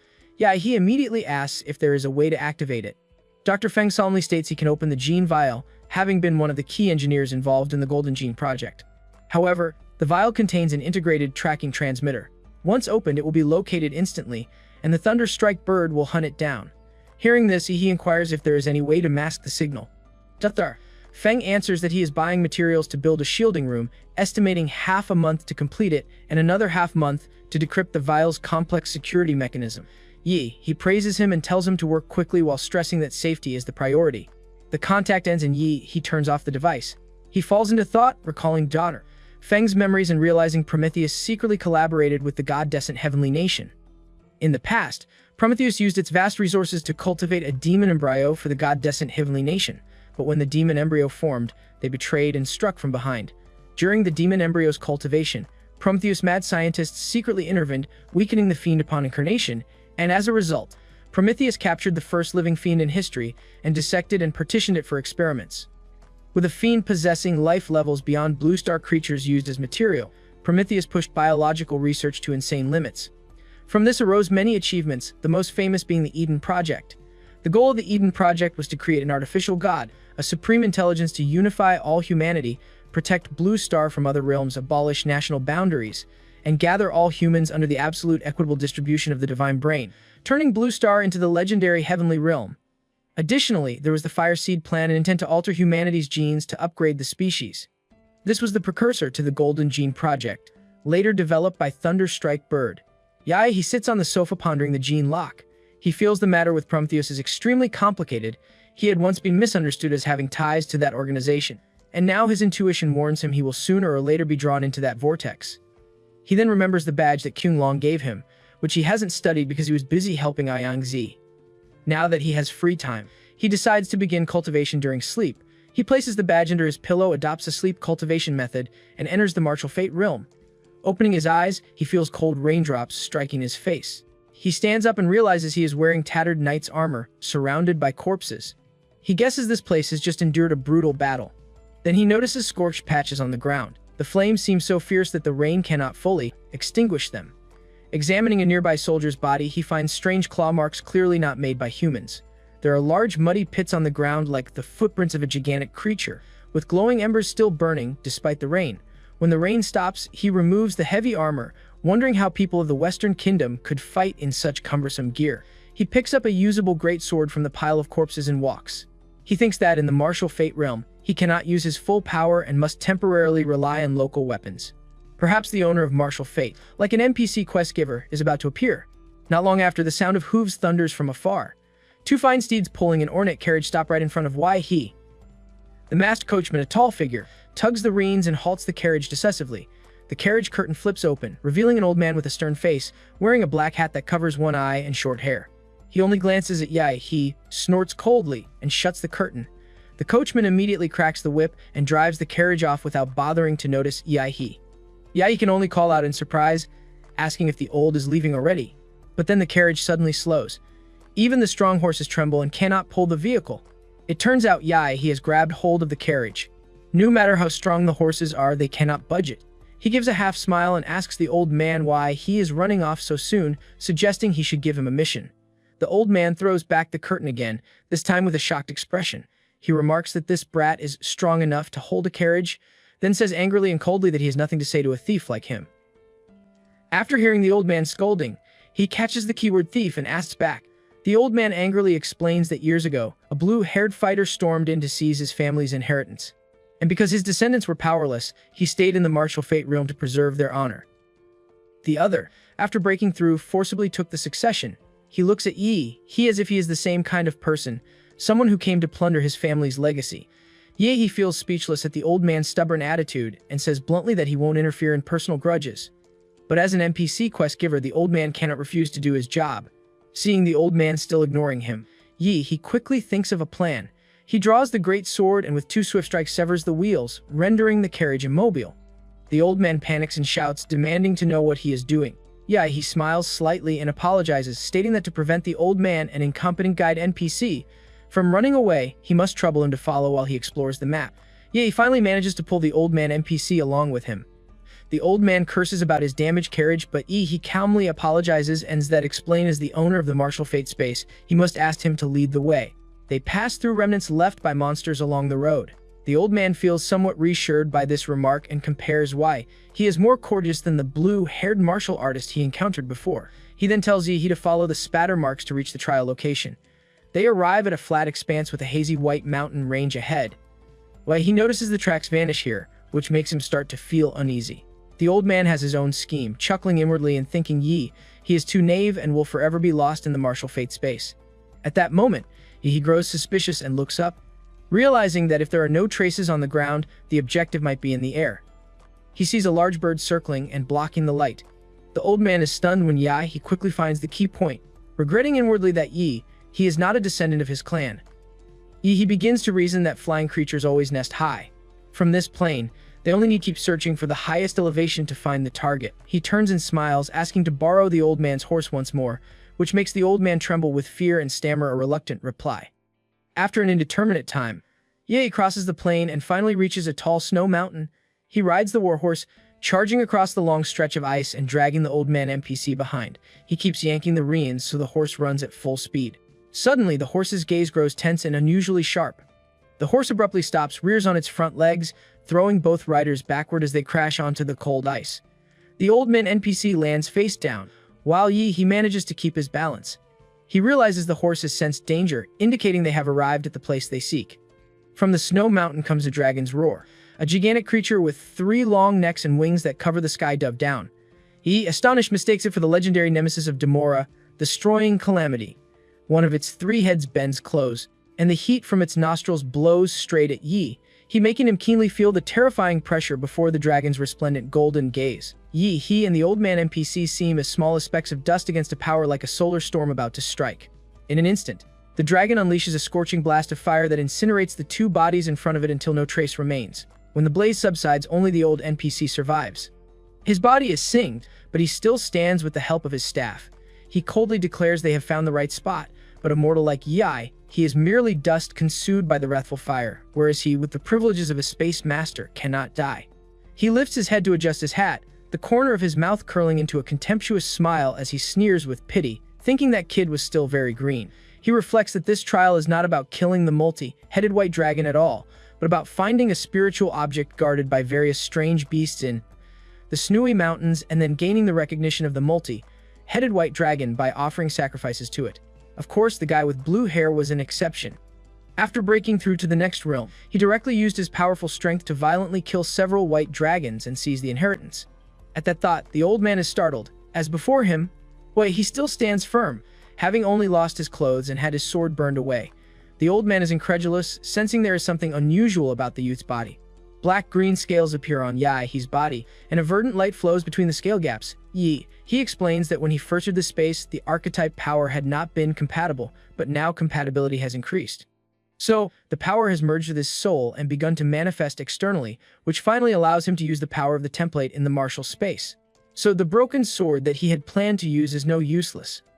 Excited, he declares that he will now display his true power. The old man NPC is so horrified his breath trembles, and he can only blurt that Yi is indeed a real monster. He roars, exhaling a nuclear breath and transforming into a colossal black beast, matching the size of the three-headed white dragon. The power of Demora cells at 71% compatibility fully consumes the supergiant form, entering a complete Demora transformation. However, this divine beast form lasts only about 2.5 minutes before its energy runs out. But Yi, in beast form, insists that it is enough. The three-headed white dragon senses the shift in the situation, immediately starts roaring violently. He lunges forward, using his strength to choke all three of the creature's long necks at once, silencing its shrieks. He screams a declaration of war between two terrible beings, Demora versus the catastrophe that devours the stars. The monster is terrified, but the old man NPC is even more shocked by Yi's monstrous power. He trembles, his teeth chattering, and can only utter one horrified exclamation, "My God." With each step, his body swells larger. The ground shakes and boulders shatter so violently that the old man NPC is bounced like a ball by the intense force. The three-headed white dragon is dragged along heavily, unable to resist, only able to let out pitiful wails. He slams the beast straight into the snow mountain wall, cracking the rock and sending dust flying. At the peak of his fury, he roars, intent on recreating a cataclysmic battle right here in martial fortune space. He twists the white dragon's three necks like soft cloth while lightning and the dragon's fiery breath surge, signaling an impending devastating attack. The dragon realizes fighting on the ground leaves it at a disadvantage and tries to take flight. But Yi immediately shouts, preventing its escape and declaring he can also fight in the air. He is prepared in advance. The energy spines along his back begin to glow, atomic power running from tail to crown. Only within this vast martial fortune space can he unleash power without restraint. He nails deeply, gathering unreleased nuclear energy, roaring to remind his opponent that he is capable of long-range attacks as well. A blue energy congeals into tangible power in his mouth. Carrying the dominance of a ruler, it proclaims to the world that this beast has truly descended. Both beasts fire simultaneously. The white dragon unleashes a column of fiery light with twisting thunder, while he answers with a blazing blue energy. Their strikes collide to form a dark red energy sphere that swells and then detonates, releasing force that engulfs the entire area. And that is it for today. If you enjoyed this recap, don't forget to subscribe to the channel, hit the like button and drop your thoughts in the comments. Until next time,